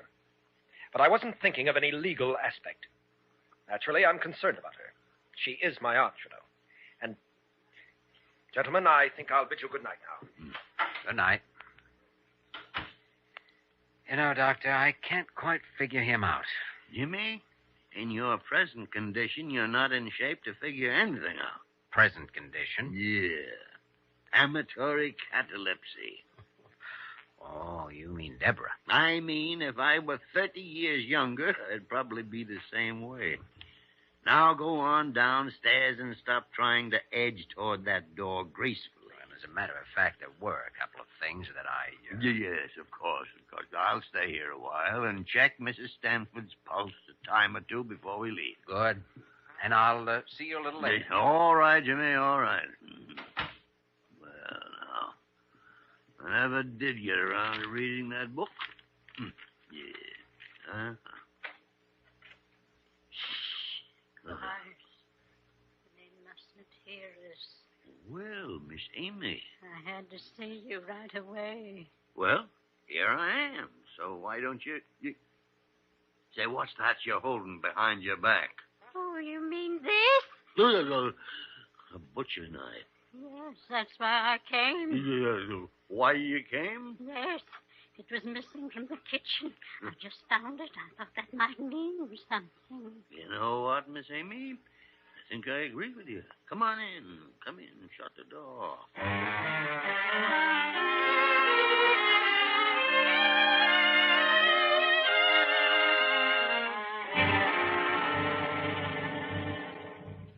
Well, if you and Dr. Kildare are really due back at the hospital, I guess there's nothing much I can say. Except I'm sorry. Well, I'm sorry, too, Miss Lane, but this is something that absolutely must be taken care of. Coming to me? Oh, yes, that important matter couldn't Yes. possibly wait. I'll phone you tomorrow, Deborah. Very well, Doctor. I'll go to the door with you. I was wondering, Miss Lane, do you happen to know the terms of Mrs. Stanford's will? Why, yes, I helped her make the first draft to go to her attorneys last year. Oh. Oh, except for a small bequest to me and to her other employees, the estate is divided evenly between Miss Amy and Everett Ward. Oh, here you are. You know, it's a little frightening to think of that much money in Amy's hands. Well, it would only technically belong to her. The will appoints Mr. Ward administrator for her. Yes, very interesting. Mm-hmm. Well, good night, Miss Lane. I'll send a nurse over the first thing in the morning. Good night, Dr. Gillespie. Good night, Jimmy. Good night, Deborah. Nice night, isn't it, Jimmy? Mm-hmm. No. Yeah, great. Suppose you tell me what this is all about. Oh, a combination of greed, the spirit world, and a potentially perfect crime. A murder. Murder? Mm-hmm. In that case, what are we leaving for? We're not. Hmm? There's a side entrance to the garden just ahead of us there. And a stairway leading up to the terrace of Mrs. Stanford's sitting room. I left the terrace door unlocked. Uh-huh. Of course, a slight risk is involved. A criminal charge of housebreaking. And don't forget that butcher knife. 2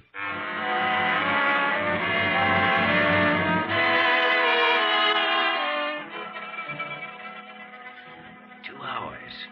I'd be tired of sitting this long in the dark on a sofa, let alone behind one. Well, if we're wrong and get caught here, we may find ourselves behind something a lot worse than a sofa. The longer we're here, the more I suspect we are wrong. Miss Amy could have misplaced that knife, and Jimmy, shh. Quiet. Somebody in the hall outside. They're coming in. Can you see anything? No, Good Lord. All in white. All right, Jimmy, turn on the lights. Right. You can take off that sheet, Miss Lane. What? Deborah. I thought you'd gone hours ago. What are you doing here? Well, I was waiting for you. Kildare just came along for the ride. Yeah, I guess I've had one, too. Jimmy, I was only playing a sort of joke. Some joke. Same kind you played earlier, Miss Lane? When you started for the drugstore and then slipped back up those terrace stairs? $100,000 joke, huh? What do you mean? According to Miss Amy, that bequest in Mrs. Stanford's will isn't quite as small as you imply. Jimmy, you don't think that... I have nothing to say. All right. What are you going to do? Turn me in? That's up to Mr. Ward as soon as we wake him up and tell him about it. Well, go ahead, then. See how much good it's done. I'm sorry, Jimmy. I guess there's nothing much to say. Oh, plenty. But thanks for not saying it. One good thing, apparently Mrs. Stanford hasn't waked up. I have, though, Dr. Gillespie. How would you like to kick me? Why? For being susceptible to the call of the wild goose? I only wish I were. Why, when I was your age, Jimmy, I was susceptible to every pretty girl who walked past. Yes, but that's what worries me, Dr. Gillespie. When I'm your age, I may still be. Whoa.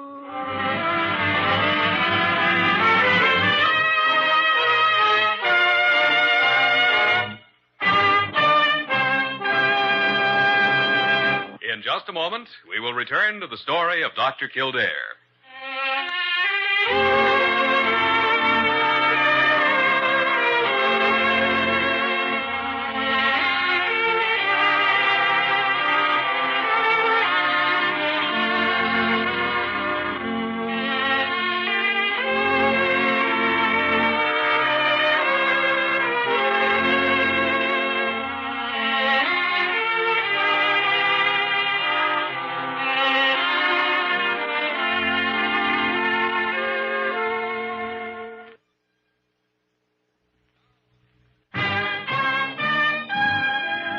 And now, once again, the story of Dr. Kildare, starring Lou Ayres as Dr. Kildare and Lionel Barrymore as Dr. Gillespie. Well, that's that, Dr. Gillespie. One more month. One more progress report. Yes, Jimmy, it's one of the dullest duties a doctor ever has. Confounded, you got to fight disease in the wards, in the operating rooms, in the laboratories, not on a sheet of paper. Well, I suppose you can't run a hospital without keeping records. Yeah. Anyway, it's done. Oh, good morning, Parker. Good morning, Dr. Kildare. I just picked up the new patient list from registry. There's one assigned to you, room 417. 417. What's the case, Parker? No, I don't really know, Dr. Kildare. It's here on the form. And here are 2 new ones for you, Dr. Gillespie. Well, now, let's see what the guards have provided. Oh, no. This is out. What's the matter, Jimmy? This new case in 417, Dr. Gillespie. You take it. Well, why, Dr. Kildare? Parker, you won't understand the reasoning behind this, but 417 happens to be a 22-year-old girl with a heart condition.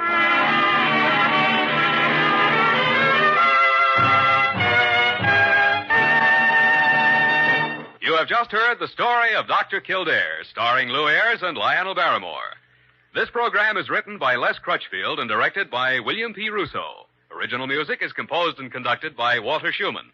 Supporting cast included Virginia Gregg, Peggy Weber, Lillian Baeff, Isabel Randolph, and David Ellis. Dick Joy speaking.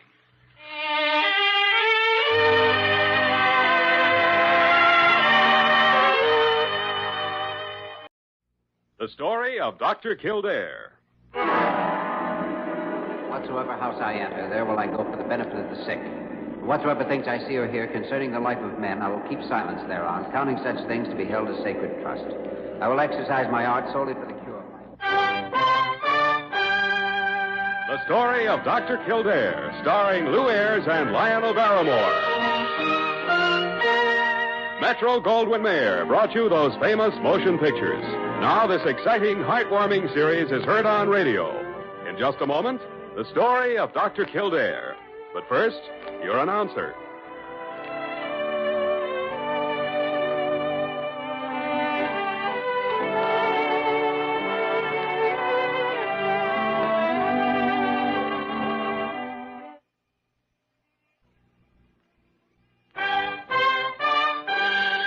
Now, the story of Dr. Kildare, starring Lou Ayres as Dr. Kildare and Lionel Barrymore as Dr. Gillespie.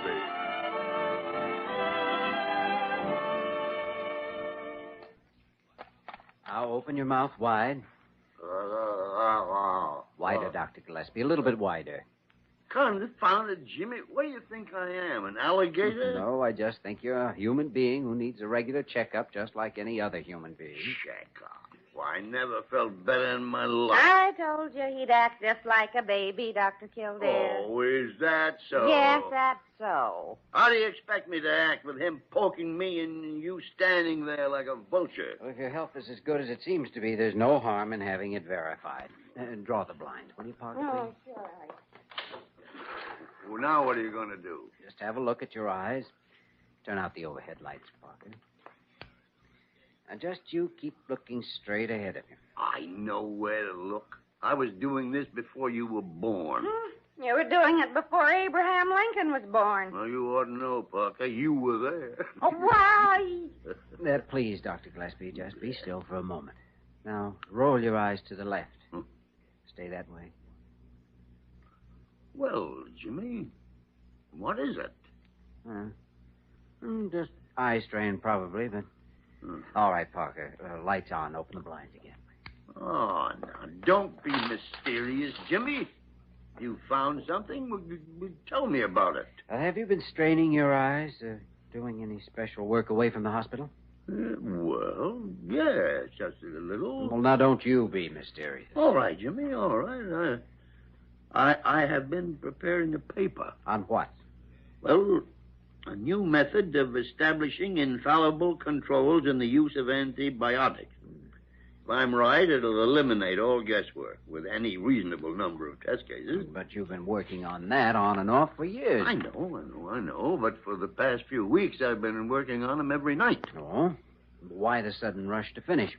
Jimmy, I have been invited to read my findings at the International Scientists' Assembly at the Waldron Hotel next week. Oh! Why, Dr. Gillespie, that's wonderful. Just wonderful. Recognition by the International. Yes. Why did you keep it to yourself? I kept it to myself so as I wouldn't have you fluttering around me like a headhunter at a cannibal picnic. Well. The International. I knew it. I always knew they'd recognize your work sooner or later. This puts you in line for the Henderson Award, the highest honor in science. Now, hold your horses, Jimmy. Hold your horses. I am not the only one who will be reporting to the Assembly.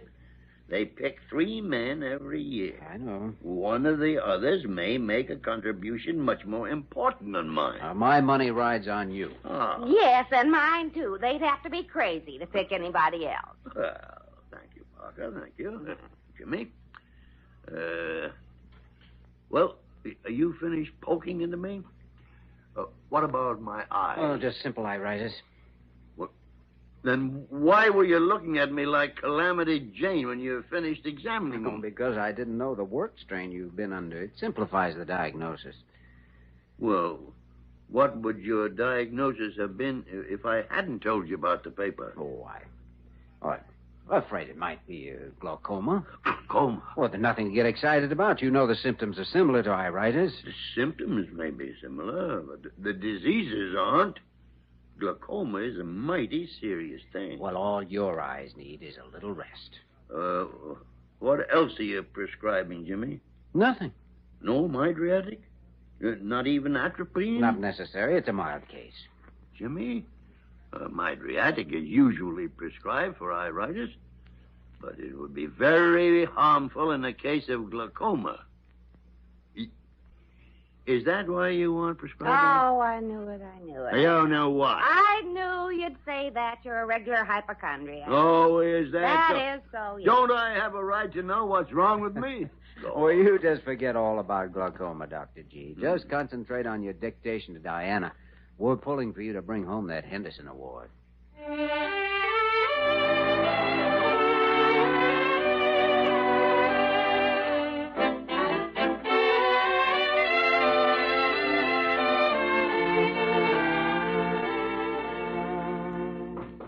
Come in.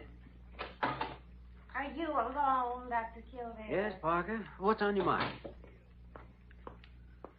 Well, Parker, is something wrong? Well, Dr. Kildare, it's that horrible suit. Huh? No, not your suit. His, Dr. Gillespie's. Oh, well, what about it?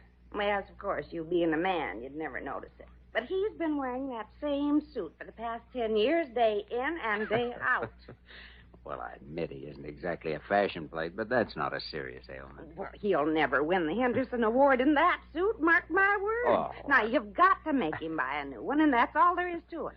I'm afraid there's much more to it. Getting Dr. Gillespie to go shopping is something like getting him to walk barefoot over hot coals. He'll fight every inch of the way. Besides, the award will depend on his paper, not the crease in his pants. Well, just the same, he looks like an unmade bed. And you know what they say? Clothes make the man. Yeah. Well, if we're going to get him into a new suit, he'll have to think it's his own idea. Oh, how are you going to do that? Maybe I have a plan. What is it?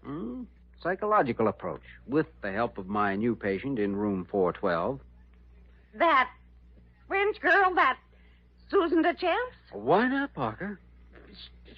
She's a female atom bomb. That's why not. Well, remember, Parker, if we're going to get Dr. Gillespie into new duds, we only have 5 days. Drastic measures are prescribed, and psychologically, Suzanne Deschamps is the prescription. Prescription? Well, you better put poison on the bottle. No, Parker. 50 million Frenchmen can't be wrong. You just ask Dr. Gillespie to join me in room 412. S'il vous plaît? All right. But more work and less s'il vous plaît would be a lot safer.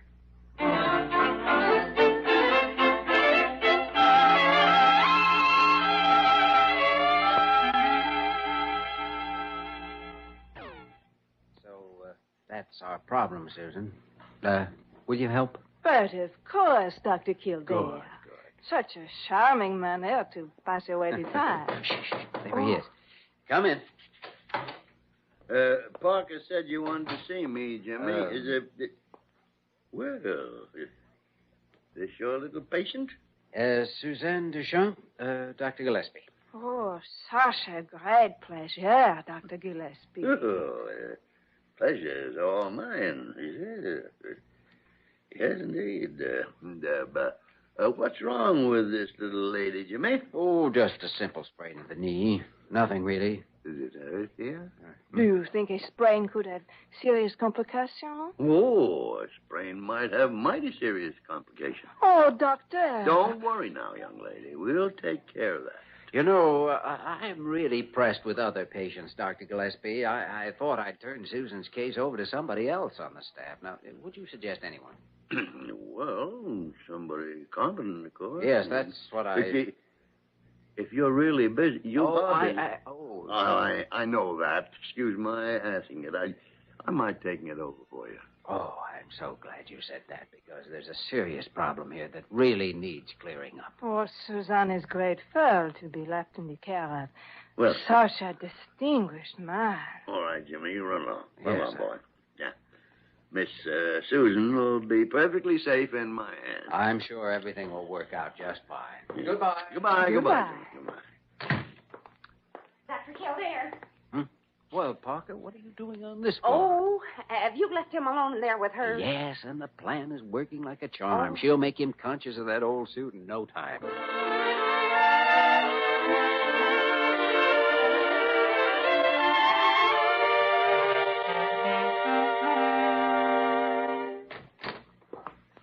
Well, how's my little patient this morning? Oh, I am fine, Dr. Gillespie.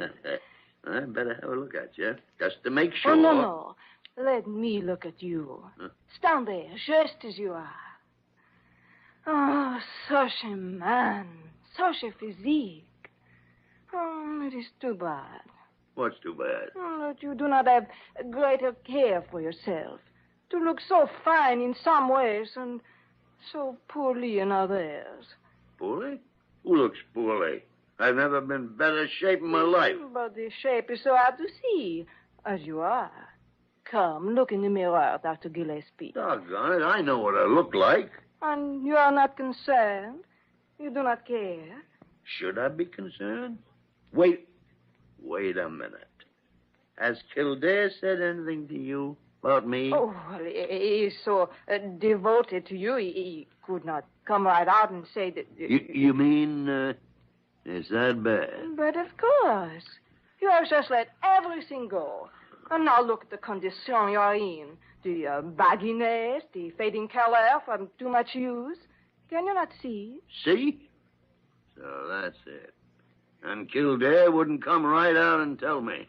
I knew he was pussyfooting around. I knew it. But he said you would be very difficult if he told you. Difficult? Yeah, I'm a doctor myself.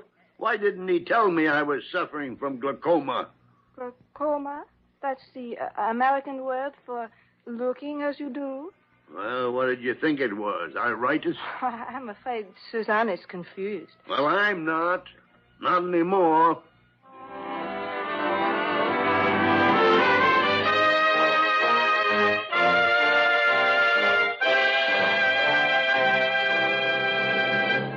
We return to the story of Dr. Kildare in just a moment.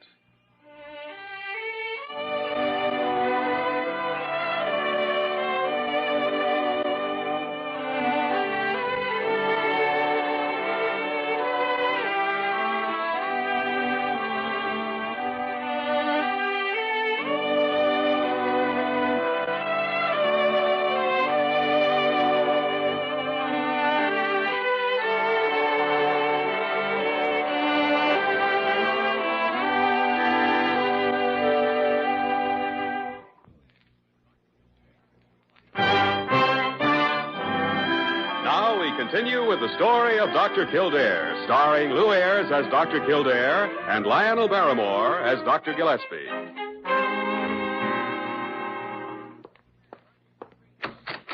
Hello, Parker. Oh, good morning, Dr. Kildare. Dr. Gillespie left a message, wanted to see me. Isn't he here? Yes, he's in the examination room. With the patient? Yes. Who? Himself. Himself? Himself, sticking his tongue out, examining his eyes in the mirror, trying to convince himself he's got glaucoma. Glaucoma again?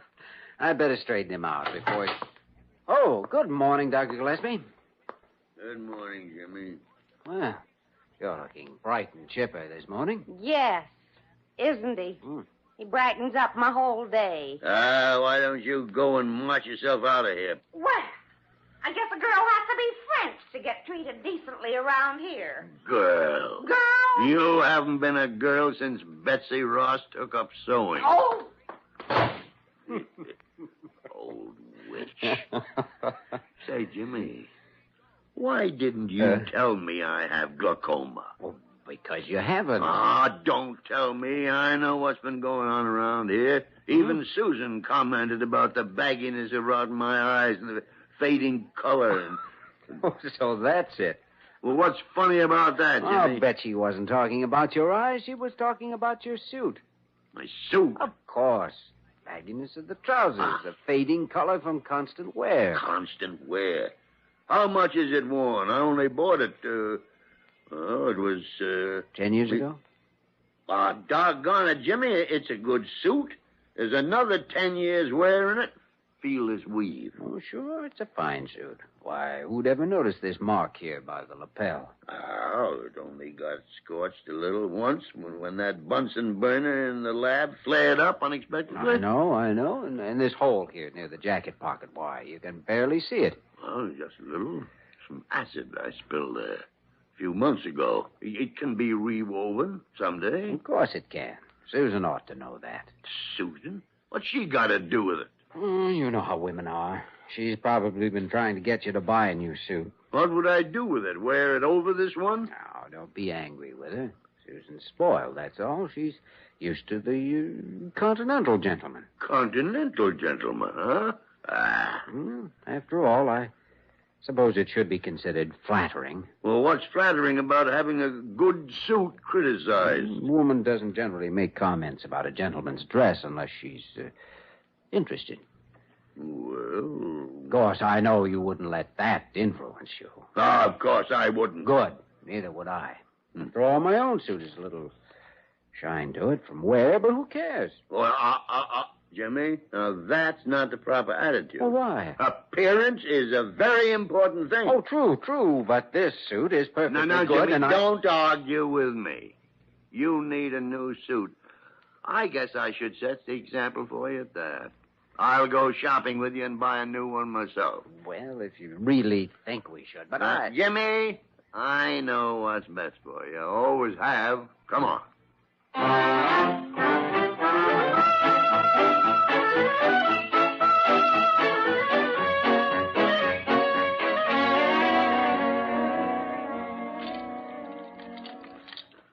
Here we are, gentlemen.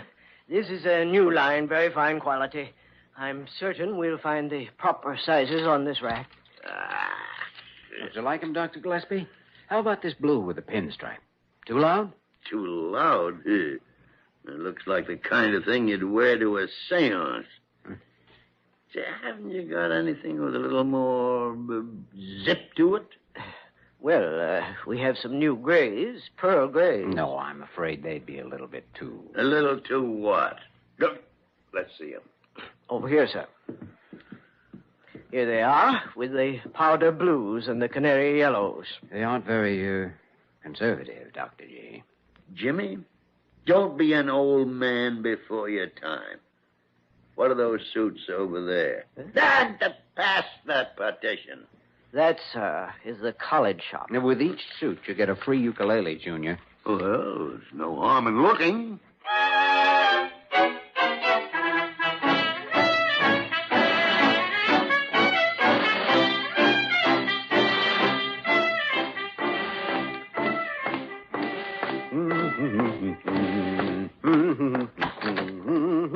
Oh, hello, Parker. Where's Dr. Gillespie? Where would he be, Doctor?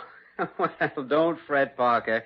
Susan leaves the hospital today, and victory is ours. See this box? Yes, what's in it? Dr. Gillespie's new duds, the raiment he will don for the meeting of the International Assembly when he wins the Henderson Award tomorrow night. Oh. I picked them up this morning when the alterations were completed. Look. He bought those? He did, Parker, of his own free will. Then you take it from me, Dr. Kildare, that Susan DeChamps isn't leaving this hospital one day too soon. Parker, fortunately for our plan, Dr. Gillespie has never asked Susan how she injured her knee. When and if he ever finds out, we'd better go and hide.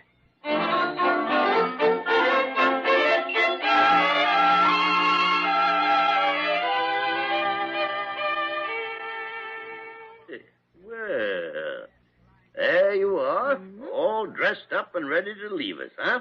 My knee. It looks as good as new, no? Yeah, sure. It looks fine. And I owe it all to you, Doctor. Merci beaucoup. Well, you're welcome. Yes, sir, you're welcome. I'll have to keep an eye on you, you know, after you leave here. See that you have no more accidents. Oh, this time I will be careful of the train. Oh, so that's how it happened. You were hit by a train. Hit by a train? Oh, no. I trip over the train. How could you trip over a train? Oh, not the train that makes shoo-shoo. I mean the train that pulls after me. The long train on my wedding gown. Wedding gown? Oui. I catch my heel while we are rehearsing for the wedding. Andre and me. So we postpone until tomorrow. You will come to the wedding? No? No. Oh. I have another engagement. I'm going to a prize fight. A prize fight? Who is fighting? Kildare and me.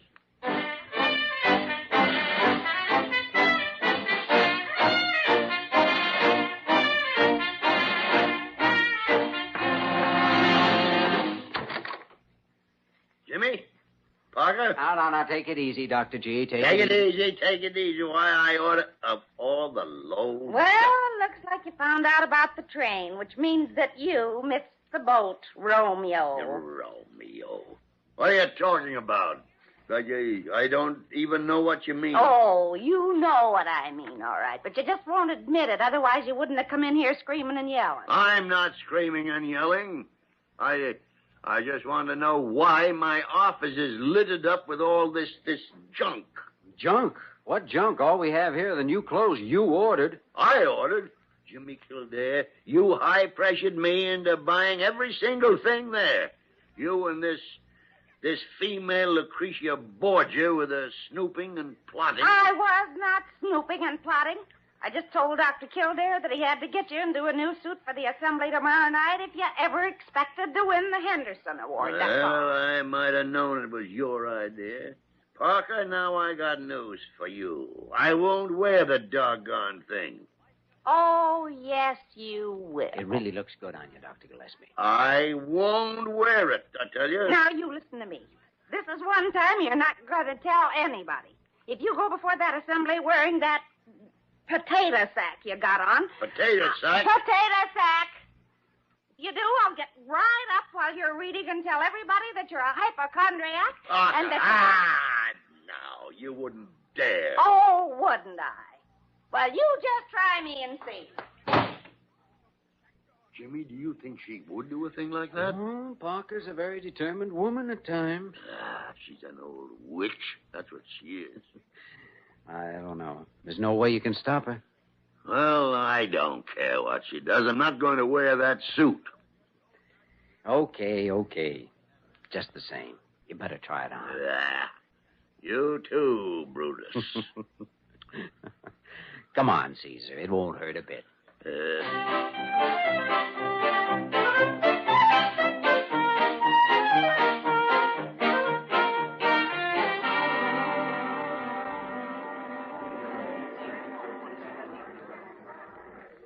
Dr. Gillespie? Dr. Gillespie?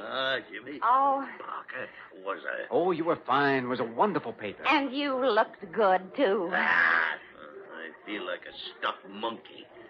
Hey, the award committee's coming back to the platform. You'll be selected, I'm sure. Nah, Jimmy. No, I won't. There's the winner, that little man over there. Dr. Blanker from the Copenhagen Institute of Denmark. A great scientist, Jimmy. You heard his paper. Yeah. His classification of viruses is invaluable to mankind. Quiet, please. The award announcement. It is my privilege to announce the winner of the Henderson Award for this year. Dr. Gunnar Blanker of Copenhagen. Oh. Good. The only choice they could have made. I'm sorry, Dr. Gillespie. Sorry? Stop being sorry and beat your hands together. There's a great man going up on that platform, Jimmy. Excuse me, I've got to congratulate him. Oh. He didn't win. After all his work. Oh. What can he do now? Start over again, Parker. Start on something new that may win the award next year, or the year after, or the year after that. Dr. Gillespie may lose, but he'll never quit.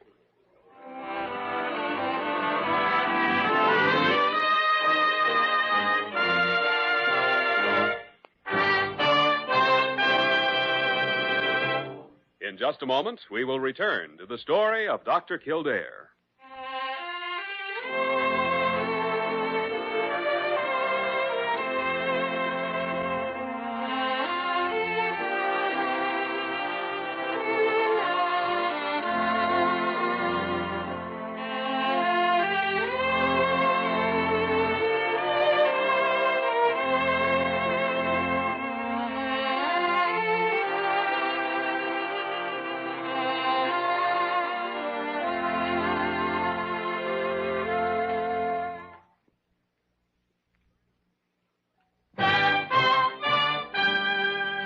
Once again, the story of Dr. Kildare, starring Lou Ayres as Dr. Kildare and Lionel Barrymore as Dr. Gillespie.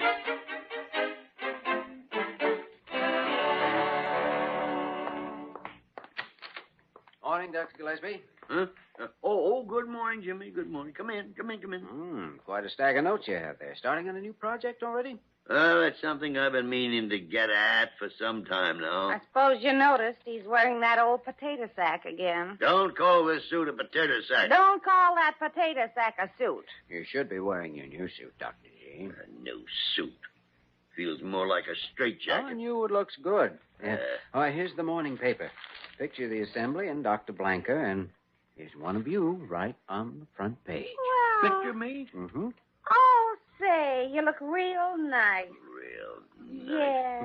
What's it say, Jimmy? Well, it says, Dr. Blanker, winner of the Henderson... Oh, no, where's the part about you? Oh, here. Dr. Leonard Gillespie, who received an ovation for his paper on antibiotics, was given a special citation by the committee after the meeting ended. Oh, no. Well, he was what? Go on, Jimmy. Go on. He was designated as the best-dressed doctor at the assembly. Best dress? I gotta go to the wards right away. Parker, you come back here. You'll need a jet plane to catch you today. Best dress. If only the committee could get another look at you now. What? Oh, yeah. Best dress. In my potato sack. Yeah.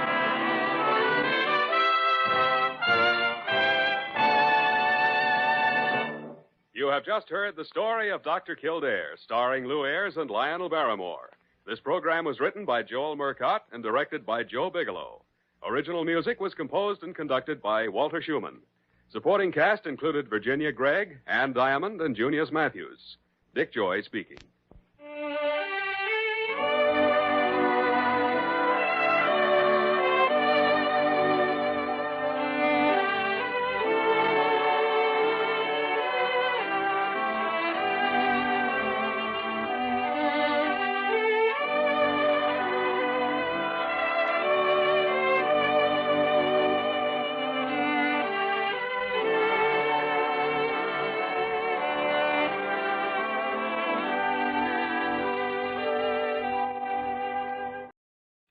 The story of Dr. Kildare.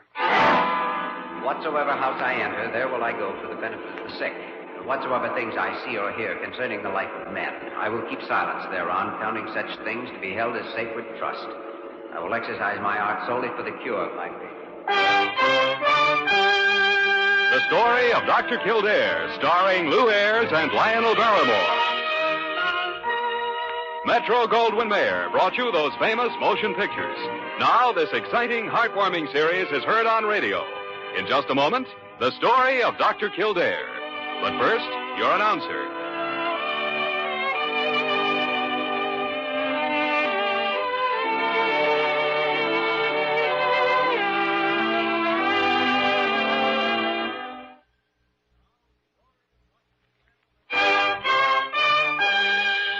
The story of Dr. Kildare, starring Lou Ayres as Dr. Kildare and Lionel Barrymore as Dr. Gillespie.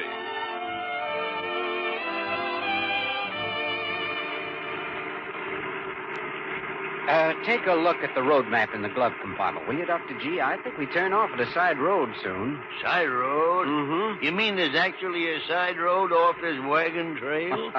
I'll admit these desert roads aren't exactly superhighways, but this country doesn't call for four-lane traffic. Come on, get the map out, will you?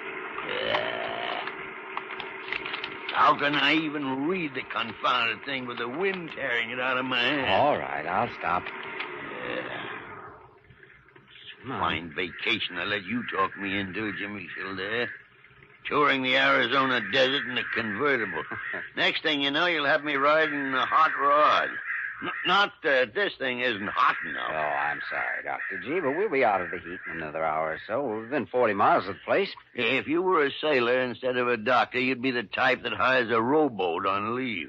I thought this was a vacation. It is, but I do want to see the new sanitarium, and so do you. You know you do. Let's see. Here's the last town we passed through. Uh-huh. We must be about here on the map. Mm-hmm. And here's the turnoff we want. About 6 miles farther, I'd say. Well, let's go. I'm cooked half through. I should be well done by the time we get there. Jimmy, what's the matter with you? I don't know. I just feel a little dizzy. Nauseated. Jimmy, you're sick. Oh, no. It's just the heat, that's all. It is not. Same thing happened to you yesterday when we were coming through the mountains. It wasn't hot up there. I'm all right. It is passing away now. You better let me drive the rest of the way. Oh, no. Go on, slide over. I'll come around.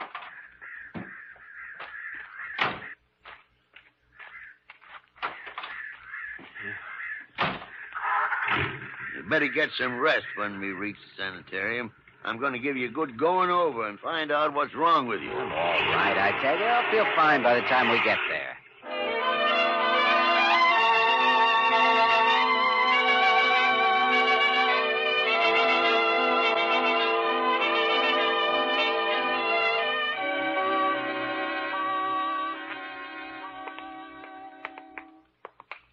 Don't seem to be anybody here, Jimmy. No. Well, it's Sunday, and that explains why the workmen aren't around, but Dr. Simmons should be here. This is his baby. Place is almost complete. Yeah. Looks like it'll be ready for use in another few weeks. Just a matter of general finishing and installing of equipment. Dr. Simmons must be around. Yeah. Hello? Hello? Anybody here? Well, Kildare, Dr. Gillespie. Yeah. Oh, this is a surprise. Hi, Dr. Simmons. Hello, Simmons. Well, what brings you here? Well, theoretically, we're on a vacation. But Kildare's been snooping into your letters to me. Oh. So he brought me here for a cook's tour of the place. Well, he never had a better idea. Now, you're looking fine, Leonard. Just keep going, don't you?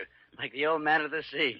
Old man of the sea. You could use a sea around this desert. You wouldn't say that if you'd ever seen one of our flash floods. How are you, Jimmy? Oh, just fine, Dr. Simmons. Famous last words. Just look at him and you can see how fine he is.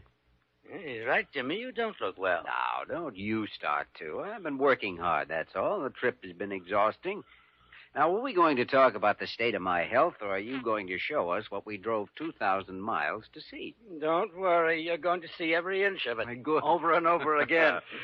This is one dream that I want to share. Come on. When will you be ready for patients? Oh, about 15th of next month. That's when the staff will come in. Complete equipment is stored in those rooms to the left. Just a matter of setting up shop when the glasswork and the windows are finished. Mm-hmm. Yeah, let me show you this. Through here. Well, what do you think? Simmons, I'd say that this is the best solarium I've ever seen. And that goes double for me. It's marvelous, Dr. Simmons. Yeah, the sun is life to a tubercular patient. You wait until this is finished. The glass we're installing has been designed to admit the greatest possible degree of ultraviolet. You'll save a lot of lives here, John. Now, how long can you stay? Oh, 2 or 3 days, if there's a place for us. Well, a couple of the rooms are completed. I wanted to move in as soon as possible. I won't guarantee the meals, though. I can do some pretty grim things to food cooked over a Bunsen burner. Hey, sounds like an interesting diet. You got customers. Good. Dr. Simmons, would you mind showing me to my room now? I think I'd like to take a little nap until this afternoon. Confound it, Jimmy, you are sick. No, I'm just tired, Doctor. Just being tired doesn't make a man turn white and break into sudden perspiration. After your nap, you're getting a checkup.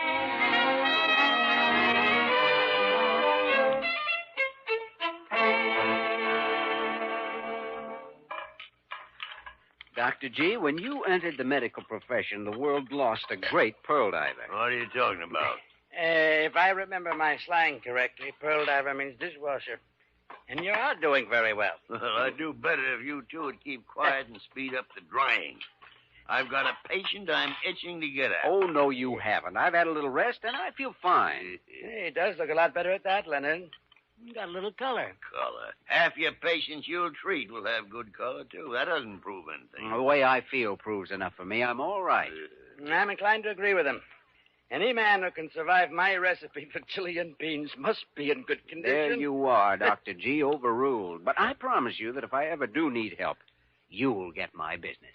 Well, that sounds fair enough, Leonard. At least Kildare is... Dr. Simmons, come quick. You've got to come quick right away, please, before it's too late. Oh, Pedro, what's the matter? My little Rosie, she's dying. Senores, excuse me, please. I must take the doctor. No. Calm down, Pedro. These gentlemen are doctors, too. Oh, then you come too, please, senores. Rosie's so sick, she can't hold up her head. She's just laying there behind the house, the poor little thing. Well, it sounds serious, Dr. Simmons. Oh, he's very serious, doctor. Please, my wife stays with her while I come for help. You say she's lying outside the house? Couldn't you carry her inside? How can we carry her, senor? My wife and I, we can lift little Rosie. You can't lift her. Before you get the wrong idea, I'd better explain something. Little Rosie isn't a child. She's Pedro's burro. Burro? See. Dr. Rosie can't help that she's a burro, just like she can help that she's sick. Oh, please, senores, you got to help me. We need her. She carry everything on her back for us. If anything happened to Rosie, then my poor wife, she got to carry everything. Well, it sounds like we really must help her for your wife's sake, if not for Rosie's. I'll go with him and have a look at the animal. Are you serious, Jimmy? Well, why not? The animal is important to him. Might make medical history at that. One stubborn donkey treating another. The subtlety of that last remark is not lost, Dr. G. Where's your place, Pedro? Yeah, only 6 miles, senor. If we run, we'd be there in an hour. Oh, that sounds like great exercise, but you mind if we take my car instead? I don't trust cars. But for Rosie, I go with you. Yeah, you don't know how brave that is, Kildare. By the time you drive over the road to his shack, if you can call it a road, you might wish you'd tried running. Well, maybe so. Anyway, I'll borrow that field kit, Dr. Simmons. I may need it if the burro's really sick. Not only that, but it'll protect you from Dr. Gillespie. He's got a surgical glint in his eye. Well, I'll give your regards to Rosie.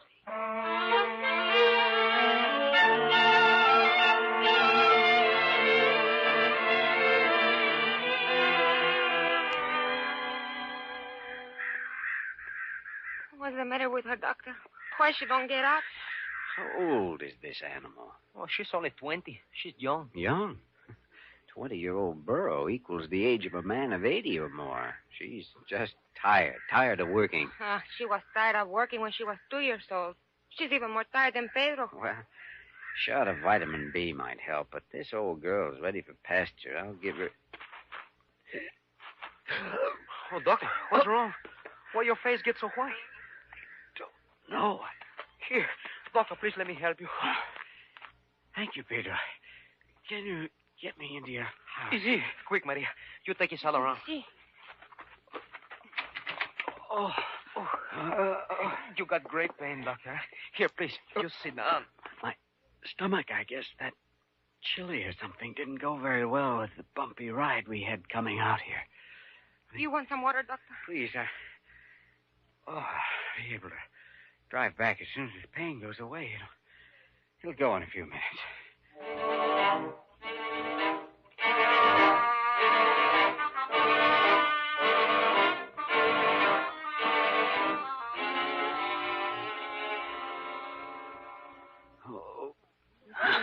not better, Doctor? No, I'm afraid not. It's becoming more localized. Can either of you drive an automobile? No, senor. No, we never learn. Doctor, maybe if you tell Pedro how to drive it, he can take you back. I'm afraid we're too late for that. I couldn't possibly stand the trip over that road. What do you want us to do, senor? Well, one of you will have to go on foot. Dr. Simmons has a car at the sanitarium, doesn't he? Si, of course. My stomach muscles are getting rigid. Oh. Doctor, why you press your stomach when it brings you such pain? Making sure of what's wrong with me. Pedro, get Dr. Gillespie from the sanitarium and bring him here as fast as you can. Hurry, Pedro. See, I go at once. Oh, Pedro. Huh? You'd better bring that medical kit in from the car before you go. And, Si. Tell Dr. Gillespie that I'll have to have surgery in 2 hours at the most. I've got acute appendicitis.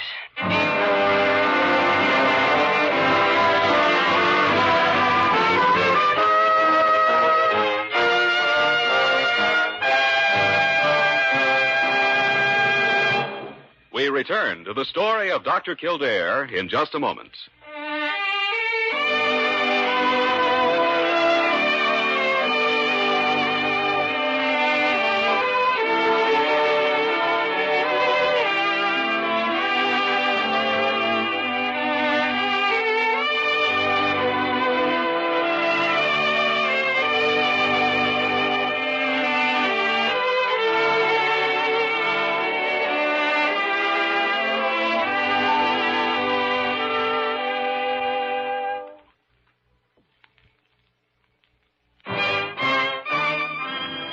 We continue with the story of Dr. Kildare, starring Lou Ayres as Dr. Kildare and Lionel Barrymore as Dr. Gillespie.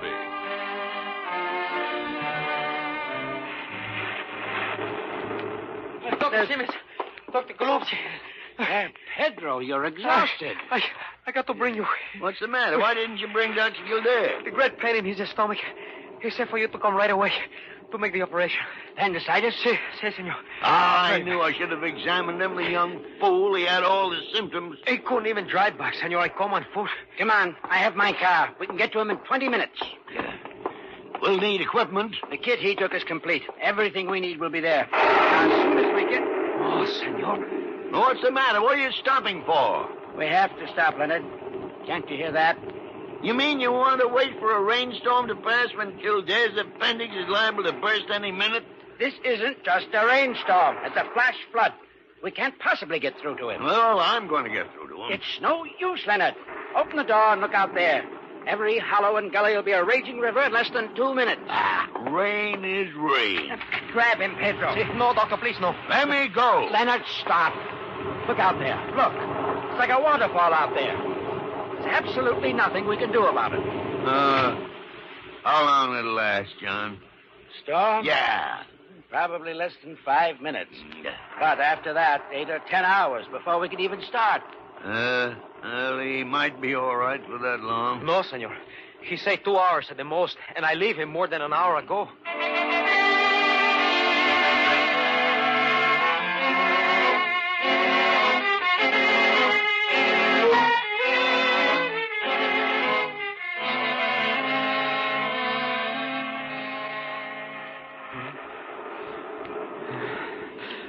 Doctor, why you don't take another one of the little pills to help the pain? No, if I deaden it too much, go to sleep, I'd be finished. There'd be no chance. Doctor, the storm, I don't know how to say I know, it. Maria. It's a flash flood. I've heard of them. How long before they'll be able to get through? It will be night soon. Not before morning. Marie, how do you light the house at night? We have a lamp, but there's no fuel. No fuel? But I can make a light for you. I have the holy candles. Good. Maria, I've heard that Mexican women have great courage. Is that true? It is our pride, senor. Why do you ask? You know I may die before help arrives. Oh, no, senor doctor. There's only one way to prevent that. Whether or not I do will depend on you being very calm. I will do as you said. I can't live unless my appendix is removed, Maria. I'll have to remove it. myself. But I can't do this without your help. But how can you do this? To be operated on, one must be in a deep sleep. No. I can use a local anesthetic. It'll help some. The pain will be very great. And you must not be frightened. Especially, you must not faint. I won't faint. You can depend on me. I've never depended on anyone more.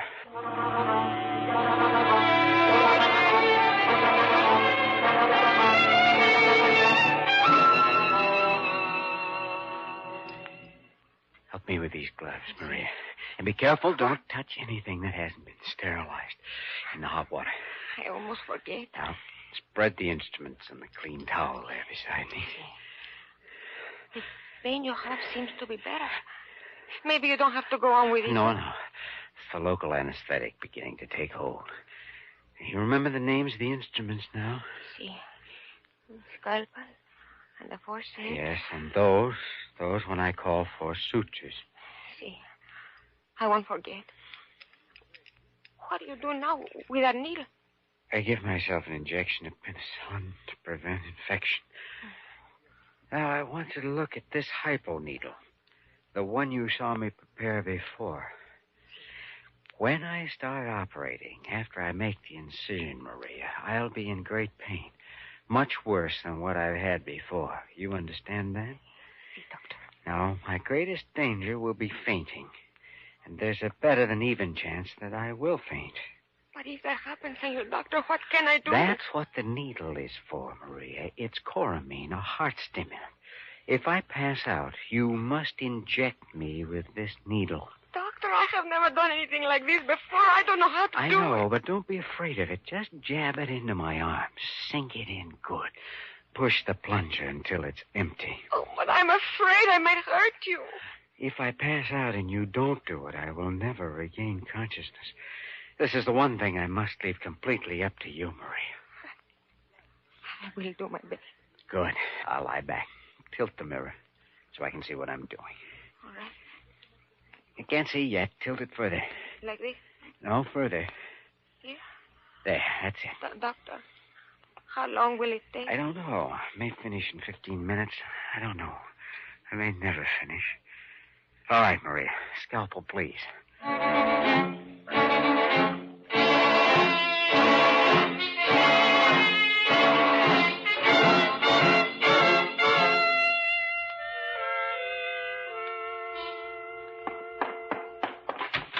Gillespie. Oh, Simmons. How about it? Did you get the call through? Yes, the lines weren't damaged, luckily. I contacted the Mercy Hospital in Phoenix. What do they think of my idea? Well, the storm's over and a helicopter's taking off from the Phoenix airport right now. They'll pick us up here in about half an hour and fly us out to Pedro's shack. They don't go to fly me no place. I wait right here till I can walk. Half an hour. I hope Jimmy's all right until we get there. After we operate, we can get him into the hospital at Phoenix for post-surgical care. Post-surgical care isn't our problem. Once the appendix is out, he'll be all right. If it's caught before it ruptures. If it isn't and peritonitis sets in, he'll need plenty care. Well, I just hope he's trying to rest out there. He must know that we can't get through to him. I only hope he doesn't get panicky. Panicky? You don't know Jimmy Kildare like I do. Whatever we find there, it won't be panic. Say, dark, though. Can a helicopter make a night landing? They've got spotlights. They can land any place.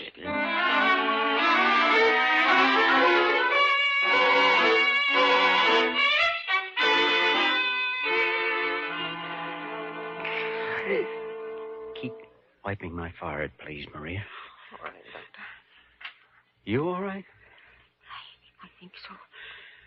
Forceps, please. All right. I dropped it. Never mind. Another one. Hurry. I'm almost ready to get the appendix. Wipe my eyes. I can barely see. I still can't see. Is the mirror misted over? No. No, the mirror is all right. Doctor, what's the matter? Slap me, Maria. No, I'm afraid. Slap me. Slap my face. All right. Scalpel, quick. There. I got it out. Maria. Not finished yet, though. I must... Senor Doctor! Senor Doctor! Needle, Maria. Coramine, hypo. Doctor!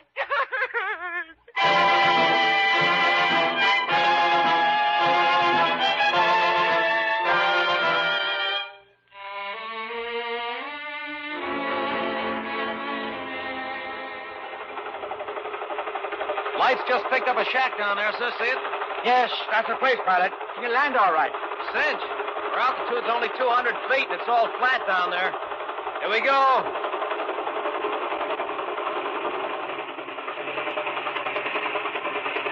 Just be a little jolt when we hit.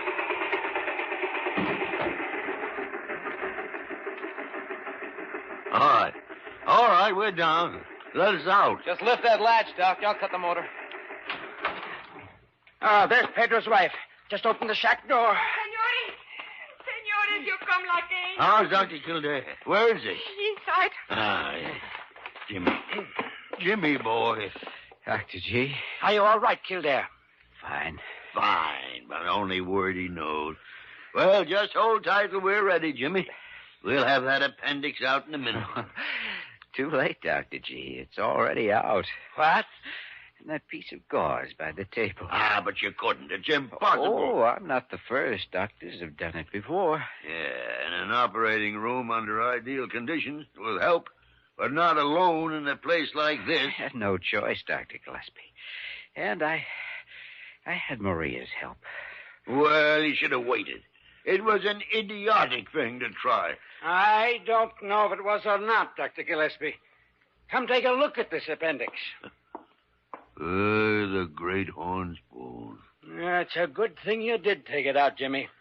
Another minute could have been too long. Yeah, but he wouldn't let me check him over this morning. Oh, no. He winds up out here doing it himself. By the way, Dr. Kildare, how's the other donkey you came out to see? Oh, he's old, ready for pasture. Just like you, Dr. G. No, is that so? I'm going to buy Pedro and Maria a new burro.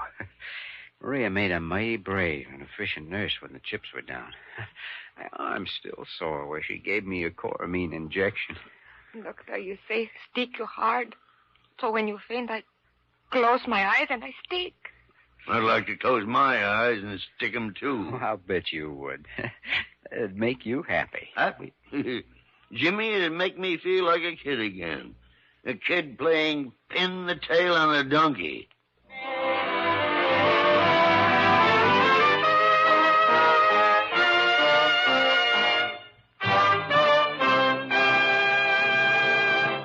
In just a moment, we will return to the story of Dr. Kildare.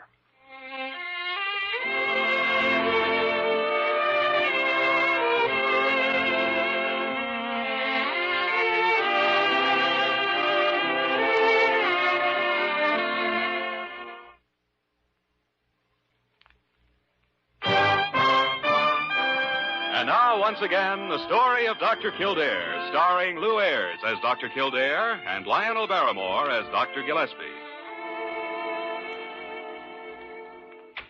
Hello, Jimmy. Hello, Dr. G. Card ride out yet? Yep. We can leave in the morning. Good. Think you can stand the trip? Oh, I'm fine. Fit as a fiddle. I'm ready to get back to work at Blair. The only thing bothering me is how much of a bill to send myself. Yeah.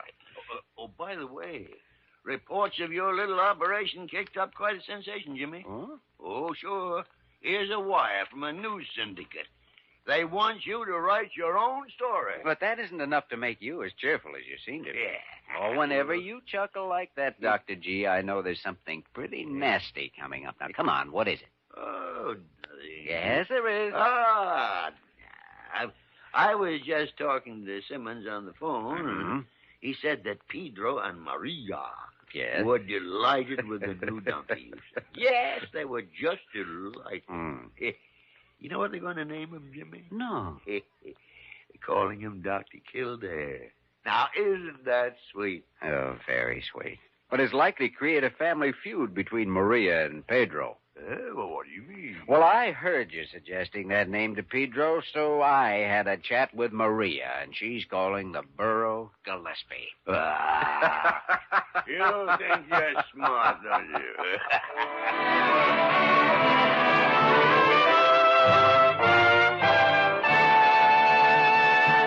You have just heard the story of Dr. Kildare, starring Lou Ayres and Lionel Barrymore.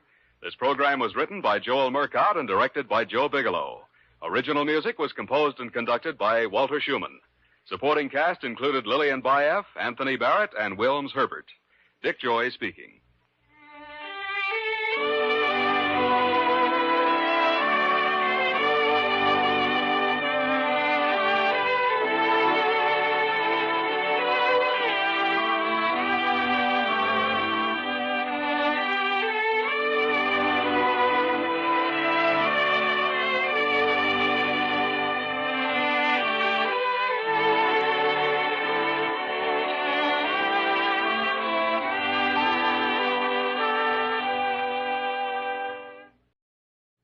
The story of Dr. Kildare.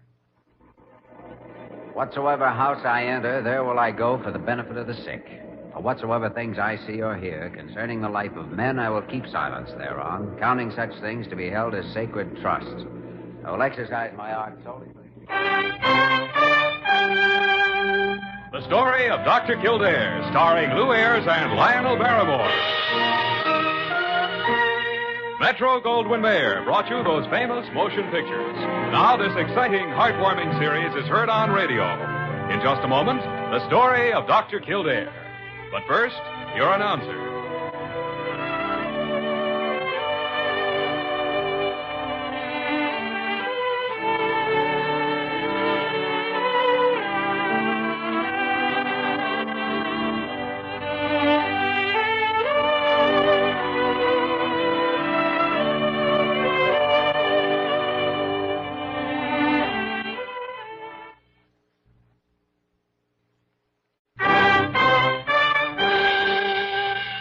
The story of Dr. Kildare, starring Lou Ayres as Dr. Kildare and Lionel Barrymore as Dr. Gillespie.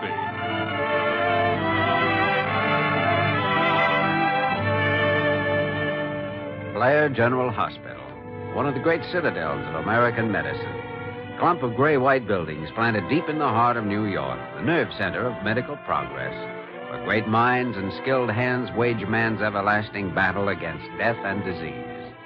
Blair General Hospital, where life begins, where life ends, where life goes on.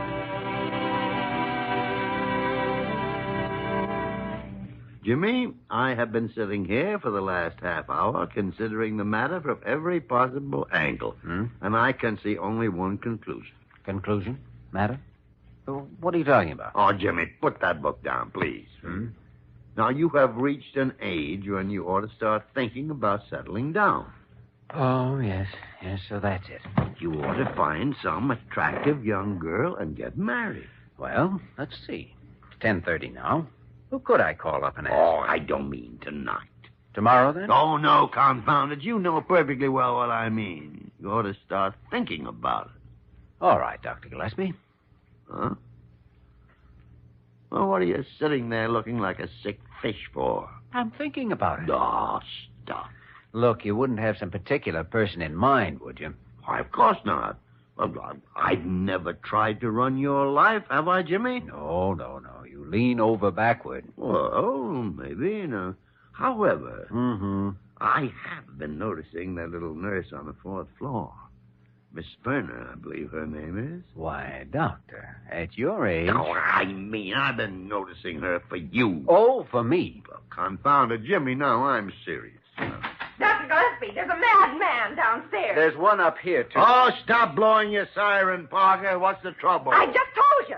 It's a madman, and he's down at the receiving desk, and he came in a taxi, and he just phoned up here, and he wants a doctor, and his name is Mumpkin, and his wife's with him. Mumpkin? Oh, wait a second. Is that Willie Mumpkin? That's right, Dr. Kildare. His name's Willie, and his wife's going to have a baby any minute. Well, if she is, I'm crazy. I just examined her 2 days ago. Oh, she's a patient of yours, huh? Yes, and she isn't due here for at least 3 weeks yet. I can't understand what this... Hey, doctor. Here he comes. I need a doctor. Where can I find me a doctor?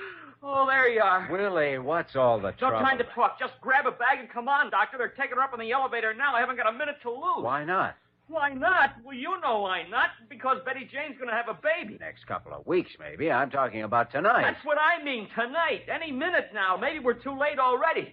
Come on, she's got pains all across here, and I had a heck of a time. Mr. Mumpkin, what did your wife have for dinner this evening? Dinner? Dinner? Why, some fried shrimp and a couple of pork chops and fried potatoes, dill pickle, pistachio ice cream with strawberries.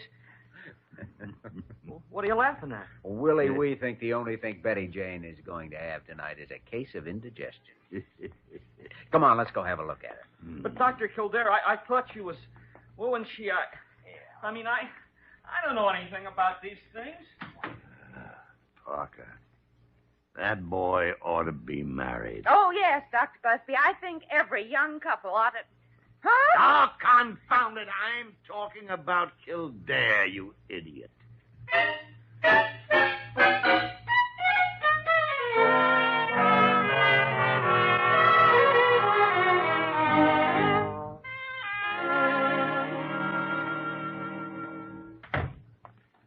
Good morning, Dr. Gillespie. Well, good morning, Jimmy. Miss Verner and I were just talking about you. Verner? Oh, hello, Diana. I didn't see you.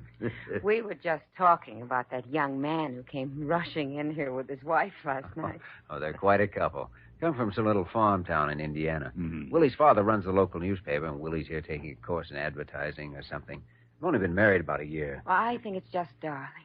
The way he was so upset and excited and everything. Oh, yes, he's very serious about his approaching fatherhood. And he should be, Jimmy. He should be. Marriage is a great institution. Oh, I agree with you, Doctor. I think every family ought to have one. The door's unlocked. Come in. Thank you, Dr. Gillespie. It is proper, you know, that one knocks before entering a room. Entirely unnecessary in your case, Carew. I can smell your gardenia 20 feet away. Please, not in front of well, that is, we must remember our discipline, you know. Dr. Gillespie, I believe I'd better take those reports now, if you're through with them. Wait a second, Miss Berner. I'll get rid of this fella. Carew, what's on your mind? My business is with Dr. Kildare, if it's quite all right with you, of course. Well, come on, then. Come on and get it over with. Oh, dear. What sort of business is it, Dr. Carew? It's one of your patients, Dr. Kildare, Mr. Lumpkin. Oh, Willie. He's creating a disturbance on the 7th floor. Has been all morning, and no one can do a thing with him. What's he doing here, anyway? No visiting hours this time of the morning. Precisely the message I sent him, Dr. Gillespie, and he told the nurse to tell me that I could... Well, I wouldn't care to sully myself by repeating his remark. Hooray for Willie. Dr. Gillespie, I... Oh, dear, I must run along. If I stay here another minute, I'll be ruined for the entire day. Utterly ruined. Dr. Kildare, I leave the matter entirely in your hands. You've got him so flustered he didn't even say what this disturbance is. Well, I guess I'd better go see what... I'll take care of it. Jimmy, I'll be glad to. You stay right here now and talk to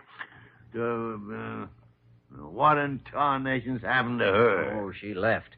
No interest in therapeutic romance, I guess. A great horn spoon. Come on, Cupid. Let's go talk to Willie.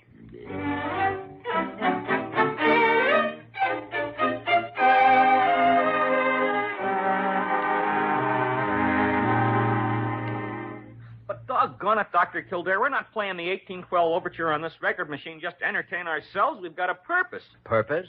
Willie? Would that purpose have anything to do with this book on the theory of relativity? Well, sure. I've been reading it out loud to Betty Jane.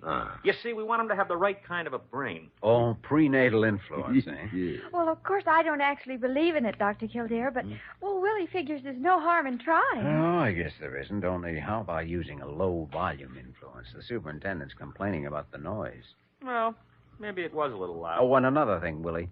No guests in the room, please, except at visiting hours. But gosh, Betty Jane's going to have a baby. She needs me. For what? Willie, if you're going to live here at the hospital, you'll have to make your headquarters in one of the lounges. Okay. Now, honey, you send for me if anything happens. All right, Willie. And if they don't come for me, you yell. I'll be back later, Betty Jane. Gosh, I still can't imagine her about to be a mother. Then you better get ready for a shock. But she's so young. Of course, I'm 21, but Betty Jane's still just a kid. Well, she'll go out of that. You were young once, too, you know. Willie, as an experienced husband and prospective father, what's your opinion of marriage in general? Oh, it's great, Dr. Gillespie. Terrific. I wouldn't have it any other way. And you'd advise every young man who's still single to get married. Is that right? Oh, sure. There's nothing like it. Yep, you see, Kildare, it's just like I've been telling you now. Now, where the tarnation did he go?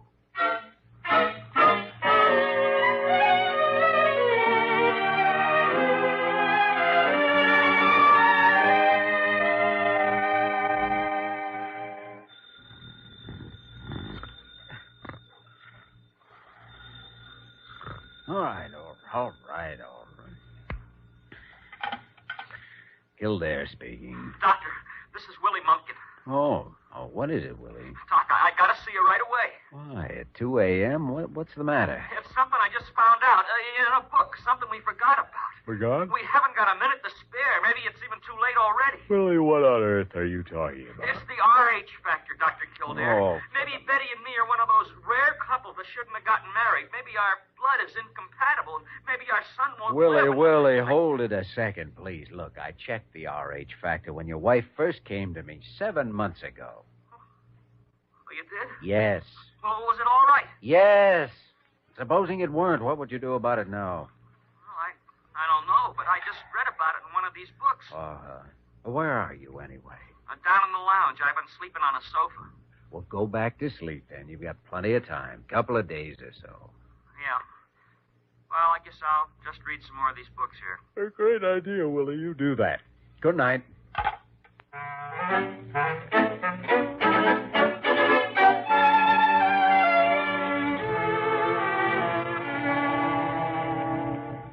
I don't see any reason why these reports have to be made out tonight, Dr. Gillespie. They're not due for another week yet. Well, it's always a good idea to get them done ahead of time, Jimmy. Now, I've had Miss Vernon assigned to help you, and you can use this private office here. But it's nearly midnight. Oh, don't worry about me as far as time is concerned, Dr. Kildare. I'd be on floor duty anyway. Oh, I know, Diana, but I don't think you understand the sly schemings of this man's mind. Dr. Gillespie? Oh, it doesn't take an X-ray to see through him. Then it's all settled. You go right on in there now. It's nice and quiet, and you won't be bothered. No, I'm sure we won't. Shouldn't take over an hour or two. And maybe you could have a sandwich or something over Sullivan's. Or go dancing, maybe. It'll be early enough. But I'm still on duty, Dr. Gillespie. Don't worry, Miss Vernon. I'll take care of everything. Yes, up to and including the final bless you, my children. Oh, now, Jimmy, I am merely trying to get certain necessary work done in the most efficient manner I can. Oh, there you are. Well, Parker, what do you want? Nothing from you. Dr. Kildare, the confinement ward just called. They're sending a patient of yours to the delivery room. Oh, well, I was... Can't you see Kildare's busy? I'll take care of this thing. You'll take care of it. Dr. Gillespie, this is an OB case, and you haven't delivered a baby in 14 years. Well, I'll get somebody. Parker, it isn't that young Mrs. Mumpkin, is it? That's right, Dr. Kildare. You missed your guess by about 8 hours. So it seems. Well, I've got to get to work. Diana, I guess you may as well go back on floor duty. Very well, Doctor. No, Jimmy, let's work this thing out somewhere. I'll send one of the interns. No sale, Doctor. This one's on me. Oh, by the way, where's Willie? I thought he'd be war-whooping in the corridors when this finally happened. Oh, he's out there in the lounge, Dr. Kildare, sound asleep. Shall I wake him? Oh, good heavens, no. With all those books he's read, he'd probably want to hang over my shoulder and tell me what I was doing wrong. Well, I've got a date with the store. See you later. Now, wait a minute, Jimmy. Wait a minute. Confounded young scatterbrain. Oh, pooh. You're just mad because he's independent and won't take orders. Take orders? Help me, I'll get that boy married if I have to... Marry him yourself? Oh, shut up.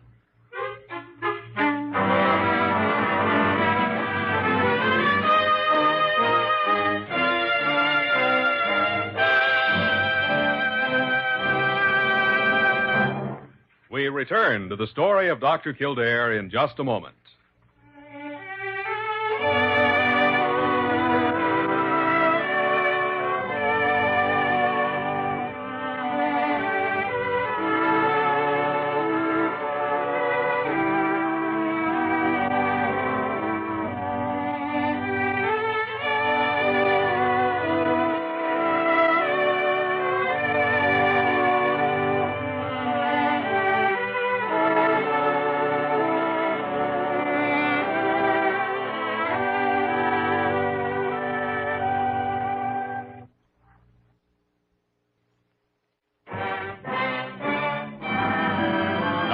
Continue with the story of Dr. Kildare, starring Lou Ayres as Dr. Kildare and Lionel Barrymore as Dr. Gillespie. I'm sorry, Mr. Mumpkin, but it wouldn't have done a bit of good if they had waked you. There are times, you know, when a man is entirely superfluous. Well, maybe so, but at least I'd know what was happening. How do I know what's going on in there? Well, if I thought it'd make you feel any better, I'd tell you. And another thing, Parker. I've been reading up on this kind of stuff, and I wanted to make sure everything was done right. Yes. I think that's exactly what Dr. Kildare was afraid of. Now, why don't you sit down there? Sit down? How can I sit down when I'm going through this? You don't know. You've never been a father. No, you certainly won't get any argument on that. Well, the way I figure it, a man's got special rights when he's having a baby. Definitely, Mr. Mumpkin. His wife, for instance, should be out giving away cigars instead of loafing in bed. Well, I mean, of course, it's Betty Jane who's having the baby, but after all, what do you suppose they're doing in there so long? I don't know. Maybe it's twins. Oh, no, don't say that. Don't even think it. What's thinking got to do with it? Oh, well, here comes Dr. Kildare. Well, then it's over. I mean, is it, Doctor? Yes, it's over, Willie. You can uncross your fingers now. How's Betty Jane? Fine. They'll have her back in her room in 10 or 15 minutes. You can go down and wait for her if you like. Oh, gosh, I gotta sit down and... Well, do that. Yeah. Oh, boy. Hey, where's the baby? In charge of the maternity nurse at the moment. And no visitors before tomorrow morning. All right, but I've been wondering about something I read in one of those books. Oh? Well, the way I get it, you put a whole bunch of babies all together in the same room. And what's to keep them from getting mixed up? Is that it? Well, I sure don't want somebody else's. I want mine. And for better or worse, Willie, that's exactly what you'll get. We've already taken footprints. There won't be any mix-up. Well, good. I was afraid you might forget. Oh, yes, we're continually misplacing children around the hospital here. Oh, boy, just wait till you hear about this back home. Just wait till Betty Jane's mother hears about it. Well, I doubt if it'll be a great surprise to her. No, but she's always treated me like a kid. Hey, what am I doing here? I want to see my wife. Oh, by the way, Willie. Huh? Wouldn't you like to know what kind it is? Kind? Why, it's a boy, isn't it? Mm-mm. A girl? What else is there? Oh, well, at least it's a baby and it's here. That's the important thing. Sure. And better luck next year. Next year? Look, Dr. Kildare, you don't think I'm ever going to go through with a thing like this again, do you?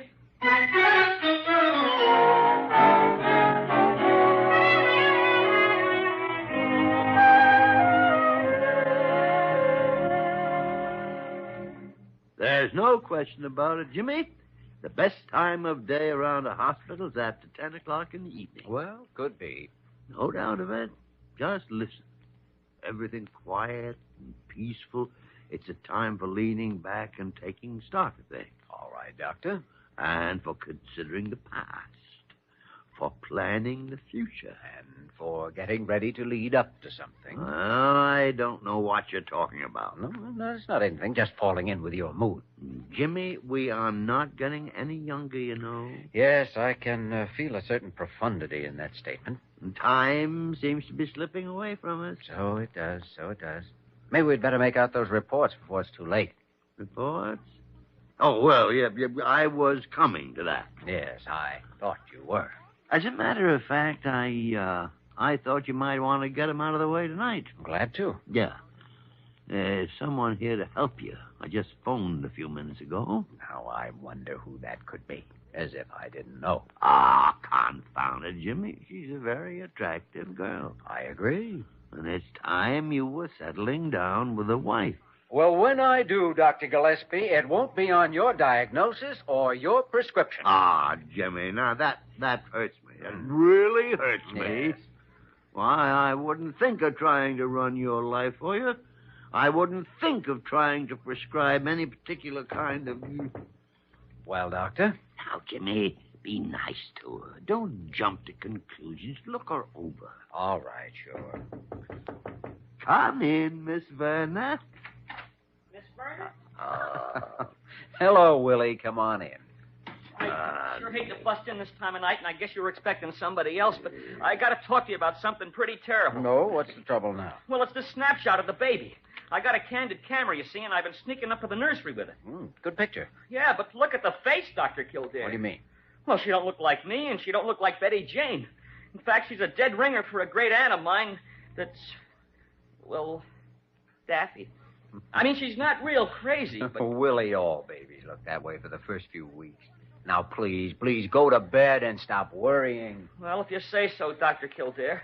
But gosh, when I saw that face, Good night, Willie. Good night, good night. Good night, Dr. Gillespie. Good night. Good night. One thing about this place, after 10 in the evening, it's always so quiet and peaceful. Yes, young idiot. No. He's a family man with worries and responsibilities. He's married. You know. I don't care whether he's married or... All right, Jimmy, all right. You promised to keep an open mind. It's wide open. Come in, Miss Verna. I am not Miss Verna. Carew. Precisely. Well, what do you want? Well, I could say a little more respect, Dr. Gillespie. Yeah. Please, Dr. Kildare, you must positively do something about this Mumpkin person. Oh, what's he been up to now? Oh, merely his usual career of menace. He's been firing some kind of flash gun in the nursery. Scaring babies half out of their wits. No, yes, he was taking pictures. It doesn't matter what he was doing, Dr. Kildare. We simply cannot have that sort of thing, and you know it. All right, Carew, you've spilled it. Now, good night. Dr. Gillespie. We'll take care of it in the morning. As a matter of fact, I think I'd better speak to Willie tonight. Jimmy. No telling what he might do before morning. Come on, Dr. Carew. I'll walk out to the elevator with you. Fine. Kildare, come back here. Those reports, you know. Kildare. Confounded tarnation. I never saw such a stubborn, headstrong young fool in my life. Won't take advice, won't listen to reason, won't... Parker, come in here. Well, don't stand there knocking like an idiot. Open the door. Well, I'm sorry, Dr. Gillespie. Oh, Miss Verna, yes. Well, I was expecting someone else. But you did send for me, didn't you? Send for you?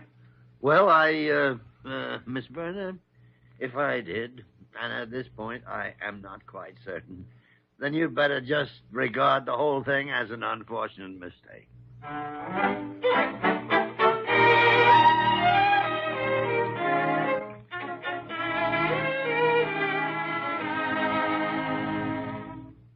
We've got that taxi waiting downstairs, but Willie and I just had to run in and thank you before we left. Oh, now, honey.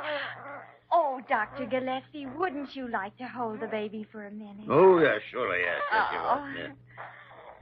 Well, Kildare, this young lady can thank you. I didn't have anything to do with it. Well, I didn't have much to do with it either. Mainly it was just one of those natural occurrences. Well, don't call it just one. As far as I'm concerned, it's going to be the only one. Well, I don't know, Willie. After all those books you read on the subject, you should be an authority by the next time. I guess I did kind of make a nuisance out of myself. Oh, well, it's a funny thing, you know, but I've been around this hospital for 35 years, and I haven't seen an expectant father yet who didn't.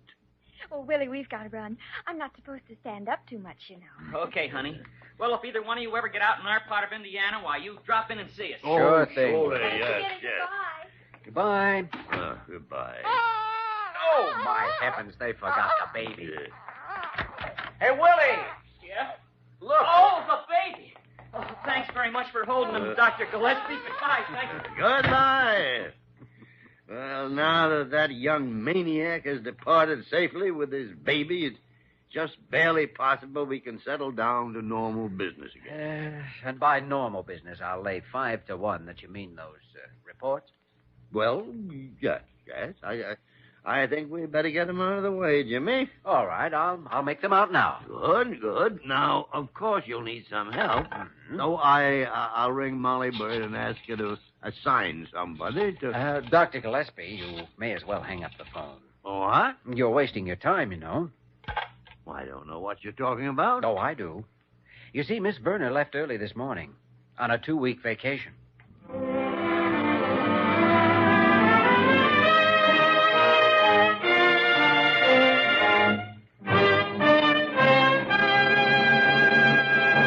In just a moment, we will return to the story of Dr. Kildare.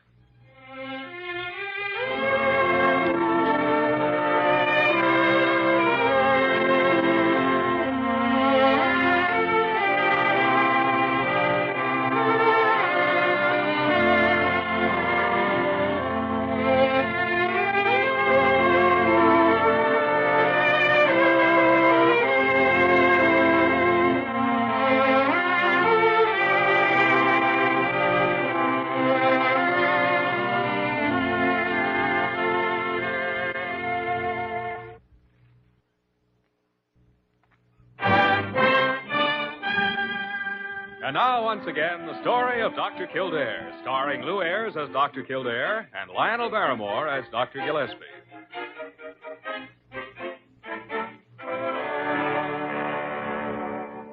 Oh, good morning, Dr. Kildare. Parker, Dr. Gillespie in. Yes, he's there in his office. Just go right in. Thank you. Come on, Diana. Oh, Miss Berner, I heard you were back from your vacation. Did you have a nice time? Oh, just marvelous.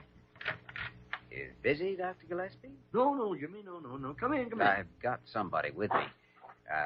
We want to show you something. Oh, Miss Berner. Well, come in, both of you. I told Dr. Kildare he should just tell you about it, but he insisted that I show you. Show me? Well, I suppose that is the best idea. Well, you see, I knew you'd never believe it just hearing about it. You'd go right on prescribing as usual. Jimmy, I'm afraid I... Show him, Diana. See, Dr. Gillespie? On my left hand? By the great horn spoon. Engaged. That's right. Congratulations. Thank you. I'd given up hope. I didn't think you'd do it. We didn't. I decided you were just too gut fit. What did you say, Jimmy? Brace yourself, Doctor. What are you talking about? I just wanted Diana to show you her ring so you'd stop prescribing her. She's engaged. She's going to be married next month. But not to me.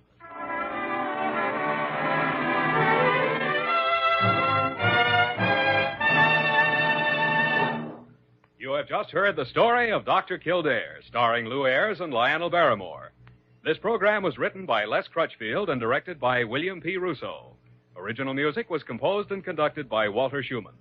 Supporting cast included Virginia Gregg, Ted Osborne, Bill Tracy, Sharon Douglas, and Georgia Ellis. Dick Joy speaking.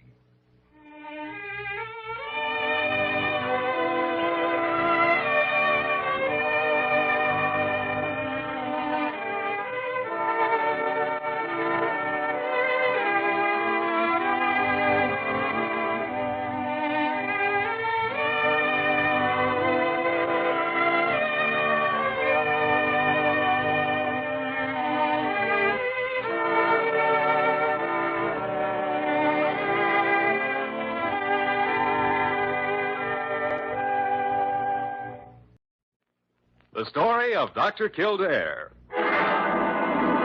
Whatsoever house I enter, there will I go for the benefit of the sick. And whatsoever things I see or hear concerning the life of men, I will keep silence thereon, counting such things to be held as sacred trust. I will exercise my art solely for the cure of my... The story of Dr. Kildare, starring Lou Ayres and Lionel Barrymore. Metro-Goldwyn-Mayer brought you those famous motion pictures. Now this exciting, heartwarming series is heard on radio. In just a moment, the story of Dr. Kildare. But first, your announcer.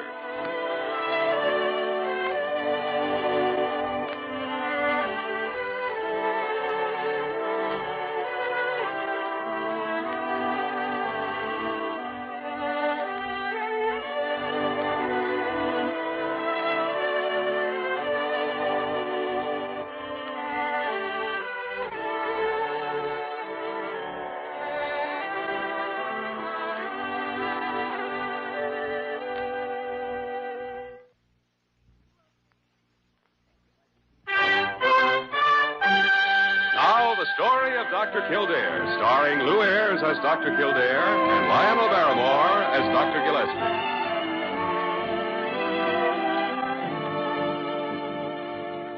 Well, Dr. Gillespie, as you can see from these x-rays, Yukon Joe Moran is ready to be discharged. Yukon Joe Moran.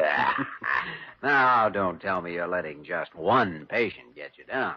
Jimmy, that man's as phony as the fruit on a woman's hat. The Yukon Joe. I don't think he's ever been further north than the Bronx. Well, he'll be off our hands and out of our hair in another hour, so cheer up. Well, I wasn't even thinking of him until you mentioned him. No? Well, then what is on your mind? It's Parker. Oh, well, that's why you've been so grumpy, pining away with love for the fair Parker. Ah, no, nothing of the sort. That's ridiculous. You know it. It's just the way she's been acting lately.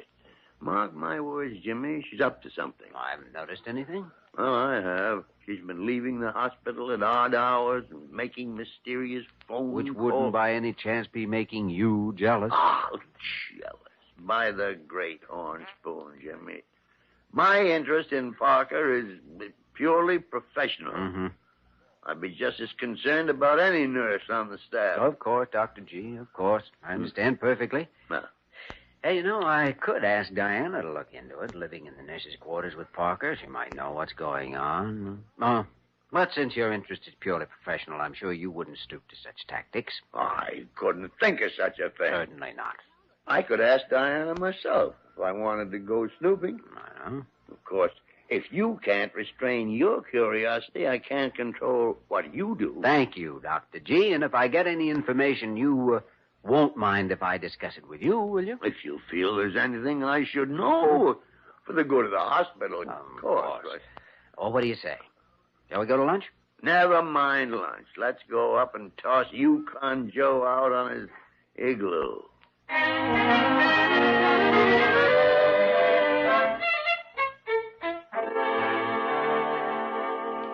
Yes, sir, I found nuggets as big as hen's eggs every time I sunk my... Well, hello, Doc. Come on in. I was just telling Dr. Carew and Miss Park about my diggings up at Moosehead Rock. Yeah. Oh, yes. Yes, it was most interesting. I'd better be making my rounds, though. You will excuse me. Oh, yes. I just happened to stop in, Dr. Gillespie. Mr. Moran was showing us his scrapbook, and so you forgot to get him his clothes so he can get out of here. Now go on and get him. Well, Doc, how am I doing? Oh, ankle's practically healed, Joe. Use a cane, favorite for a few days, you'll be all right. Well, I'm grateful to you. And when I get back to Moosehead Rock, I'm going to send you a poke so full of gold you won't hardly be able to lift it. No, we'll skip the gold, Joe. Just make sure to see the cashier on your way out, won't you? Why, I don't think you fellas trust me. Do I look like the type who'd try to beat a hospital bill? Why, I'm loaded. Then see the cashier. He'll help you unload. Come on, Jimmy. Goodbye, Yukon Joe. Goodbye. And don't forget, if you're ever in the Yukon, look me up. We will. And if you ever break your ankle again, break it in Philadelphia, will you? Jimmy? Did you notice how interested Parker was in that phony in his scrapbook? Yeah? Yukon Joe and his team of Huskies. Probably had the pictures taken at Coney Island. Just the same, Parker was interested, as you say. Maybe she's thinking of doing a little gold digging of her own. On him? Then she'd better borrow a dentist drill. All his gold's in his teeth. Who cares what Parker does? Well, are you going to see Diana, or aren't you? Oh, I'm going, Dr. G. I'm going.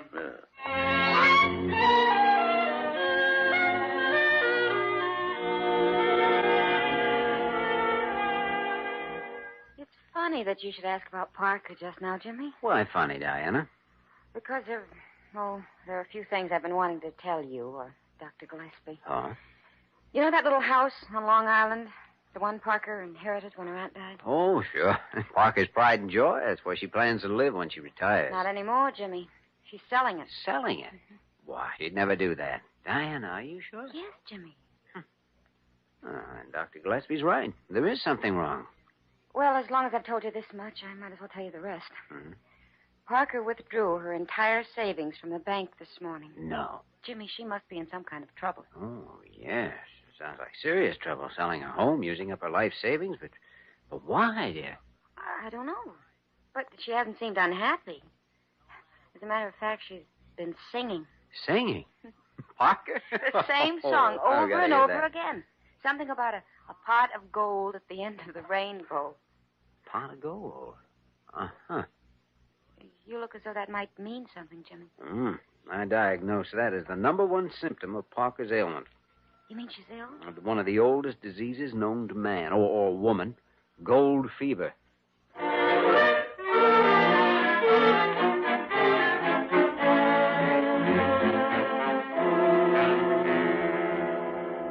Uh-huh. So that's it. I'm afraid so, Dr. Gillespie. Well, we'll soon find out. Parker! Parker! Pot of gold, rainbow. Did you call me, Dr. Gillespie? Sit down, Parker. Go ahead, sit down. Well, why are you staring at me? Because I like you, Parker. And because I like you, I'm going to do you a big favor. What kind of a favor? Parker, how would you like to be the Diamond Queen of America? Diamond Queen of America? Yes, Parker. Yep. Why not? You see, I have a diamond mine. It's over in Brooklyn, right under the BMT subway. I thought you might like to invest some money in it. But what are you talking about, Dr. Gillespie? Oh, what's wrong with buying a diamond mine, Parker? You've already bought a gold mine, haven't you? Or did he sell you the Brooklyn Bridge instead? I don't know what you mean. We mean Yukon Joe Moran. How much did he hook you for? He did not hook me. I got a bill of sale. Parker, you mean you actually gave him money? I did not give it to him. I bought 1/3 interest in his mine at Moosehead Rock. Parker, why didn't you ask somebody about this before you did it? I did ask. Who did you ask? Some genius like Carew? Yes, Dr. Carew. Oh, no. Well, I did. Mr. Moran sold Dr. Carew a piece of the mine, too. You mean Carew went into this deal? Yes, and you could have gotten in on it, too, if Dr. Gillespie wasn't always growling at poor Mr. Moran. Poor Mr. Moran. Poor Mr. Moran. Poor Mr. Moran left here richer than he arrived, thanks to you and Carew and your combined nimble brain power. Parker, do you realize what you've done? Well, I've just insured my future, that's all. Insured it. You're beating it to death with that Moosehead Rock. But he said there's gold there. Only gold? No uranium? No platinum? Have you got a bill of sale, Parker? I have it right here. Don't you think there is any gold at Moosehead Rock? Gold? I don't even think there's a moose there. Oh. There mightn't even be a rock. Oh. And he took all my money. Oh. What do you need money for, after all, Parker? You're a 1/3 owner of a gold mine. Oh. Is that legal, Jimmy? I'm afraid so, Dr. Gillespie, unless we can prove there's no gold there or doesn't have a claim on the land or something. Well, we better move fast and check on it. You find out about the claim. I'll look into the rest. Right. What about me? What am I going to do? Just wait until we get back. And stay away from the patients. One of them's liable to steal your uniform.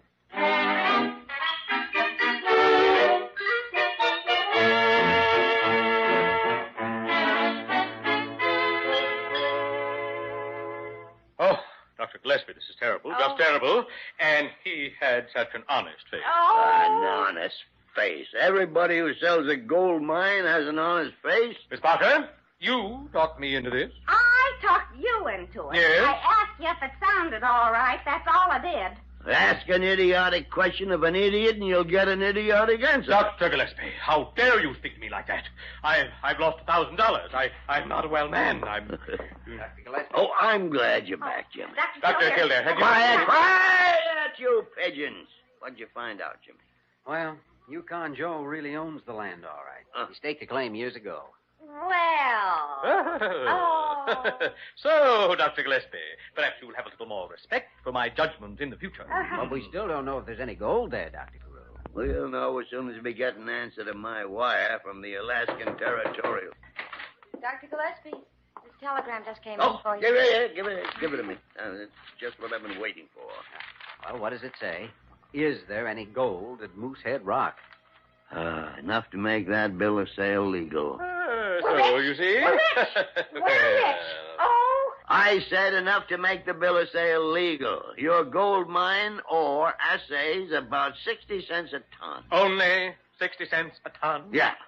And the only reason it isn't profitable is because it costs $14 a ton to dig it out. Oh!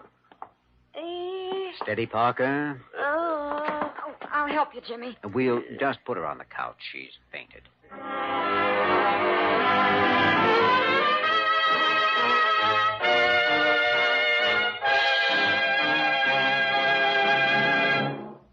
We return to the story of Dr. Kildare in just a moment.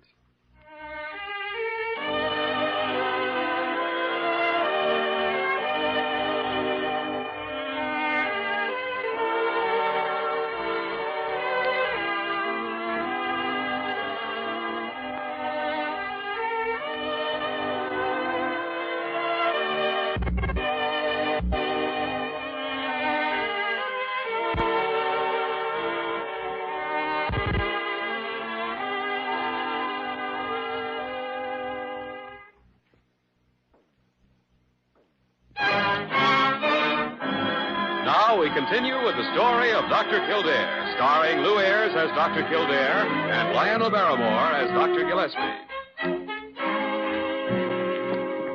Well, Yukon Joe certainly picked one of the better hotels, Dr. Gillespie. What's the number? My clerk said it was 1407. Right here. Come in, garçon. Just put the champagne in the...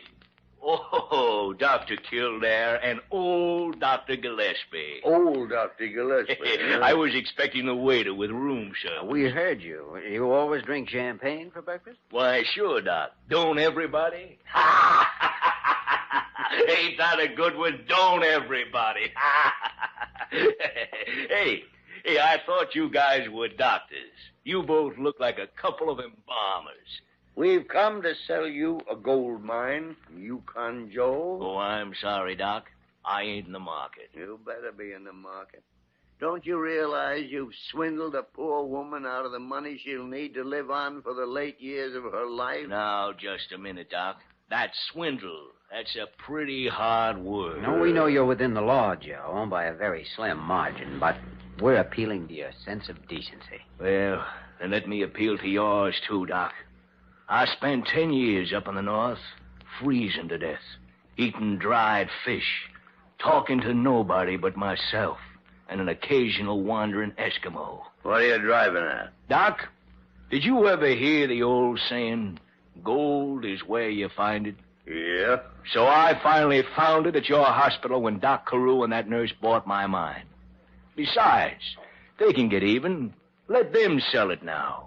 Everybody wants to buy a gold mine. I take it, then, that you don't intend to return that money. Doc, me and that money is going to Florida.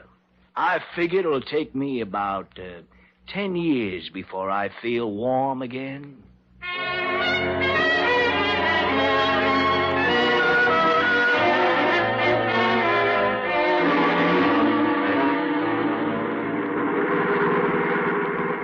Well, there's nothing more we can do, Jimmy. You better stop at the bank before we go back to the hospital. Wait a minute. Are you going to make up for Parker's losses? Well, she's got to have something set aside, Jimmy. She can't go on nursing until she's 90. So you're going to take your own savings and tell her that you got her money back, huh? Well, I can't tell her it's my money, can I? She'd only got the wrong idea. Would it be the wrong idea, Dr. G? Nah. You just watch. Wait, you're driving, Jimmy. Hey, you're going the wrong way. You're headed downtown. That's right. I've got a little idea. Something that may make Yukon Joe change his mind. You'll never sell him that mine again. I wasn't thinking of selling it to him. If my plan works, we won't have to sell. He'll be chasing us wanting to buy. Here we are. Jimmy, this is the office of the Star Herald. Wasn't the editor of the Star Herald a patient of ours a few months back? And didn't Parker take care of him? And didn't he write an editorial calling her another Florence Nightingale? Jimmy, do you think... We can ask, Dr. G. We can ask.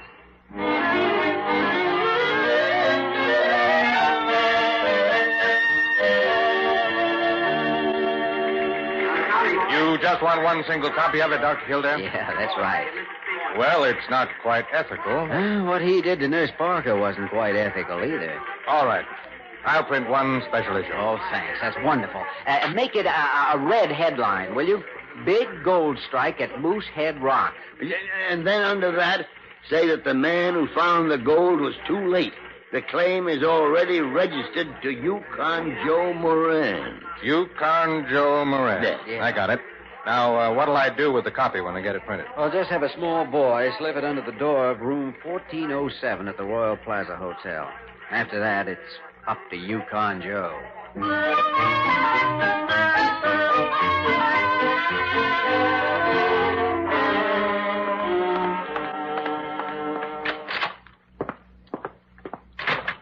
All right.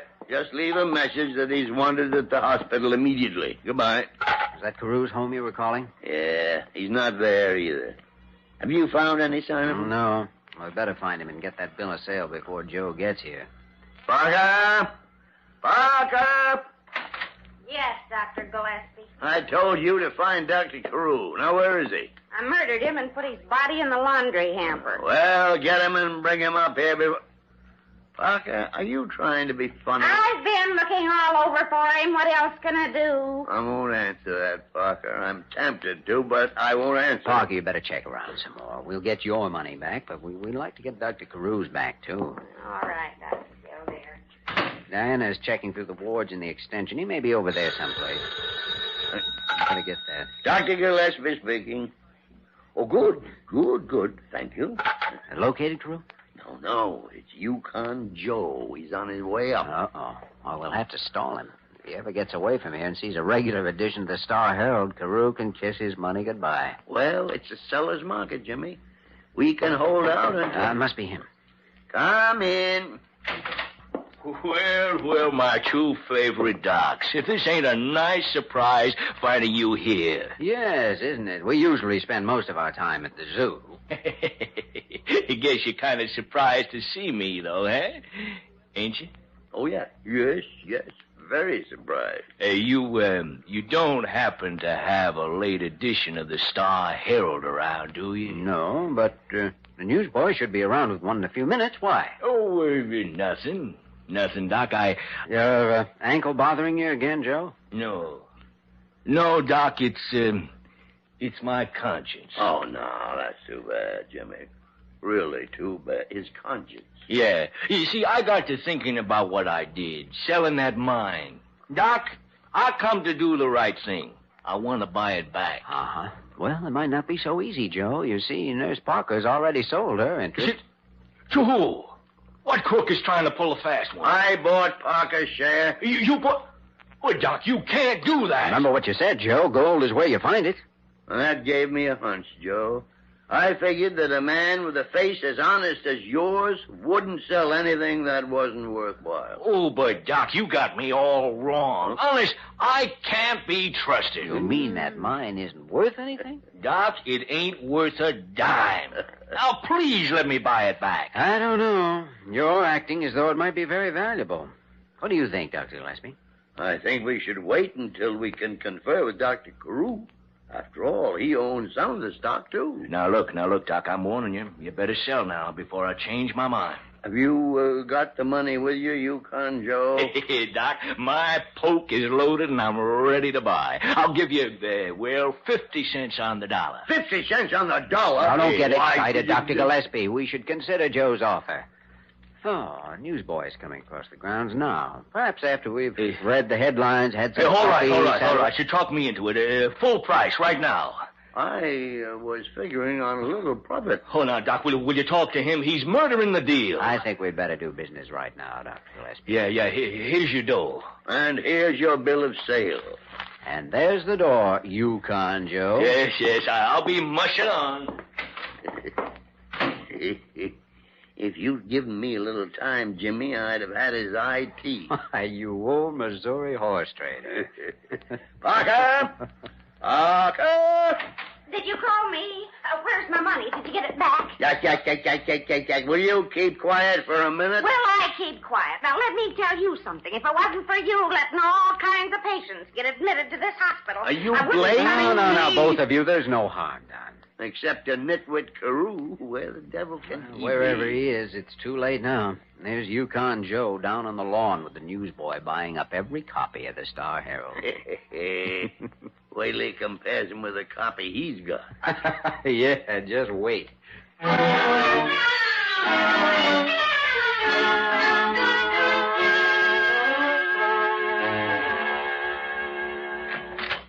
Good afternoon, gentlemen. Good afternoon. Good afternoon, Carew. Where have you been? Dr. Carew, we've been searching for you high and low since early this morning. Well, I'm afraid I had some very important business. And I'm afraid you've missed some very important business.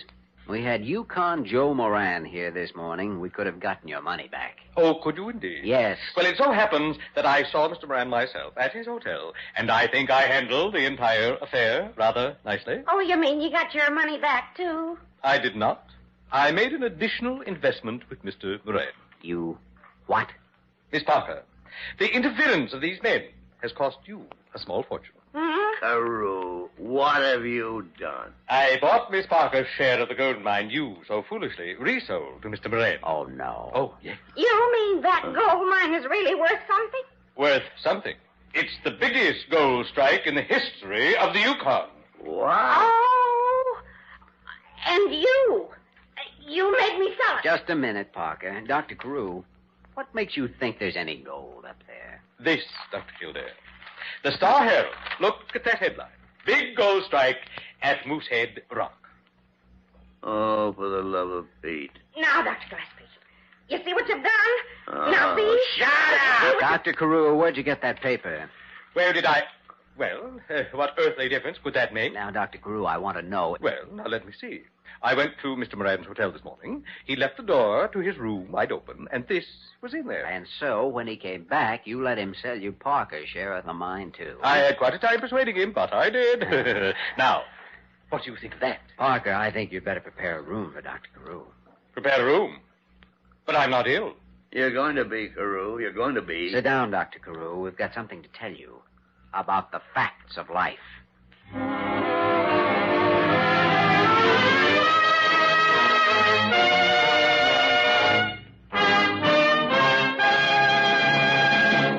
In just a moment, we will return to the story of Dr. Kildare.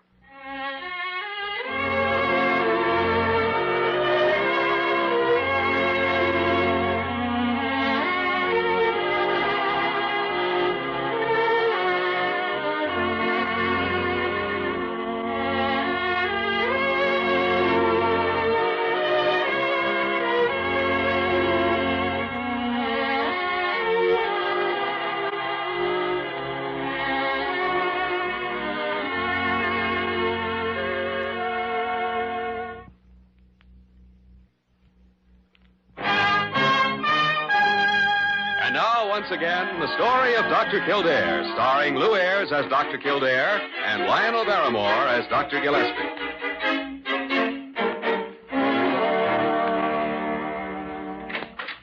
I just finished my work, Dr. Gillespie. Need me for anything else before I go? Well, if it isn't Gold Nugget Parker, the Queen of the Klondike. You don't have to be so mean to me, do you? Oh, I'm sorry, Parker. You can go.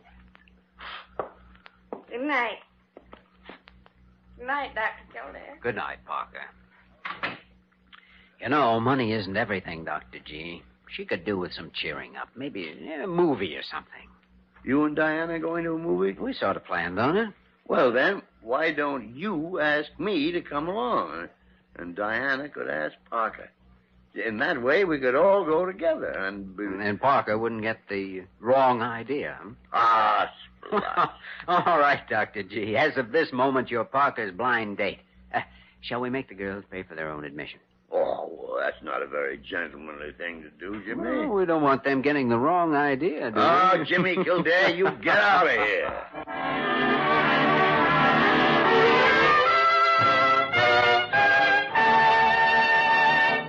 You have just heard the story of Dr. Kildare, starring Lou Ayres and Lionel Barrymore. This program was written by Joel Murcott and directed by Joe Bigelow. Original music was composed and conducted by Walter Schumann. Supporting cast included Virginia Gregg, Ted Osborne, Georgia Ellis, and Peter Leeds. Dick Joy speaking.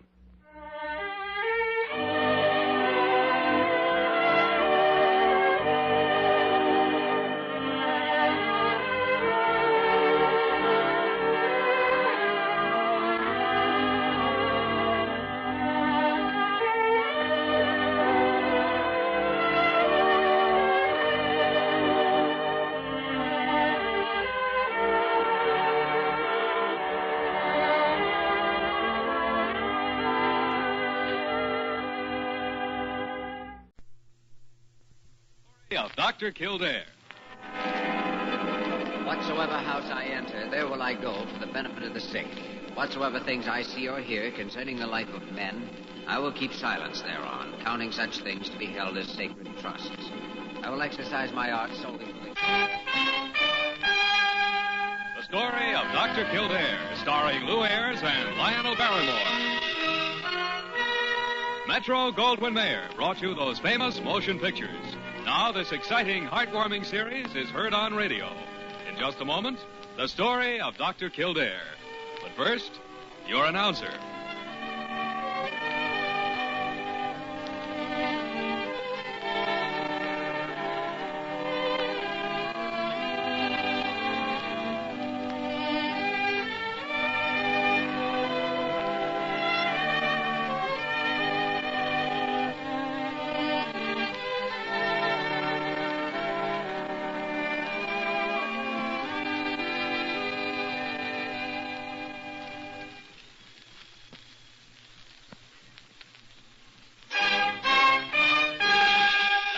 The story of Dr. Kildare, starring Lou Ayres as Dr. Kildare and Lionel Barrymore as Dr. Gillespie.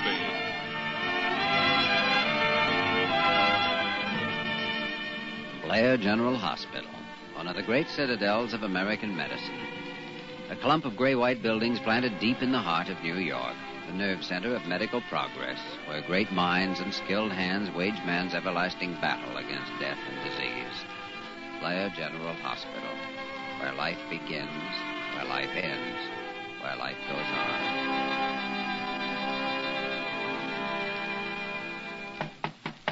Come in. Outrageous, that's what it is. Outrageous, ridiculous. I have too much to do to waste a lot of time with some ridiculous woman with a cold in her nose. What on earth are you mumbling about, Dr. Gillespie? I'm mumbling about Dr. Carew. That's what I'm mumbling about. Well, I grant you he's an old auntie about some things, but he can hardly be called a woman with a cold in her nose. Well, who said he could? You did. Oh, you're crazy, Kildare. You ought to know you've been a diagnostician for a good many more years than I have. Now, look here. I'm not in any mood for bantering. I'm busy, and that fool Carew's gone out of town, and he left a letter for me asking me to see this fool woman with the sniffles. Now, do you know she's a fool woman with the sniffles? Have you seen her yet? No, I haven't, but I can tell from the tone of Carew's letter. He says she's a new member of the Board of Trustees, and he wants me to be very nice to her. Dr. Leonard Gillespie, boy diplomat. Ah, go to blazes. I should have known better than to come to you for help. Well, how can I help you in a case like this? Well, I thought you could see the old crow with me and kind of help me out. I'd do it for you, Kildare. Ha! I have never refused a fellow man in need. What is it? Are you afraid of this what's her name? Millicent Forbes, that's her name. You're doggone right I'm afraid of her. I'm afraid of any woman that Carew wants me to be nice to. I had a hunch this was where you were. Okay, you were right. Now that you found me, go away and forget that you did. My, what a bright, sunshiny face we have this morning. Dr. Gillespie is not in one of his better moods. There's a lady in your office asking to see you. Oh, sprout. Send the lady down to my office, will you, Molly? She says she's a friend of Dr. Carew's and a member of the board of... All right, Molly, all right. I'm not interested in her biography. Just send her down. Yes, Dr. Gillespie. Immediately, Dr. Gillespie. Goodbye. Whatever you say, Dr. Gillespie. I'm sure I don't know why you should be afraid of this woman. You should see some of the women Dr. Carew sent to see me. They came in on broomsticks. I see. Well, we'll examine this one. Give her some cold capsules or something and a quick heave-ho. Nicely, of course, in the best Carew manner. Come in. Well, hello. Oh, hello. Mrs. Forbes? Why, yes. That is, it's Miss Forbes. Oh, well, I'm Dr. Kildare. This is Dr. Gillespie. How do you do, Dr. Gillespie? Well, I was told you were the most handsome doctor in New York, and I can certainly see why. Yes, Dr. Gillespie is definitely the Clark Gable of Blair General Hospital. Yes, I can see that. Well, won't you sit down, Miss Forbes? Oh, I wish you'd call me Millicent. I've never heard Dr. Carew call you anything but Leonard, and I do hope you won't mind if I call you that. You see, I feel as though I know you already. Of course. Millicent. There, you see, we're friends already. Dr. Kildare, I don't think we'll need you. Oh, Dr. Gillespie, you forget that I was called in as a consultant on this case. Well, I think I can hand it alone, all right. Dr. Carew insisted that Miss Forbes have every attention possible. Oh, isn't that charming? Oh, he's such a sweet man, sweet. Let's see, you're suffering from a cold, Miss Forbes? Yes, it's just a nasty old case of the sniffles, really. But Dr. Carew said that since I was on the board of trustees and all that, I shouldn't take any chances. Well, I should think not. Well, if you'll just open your mouth and say, Miss Forbes, I'd like to look at your throat. Well, of course. I'd be happy to. A slight inflammation. Let me see. You have such strong hands, Dr. Gillespie. Gesundheit. Thank you. I'll take your temperature, Miss Forbes. Just slip this under your tongue, please. That's right. You must not talk for 3 minutes. I understand. Shh. Now, don't you worry, Millicent. Don't you worry. We'll have you all fixed up in no time. We can't have a lovely woman like you ill for one single moment. Do you think we should hospitalize Miss Forbes, Dr. Gillespie? Well, we'll have to see what her temperature is. It's a long-distance call for you, Dr. Kildare. Oh, thanks, Molly. Hello. Oh, hello, Dr. Carew. Yes, I'll be glad to help you in any way I can. What is it? Miss Forbes? Why, she's in my office right now. Dr. Gillespie called me in for a consultation himself. Yes, her condition seems to be very favorable. Yes, we are giving her every possible attention. Goodbye. That was Dr. Carew phoning from Albany, Miss Forbes. He wanted to be sure that we were doing everything possible for you. Isn't that nice? Here. I'll take out that thermometer. Oh, how sweet of Dr. Carew. Your temperature is normal, Miss Millicent. Oh, thank you, Leonard. Oh, suffering microbes. Oh, my goodness, what's the matter with her? Oh, of course, she's jealous.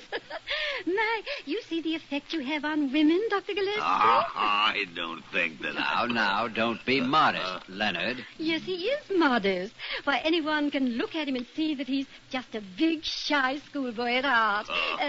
Don't you agree, Dr. Kildare?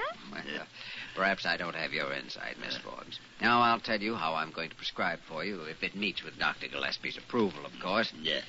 No. I'd like you to take 1 Coracetin pill every 3 hours. Your cold is in the very early stages, and I think we can get rid of it for you before it gets too uncomfortable. Yes, you want to eat a light dinner tonight. Oh, why don't you come along and have dinner at my home, Dr. Gillespie? Or are you too busy? Well, now, let's see. I was on duty tonight, but Dr. Kildare could look after my cases. Well, I'll... Yeah, you will, Kildare. Yes, to be sure. Well, Miss Forbes, Millicent... I think that's a very nice suggestion, but I insist on taking you out to dinner. Oh, how exciting. Well, I'll run along home and dress. Oh, what time will you pick me up? Oh, about 7. I'll be waiting. You had my address on my card. Well. Goodbye. Oh, thank you, Dr. Kildare. You've been so charming. Don't mention it. I'll see you at 7, Leonard. Well, we certainly gave her some cold capsules and the quick heave-ho, didn't we? Attractive woman, isn't she? Maybe I should go along with you. Oh, no, you don't. No, you don't. You're staying right here at Blair General. Yes, sir. Yes, a very attractive woman.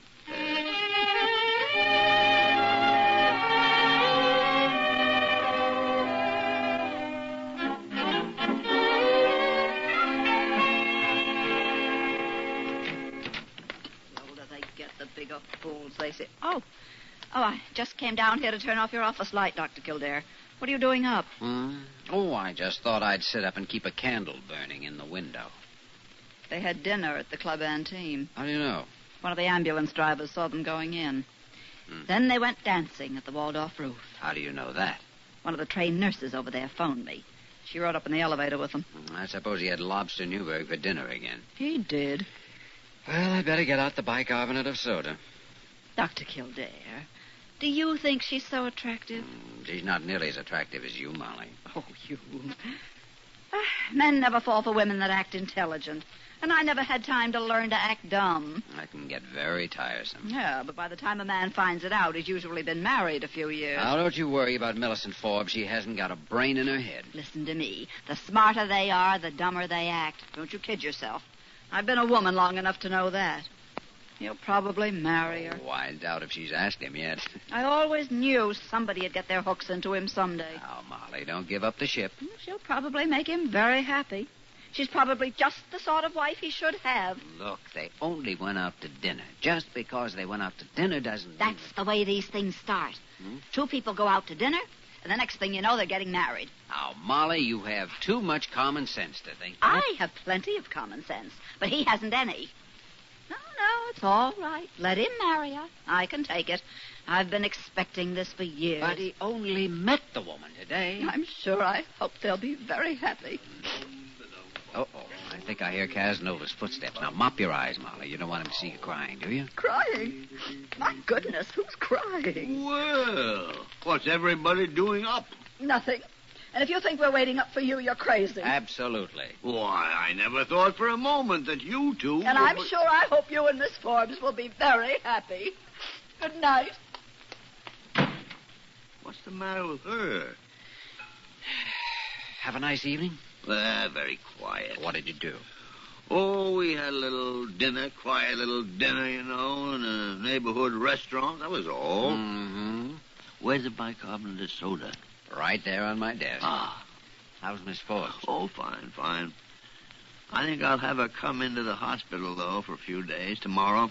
What for? If she's fine. Well, a little checkup never does any harm, you know. Carew wanted us to be nice to her. Well, I'll be doggone. Yeah? Well, what's the matter with you? Evidently, Molly was right. Molly was right about what? Look here. You don't want to be taken in by this woman. Taken in? What are you talking about? Well, now, a woman like this may seem dumb, but they're smarter than they seem dumb? Millicent is an extremely intelligent woman. That's my whole point. And for you to get involved... Kildare? Are you by any chance laboring under the impression that you are one or the other of my parents? No, but... Are you laboring under the impression that I can't take care of myself? Well, I didn't mean to imply exactly that. No man is going to lead me around by the hand, you know. I'm not afraid of a man leading you around by the hand as much as I'm afraid of a woman leading you around by the nose. What woman? You know what woman. Look here, I just went to dinner with Millicent Forbes, that's all. I know, but that's the way these things always start. Two people go to dinner and end up married. You're out of your mind. I'm not going to end up married to anyone. You talk like I'm a little child married. That's ridiculous. Look here, Kildare. You take care of your life and I'll take care of mine. All right, if that's the way you feel about it, all right. Good night, Dr. Kildare. And good night, you wolf. Golly, Molly, that's the nicest thing you ever said to me.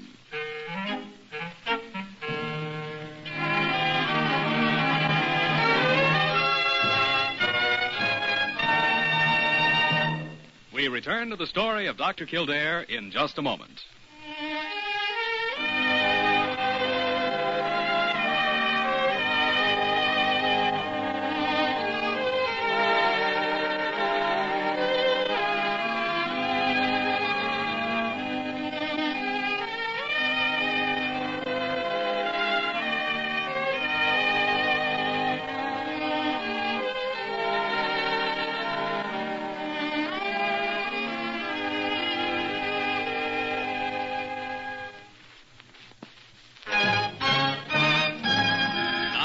continue with the story of Dr. Kildare, starring Lou Ayres as Dr. Kildare and Lionel Barrymore as Dr. Gillespie. Look what it says here in the columns, Dr. Kildare. Seen last night at the Waldorf. Society leader Millicent Forbes and Dr. Leonard Gillespie of the staff of Player General. Does this mean wedding bells? And here's another. New romantic duo, Millicent Forbes and Leonard... Well, it's not my affair. Take them down to Dr. Gillespie's office. He told me to mind my own business last night, and I'm minding it. Jimmy, I need your help. Did you see the papers? Oh, I see you've got them. Say, I have a book here I've been meaning to send down to your office. It's called... What Every Young Bridegroom Should Know. Just off the press. Quite good, as a matter of fact. Very informative. Now, Jimmy, you know very well. Oh, the nurses are taking up a collection to buy you a wedding present. I don't want a wedding present. Well, I must say that's very ungrateful of you. I am not getting married. That isn't what the papers say. Now, Jimmy, I need help. You told me to take care of my life, and you take care of yours. Well, that was last night. I didn't know I was in trouble last night. I can't forgive and forget so easily. I was deeply wounded, after all. Just because love has at last come to you, that doesn't give you any right to turn on your old friend. Love has not come to me. It's getting a little late for denials, isn't it? Hello. Yes, he is. Send him right down here. There's a reporter on his way down from your office. Wants a picture of the bridegroom. Now, this has gone far enough. Why did you have him sent down here? You can't run away from things, you know. When you get involved with an heiress, you have to be prepared to face her public. Jimmy Kildare, I'd like to chain you to an anthill. Well, I'm going back to work. I'm sure we all hope you'll be very happy, Dr. Gillespie. Molly. Come in. Dr. Gillespie? Dr. Gillespie is no more. He just passed on into the great beyond. What? Don't let him kid you. This is Dr. Gillespie. I'm Dr. Kildare. How do you do? And how do you do, Dr. Gillespie? I'm from the New York Globe. I wanted to get a statement from you about your marriage plan. I'm not getting... Oh, my goodness, here you all are. My gracious, I've been hunting all over the hospital for you. Good morning, Leonard, dear. Oh, Dr. Kildare, how nice to see you. Hello, Millicent. Good morning, Miss Forbes. May I present Mr. Gordon Arkley of the Globe. Oh, how do you do, Mr. Arkley? I'm so happy to meet you. How do you do? I just came over to see if I could get a statement from Dr. Gillespie on your wedding plans, Miss Forbes. Wedding plans, dear me. Dr. Gillespie and I are just good friends. Why, we haven't even discussed wedding plans. No. Yet. Oh. You seem to have stumbled on something rather prematurely, Mr. Arkley. Kildare. My goodness, yes. Well, I'm all checked into the hospital, Lenny. You are? Oh, are you entering the hospital, Miss Forbes? Oh, it's just for a routine checkup. I see. How's your cold? Why, it seems to be all gone. Lenny cured it. Well, I'll see you in a little while. May I walk down the hall with you, Miss Forbes? Why, yes, of course. You're a lucky man, Dr. Gillespie. Now, see here, Jimmy Kildare. Stop that laughing now. This is serious. I feel like I'm up to my chin in a barrel of molasses. Yes, tell me more, Lenny. Lenny? No. I am not going to marry that woman. Oh, don't tell me. Tell her. Tell the newspapers. Tell Dr. Carew. Hey, did you ever hear of a breach of promise suit? How can I breach what I never promised? Are you sure you made no promise? Jimmy, now. I am in trouble. Trouble. I need help. Not you. You're the man that can take care of himself. No man can take care of himself, Jimmy. No man on earth when a woman's around. What am I going to do? I can think of just one way, but why should I bore you with the details? I'm sure you've figured a way out by now yourself. I'm sorry I said I could take care of myself. I'm sorry I told you to mind your own business. I'm sorry. I am sorry!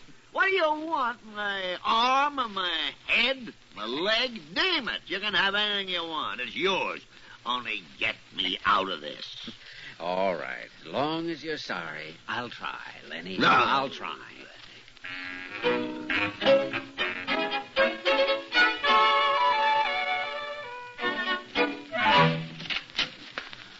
Oh, why, Dr. Kildare. Yes. Miss Forbes, Dr. Gillespie has asked me to conduct your checkup. He feels that because of all the gossip and publicity that it might be less embarrassing for you if I took care of you. Oh? Why, that's very thoughtful of him. Yes, well, he's a very thoughtful man. As a matter of fact, I'm glad of the opportunity to have a little talk with you. I don't know how serious your romance with Dr. Gillespie is just now. Well, one never knows, does one? But I think a woman like you could bring a lot into his life. You do? Yes, I do. I think you have the understanding it takes to be the wife of a doctor. Understanding? Yes, I'm sure that night after night, while you sit alone, waiting for him to come home, you will understand. You'll be patient and silent in the face of loneliness. Well, I try to be. And when he does come in, tired and cross, without the strength to speak even one civil word to you, I'm sure you will understand and be even kinder to him. Well, And if, heaven forbid, in the heat of exasperation, and a doctor experiences many exasperations and frustrations during the course of a day, if, as I say, the result of these, he should even strike you, I know you're the kind of a woman who will understand even that and turn the other cheek. Did you say strike me, Dr. Kildare? Well, he has been known to be quite violent around the hospital, but he's always very sorry about it the next day. He needs understanding, you see, and compassion and devotion. Yes, but He'll be living at home with you, of course, so naturally you'll have to take care of him, see that he takes his pills in the morning. There are 11 of them. You mustn't let him skip even one. 11 pills? Yes, 2 for his liver, 2 for his heart, 2 for his blood pressure, and 2 are vitamins. What are the other 3? Well, I think he had better explain the other 3 to you. Then he must have a rub-down before you let him get out of bed. A rub-down? For his circulation. And also he has to wear red flannels and a nightcap until May 15th, unless the weather turns hot earlier. And in June, he can go without his vest. And yes, one other thing. Dr. Kildare, would you mind? I'd like very much to talk to Dr. Gillespie. You won't tell him what I told you? He becomes quite violent if he thinks people are discussing it. Oh, I'm sure that I'll be able to find protection from his violence if he should become violent in this great hospital. But you may remain present if you care to, Dr. Kildare. Will you send for him, please? Well, yes, Miss Forbes, of course I will, if you insist. Oh, I'm afraid it is quite necessary.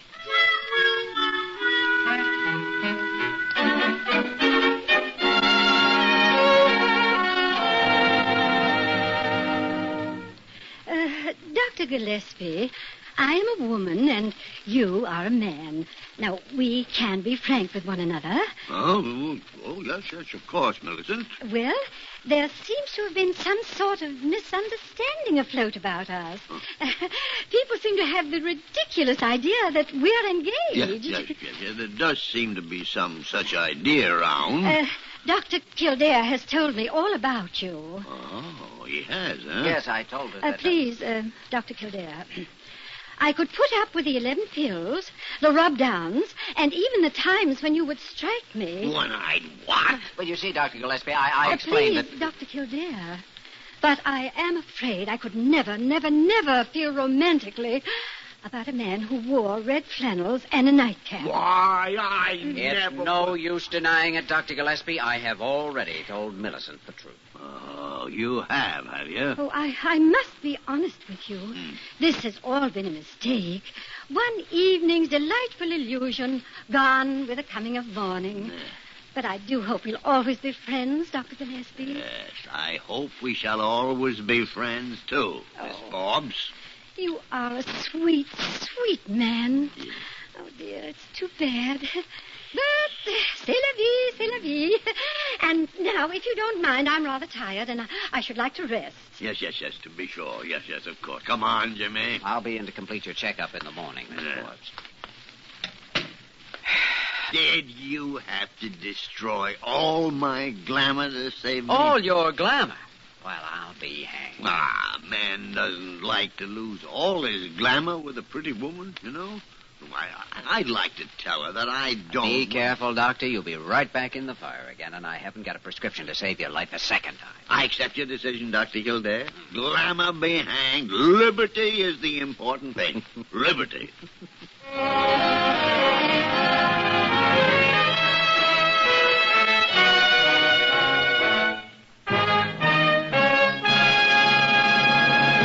In just a moment, we will return to the story of Dr. Kildare.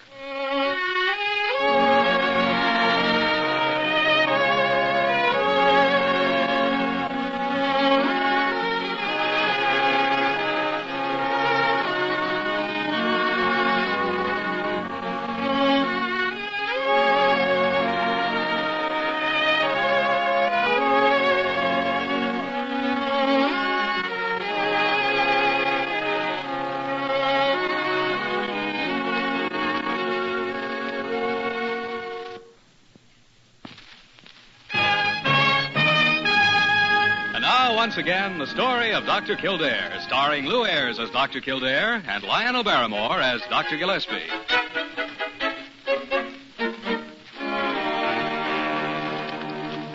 Well, it says here in the paper that Millicent Forbes has a new flame. Anyone we know? No. Molly, did you actually think I'd marry Millicent Forbes? Well, I knew she was going to marry you if you didn't step awfully fast. Were you jealous? Not a bit. Ah, you were too. Well, I think you two can fight this out better without me. I have some patients that require a little attention. You think you're safe now, Dr. Gillespie? I can leave you alone? You leave him alone with me at your own risk. I'll figure out a way to break down his resistance to me yet. Doggone, I never realized how irresistible I am to women. Why don't you give in and marry Molly, Dr. Gillespie? I wouldn't want to break up a beautiful friendship, Kildare. A beautiful friendship.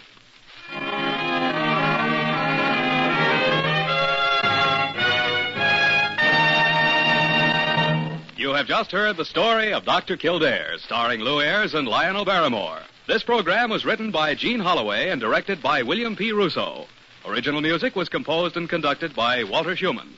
Supporting cast included Eleanor Audley, Isabel Randolph, and Eddie Fields.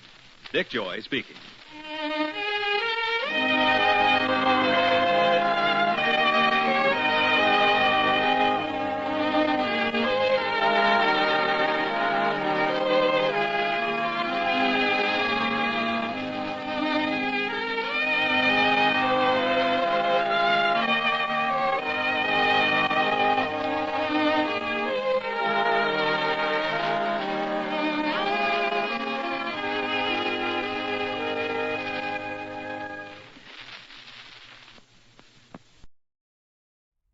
The story of Dr. Kildare.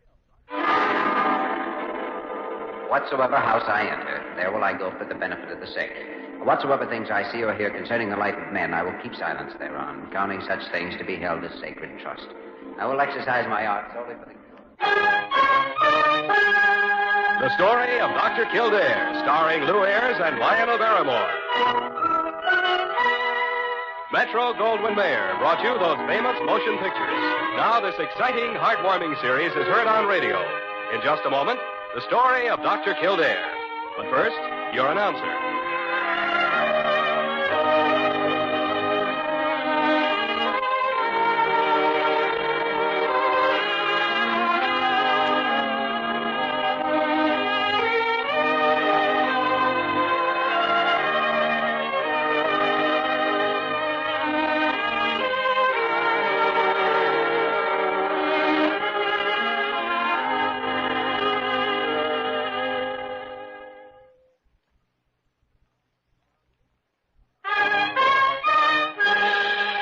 The story of Dr. Kildare, starring Lou Ayres as Dr. Kildare and Lionel Barrymore as Dr. Gillespie.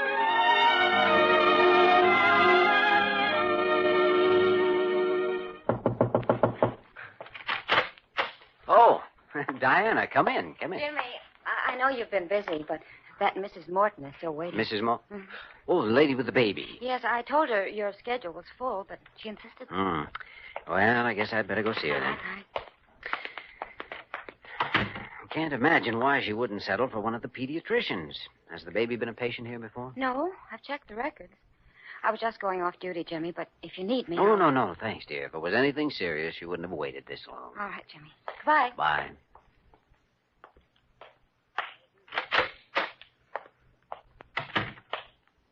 Mrs. Morton? Dr. Kildare, the nurse said that you were terribly busy, but I just had to see you. I'm sorry to bother you, Dr. Kildare. Now, take it easy. What? I'm sorry. You don't remember me, do you? Remember you? Well, you look vaguely familiar, but Well, I wasn't Mrs. Morton the last time you saw me. Oh. Do you remember Cathy Winslow? Cathy Winslow? Well, of course I remember, but... Well, you were only a little girl, and now you've got a baby of your own. I'm 19 now, Doctor. Oh, that's pretty old, isn't it? You say it like it was 90. Well, how are your folks? They're gone, Doctor. An automobile accident 3 years ago. Oh, I'm sorry. I didn't know, Cathy. Well, did you come to see me about the little fellow sleeping in the blanket there? It is a boy, isn't it? Yes. He's only a month old. He looks healthy enough. What seems to be wrong with him? Dr. Kildare, I want you to... Cathy, what's the matter? Oh, I don't know. Cathy, get hold of yourself.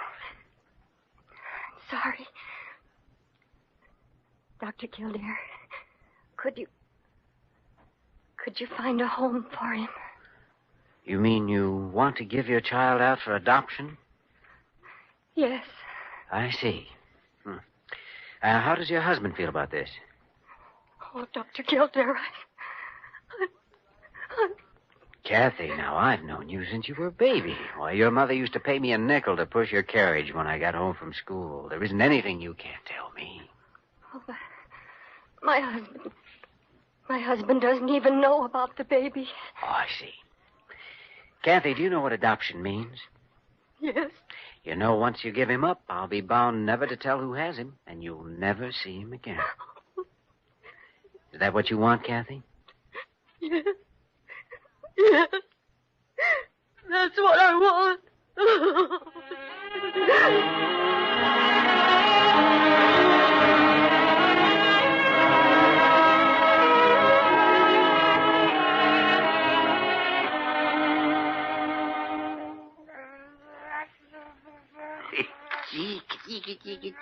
Yeah.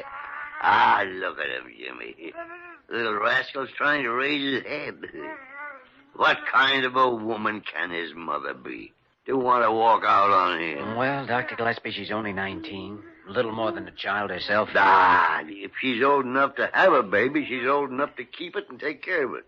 Is she married? She says her name is Mrs. Morton. Do you believe her? I don't know. She was a sweet child, though. Came from a wonderful family. Well, that isn't always a guarantee against trouble, Jimmy. I know.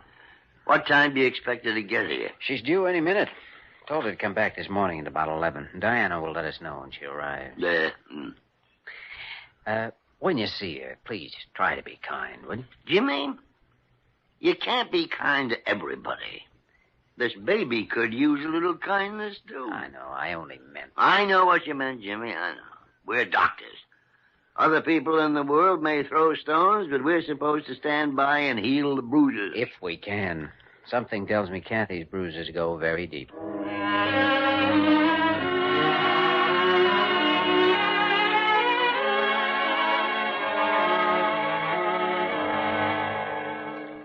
Then you haven't changed your mind, Cathy? No. Is it because you're afraid you can't support the baby? No. If that's it, Cathy, we can help you get a job. Find a day nursery to take care of the child while you're working. And then after work, he'd be yours. You wouldn't have to face years of lying awake at night, wondering where he is and how he's growing up. I can't do it. I'd be no good to him. He'd grow up hating me. Cathy, there's nothing more valuable to a child than his mother. You must know that. But I don't know anything about babies. I do things all wrong, and lots of times he cries. He cries? What do you expect him to do, laugh? He's a stranger facing a strange world, and he has to learn how things are, just as you have to learn how to take care of him. You know, Cathy, being a mother isn't accomplished by giving birth. That's only the beginning. The baby will give you a chance, Cathy. Why not do the same for him? Oh, but I am giving him a chance. I want him to be somebody. Somebody strong and worthwhile. You seem to be under the impression that young babies crawl out into the world and succeed by themselves. Oh, but I'm not leaving him by himself. I'm asking you to find somebody to take care of him. Somebody who's better than I am. Who are you trying to make things better for? Him or yourself? Oh, please. Please don't say anything else to me. If you won't help me, I'll take him to some other place where they will. I only came here because Dr. Kildare... Because we've known each other a long time? Well, I was hoping you'd give that more thought, Cathy. Remember the little girl you were? The tiny thing I pushed around in the baby carriage? You know, your mother wouldn't have given you up for the world, or the sun, or the stars.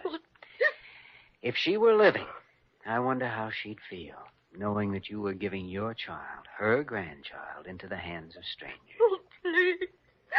Please. All right, Cathy. The adoption will be arranged.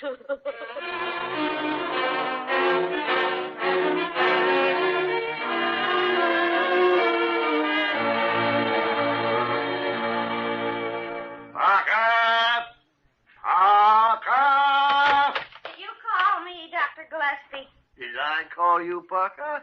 Why, no. Where did you ever get the idea I called you? Where is that confidential file I asked you to get? I gave it to Dr. Kildare like you told me. Well, then why didn't you say so? Oh, I guess the cat got my tongue. Or maybe you were just shouting so loud you didn't hear me. Parker, I do not shout. You do, too. I should know better than try to argue with an old battle axe. Old? Now, let me tell you something, Dr. Gillespie. You're not exactly a rover boy yourself. Yeah. You need to get, I'll be in the next room. Just fire a cannon and I'll hear it. Dr. Gillespie, what were you sticking your tongue out for? Huh? Oh, yeah. I was just going to see the letter. Oh? Slipped out of my hands. Must have gone under the desk. Oh, I'll help you find it. No. I can wait. Yeah, I'll get it later. Have you looked through that file? Oh, yes. Some pretty wonderful couples who haven't been blessed with children of their own. Jimmy, I know 100 who'd be happy to take that Morton baby and love it and cherish it for the rest of their lives. Yeah. Oh, I don't know, Dr. Gillespie. I hate to be responsible for a decision of this kind. You don't think I enjoy it, do you? You know, Cathy wants that baby herself. No matter how she acts or what she says, she still wants him. I think so, too, Jimmy. Yeah. But what can we do if she won't keep him? There must be a reason for it. Girl has a guilt complex, feeling of inferiority. But why? Jimmy, she calls herself Mrs. Morton. But we've no proof that there is a Mr. Morton. No, that's right. Well, I'm going to try to find him. I'm going to check the other hospitals, locate the baby's birth certificate, and see if I can't establish the father's full name. Well, suppose you don't find anything. Well, then I thought perhaps we might let Cathy meet the couple who come to adopt the child. Once she knew he was going, her instinct might make her grab onto him. Oh, that's not very fair, Jimmy. Not fair to the couple who want the child. No, it isn't. We can't do that. But it might work if we got a couple to pretend they were thinking of adoption. That's an idea. Especially if we get a couple she wouldn't want the child to be with. Jimmy, I know just the pair. Who? You leave it to me. You just get going and check on that birth certificate. All right. I'm on my way.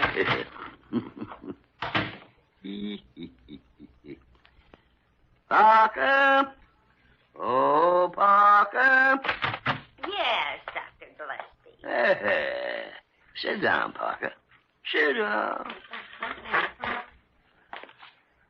Well, what are you looking at me like that for? Parker, I have wonderful news for you. Parker, you are about to become a mother.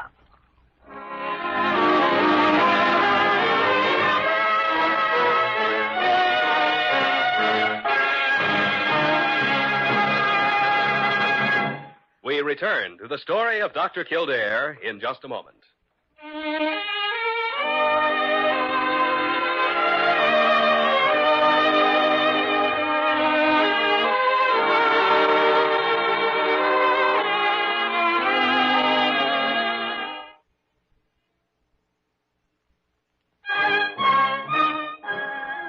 Now we continue with the story of Dr. Kildare, starring Lou Ayres as Dr. Kildare and Lionel Barrymore as Dr. Gillespie. Are you crazy, Dr. Gillespie? I couldn't adopt a little baby. I'm only asking you to pretend you want to adopt him, Parker. Well, that shouldn't be so hard for you. After all, you walk around here in a uniform pretending to work. Well, I never. The baby's mother has never seen you. Now, do you want to help, or do you want to see that child separated from its natural mother? Well, am I supposed to be adopting this baby all by myself? No, Parker, no. I got a make-believe husband all picked out for you. Who? I sent Diana for him. He'll be here in a minute. As a matter of fact, I think I hear him coming right. Did you want to see me, Dr. Gillespie? Him? Now, you listen to me, Dr. Gillespie. Quiet, Parker, quiet. What's all this about him? Who's him? Dr. Carew, him is you. Sit down, Daddy.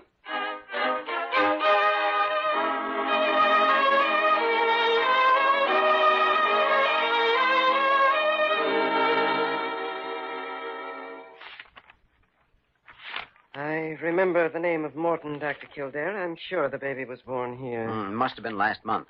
Then it'll be in this record book. Here we are. Morton, a boy born to Mrs. Cathy Morton on the 14th. That's the one. May I see that? Well, of course, Doctor. Help yourself. Father, Sergeant Walter Morton. Don't you have an address on him? No, apparently Mrs. Morton didn't give an address. Sergeant. Might be a policeman, Dr. Kildare. Yes? Or a member of the armed forces. Well, I'll find out. Thanks very much. You're welcome, Doctor.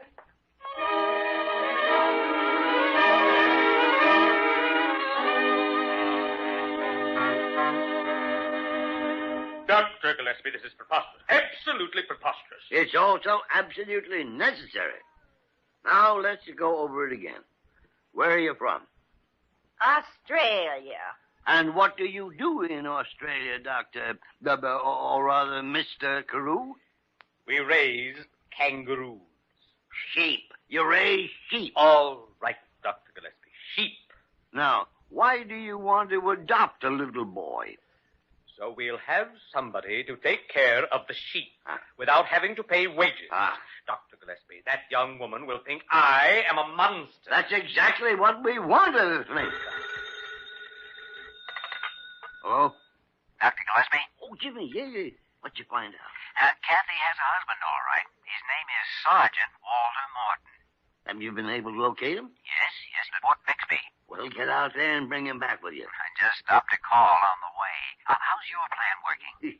Jimmy, I have the greatest pair of prospective foster parents you ever looked eyes on. Who? Parker and Carew. Oh, no. Jimmy, by the time you get Cathy's husband back here, she'll be softened up completely. I don't think a female ape would hand her child over to Parker and Carew. Well, keep the wheels turning, Dr. G. I'm off for Fort Bixby.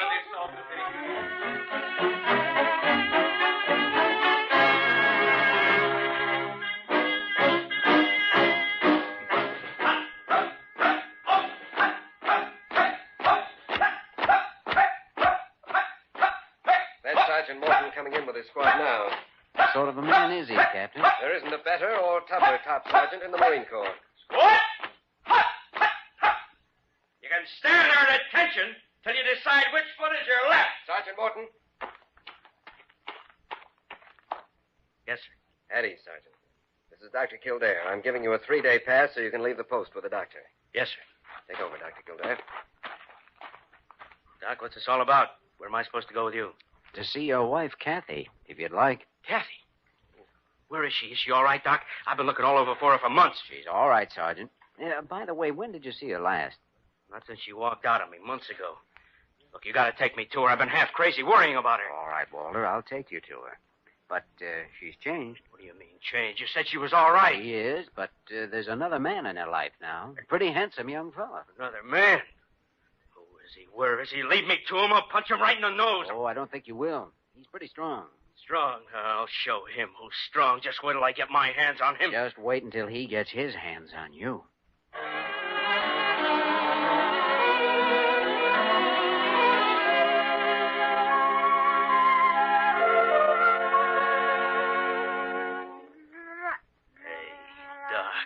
Well, Walter, still gonna punch him in the nose?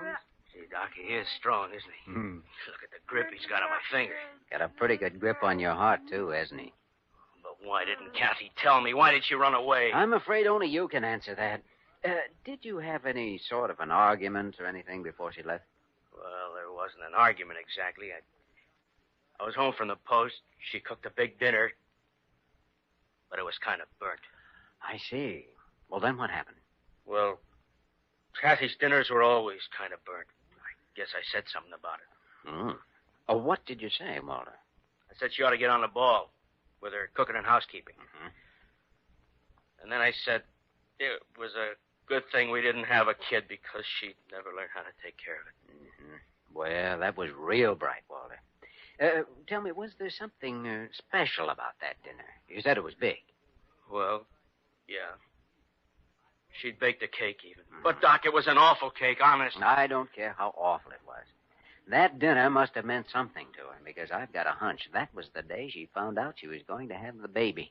And she was making that dinner so she could tell you and celebrate. Oh, Doc, holy smokes. Oh, what a dope I am. You can say that again. You married an 18-year-old girl who adored you and looked up to you, and then you treated her like a boot camp recruit. But, Doc, I love Cathy. I was just trying to tell her... Yes, only you were telling her like a top sergeant, not a husband. You had her so frightened she couldn't do anything right. Pick up your son and come with me. Oh, Doc, you gonna fix it so I can talk to her? Yes? And you'd better do some thinking about how you should talk to a young bride. You know, she can learn to do anything any other young wife and mother can do, if you give her a chance.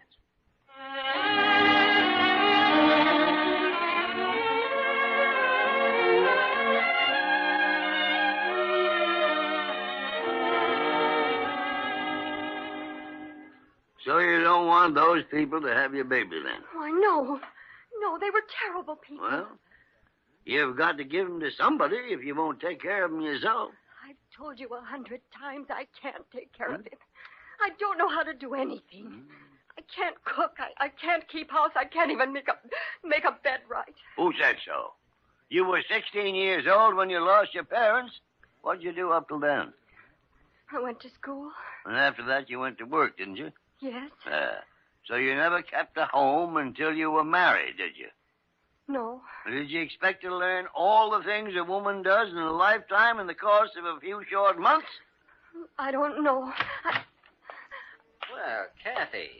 Dr. Gillespie? Jimmy, Mrs. Morton didn't like the, foster parents I found for her baby. Oh? Oh, that's too bad. Well, they wouldn't love him and take care of him the way they should. Jimmy, come in, man, please, man. Did you find the husband? Yes. He's waiting in the next room with the baby, but we can't let her know that yet. No. She's got to be willing to take the boy on her own, with or without husband. I think she will. Cathy, I found somebody else to take your baby. Someone who's certain to love him and be kind to him. Can I see them and talk to them? No, I'm afraid that won't be possible. Oh, but Dr. Gillespie let me talk to those other people. I told you why I was able to do that, Cathy. Because they were from Australia. That's right. If they'd taken the baby, they'd have taken it far away to a different country where you couldn't have followed them trying to see the child. Oh, but it isn't fair. You're asking me to give my child to people I've never seen. Oh, that won't make any difference. You won't be seeing the child again, either. He won't need you, Cathy. He'll be somebody else's baby when they take him out of here. Foster parents take a child because they want him, Cathy. Once he grabs a finger with that little fist, he'll make a home for himself. He'll not only belong to them, they'll belong to him. All you have to do is to sign the adoption papers, Cathy. It'll all be over then, and you can go. Here, right there. Just write your name on the dotted line. Have you got a pen, Jimmy? Yes. Here, Cathy. A child should have two parents anyhow, unless fate decides otherwise. A father to teach him to play ball, and how to sock a bully in the nose if he gets in a scrap after school. And his mother to feed him and wash him, take care of him when he has the measles and chicken pox and the mumps. A mother's hands are wonderful things, you know. Yes. A doctor can give medicine to a child with a fever, but it seems to work best when his mother's there to put a hand on his forehead or wet his lips. Well, just sign the papers, Cathy. It's a worry when a child gets ill, Cathy. Look at all the heartache you'll save. You'll never even know about it. Where's my baby? Where is he? Kathy, you can't see him again. You tell me where he is. I want him. Nobody's going to take him away from me. Nobody. He's just behind that door, Kathy, with a man who also wants him very much. I want my baby. My baby. I want my... Oh, Walter. Walter. Cathy. Oh, Cathy, honey. Jimmy, I think we'd better take a little walk. Yeah, I know just the place, Dr. G. Down in the basement where we can burn these adoption papers.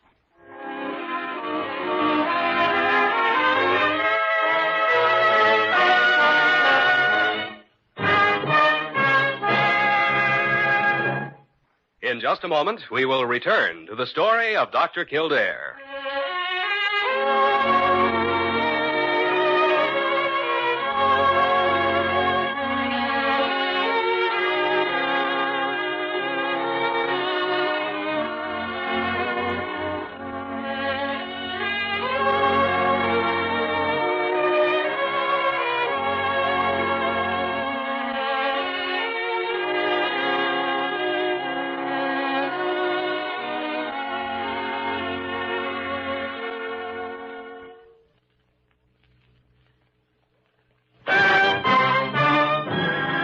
And now, once again, the story of Dr. Kildare, starring Lou Ayres as Dr. Kildare and Lionel Barrymore as Dr. Gillespie.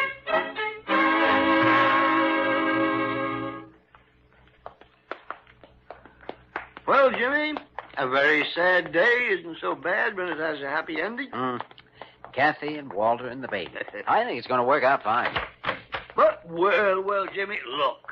The world's greatest pair of foster parents. Very funny, Dr. Gillespie. I bid you good evening. And don't you ever get me mixed up in one of your crazy schemes again. Why, I won't be able to. Did you hear the news, Jimmy? Daddy Carew and Mama Parker are going to get married and move to Australia, where they can raise little kangaroos. For your information, if I ever want to get married, I can find a better man than I'd ever find around this hospital. Parker, you'd marry a rhinoceros if one proposed to you. You horrible man. I have nothing further to say to you. Good night, Dr. Kildare. Good night, Parker. Good night, Dr. Carew. Care to have dinner with me, Jimmy? Oh, I have a sort of a date with Diana. Oh, well, all right. Run along then. Run along. You might walk over to the nurse's quarters with me. Parker may have cooled off by the time we get there, and I know how you hate to eat alone.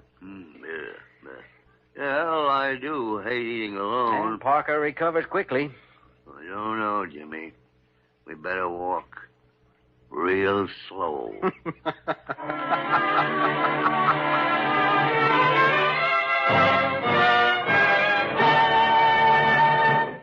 You have just heard the story of Dr. Kildare, starring Lou Ayres and Lionel Barrymore. This program was written by Joel Murcott and directed by Joe Bigelow. Original music was composed and conducted by Walter Schumann.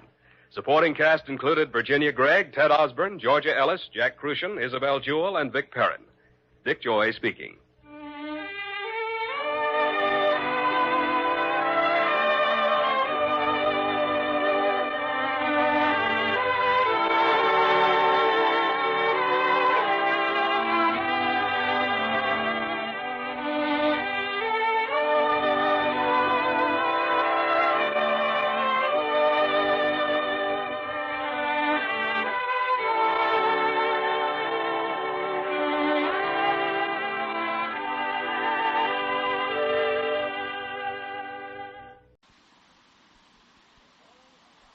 The story of Dr. Kildare.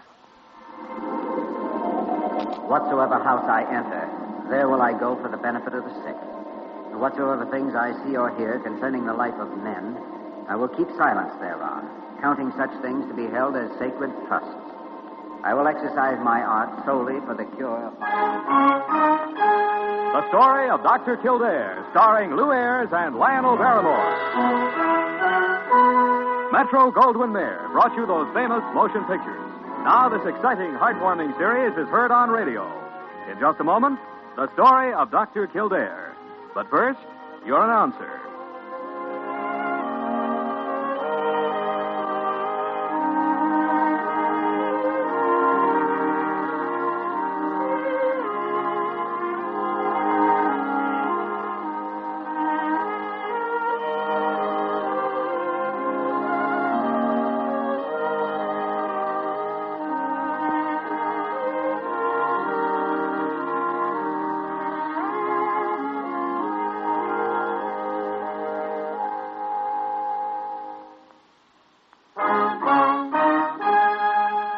the story of Dr. Kildare, starring Lou Ayres as Dr. Kildare and Lionel Barrymore as Dr. Gillespie.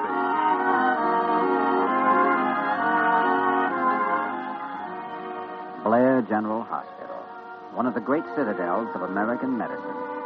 A clump of gray-white buildings planted deep in the heart of New York, the nerve center of medical progress, where great minds and skilled hands wage man's everlasting battle against death and disease.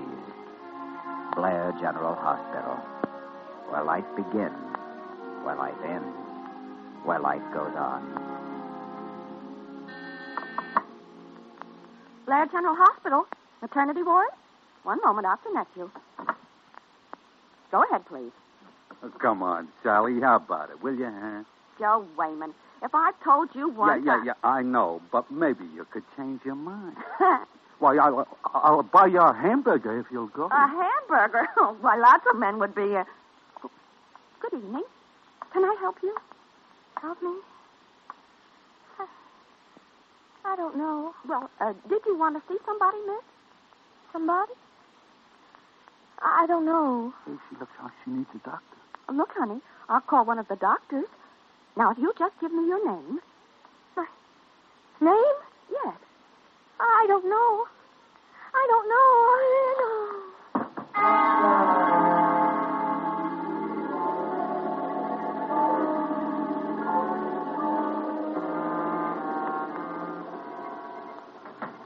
Oh, Kildare? How is she? I've given her a sedative, Dr. Gillespie. Think she'll sleep through until morning now. Here are the clothes she was wearing. That's a $1,000 coat. No identification. Learn anything from your examination? Not much. She has a small bruise on her forehead and abrasions on both knees. Apparently suffered a slight fall 5 or 6 hours ago. Serious enough to cause a brain injury? No. Our first idea still goes. It's psychogenic amnesia. Repressive. I'm sure of that. Ran against some situation she couldn't solve. She couldn't bear to think about. So her mind took over for her and blanked out her memory. Amnesia. Well, what do you want, big ears? I hate to interrupt, Dr. Gillespie. Well, then why are you doing it? Well, because Dr. Carew just called. He's on his way down here, that's why. Carew, huh? Now, what brings our beloved superintendent out of his fleece-lined penthouse? He may have a report from the police. Oh, how is that girl, Dr. Kildare? No better in the morning, Parker. Asleep right now. Oh, poor child. Must be awful to get amnesia and have your mind go completely blank. Parker, if that's a definition of amnesia, you've had it for years. Now get out of here. Well, you don't have to shout at me. I know I don't have to, but I enjoy it. Now, scat. Oh, you. Well, Miss Parker, I'll never, please. Oh, I'm terribly sorry, Dr. Carew. I didn't see you coming. All right, Parker, it's all right. You didn't hurt anything but his gardenia. Come in, Carew. Personnel in this hospital simply must learn to... Well, however, I didn't come here for that. No? Remarkable. Gentlemen, the Missing Persons Bureau is sending someone over. I assume you'll have the patient ready for photographing, questioning. Why, that's impossible, Dr. Carew. I've given her a sedative. She's in no shape to be questioned tonight. Well, now, Dr. Kildare, I have to consider the best interests of the hospital in matters like this, and I'm considering the best interests of my patient. I think you'd better let me decide what may be... Carew, do you know anything about a dress designer named, it's Johnton? Johnton? Why, only that he's terrifically expensive. My wife, you understand, occasionally goes... Well, this girl's clothes come from there. You know, it might be unfortunate if you fail to give proper care and protection to the favorite daughter of some prominent, wealthy, influential family. Well, now, Dr. Gillespie, I didn't realize... Some family that might decide to get even for such treatment. I mean, our first concern is the patient, of course. And tomorrow would probably be soon enough. Some family that might have influence to the Board of Regents. Or whenever you and Dr. Kildare think she's ready. Gentlemen, if you'll excuse me, I think I'd better go and make a phone call right away.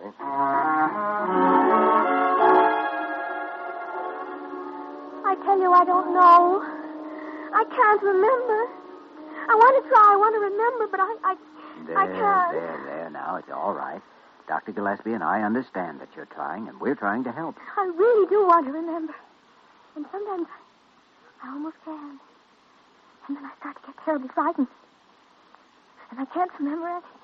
Well, now, I think you've remembered quite a lot of things already.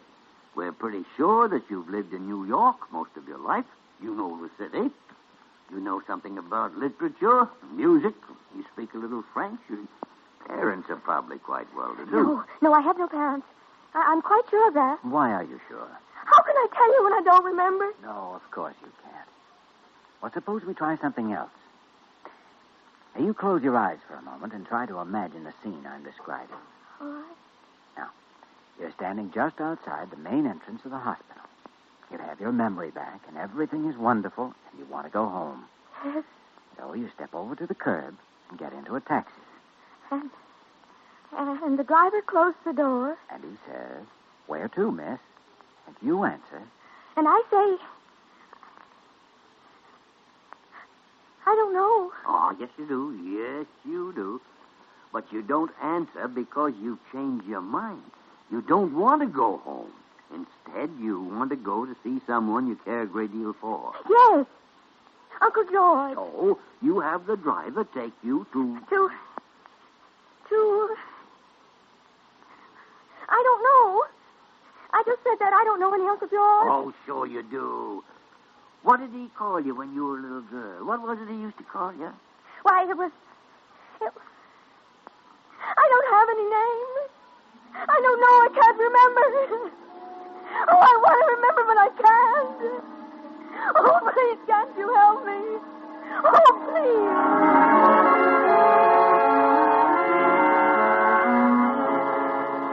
So, as I told Dr. Carew here, I didn't learn of my daughter's disappearance until I got home from Baltimore a few hours ago. Been down there for 3 days on business, you know. Yes, of course. Gentlemen, Mr. Bradley is head of Bradley and Company Limited.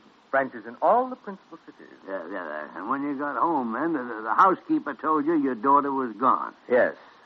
She said Alice slipped and fell on the stairway yesterday, but got up at once and seemed all right. An hour afterwards, she left the house and hasn't been back. I thought until I called there that she might have gone upstate to her Uncle George. Uncle George, huh? Mr. Bradley, has there been anything strange or unusual that you've noticed in her actions lately? Well, as a matter of fact, there has, Dr. Kildare. I suppose I should have called in a doctor, but I didn't expect anything like this. I understand her mother's not living, Mr. Bradley.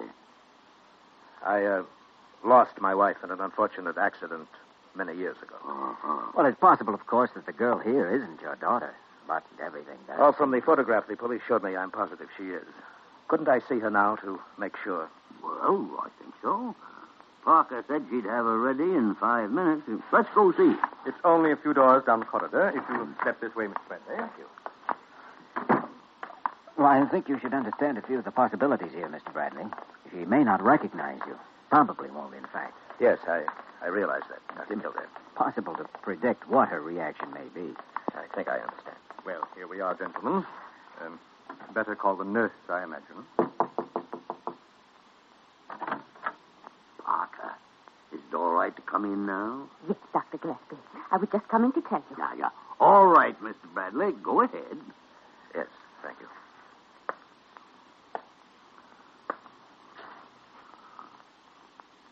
Hello, Alice. How are you, honey? Who are you? Why, I'm your father, darling. Don't you know me? No! No, you're not! Go away! Go away! Alice. You're not my father, you're not! You're a murderer! And you're going to kill me, too! Please, Alice. Make him go away! Don't let him come near me! You better go outside, Mr. Bradley. Don't! Parker. Right here, Dr. Kildare. Do you have any spirits of ammonia? Yes, Doctor, right here on the tray. Give her 1 ampule and half a glass of water. I'll be right back. All right, Dr. Kildare. Seems to me the only sensible thing to do under the circumstances. Oh, how is she, Dr. Kildare? She'll be all right now, Mr. Bradley. Kildare, Mr. Bradley has been stating his intentions of taking his daughter home tonight. Oh, but that's impossible. She's in no condition to leave here. Kildare, now, let's not be hasty. I happen to be her father, Dr. Kildare, and in my opinion, she'll be a lot better off in her own home than she will be here in an institution. Well, I happen to be her doctor, Mr. Bradley. And in my opinion, She can't be moved. Now, Dr. Kildare, I backed you up in the matter of the police, but this is different. Mr. Bradley happens to be very he's the girl's father, and I must insist. Carew, I've been thinking about retiring. But you can't. This hospital, the value of your name to it, I won't even think of it. I may buy a farm up in Connecticut somewhere, raise pineapples. Dr. Gillespie, I won't even hear another word. Oh, dear.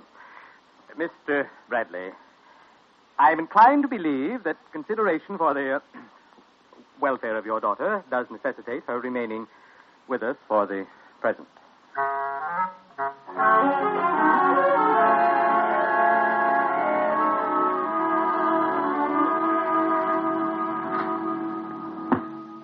Oh, that's that. Rank only records 4 other cases of repressive amnesia and Severn 3, that are similar at least. Severn used hypnosis with 1. The others were treated by locating areas of disturbance. I think we've spotted at least 2 of those areas. Yes. It seems that her emotional conflict stems from the fact that she's Alice Bradley and that she has a father. Or that this particular man is her father. She mentioned an Uncle George this morning, about the only name she wasn't scared of. Bradley mentioned the same name. Also, she used the word murderer when her father came into the room. Can't be sure what she meant by it, though. She didn't even consciously recognize Bradley at the time. But her mind did. Interesting, though. Human minds are fascinating things, Jimmy. They're like strange, unexplored countries, each one different from every other. And you never know what you'll run into. Now, who in the tarn? Gillespie speaking. Oh, Molly Bird. What? Yeah, we'll be right up there, Molly. Well, Jimmy, we can stop trying to find out what's on the patient's mind and start worrying about finding the patient. What? Yes. The girl has disappeared. Gone. Her room is empty.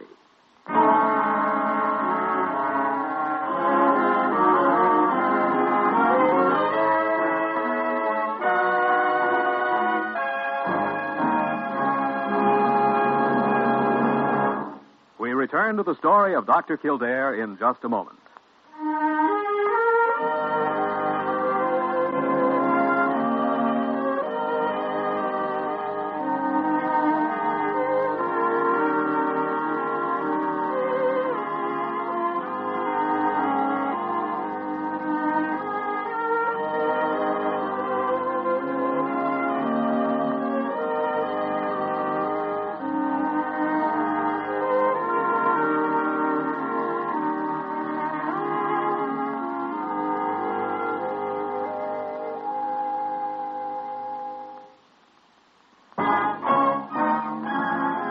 Now we continue with the story of Dr. Kildare, starring Lou Ayres as Dr. Kildare and Lionel Barrymore as Dr. Gillespie.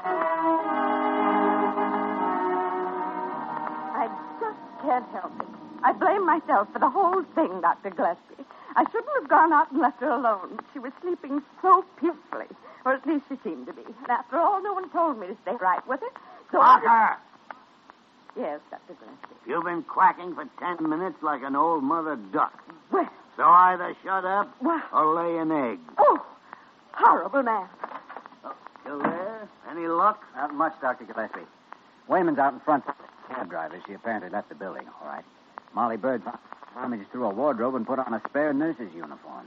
Clever about it, too. Managed to get out of her room and leave the building without being seen. And she's put us in quite a spot. After we insisted. Kept here. Yeah, Carew will have a short circuit and blow a pearl button for this. I'd like to see the... Come in. You, Wayman. Me. That's right, Dr. Gillespie. Find out anything, Joe? Sure, boss. Benny took her in his cab. She gave him an IOU because she didn't have no money, and he figured it was okay because he thought she was a nurse here. He just got back. Back from where? Where'd he take her? Doc, you ain't going to believe this, but so help me. Benny says he'll leave her out at the main entrance of Woodlawn Cemetery.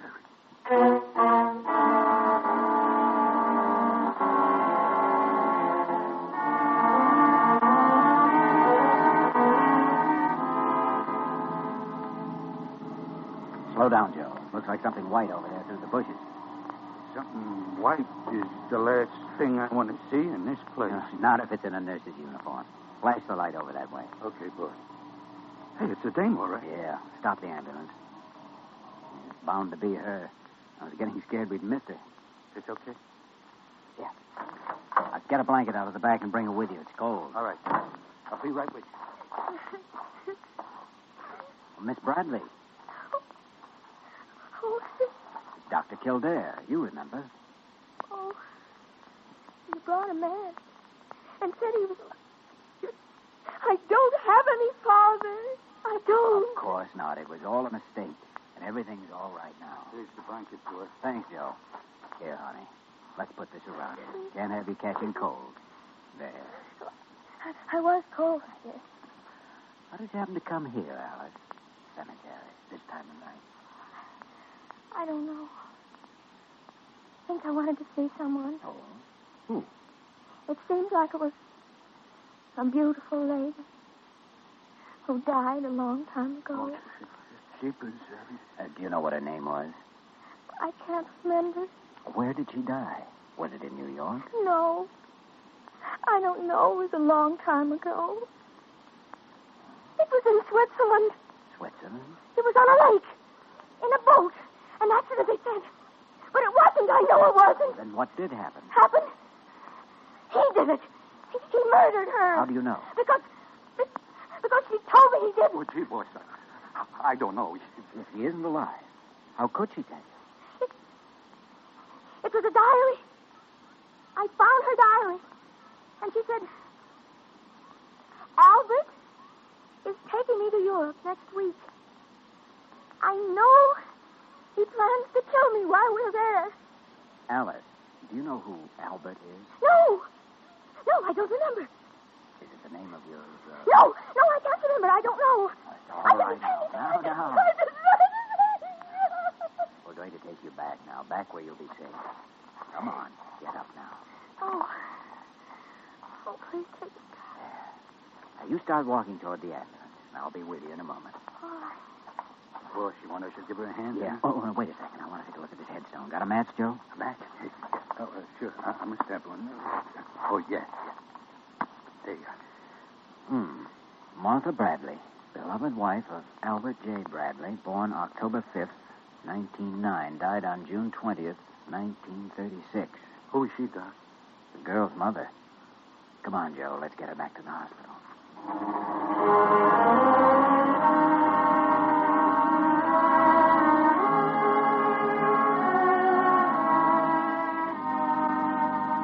Well, Jimmy, the story seems to fall together pretty well now. Yes, her mind saved her from the situation by blanking out her identity, by repressing the realization that she was Alice Bradley, the father who had killed her mother.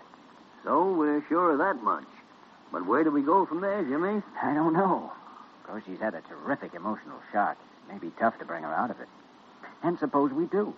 We can't send her right back home into the same situation. Well, I'm afraid I don't see how we can keep from doing it. But if he is a killer... Jimmy, a doctor can only help a patient just so far. There always comes a point where the case passes out of his hands. Nothing more he can do about it than be... All right, Parker, you're sorry to interrupt, but... Well, but what? Well, Mr. Bradley's here to see you. Bradley? Well, don't just stand there. Send him in. All right, Mr. Bradley. You may go in now. Thank you. Good evening, gentlemen. Have you had any success yet in helping my daughter? Kildare, suppose you inform our visitor of the nature of our present conclusion. Mr. Bradley, a couple of weeks ago, your daughter came across an old diary that belonged to your wife. Do you know anything about it? Yes, there was one. In the diary, your wife claimed that you were taking her to Europe for the purpose of murdering her. But... Now, Alice believed that you did. That I killed Martha? Gentlemen, is this the reason for the mental state Alice is in? Yes. Oh, the poor child. I should have told her, but... Well, the memories were painful and... Well, here's what happened. Martha made that same accusation in letters to several of our friends. She was nervous, unstrung. It was her doctor, in fact, who advised the trip to Europe. Once we were there, she seemed more herself. And then one day in Switzerland, she was out on the lake in a canoe. capsized, and she couldn't swim. And you, Mr. Bradley, you could swim? Oh, yes, of course. Gentlemen, my wife took the boat out alone. I'd gone climbing with a party of 20 from the hotel. Some of them live right here in New York now. As a matter of fact, Martha's brother George was with us. Well, Mr. Bradley, I apologize for what I was almost thinking. It's all right. I can understand why you thought so. As much as I hate to interfere with the exchange of mutual confidences, may I remind you that we still have a patient who isn't cured. I think I may know a way to help her now. Dr. Gillespie, do you mind if I have a try at it? Mind? You do it anyway. Sure, Jimmy, go ahead.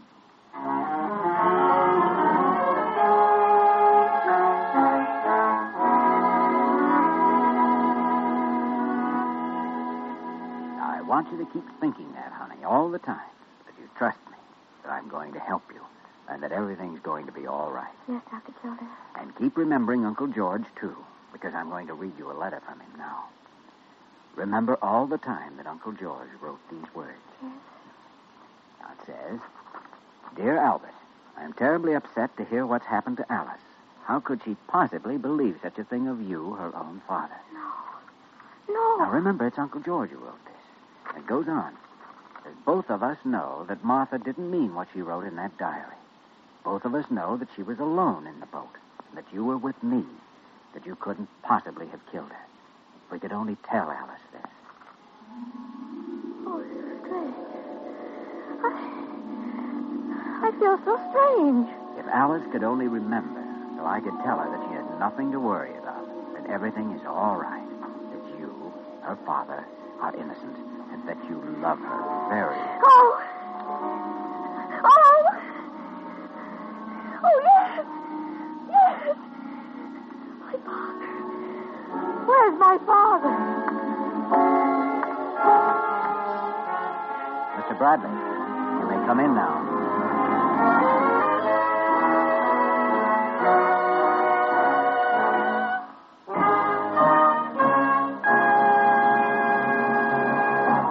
In just a moment, we will return to the story of Dr. Kildare.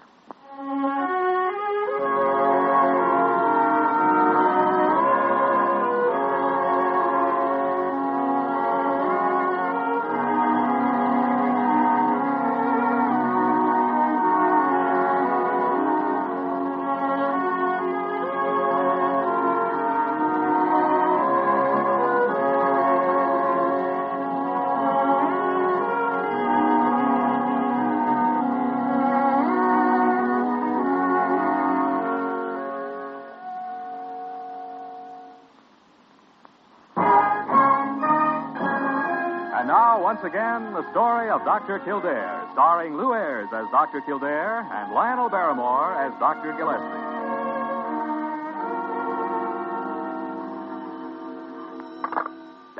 Gillespie speaking.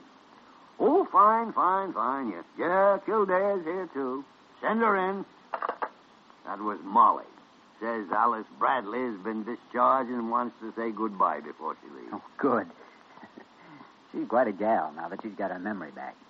Beautiful young girl returns to arms of wealthy, doting father. Traditional happy ending. Yes, I guess it is at that. Anybody home? Oh, come in, Miss Bradley. Hello, you two. Well, young lady, you look as though you had a pretty fair chance of living. Oh, I feel fine, Dr. Gillespie. I wanted to thank both of you for what you did for me. Thank Kildare if you want to. You know, Dr. Kildare, I was thinking of something funny on the way up here. Oh? What was it? Well, when I came here to the hospital, I didn't have any memory at all. Now I'm a woman with a past. Uh-huh.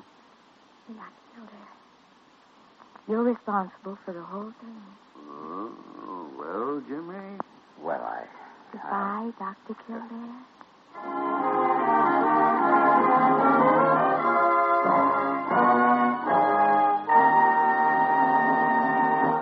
You have just heard the story of Dr. Kildare, starring Lou Ayres and Lionel Barrymore. Dr. Kildare is presented by arrangement with Metro-Goldwyn-Mayer, producers of Malaya, starring Spencer Tracy, James Stewart, Valentina Cortesa, Sidney Greenstreet, and John Hodiak. This program was written by Les Crutchfield and directed by William P. Russo. Original music composed and conducted by Walter Schumann. Supporting cast included Lorene Tuttle, Virginia Gregg, Ted Osborne, Bill Conrad, Ed Max, and Marie Blake. Dick Joy speaking.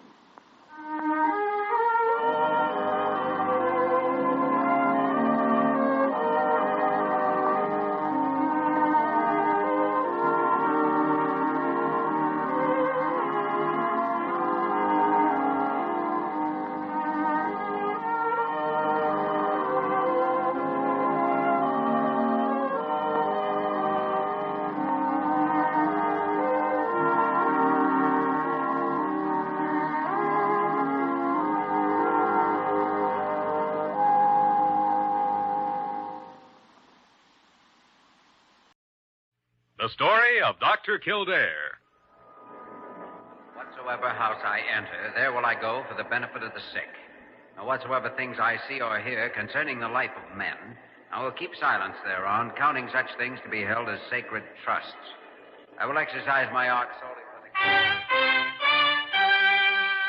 The story of Dr. Kildare, starring Lou Ayres and Lionel Barrymore. Metro Goldwyn Mayer brought you those famous motion pictures. Now this exciting, heartwarming series is heard on radio. In just a moment, the story of Dr. Kildare. But first, your announcer.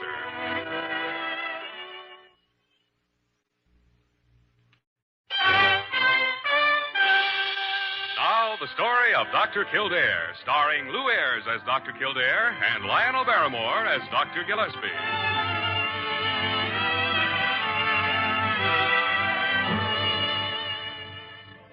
Blair General Hospital, one of the great citadels of American medicine. A clump of gray-white buildings planted deep in the heart of New York, the nerve center of medical progress, where great minds and skilled hands wage man's everlasting battle against death and disease. Blair General Hospital, where life begins, where life ends, where life goes on. Well, boys, you've poked and prodded this carcass of mine from beams to foundation, and then hashed it all over between you. So let's have it now. What's the verdict? No verdict yet, Mr. Malloy. All you've had so far is a routine physical examination, and the results until now are essentially negative. Negative? Then you mean there's nothing wrong with me? Kildare means we'll talk about verdicts when the fight's over. This is only the first round. Well, first round or not, you ought to know enough by now to tell what's causing a simple, ordinary stomach ache. What kind of a hospital is this, anyway? Malloy, suppose I came over to your office and told you one of your construction jobs is all wrong. Ought to be changed. Well, after 30 years in the game, from bricklayer on up, I'd probably throw you out. And that's precisely my attitude about diagnostics. Now, look here, Gillespie. So either you settle down and do as you're told, or you take your stomach ache and go to some other doctor. Well, I'll be... All right, boys. I'm sorry. I guess a few years of white collars doesn't change a roughneck much. Okay, I'll go along. What's the program? Well, I'd say it calls for a general clinical. Electrocardiogram, stomach x-ray, GU, gastroscope, the works. Of course, you'll have to enter the hospital for a week's observation. No, that's out. Don't forget, I've got a job to run. Who's going to run it if you drop dead some morning? I won't drop dead. Now, look, you're not holding out anything. I've already told you there's no verdict yet. Parker? Yes, Dr. Gillespie. Parker, since you undoubtedly know already what I want... I do? Well, don't you? Well, I suppose you want me to arrange a private room for... I was not listening at the keyhole. Miss Parker will take you down to register now, Mr. Malloy. And we'll set up your schedule later. And don't try and sneak off, or I'll send you a bill for $100 for wasting my time.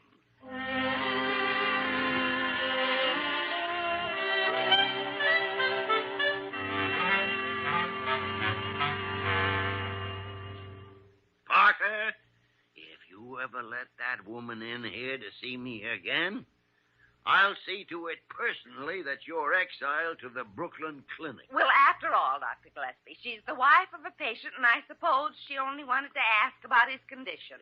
How was I to know she'd tell her whole life story? Her life story was nothing. What took up all the time was Uncle Leroy's liver condition. 40 minutes. Well, in my opinion, a conversation like that should be very interesting to a diagnostician. Parker, the only thing less interesting to me than Uncle Leroy's liver is your opinion. Well. Oh, Kildare, come in. Good morning, Doctor. Parker. Morning. X-rays, you mean? Yes, just came from the photo lab. Here's one you'll probably want to see. Yeah.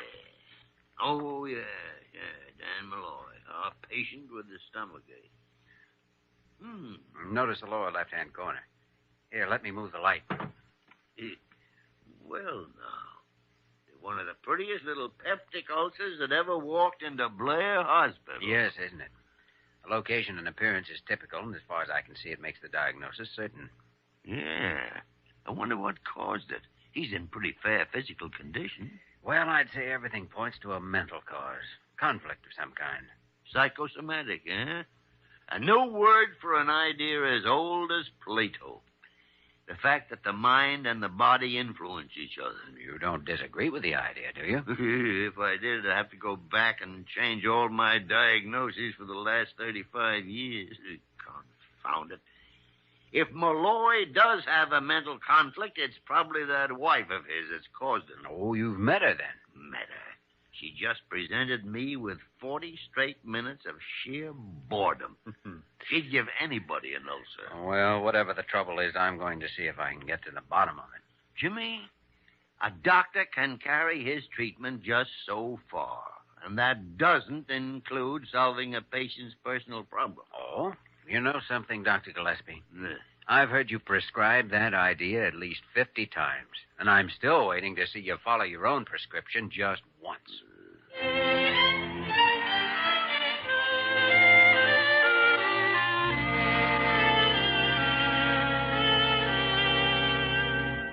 Sure, Dr. Kildare. There's a lot of things I'd rather be doing than sitting behind a fancy desk for 8 hours a day. Only I don't get it. What are you driving at? Just a diagnosis, Mr. Malloy. Now, how long have you been tied to that desk? 7 long, cockeyed years.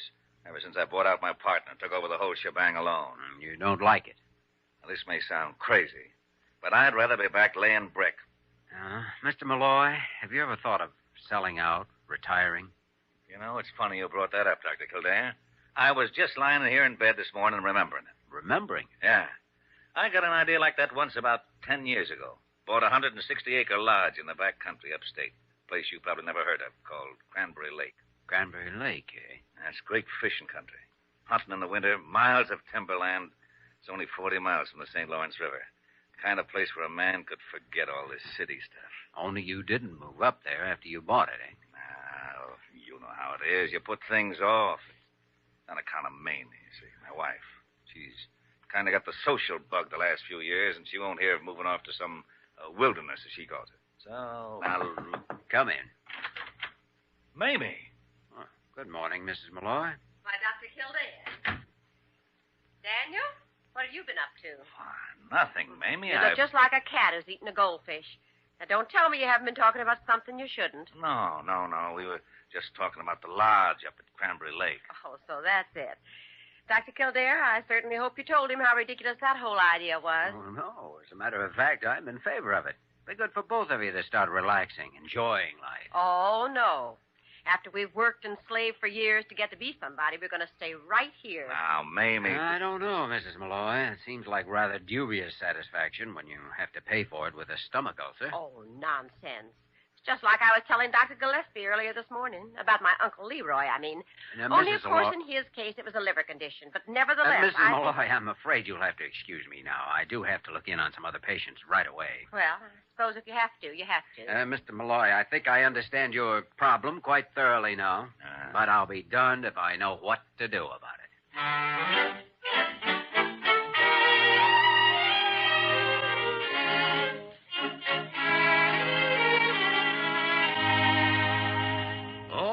Jimmy, all right. He hates his work. He's a man of action who's confined now to a desk. His wife has the upper hand, and she's determined to make a gentleman out of him. And there's your answer, Dr. Gillespie. Physical pattern of reaction and no outlet for it. Something had to give, and something did. peptic ulcer. Well, all right. I agree with the diagnosis. So then what? Well, that's just it. I don't know. Of course, the prescription's obvious. But getting the patient to swallow the medicine's another problem. Oh, it's no problem as far as he's concerned. He'd retire in a minute. Too bad there isn't some society angle connected with this place upstate. She's highly impressed by social prestige and so on, you know. Social prestige. Anybody who is such a stupid, half-baked, stuffed shirt of a nincompoop is to think that the only Now, wait a minute. Stupid, half-baked, stuffed shirt of a nincompoop. Now, who fits that description? Only one person. Jimmy, that may be the answer. Doctor, I'm way ahead of you. Come on, let's go.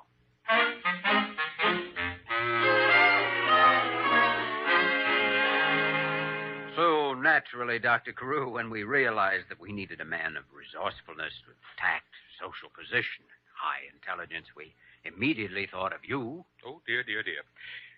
Well, gentlemen, I hardly know what to say. Don't worry, Carew. We'll tell you what to say. He means to Mrs. Malloy, of course. Oh, yes, quite. All you have to do is be your usual charming self. Well, I suppose breeding does give one a certain air of savoir-faire. Oh, no doubt of it. I've often noticed that you positively reek of savoir-faire. Oh? Well, thank you. Now, about this primitive game preserve, or whatever it is. It's a lodge upstate. It's a place called Cranberry Lake. Ah, yes. Part of the great outdoors, I assume, where men are men and all that sort of rot. Well, roughly speaking, yeah. But the way you'll tell it, Dr. Carew, the whole area is overrun with wealthy and socially prominent residents, friends of yours. Fictitious, of course. Well, now, Dr. Kildare, I really do have friends of that sort, you know. Oh, I never think of implying otherwise. And if you won't mind using real names in vain, so to speak. Oh, dear, I hadn't thought of that. Well, gentlemen, this begins to smack of chicanery. But it's all for a good cause, saving a human life. Yes, and for the first time in your medical career. Well, in such direct fashion, Dr. Gillespie meant to say. Oh, yes, of course. Well, gentlemen, as much as I loathe all pretense and sham, as much as I dislike calling attention to my, shall we say, unquestionably prominent family background. That's our Dr. Carew, modest to a fault. Shrinking violet. As I say, in spite of these considerations, my duty in this time of crisis is all too clear. Gentlemen? He'll do it. I'll do it. Of course he'll do it.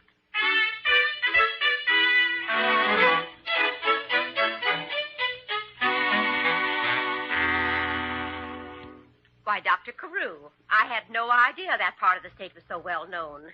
By people who matter, I mean. Oh, yes, indeed. And you say the Vandervilters have an estate on the lake, and the Pews, and Peter J. Dibblehofer. The third, that is. Imagine that. Daniel, did you know that when you bought the place? No, I just like the looks of it, that's all. And Dr. Carew got the idea that you'd thought of moving up there in order to be near some of your close friends. Oh, really, Dr. Carew? Well, yes, indeed. And after I've been so put out with Daniel for years because he bought it. Oh, I regard it as a most fortunate purchase. Why, as a matter of fact, I've been looking for just such a place myself for a long time. Really, Dr. Carew? Oh, yes, indeed. You see, like many prominent people, Dr. Carew is a great lover of nature. And the great outdoors. In a desirable neighborhood, of course.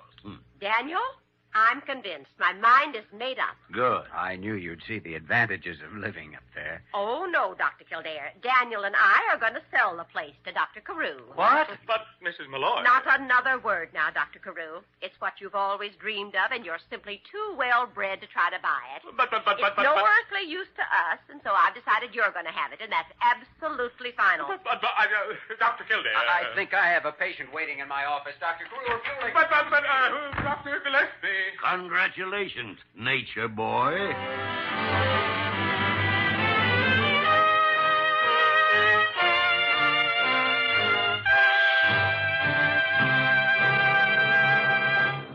We will return to the story of Dr. Kildare in just a moment.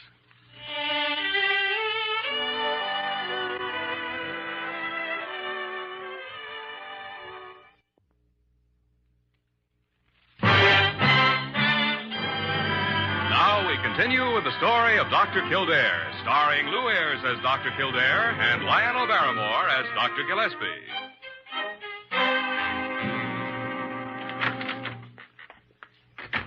Well, Dr. Gillespie, that's that. Oh, confound it, Jimmy. I knew in the first place we should have let well enough alone. Oh, we're no worse off now than we were. Of course, poor Dr. Carew is, though. I wonder if she really will try to sell it in that place. Why, sure she will. It'll serve him right, too, the nincompoop. Jimmy, a doctor who hasn't sense enough to stick to medical problems ought to have his head examined. I seem to have heard that before. And it's true.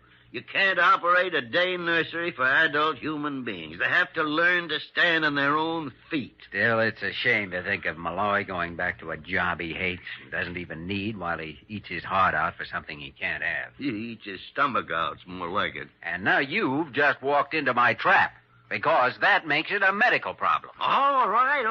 When it happens again, we'll treat him again. You're opposed to preventive medicine, Doctor? Oh, tarnation. Nothing can be done, Jimmy. We've already had a try at it.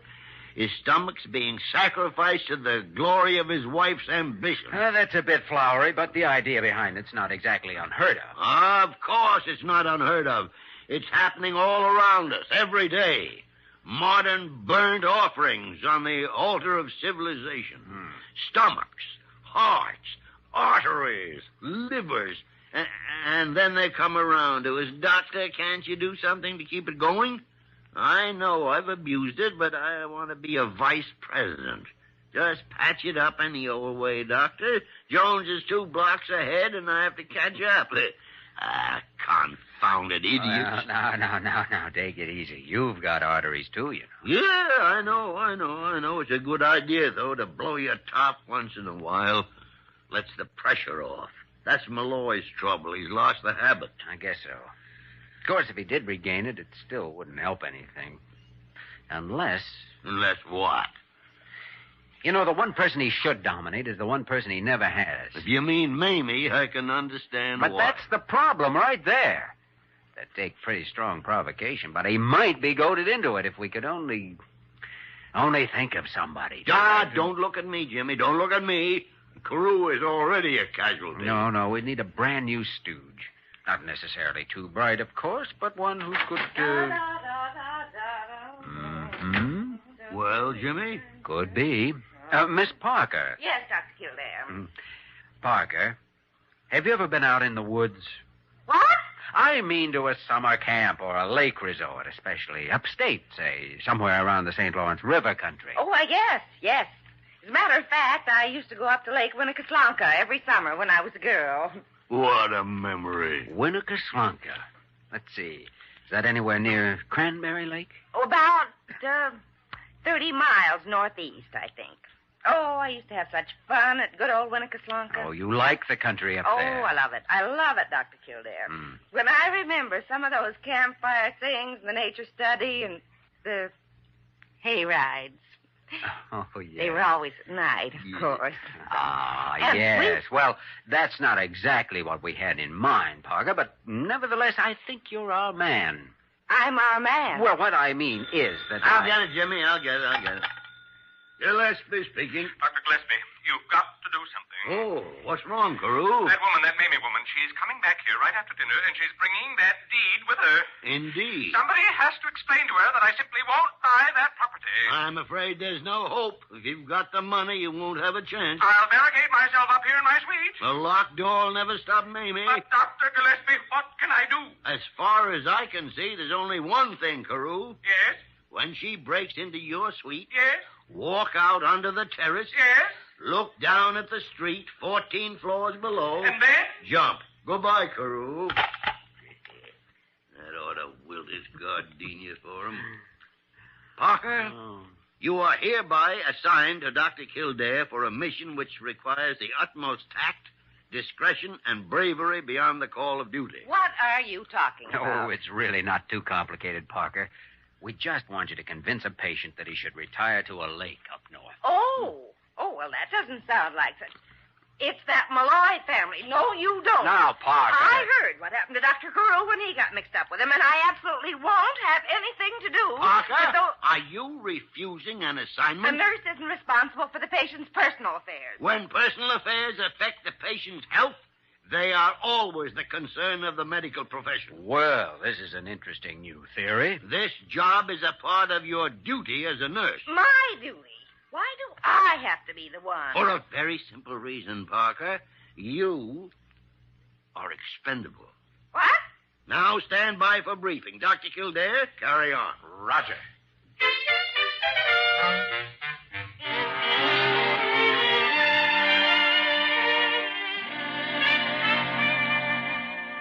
I tell you, boys, it's darn near giving me another ulcer this last half hour. I mean, the way this nurse here has been describing that country up north. Oh, well, now, what have you been up to, Parker? Oh, I just happened to mention good old Lake Winnebago, and it just happened that Mr. Malloy was interested in that part of the country. And so I just talked, if you didn't know. Oh, Parker, you really shouldn't have discussed anything that may have been upsetting to Mr. Malloy. Upsetting? She started me remembering things so plain I can see 'em right now. The leaves turning red in the fall. The deer coming down out of the hills. Log blazing in the stone fireplace. And don't forget the fish flopping up out of the water. Yeah. And the ice breaking up in the spring and the smell of coffee and bacon in the morning. Quite a contrast to a city apartment, an office, and a desk. You said it. Answering telephone, signing papers, arguing with lawyers, wearing a stiff shirt and a tie. Seems to me all the men up there wore flannel shirts. Sure, with the collars open. Boys, I can't do it. I can't face going back to that job. Well, it's up to you, Malloy. You're the boss. You're doggone right. And it's about time I acted that way. Mamie will be crazy about it once she gets used to the idea. Of course she will. When we was first married, she used to get a heck of a bang out of cooking and roughing it on weekend trips and stuff like that. I'll make her like it. Good. Come in. Well, what have we got here? An after-dinner conference? Mamie, shut up. Daniel. I'm selling out that cockeyed company, and we're moving up to Cranberry Lake. And if you start any argument about it, I'm going to bat your ears down. Why, Daniel. If you think I'm going to waste my life around here trying to impress a bunch of stuffed shirts, then you're out of your cotton-picking mind. Why, I haven't seen you like this for years. Well, you're going to see me like this from now on. And another thing, Mamie. The first morning we're up at the lake, you're going to fix bacon for me, and I'm going to stand outside and smell it cooking. Yes, Daniel, but don't you suppose we could both stand outside? Huh? You mean you're not sore about the idea? When you talk like this? Mm-mm. It's like years ago when we were young and... Oh, Daniel. Now, Mamie, not in front of all these... Hey, where did everybody go to?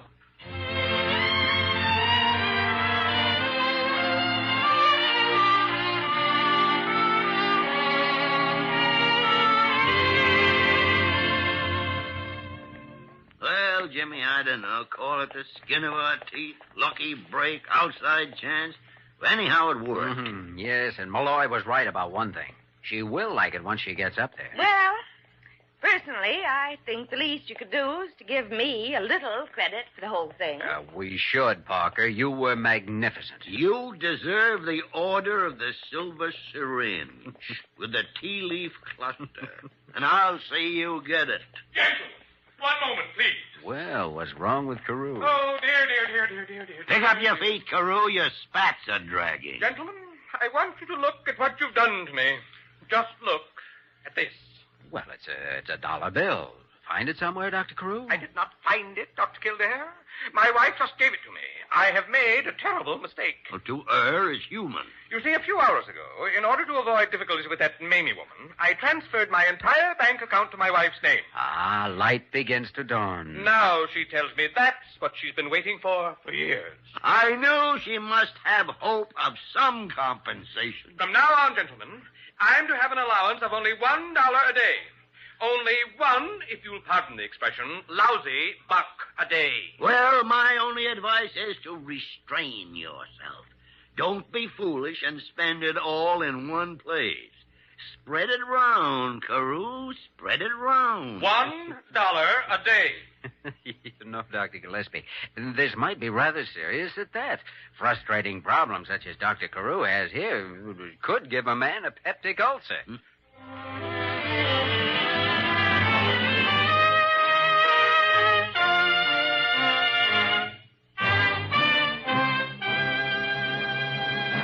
In just a moment, we will return to the story of Dr. Kildare.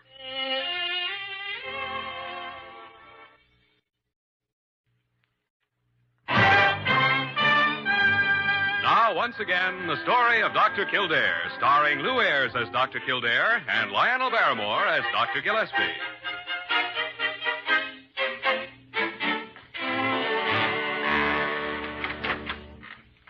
In here, Kildare. Oh, that package has finally arrived from Cranberry Lake, Dr. Gillespie. It's from Dan and Mamie Malloy, remember? Oh, yeah, sure. The one they mentioned in their letter a couple of weeks ago. Mm-hmm. So they finally got around to sending it after all. No, as a matter of fact, I think they shipped it about the same time they mailed the letter. It's evidently been delayed in transit. Oh, what makes you think so, Jimmy? My nose. There are 24 lake trout inside that package. 2 weeks overdue. Yeah. It constitutes something of a problem, all right. Now, what the tarnation can we possibly do with it? Unless... Parker! Did you call me, Dr. Gillespie? Yes, Parker, yeah. I wonder if you'd give this package to one of the orderlies and have him deliver it. Why, of course. I'd be glad to. Where's it supposed to go? What was the address, Jimmy? 14th floor, Parker. Have him give it personally to Dr. Carew.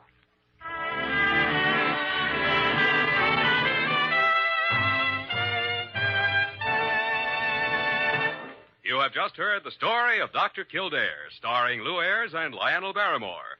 This program was written by Les Crutchfield and directed by William P. Russo. Original music was composed and conducted by Walter Schumann. Supporting cast included Virginia Gregg, Ted Osborne, Sarah Selby, and Ed Begley. Dick Joy speaking.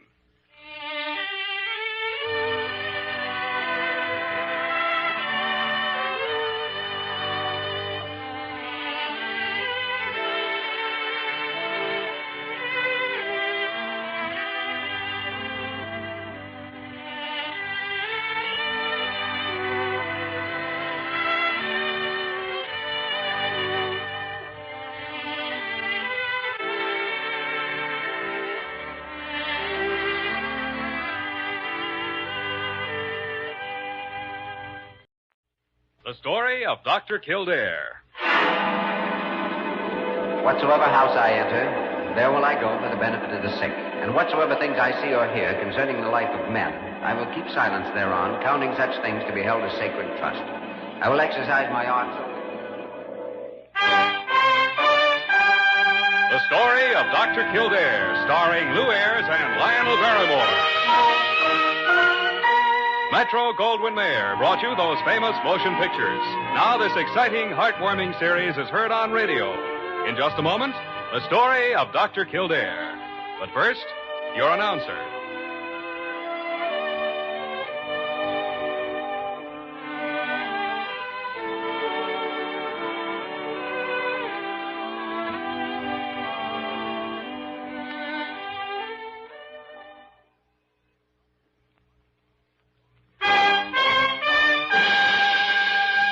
Now, the story of Dr. Kildare, starring Lou Ayres as Dr. Kildare and Lionel Barrymore as Dr. Gillespie. Jimmy, have you been to the children's orthopedic ward lately? No, not in several weeks, I guess. Why? Because it's so overcrowded, we had to turn away 4 youngsters this week. Oh. There were no beds for them. Yeah, and no money to enlarge the ward either. Yeah. I guess it does take donations to add rooms to a hospital, but it seems to me that you can always squeeze in a few extra beds somehow. Does, huh? Diane is waiting in the children's ward for me now. Come along and see for yourself.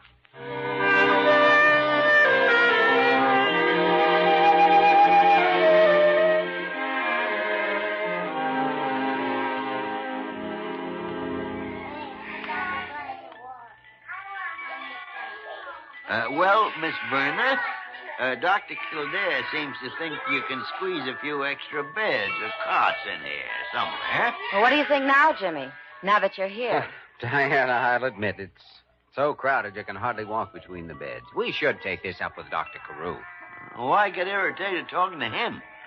Let's try to do something ourselves. All right, Diana. Now, where are those youngsters you wanted me to see? Over there, Dr. Gillespie. There's Beth, who seems to be improving every day. And little Donnie, who... Well, he just doesn't seem to want to get better. Donnie, probably needs a pep talk, eh, Doctor? He needs something, I guess. Something that's not in the textbooks. All right, Diana, let's see the girls. Certainly, Doctor. Well, Beth, look who's here. Dr. Kildare and Dr. Gillespie. Got a nice big smile for them? I'm getting better, aren't I, Doctor? I can go home soon, too. Can't I? I certainly think so, honey. Don't you, Doctor? Oh, let me see you move that arm now, Beth. Well, that a girl. Last week I couldn't lift my arm any higher than this. Uh-huh. And how high do you think you'll be able to lift it next week? Well, Beth, at this rate, you'll be home sooner than anyone expects. He certainly will. And between the two of us, young lady, you're quite a little doll. Oh, Dr. Gillespie, I think you're a doll, too. Come on, Doctor, before we make Diana jealous. Donnie. Donnie, there are some friends of yours here who'd like to talk to you. Why, Donnie, Dr. Gillespie and I came here to help you grow up to be an all-American quarterback. Don't want to be no quarterback. All right, then. All right. We'll make you an ace baseball pitcher. You got the arm for it, you know. Don't want to be a... Poor little guy. Oh, come on now, Donnie. How are Dr. Gillespie and I going to check you over if you bury yourself in your pillow? Go away, Doctor. Please go away. Will you stop crying if Miss Verna reads you a story? Well, then, how about some nice new comic books? I'd like some comics, maybe. I thought so. Diana, how about going down to the magazine stand and getting Donnie some comics? New comics, huh? Why, of course, Doctor. And get the good kind, too. You know, the superheroes, the kind you always get for yourself. Yeah, that's right, Miss Verna. The kind Dr. Kildare always reads over your shoulder. Well, Donnie, we'll have you hitting on all 12 soon. You'll see. Dr. Gillespie, please report to Dr. Carew's office as soon as possible. What the tarnation does Carew want with me now? Well, I wouldn't know, but since he is in his office, if you don't mind, I think I'll just tag along and see if he won't do something about this children's ward.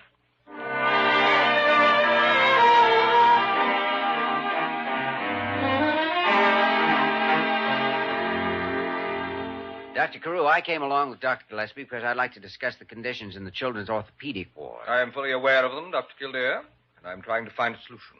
But at the moment, I haven't time to talk about kiddies. Kiddies.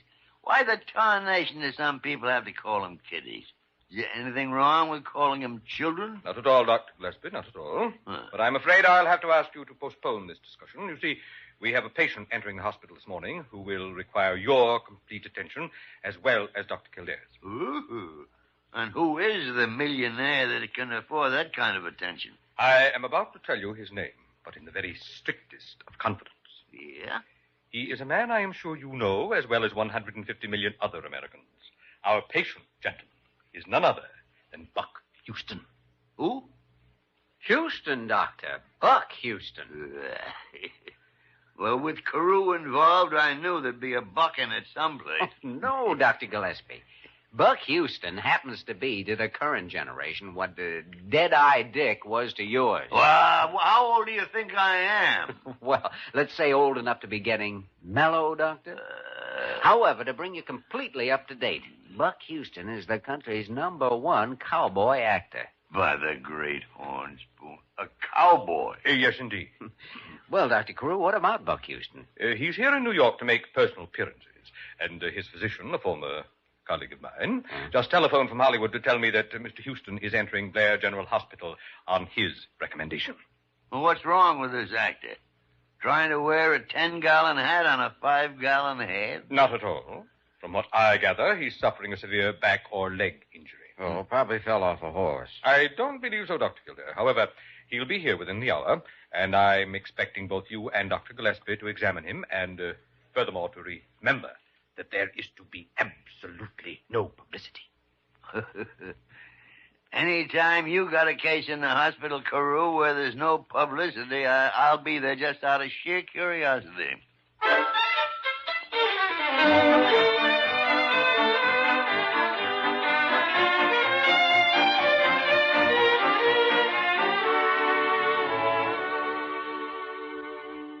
Now, as I understand it, Mr. Houston... Now, wait just a minute there, you young sawbones. I ain't Mr. Houston to nobody. I'm just plain Buck.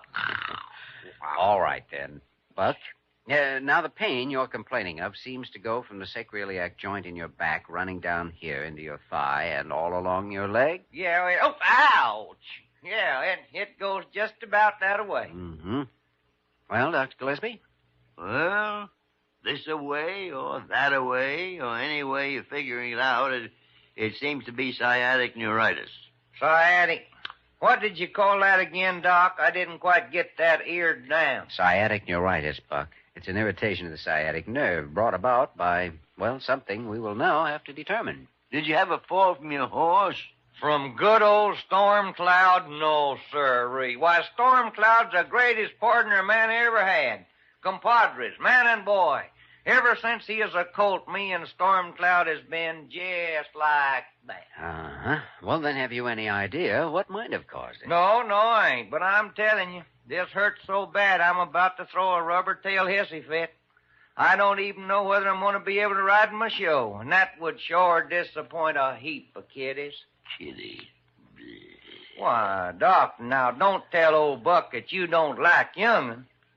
I just don't like anyone calling young-uns kiddies. Miss Verner, would you take the blankets off, Mr. Houston? Certainly, Doctor. What you up to, Doc? No, just a few preliminary tests, Buck. Shouldn't bother you at all. He hopes. How's that? T'ain't no better, t'ain't no worse. Yeah, no diminution of the ankle reflexes. Try the Lazetti test, Doctor. Good idea.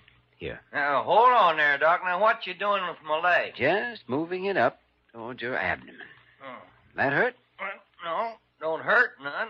But it sure ain't comfortable, neither. Diana, will you call X-ray and arrange for a series of plates on Mr. Houston? Yes, Doctor. Complete set on the lower back, especially sacroiliac.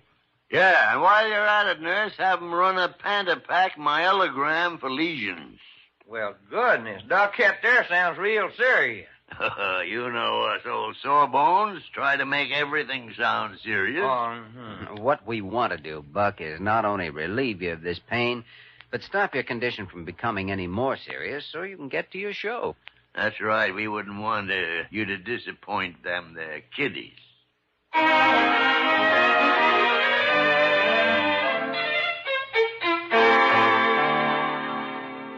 Oh, dear. Oh, dear. Oh, for the love of Hippocrates, Carew, will you stop deering all over the place? Leave Jimmy and me alone till we check these X-rays and lab reports? Well, all right. But you've got to do everything you can. Well, what do you make of the X-rays, Dr. Gillespie? Detect any tumors, any indications of arthritis? No herniated discs either, judging from the plate. And still he exhibits positive symptoms of sciatic neuritis, except, of course, there was no Lazetti sign. And the ankle reaction was negative. Mm-hmm. Did you notice his eyes? Eyes? No, why? Well, they're old, Jimmy. Old and bored and tired. Well, he gave his age as 38. Certainly you don't call 38 old. Well, Jack Benny says he's 39. No, sir, I'm afraid Houston's reported age misses the truth by close to 20 years. A young man, I'm old enough to know. Oh, yes. Dead-eye Dick, no doubt. Old or not, I think that Houston's sciatica, as painful as it may be, is all in his mind.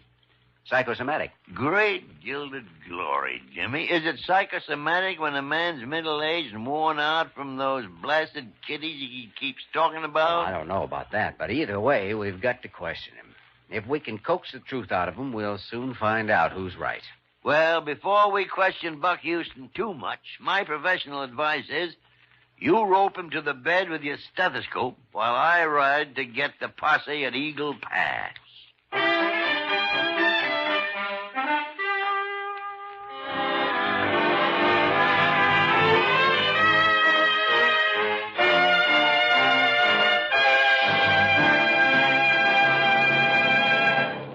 We return to the story of Dr. Kildare in just a moment.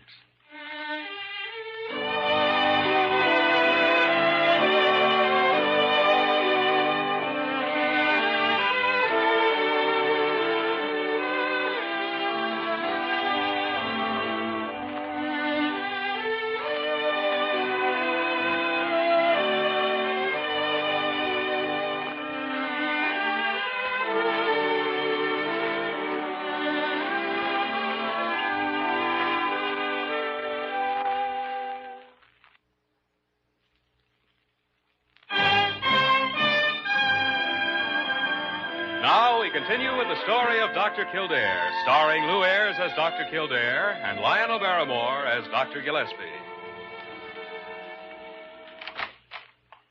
Well, the two old sawbones, come on in. Afternoon there, howdy, partner. Buck, Dr. Gillespie and I would like to talk to you confidentially. You mean, compadres, that you've cut sign on this thing that's got poor old Buck bedded down? Buck, I'm sorry to tell you this, but we think that between us, we have. Sorry, shuckings. This is the happiest day of my life. Now, today may have started out that way, Buck, but what Dr. Gillespie and I are going to tell you we don't think is going to be particularly good news. You mean I ain't going to be able to make my show? And I'm going to have to disappoint all them thousands of kiddies? No, you're going to be able to make your show. Buck, there's nothing wrong with you that isn't in your mind. Oh, now look here, Doc. You know, there's an old saying out west that goes, you can't fool a horsefly. And here in the hospital, Buck, you can't fool the doctor. Well, my stars and slippers, are you aiming to say that something's anti-goddling with me upstairs in my head? Oh, certainly not. At least not the way you mean. Buck, the way I figure it, for some reason, you're resentful of being the popular hero that you are. And that's brought about a deep sense of guilt inside you. Besides, you can't fool an old man. And, Houston, you're past 50, and you know it. Well, I'm a got-eared siffy. You know, this isn't a pleasant thing to have to tell a patient, but we're not denying that you are suffering from a mentally induced sciatica, because no matter how it's induced, sciatica is painful, very painful. Well, I know, but... Now, if you'll cooperate with us and let down your hair, Buck, Dr. Kildare and I hope we can show you what's causing this sciatica and get you out of here feeling like a new man. Yeah, now that's pretty far and square, ain't it, partner? Well, doggone. That gummit, I didn't never think... Well, Buck, have you got the intestinal fortitude to face the truth? Oh, what's the use? You've hit the nail right on the head. By the great horn spoon, Jimmy. You hear that? He's lost his western accent. Well, why shouldn't I? If I talk anything, I ought to talk straight New York. You mean you were born here? 53 years ago, Doc. That's where I got my stage name, Houston. But Houston's a famous Texas name, Sam Houston. Sure, but it's also a famous Lower East Side name, the street where I was born. Except here in New York, you pronounce it Houston. Well, you fooled me. That's the trouble, Doctor. I fooled everybody too long. Oh, what do you mean, fooled? Oh, it was all right when I first hit it lucky as a movie cowboy and a few kids would stare at me, but so help me, afterwards it grew to be thousands of youngsters following me around. Overnight there came to be millions. And then they wouldn't go to sleep without Buck Houston pillows and Buck Houston blankets, and they wouldn't eat unless it was out of a Buck Houston plate or a Buck Houston cup. Well, Doctor, that's the guilt complex, isn't it? Maybe. But we've still got to find out what made him give in to this defensive sciatica. I think it could be weariness. Weariness? Yeah. Have you ever made 20 personal appearances in one day? Have you any idea what it means to pick up 40 and 50-pound youngsters and haul them up on top of your horse so they can have their pictures taken when you're hardly able to lift your arms after 10 hours of it? No, but we're starting to get a good idea. What else, Buck? What else? Isn't it enough knowing that you're a worn-out man who has to have a double to do everything but mount a horse? And these kids thinking you're some sort of a... I guess that pretty well fills in the picture, eh, Doctor? His subconscious supplied the sciatica so he couldn't be forced to appear before the public in person. Mind's a strange thing, Buck. And you shouldn't feel too bad about giving in the way you have.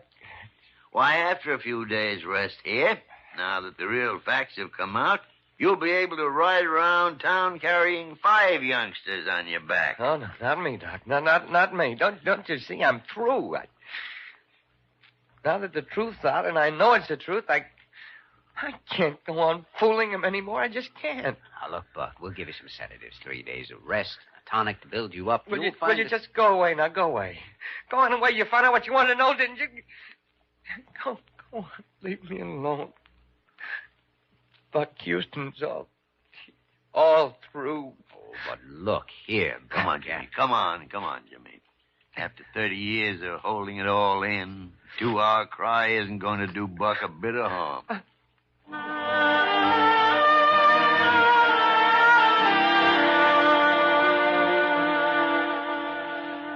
Dr. G, why do you refuse to face facts? Between us, we made Houston face facts, and now he wants to throw his whole life away. Quit. Well, why shouldn't he quit? He's tired. He's old. I know, but I'm tired. You're aging, but are we quitting? Oh, tarnation, Jimmy. Why should Buck go on? He can afford to retire. Best thing that could happen. Well, Doctor, maybe retirement seems more attractive to a man of your years, your mellow years. But for me and for Buck Houston, there's still a lot left in life, and whether you will help or not, I'm going to try to make him realize it. For his own sake and the kiddies.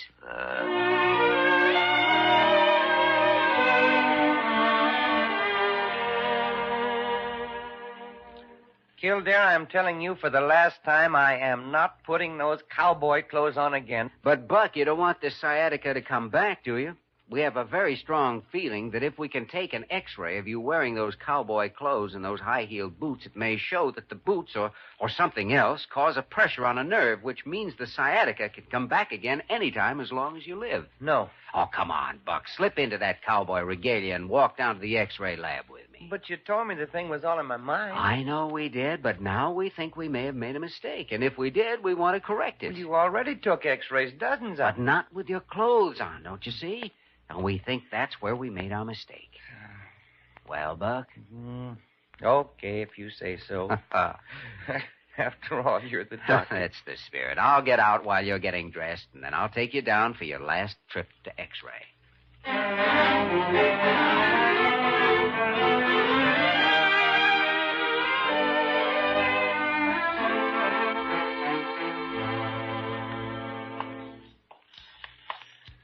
Is this the way I went to X-ray before? Seems to me it was on the other side of the building. No, we have another X-ray room in this wing. Oh, I see. Oh, here comes Dr. Gillespie. Yes, I see, Buck. All right, now let's go through this door. Wait a minute. Buck, where are you going all togged out in that outfit? Oh, in the X-ray room here. X-ray? What, the X-ray room's way in the It's right through this door. Come on, Buck. See you later, Dr. Gillespie. Right, tarnation. I don't know what you're up to, Jimmy, but I'm coming along. Hey, Doc, this isn't X-ray. This place is full of youngsters. X-ray, well, maybe it is, Jimmy.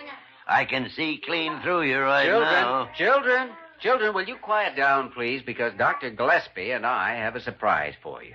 Now, see who we brought to visit? Well, I'll be blamed. I know him. You see, Dr. Gillespie, there isn't a child in America who doesn't know him by sight. Well, howdy there, partner. Howdy. Howdy. Mr. Houston, will you come over here so I can touch you? Well, now, you look here, Sugarfoot. I ain't Mr. Houston to nobody. I'm just plain Buck. You wait just a second, Beth. You see, Buck came up here especially to see Donnie. Come on, Buck. Doctor? Now what? Donnie? Donnie, we brought someone here who wants to meet you. You can't fool me. Nobody wants to meet me. What? Why, what is that? Why, I come all the way from my ranch here to New York just to meet the littlest big man I ever heard about. What's his name, Don? Donnie O'Brien. All the way to New York to meet Donnie O'Brien. Jiminy Christmas. It's really Buck. Buck Houston. Well, howdy, partner. Put her there. Golly. Gosh. Come on up here, son. Old Buck wants to get a good look at you. Easy does now. There we are. Well, what do you think, Buck? Hasn't Donnie got the makings of a real He-Man cowpuncher? Why, I ain't never seen a better one. And by darn, if his folks will let me, I'd like to sign him up to a lifetime contract right now. Wrangling horses and punching cattle on my ranch. Gee willikers, Buck. Do you mean it? Tell him he's got to get well first. What's the matter, Buck? I bet you don't mean it. When you say that to Buck Houston, Donnie, you better smile. Old cornball. But I was just thinking now, Donnie. You got to get well first. You reckon you can do that for your old partner, good old Buck? Oh, gosh, Buck. Sure I can get well. I can get so well they'll let me out of here next week. Well, I don't know about next week, Donnie, but I think if we take Buck back to Dr. Gillespie's office now, we can have him put his name to that contract, and we'll guarantee delivery of a perfectly healthy Donnie O'Brien to the Double Bar X Ranch by the end of next month.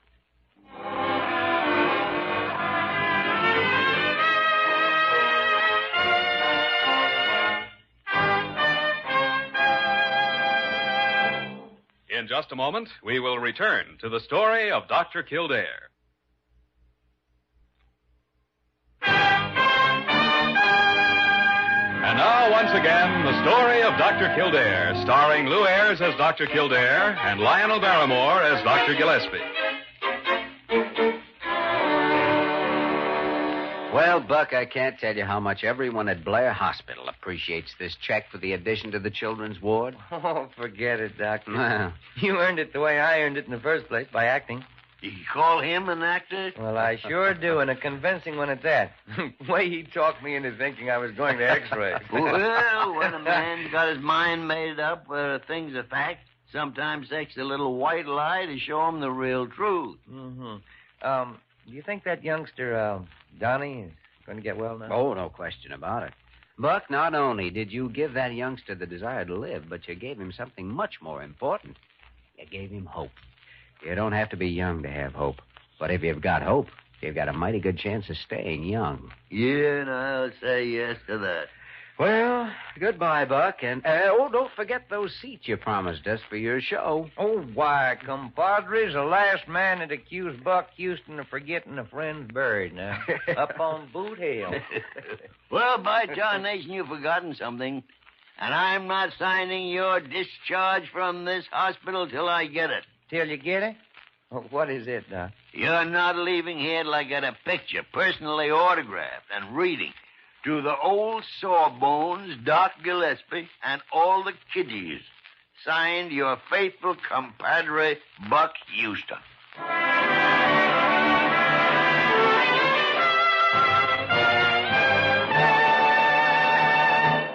You have just heard the story of Dr. Kildare, starring Lou Ayres and Lionel Barrymore. This program was written by Paul Franklin and directed by Joe Bigelow.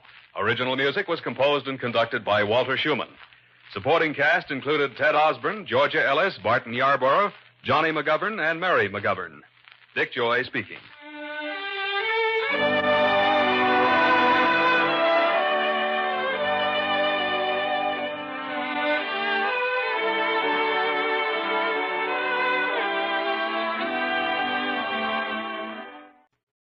The story of Dr. Kildare. Whatsoever house I enter, there will I go for the benefit of the sick. And whatsoever things I see or hear concerning the life of men, I will keep silence thereon, counting such things to be held as sacred trust. I will exercise my art solely for the cure of my faith. The story of Dr. Kildare, starring Lou Ayres and Lionel Barrymore. Metro-Goldwyn-Mayer brought you those famous motion pictures. Now this exciting, heartwarming series is heard on radio. In just a moment, the story of Dr. Kildare. But first, your announcer.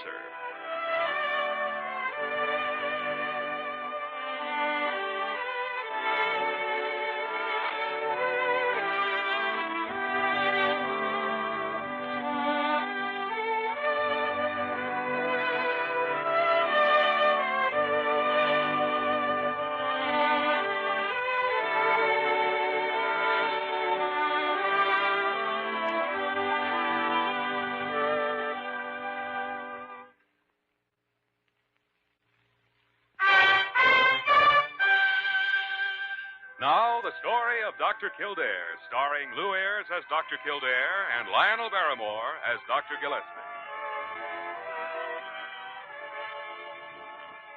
Oh, Dr. Kildare, Dr. Gillespie, come quickly. Confound it, Parker. Why are you all in a flutter? It's Police Captain Daggett. He's in emergency. He's been shot. Shot? Come on, Dr. Gillespie. When did it happen? Well, they just brought him in. He's in here. Hi, Doc. Hi, Daggett. Got a little job for you. So we heard. You better lie back. Bullet in the fleshy portion of the thigh. Yeah. How'd you get this? Trouble at the Midtown school. I gotta get back there. Get this at the school? Yeah, madman's got himself barricaded in there with a gun. You know, that new kindergarten playhouse in the middle of the courtyard? Well, are there any children in there? Doc, we don't know. I tried to get into him, and I got this. The whole precinct is there. We better get back there with you.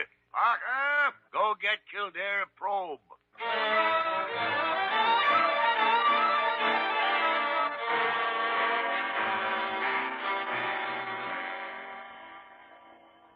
Well, what started this, Daggett? How did it happen? Oh, who knows? It was just after 3 o'clock when he got in there. That's why we don't know whether or not any kids are with him. Any idea who the man is? No, except that his name is Kozlov. He's been doing some house painting in the neighborhood. Kozlov? Peter Kozlov? Yeah. Oh, isn't that the fellow that fell off the scaffold and broke his leg in the hospital when it was being painted, Jimmy? Right. I took care of him. He seemed a quiet, harmless sort. Well, this hole in my leg doesn't agree with that, Doc. I don't wonder. That man must be a homicidal paranoid. Couldn't you detect any trace of it, Jimmy? No, it wasn't manifest at that time. There's too much open ground around that building. And I can't use my rifleman for sniping until I know he's alone in there. No, but you can't hold back long enough to find out either. If he's holding any children in there, they won't be safe long. Parker, get my bag from the car. Yes, Doctor. Jimmy, what kind of a scatterbrained scheme are you cooking up? I'm going in there. Now, wait a minute, Doc. I'm not going to raise you responsible for you getting yourself shot. I can't let you do it. Neither can you risk the possibility of leaving children in there with him. Here's the bag, Dr. Kildare. Thanks. Well, Daggett, Kildare's right. We'll try it together. Oh, no, Dr. Gillespie, just one man. Kozlov knows me. Oh, but confound I helped Jimmy. him when he was hurt. It may make him hesitate about harming me. It's a big gamble, Doc. And you'll have to take it every step for 100 feet until you reach the plane. I can't just stand here until we find out if all the children from school reached home. No, but you expect me to sit here calmly while Now, there's no choice, Dr. Gillespie. Somebody has to take a chance on getting into that playhouse. You keep your men where they are, Daggett, no matter what happens. Okay. I'm against this, but, well, I've got to let you try it because I can't think of any other way. Just remember that lunatic put a bullet in me. Jimmy, be careful. Oh, sure.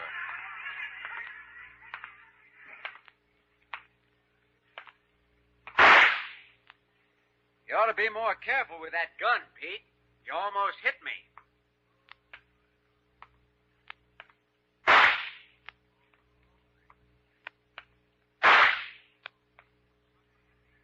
You stay there, Doctor. Don't you come any closer. I must come in there, Pete. I tell you, far away. I have no gun, Pete. I just want to test the drinking fountain to make sure the water's all right. You're lying to me, Doctor. No, Pete. The children have been complaining about the water. There may be something wrong with it. You'll want some yourself if you stay in there. You can't come in here. Sorry, Pete, but I must come in. You have no right to stop me, Pete. I'm a doctor.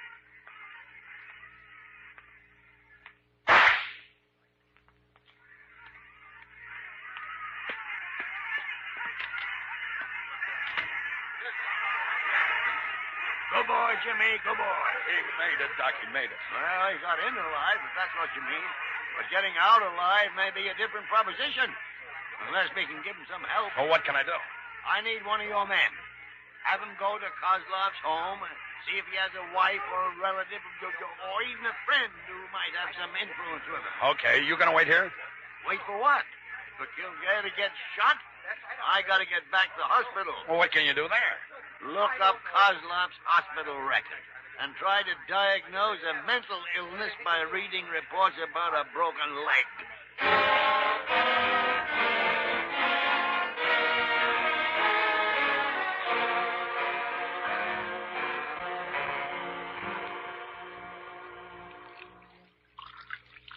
I'm watching you, Doctor. Don't try nothing. Don't play no tricks on me. I'm just getting a glass of water, Pete. You're not going to shoot me for that, are you? I got to shoot you, Doctor. After a while, I got to shoot you. Well, you wouldn't hurt me, Pete. We're friends. No, I have no friends. You don't fool me, Doctor. Well, water seems to be all right.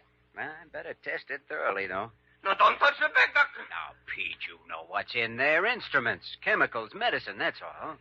You might have gun in there. Well, I could have, but I haven't. Open it yourself. Here, I'll hold your gun for you. You think I'm crazy? That's a bad word, Pete. You're just sick. You think I give you this gun? You want to get it away from me? Open bag yourself. I watch you. All right, Pete. Now, you want to hold this glass of water for me? Put on a plate table. All right. Now watch. I just pour some of this into the water, and if the water isn't pure, it will change color. See, Pete? No change. Huh? Water's all right after all. What you put in there? Well, just a simple chemical. You put in poison. That's ridiculous, Pete. Here, taste it. Put poison in there? You try fool me, Doctor, but I know all about everything. I know what you... It's only the telephone, Pete. I'll answer it. No. That's them. They're out there. They send you in to trick me. I wanted to come in, Pete, to be on your side. Maybe I can find out what they intend to do out there. You can come over and stand right beside me. Near window? You want to get me near window? No, and you can stand right where you are then. I can't get away. All right. Tell them go away. Tell them go away or I kill you. Hello? Kildare, Captain Daggett. Did you get him under control? Not yet. Where are you calling from? We tapped the phone line. I'm right out in the street. He let you answer, huh? With difficulty. Any kids in there? Haven't seen any. But there's a wardrobe closet. He got a gun on you? Yes? Isn't there any way you can get the best of him? I tried to administer sedative. Talk louder, Doctor. That him? Yes. He wouldn't take it. Nope. Well, try to find out if there are any kids in that closet, will you? I'll do my best. That's enough, Doctor. I don't like what you say. I have to say goodbye now, Daggett. But, Doc, Put down that phone. Your friends think they're going to come help you, huh? Nobody's coming, Pete. Oh, yes, they are, Doctor. We sit down and wait for them. Soon they will come. And when they do, you watch out, Doctor. Watch out!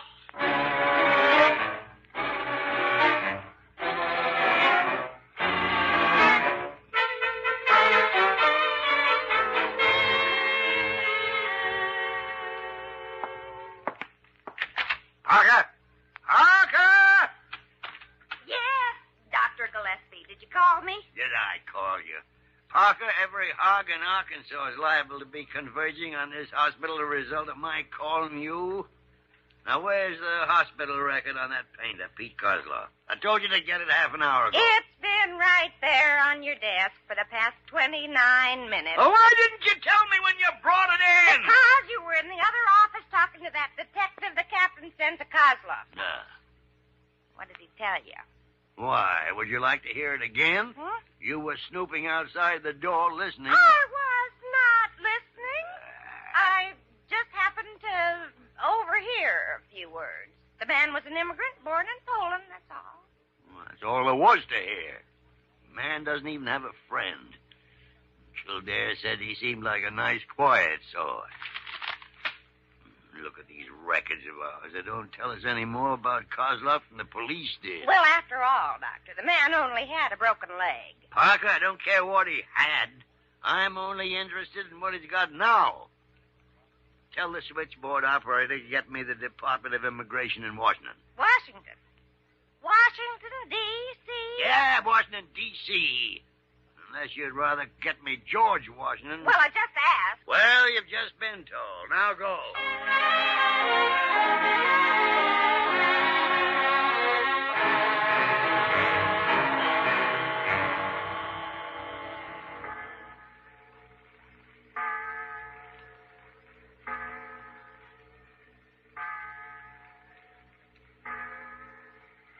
It's the clock in the insurance tower, Pete. 6 o'clock. Time for children to be sitting down to dinner. Why you always talk about children? Well, because I'm fond of them. Seen them playing around here in the daytime. Are there any children here now, Pete? You see any? No, not here, but why won't you let me open the wardrobe closet? I don't want you to open it. Is there a child in there, Pete? No. You have the gun.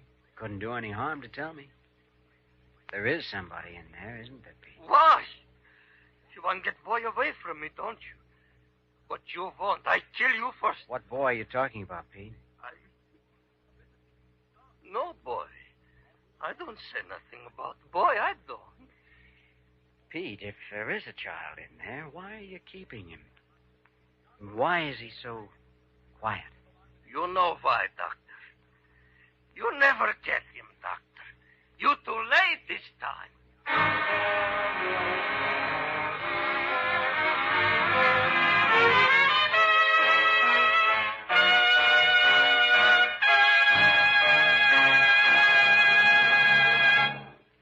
We return to the story of Dr. Kildare in just a moment.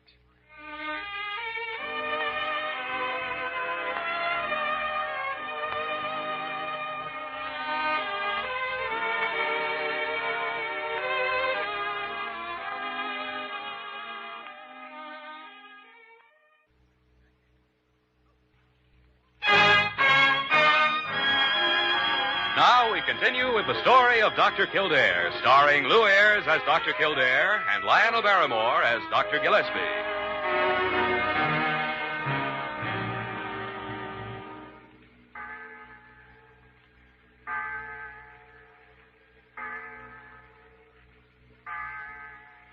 It's 8 o'clock, Pete. Dark in here. Can't we turn on the lights? Turn on the lights so they can see us better from out there and we can see them? No, Doctor. No lights. Sooner or later, you know that. Well, they're calling from outside now. Maybe they're tired of waiting. Maybe they'll tell me they're going away. They won't go away. Well, let me answer it and find out. The moon is bright, Doctor. I can see you. I know, Pete. Hello? You still all right, Doc? Yes. There's no report of any missing kids yet. You find out if he's holding any? I'm afraid so.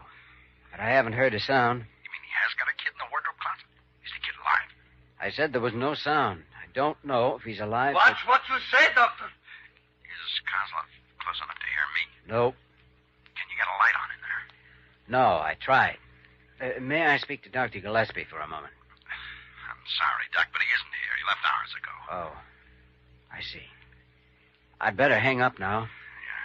Goodbye, Doc. Try to hold out. I'll try. They're going to go away, Doctor? Yes, Pete, they're going away. I don't hear you tell them go away, Doctor. You don't tell them go away like you say. I forgot, Pete. I warn you what will happen. I warn you.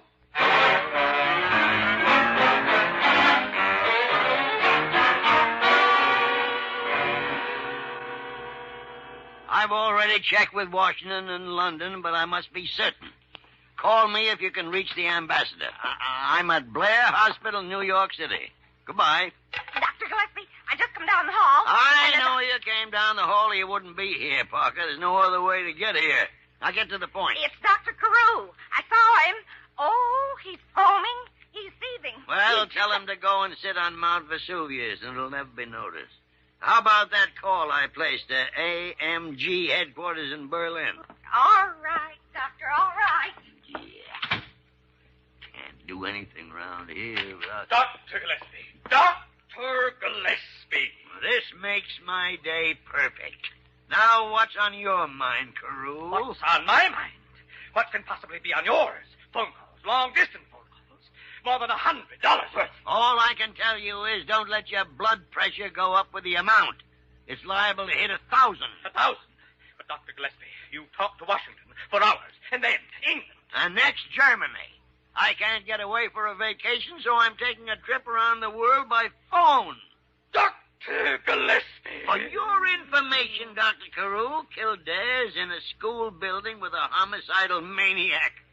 And if he's ever going to get out of there, we need information. But how will I explain the expense of these overseas calls? I'm responsible, Dr. Gillespie. I have to answer to the board. After all, we conduct the exchange of medical information with hospitals all over the world by mail. Confound it, Carew!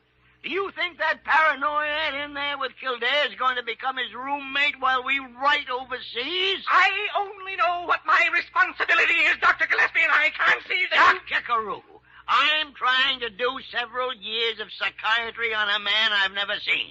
And it all has to be done by telephone in a matter of hours. And if I'm wrong, Kildare is as good as dead. Are you going to stand there and rage about the phone bill? Well, I'd... Your Berlin party is on the line, Dr. Gillespie. Berlin?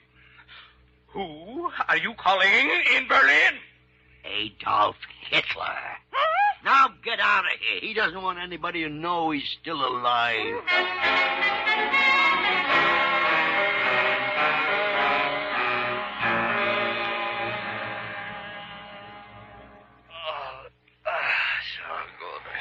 You're getting sleepy, Pete. Why don't you lie down for a while? Why, you don't go to sleep, Doctor. Well, you're the one who's tired, Pete. When I can't stay awake no more, then you kill me and open closet. No, Doctor, you're not going to fool me. You're not going to get boy away from me. Tomorrow when other children come back, I keep them all here, too. You'll never see them again. Telephone, Pete. No.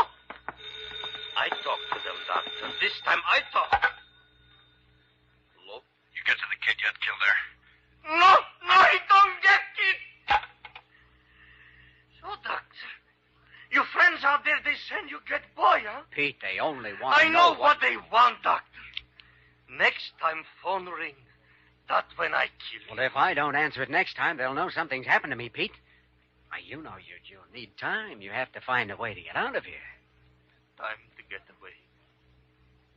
I need time. Yes, and you'll have to let me answer. No. You'll have to, Pete. No. If you don't, they'll come for the boy. You won't be able to stop them. I stop them. I stop you, too.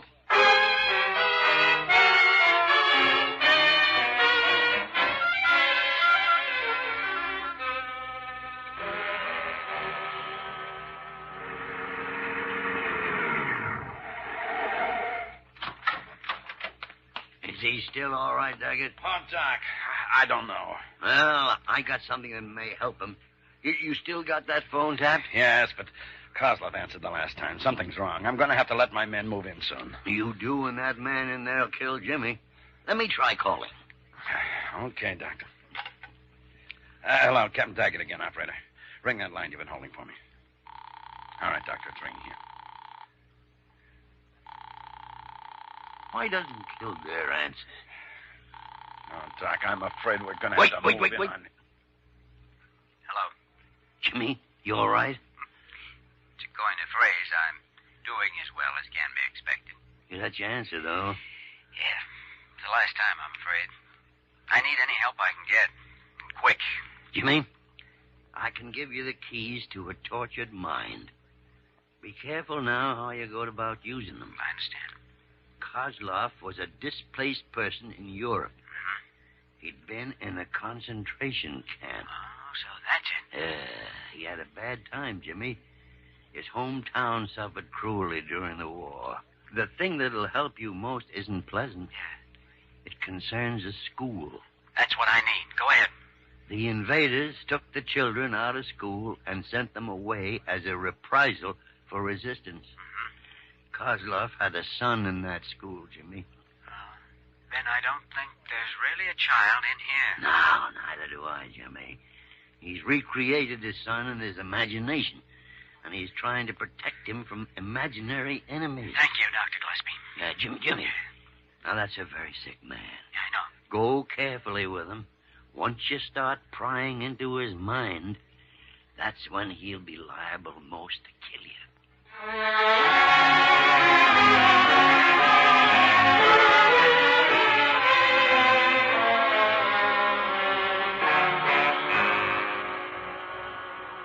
Sit down, Pete. I want to talk to you. I give you too much time, Doctor. But you lied to me. You don't send them away. Listen. It's 10 o'clock. So it is, Pete. My bedtime and yours. Bedtime of most good people. I give you 1 more hour to pray, Doctor. 1 more hour till clock strike 11. Then I kill you. That's too bad, Pete, because I like the sound of that clock. I've listened to it nights at the hospital. Even when I was a kid, I listened to one just like it. The village clock in my hometown. Shut up. You know, every town should have a clock like that. Even a big city like this one. It's a peaceful sound. Most towns all over the world used to have them. But, of course, some of them have been destroyed. My home was clock like that. Uh-huh. A bell in the church. Another one in the schoolhouse, Pete? Don't talk to me anymore. I don't want to listen. We must talk, Pete. About your son. You know about him, huh? You know about my son. Pete, you think your son is in the wardrobe closet, don't you? I wish he was. But he isn't.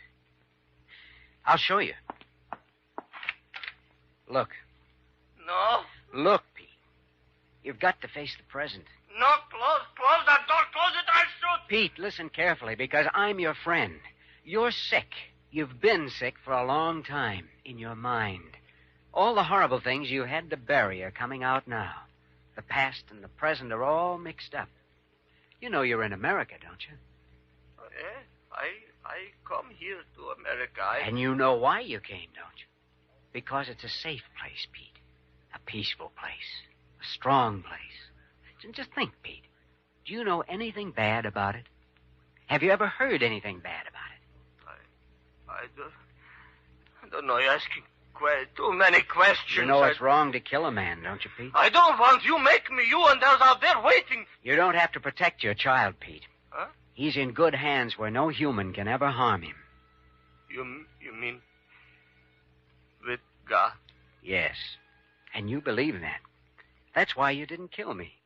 Because if you were going to kill me, you'd have done it before, while I was walking up to get into this building. You can't kill anybody, Pete. Because you're a good man. My son. Doctor,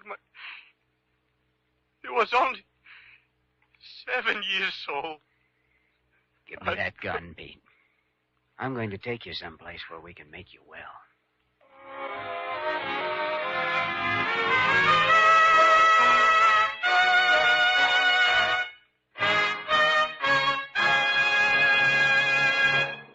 In just a moment, we will return to the story of Dr. Kildare.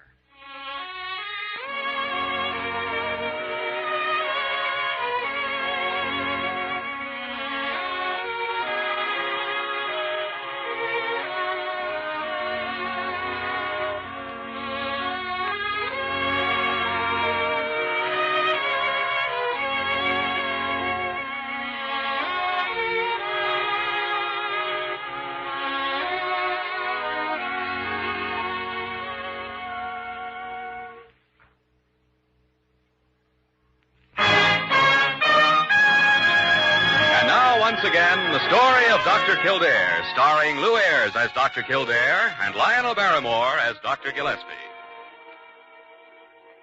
Dr. Kildare, are you sure it's safe to keep Kozlov here overnight? Oh, perfectly safe. He's had a sedative.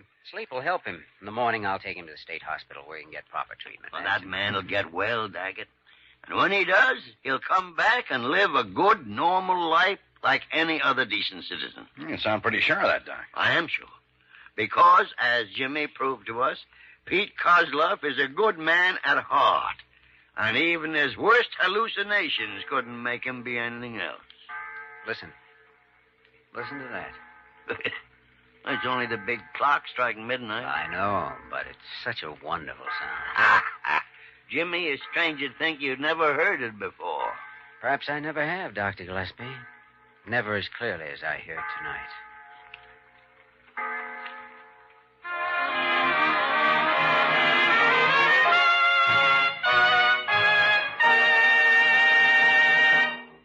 You have just heard the story of Dr. Kildare, starring Lou Ayres and Lionel Barrymore. This program was written by Joel Murcott and directed by Joe Bigelow. Original music was composed and conducted by Walter Schumann. Supporting cast included Virginia Gregg, Ted Osborne, Ted DeCorsia, and Larry Dobkin. Dick Joy speaking.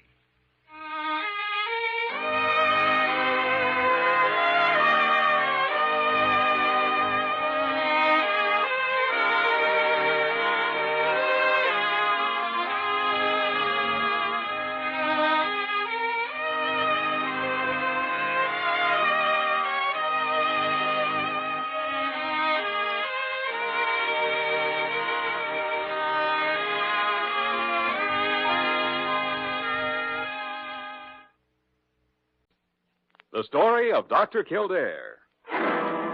Whatsoever house I enter, there will I go for the benefit of the sick. And whatsoever things I see or hear concerning the life of men, I will keep silence thereon, counting such things to be held as sacred trust. I will exercise my art solely for the cure of my...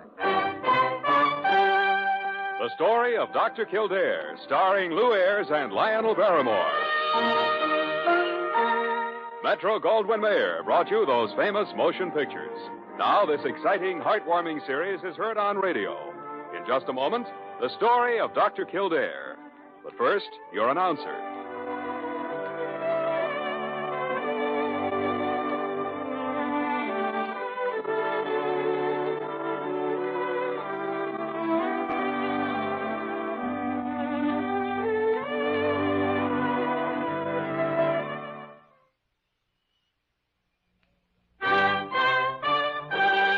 Now, the story of Dr. Kildare, starring Lou Ayres as Dr. Kildare and Lionel Barrymore as Dr. Gillespie.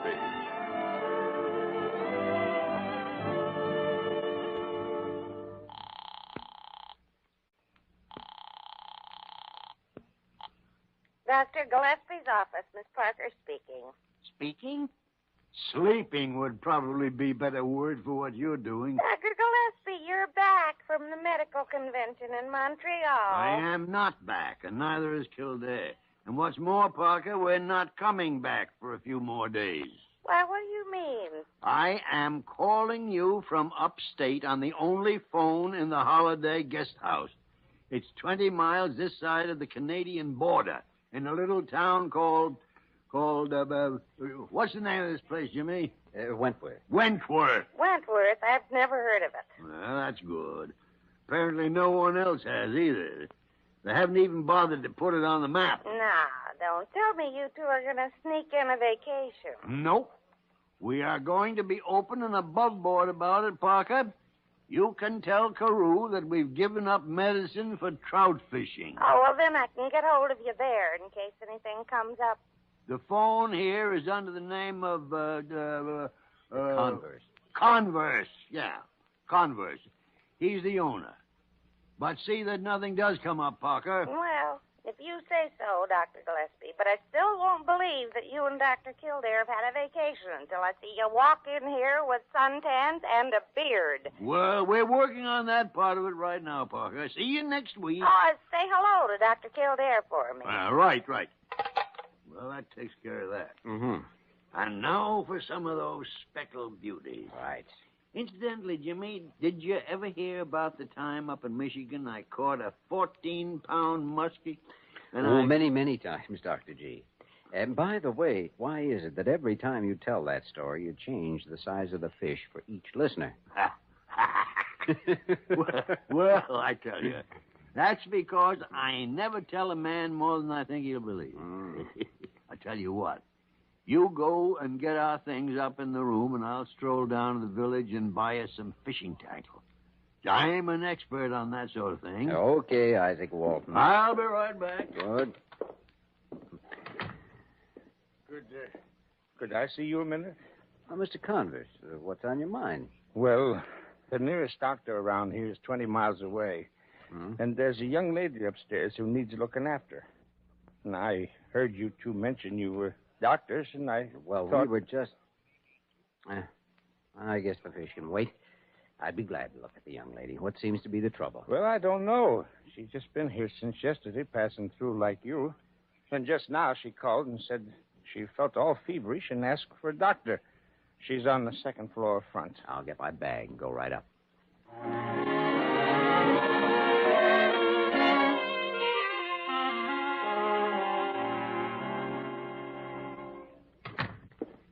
Hello there.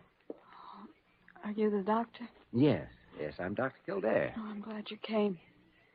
May I have your hand, please, while I take your pulse? Mm-hmm. What's your name? Evelyn Briggs.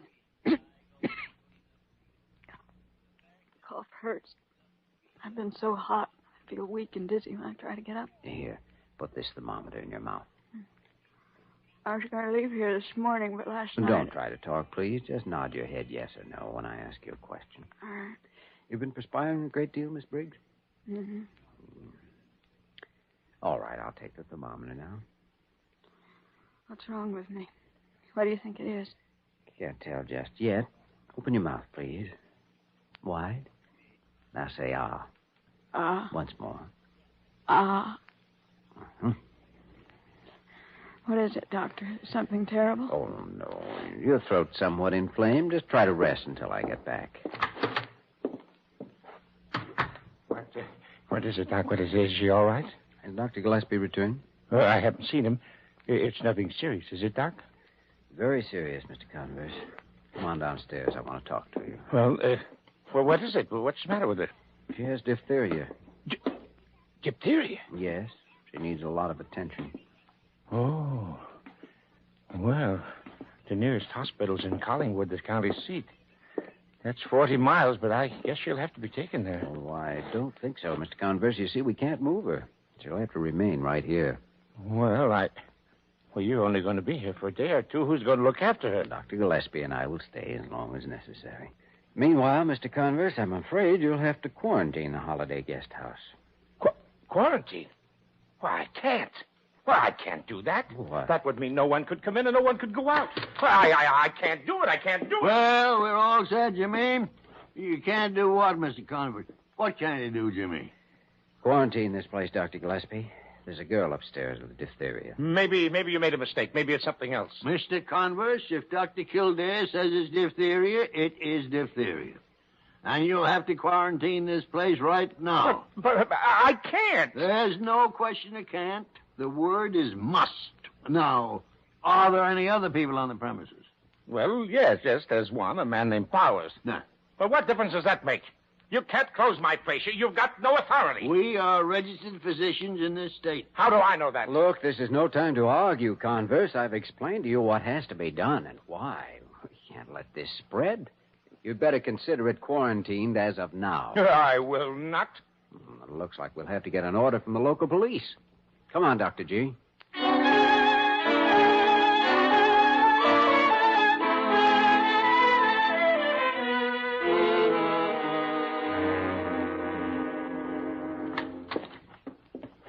Oh, are you? You the constable? That's right, Ed Allison, one-man police department, Wentworth. What can I do for you, gentlemen? I'm Dr. James Kildare. This is Dr. Leonard Gillespie.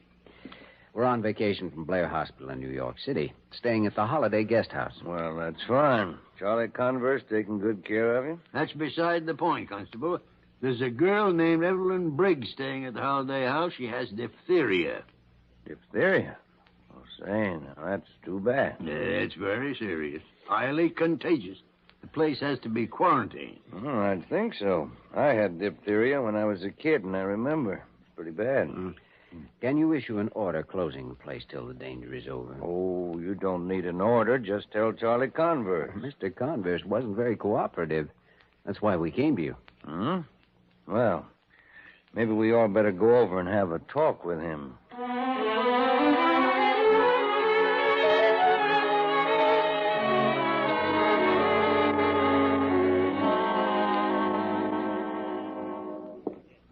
Well, hello, Ed. Hello, Johnny. These two doctors say you've got a diphtheria case here. Diphtheria?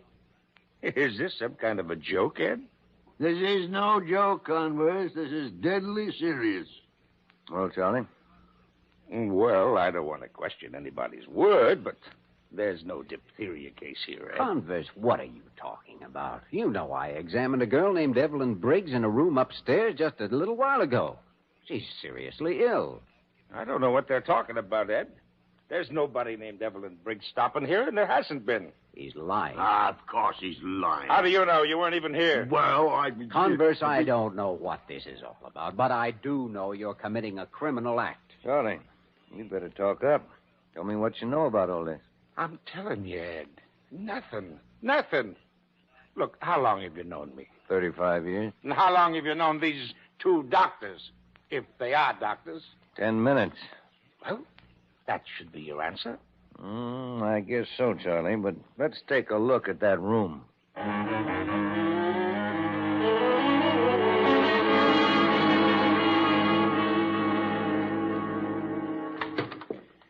Well, there you are, Ed. Jimmy, are you sure this is the room? Positive. She's gone now. Name was Evelyn Briggs, huh? That's right. Evelyn Briggs. Ed, look at the mattress, Ed. It's dusty. The air's stuffy in here. Do you see any traces of anyone having lived here recently, Ed? No, it don't look like it. Look, Constable, I don't know why this man's doing this, but you can't let him get away with it. He's hidden that girl somewhere. Search any room in the house, Ed, and you won't find any girl. And if these two keep up this nonsense, I'm going to ask you to lock them up. Why, you murderer, you. No, just take it easy. You two men came in and told me a story that just don't ring true. She was here, in this room, I tell you. Now, how could Charlie Converse hide a girl? And what reason would he have? I wish I knew. But I can tell you this, that he didn't want this place quarantined. Ed, I'm beginning to feel this is all a nightmare. Why, these men never spoke a word to me before, and suddenly they accuse me of a crime. Well, gentlemen, afraid there's nothing I can do for you. You mean you're not going to look into this any further? What's there to look at? Where's the evidence? Where's the girl, Dr. Kildare? I don't know. Guess I'm beginning to feel like this whole thing's a nightmare, too. Jimmy, you said there was a girl. Now, that's good enough for me. Thanks, Dr. G. Well, I'll tell you what. If you find anything that looks like evidence, come over and see me. Then you'll get some action. I can't close up a man's place of business with nothing to go on. I suppose not. So long, Charlie. Gentlemen. Dr. Kildare, Dr. Gillespie, I'd prefer it if you'd pack your things and leave here at once. Mr. Converse, we're not going to leave until we've found that girl and have this place quarantined before an epidemic starts. Well, that goes for me, too. Well, we'll see about that.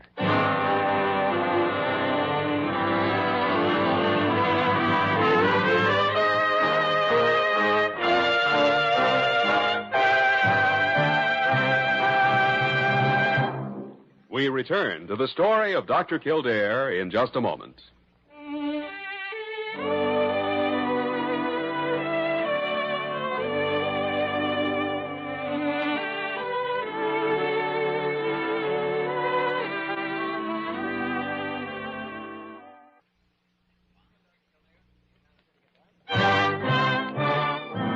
Now we continue with the story of Dr. Kildare, starring Lou Ayres as Dr. Kildare and Lionel Barrymore as Dr. Gillespie.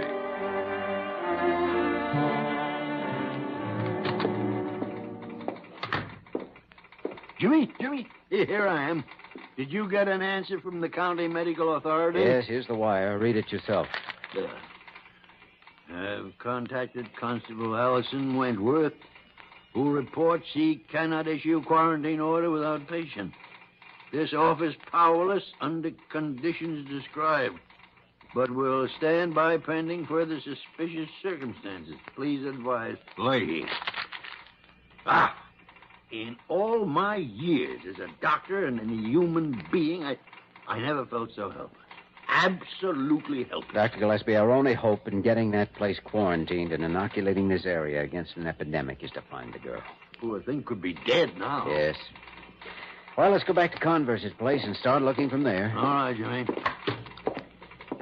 Converse must have some important reason to endanger this whole community. Yeah, but what could it be? What is it? You're the two doctors from New York City? Oh, yes. Who are you? Well, you might say I'm a sort of friend of the management. Come on, get in. Friend of what management? Charlie Converse's holiday house. Hey, you guys sure make a lot of noise over nothing. Over nothing? Come on, get in. I'm not going to get in anybody's car under force. Easy, Dr. G. He has a gun. Yeah, that's right.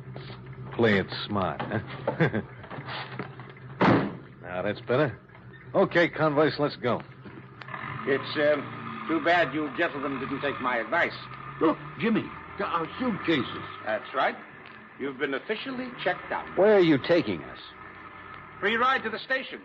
Wouldn't want you to miss the only train today. Yeah, and I'm helping them. Like I said, I'm a friend of the management. Chuck, stop waving that gun around. Ah, button up, Converse. If you hadn't played it so dumb. Oh, this is fun. You were just going to say something about Evelyn Briggs, weren't you? Never heard of anybody by that name. Did you, Converse? Never, Chuck. Never. You know, I don't understand how they let guys like you become doctors. You're so dumb. Okay, Charlie, slow it down. Right.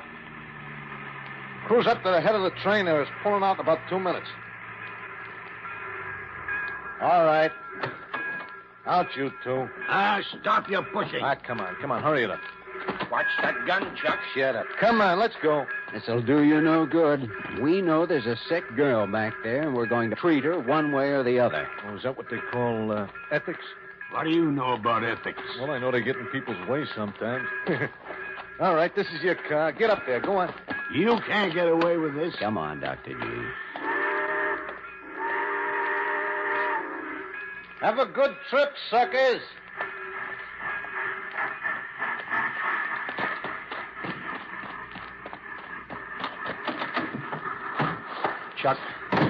Chuck, you didn't have to wave that gun around so much. It wasn't very smart. Now, don't tell me what's smart. If you wasn't so dumb, the whole thing wouldn't have happened. What do you mean? Well, if you just dummied up and let them doctors close up your place, what could you lose? I could have waited till it got dark and slipped out the back way. Who'd have noticed? But no, you had to go make a federal case out of it. Hey, you dumb cluck. Well, maybe I did get a little excited. But, Chuck, I was just trying to protect you. And what about me? All right, I'll bite. What about you? Well, suppose they come back here. So what? I'm crossing the border into Canada tonight at midnight on schedule. I'm not going to be around. But I've still got to live here. So you deny everything. You're clean anyway. You're still holding $5,000 of mine for hiding me, ain't you? Got to take some chances for that much dough. But what about Evelyn Briggs? I don't know. Might take her to Canada with me. She might like to meet some of my friends there. Well, let's get back to the place. I got to pack. And stop worrying, will you? Those two are gone for good.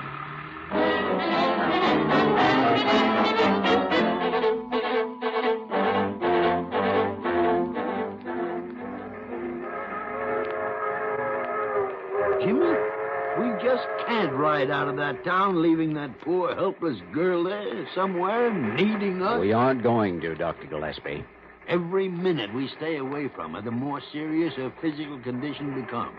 Not to mention the possibility of diphtheria spreading all through the village. Dr. G, that's true, but we need help. We aren't going to get it in Wentworth. However, we may be able to in Collingwood, and that's the next stop on this line. Time, Jimmy, time. I know. What was that man's name at the county seat? Leahy. All right. Now, you stay on the train and go to him. Tell him that we have the patient and we want quarantine orders. And then come back to Wentworth as quickly as you can. Well, what are you going to do? I'm going back and find Evelyn Briggs right now. Hold on. You pulled the emergency cord. Only about a mile back to town. Be careful, Jimmy. Chuck has a gun.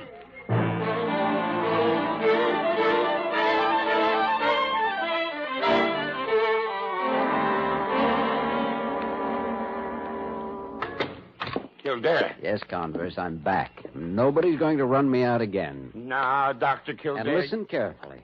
I'm not interested in why you hid that girl and went to all the pains to get rid of us. What I am interested in is the health of that girl and the other people in this community. What girl? Doctor, are you sure you're feeling okay? Oh, look, Converse, do you have a family? Sure.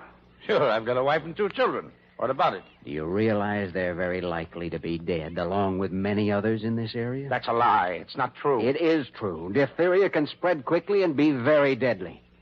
Your children's life may be at stake. Yours, too, for that matter. But be sensible, Converse, and tell me what you did with that girl. I don't know what you're talking about. Jimmy? Jimmy? Is that you? Right here. And Converse. Well, they're on the way, Jimmy. Good. Who's on the way? Some state police and health authorities. We don't have to bother with this weasel anymore. Right, the law can take care of him. Law? I'm a respectable member of this community. Getting scared, Converse? They'll